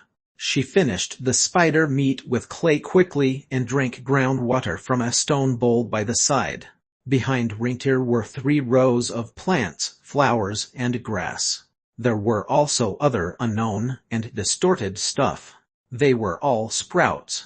They were seeds and plants gathered painstakingly by other gamers and sold to Reindeer for bronze coins. After conquering the Hounded Men's lair, they brought back large amounts of seeds that were sold to Reindeer, as they had no use for them. The gamers had appraised Reindeer's cultivation at the dungeon core to see if they could be sold, used as raw materials, or made into healing salves. They were appraised as either thrash or seasonings to be used in Mufarsa's kitchen. The gamers weren't interested in cultivating plants with Reindeer, as the life connoisseur profession wasn't designated in the game. Little Fairy, who would be the future agriculture trainer, was still spitting saliva at everyone. To the gamers, the entire underworld needed rescuing more than the plants. The game was updated about 10 days ago, and the beta testing was carried out for 2 months. The gamers went to the discussion forum to encourage the game producers to update with new game content. A few goblins shouted in the teleport portal main hall. "Gosh, the game producers updated content secretly again. What kind of a Marner formation was that?" The other gamers gathered quickly at the teleport portal main hall after hearing the shouts. The gathering of goblins emitted buzzing and chatting noises. What the heck, secret updates again? Could it be superficial? Who is going to test it? I will try. There is no effect. It must have been done by Shirley last night. I was carrying bricks last night when I saw Shirley going in and out of the teleport portal a few times. Impossible. Plots at midnight. Look at Shirley's appearance. Would he create such graffiti? I don't think our dungeon lord is that immature. As the gamers were gathered and chatting at the teleport portal main hall, Sherlock was at his computer, editing an announcement for new updates. "Lord Sherlock, you spent all the money on rune materials to create the rune teleport formation. Though you solved the problem of teleporting to the ancient ruins, there are restrictions on rune Marner formation. The main one is that 1 unit of magical items can't be teleported using the rune teleport formation." Brew couldn't help saying. "How will you retrieve the treasure from the ancient ruins? Aren't the magical items the most valuable if you can't retrieve them, and the Winterfell fellows obtain access to the ruins? Are you going to share the treasure with them?" "Share? I have done so much. Of course I'm not sharing." Sherlock shook his head and said, "This is to facilitate the transportation of workers to the ruins. Lord Sherlock intends to let the gamers enter the ancient ruins as your loyal servant. I have to remind you that with the chaotic and reckless behavior of the gamers, if the traps are triggered and troubles caused, the gamers will only treat it as a game. Lord Sherlock is unable to punish them or force them. Why do I have to punish them or force them? I love them deeply, as though they are my lovers. Look at how cute the gamers are. Even in the most dangerous situation, they can chat jovially. Because of them, I have sufficient magic stones to purchase the Rune Marner formation materials. Sherlock spread his hands and said earnestly, "If I create missions, add rewards, think of some awesome plots, and create heroic images of themselves for them, they will be willing to challenge the ancient ruins and even the angels of the heavenly kingdom. It's reasonable if I let them be my movers for the ancient ruins. As for triggering the traps or creating unnecessary trouble, if I venture alone, I can avoid them. If the goblins go into the ruins, they will at most be killed. They are too weak, so the possibility of triggering traps, alerting the monsters, and creating problems are low." Brew quickly asked, "Are you saying that there are monsters in the ruins? If you entered, you would alert them?" "You can say that. This is the best option for me and the gamers in order to retrieve the treasure safely from the ruins. The gamers can increase their gaming experience and be happy developing my dungeon. This is a win-win situation." Sherlock immediately said, "The restriction of teleporting magical items via the Rune Marner formation can be solved with magic stones. As Lord Sherlock has already thought of the issues, I will not object." "Why did Lord Sherlock not choose to build a teleport portal? Wouldn't the price be lower?" Brew asked. "The price might be lower, but the teleport portal would be easily detected. I can't build a teleport portal. Professional workers are required. Besides, there are other uses for the Rune Marner formation." Sherlock said, "In the ancient ruins, I am building a revival point for the gamers. The revival criteria in the dungeon is to be within the radiation radius of the dungeon core. No matter how I upgrade the dungeon core, it's not possible to extend the radiation radius to cover the ancient ruins. Only the Rune Marner formation can do that. At times, old, inconvenient, and expensive technology can be more effective than new technology." "I see. Lord Sherlock is more meticulous." Brew had no other queries. After Sherlock completed writing the contents of the update, he stood up and stretched himself. "Good, it's time for a plot animation and the beginning of a new plot. Chapter 99 The task of saving the world is in your hands." Chapter 99 The task of saving the world is in your hands. The gamers surrounded the teleport portal main hall. The walls around the main hall weren't completed, so the gamers could stand at the edge to watch. By the side of the teleport portal to Spectre College training grounds, a large white hexagram Marner formation was engraved on the stone slab floor. A goblin put a piece of black dire wolf skin on his right eye and stood in the middle of the hexagram Marner formation with a hand placed horizontally across his chest. His other hand, which was supported on the horizontal hand, had a stretched palm that covered his forehead. He shouted solemnly, "Disintegrate, reality. Dispel, spirit. Disappear this world of ours." He lifted up his eye patch gradually after shouting. The surrounding gamers clapped and watched enthusiastically. In the blacksmith shop behind the gamers, Simmer was sitting on a chair by the entrance. He put a red-hot metal stick in his mouth and inhaled deeply. "Sigh. Who?" Simmer shut his eyes and puffed out a ring of white smoke. He looked satisfied and passed the red-hot metal stick to Mufarser. "Cousin," another puff. "Can I?" Mufarser was shocked, but he took the red-hot metal stick. He looked at the gathering of the goblins and asked, "Cousin, why are the goblins gathering here?" "I don't know. It's about to begin," Simber said casually. "What's about to begin?" Mufasa was taken aback. He didn't understand. "Some strange ritual." Simber looked around to ensure that there was nobody around.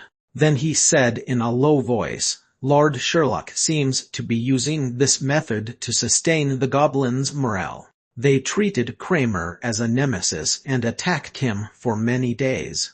They even asked me who Kramer was. I was badly harassed by them." Simber started recalling and said, "That was an incident that happened not long ago. Lord Sherlock used money instead of magic stones to reward them. They are the bronze coins that were used to buy food from you. Moros knew about this too. Let him tell you about it." The goblins gathered in front of the dungeon lord main hall and celebrated for a while. After that, they gave their accumulated metal coins to Lord Sherlock in exchange for Kramer's equipment. Simber pointed at the black-armored Arthur, who was following behind the crowd, and said, "Do you see the equipment he's using? Those were made from Kramer's equipment. I reforged it. I wonder how they manage to put up with the hounded men's stench. The quality of the equipment is pretty good, though. I wonder where Kramer picked it up from." Mufasa listened to Simber's stories with a sense of longing. "That's really good, the adventures of the goblins." As they were speaking, they saw a tall figure walking towards the teleport portal main hall. It was Lord Sherlock. The gamers gathered on the outer ring were the first ones to notice Sherlock. They reminded the other gamers to give way. "Give way, give way. Shirley's here. The plot animation's about to begin." The other gamers had already opened up a pathway for Sherlock without their reminders. A strong dominant aura inhibited the gamers' movement. They had entered the plot animation mode. Sherlock walked to the teleport portal main hall entrance. When he saw the rune Marner formation, he quickened his steps. He knelt down to examine it carefully and muttered to himself, "This is impossible. The power of the Void Devils has pervaded the ancestral ruins." Sherlock was in a state of disbelief. He put a hand on the rune. A huge image appeared above the rune. In the image was an entrance to a huge building. As the lighting was too dim, the image wasn't clear. Only white bones could be seen on the ground. The scene looked desolate. The image flashed and faded before vanishing. "I didn't expect such things to happen." Sherlock was silent for a while. He stood up and looked at the gamers, speaking loudly. "Citizens of Eternal Kingdom, the heroes of the Underworld, the ancestral ruins require your protection. There are numerous treasures, endless wealth, powerful weapons, and untold legendary equipment. We can't let the Void Devils control the ancestral ruins. Warriors, make preparations. The task of safeguarding the world rests on your shoulders." Sherlock walked towards the dungeon core main hall after speaking. He muttered to himself, "Before that, we have to do some preparations. Warriors, go and find Brew. Hell assign you missions to resist the Void Legion. We have to be fully prepared." After Sherlock had gone far enough away, the dominant aura suppressing the gamers dissipated. The gamers erupted with loud chattering noises as though there was an explosion. "Gosh, new areas for us to explore. Is the funding sufficient for the development team? Though the images are realistic, why is the plot animation so short? Let's go and accept the missions. Didn't you see the premonition information regarding the ancestral ruins? Shirley's awesome, Shirley's handsome. Will the official website have the full description? Finally, we have new mission areas. But I haven't completed my Spectre College's mission. What should I do? Big bro, are you sure you can conquer the instance dungeon? The difficulty is getting higher each time. and the enemy's equipment is getting better. They're cheating. Let's hurry, we have to save the Underworld. DMN the Void Legion, DMN the Void Devils. DMN all of them. The group of goblins made a racket as they wielded their weapons and charged towards the dungeon core main hall. In the blacksmith shop, Simber and Mufasa gaped at what they saw for a long time before Mufasa put the red-hot metal stick into his mouth. Zai. Who? Mufasa puffed out the smoke rings and muttered, "That's really good, The Adventures of the Goblins." Chapter 100 New Mission Area and Version 0.05 Update Log. Chapter 100 New Mission Area and Version 0.05 Update Log. Lord Sherlock's performance is getting better and better. Is Lord Sherlock able to record the images of the ancient ruins from the observed images? The ancient ruins looked primordial. Is that an ancient battlefield or an abandoned dungeon? Brew asked when Sherlock returned to the dungeon core main hall. Who knows, I didn't investigate. I only spent a few days engraving the Rune Marner formation at the entrance. Sherlock sat in front of the computer and checked the edited contents carefully. Then he said, I can guess what's inside. It must be something valuable. I have to add an item in the schedule and make preparations. Are you talking about the second beater? Brew felt his words were inadequate and quickly added, I mean, the preparation to recruit more servants for Lord Sherlock. I prefer the second beater term. Brew, amend the contents of the official website. Upload my recorded images from the recording stone to the official website. Then, create a new pleasing loading interface with a huge title, Ancestral Ruins, Sherlock ordered as he waved his hand and threw the adamantine recording stone into the dungeon core. I understand, Lord Sherlock. Give me a few minutes. Revise the registration interface for the recruitment of the second beater and let the other world's gamers register first. Make sure that the particulars are complete like the first beater. Make a selection. I'm sure you're more familiar than I. Oh, summon Brainiac. I have a mission for him, Sherlock said. Lord Sherlock is becoming like a seasoned game company CEO. He'll complete the CEO's tasks. Bruce smiled and kept quiet as he was busy with tasks. Sherlock checked the edited content before publishing. Soon, a post by the official administrator, Lord Sherlock, appeared on the discussion forum and official website. Dungeon Eternal Kingdom version 0.05 Update Log. Dungeon Eternal Kingdom version 0.05 Update and Ancestral Ruins Plot Introduction. Ancient Ruins Plot Introduction. This location was once the ancestral burial ground for the citizens of Eternal Kingdom. Tens of thousands of years ago, there was a world-changing battle. The Superior Order Devil united the races that opposed the Void Legion and fought a cataclysmic war. With the help of the ancestral power, the Superior Order Devil and his allied races made huge sacrifices to defeat the Void Legion. After the war, the place, which was as beautiful as Eternal Kingdom, became decrepit. However, it was a sacred place that was infused with the ancestral power. The Void Devil Commander Bar.Manoroth.Con coveted this power. He secretly extended the Chaos tentacles to our beloved ancestral ruins and tainted the sacred ground. The Void Devil's power is corrupting the ancestral power. Underworld warriors, heed the call, grab your weapons, and fight against the Chaos Void Legion. For the Eternal Kingdom, for our survival in the Underworld, to reward brave adventurers, gamers who create new characters will not have a reputation penalty. Dungeon Eternal Kingdom version 0.05 is officially online. Updated new game background, Ancestral Ruins. For details, refer to the text above. Added new teleport portal, Rune Marner formation, a primordial skill, which is expensive and inconvenient. It has to be bidirectional. Added new chain mission, preparation, ancestral ruins. Lord Sherlock decided to preserve the treasures of the ancestral ruins to prevent them from falling into the evil hands of the Void Legion.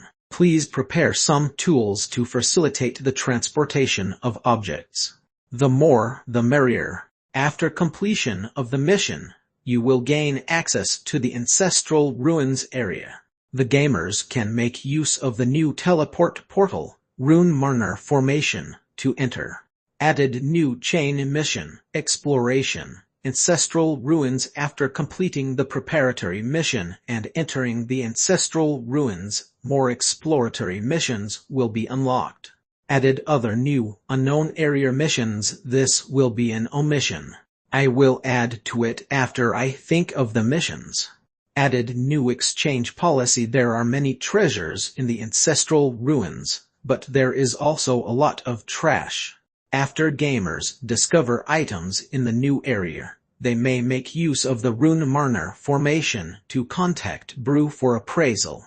Valuable items can be exchanged for considerable reputation points and game currency. The items in the area will not be replenished. Added new revival point, Rune Marner formation. When Lord Sherlock or Lick Brainiac appear at the Rune Marner formation, gamers can be revived in the new game area instead of traveling back to Eternal Kingdom for revival. Added new trial system, Eternal Kingdom Bank. The Eternal Kingdom Bank is officially open for business. Are you in anguish over lost coins after death? Are you feeling frustrated losing coins after being cut offline outside the dungeon? The Eternal Kingdom Bank is officially open for business. Gamers may choose to deposit your real coins into the soulbound account at Brew's location. You may perform coin transactions with different account holders via Brew. The system is in the trial period. In the future, functionalities might be added or removed. Anyone with good suggestions can post on the discussion forum. If your suggestion is accepted, we will contact you and award you beta tester status. Updated new official website front page interface. Updated recruitment notice for second beta dungeon. Eternal Kingdom has gone through 2 months of beta testing. The game contents are more or less fixed. The development team has decided to commence the second beta in the near future. Those who would like to have the second beta tester status, please register on the official website as soon as possible. We will contact you via postage before the start of the second beta and deliver the gaming capsules by post. Please check your mailbox and reply promptly. Then, use the gaming capsule to activate your beta tester status. After the public announcement was published, many forum members replied en masse. However, Sherlock didn't have the chance to refresh his pages, go through the replies, and pick good suggestions. Someone knocked on the door of the dungeon lord main hall. Brainiac stood outside the door with a group of excited gamers who were waiting for more plot animations. Brainiac came to look for Sherlock because Sherlock had summoned him. Brainiac walked in when the door opened. The gamers said excitedly, "Is there a plot animation after summoning Brainiac?" Brainiac and Shirley are going to have some crazy interactions. I'm so looking forward to the action. I can't enter. I'm unable to move once I'm at the door. What's going on? Aren't we allowed to watch the plot animation? The lousy game producers. I'm feeling sour. The door was closed, and the noise faded. Lord Sherlock, did you summon me? Brainiac asked as he bowed to Sherlock. Yes, there are some changes in work. Sherlock had put away his keyboard and mouse. He placed both his hands on the table and said casually, "Take a seat." Brainiac sat down as told, and Sherlock continued to speak. You have done well in your job during this period, and you are well received by the dungeon citizens. Due to your excellent performance, I'm giving you a reward by allowing you to work overtime." Brainiac was stunned.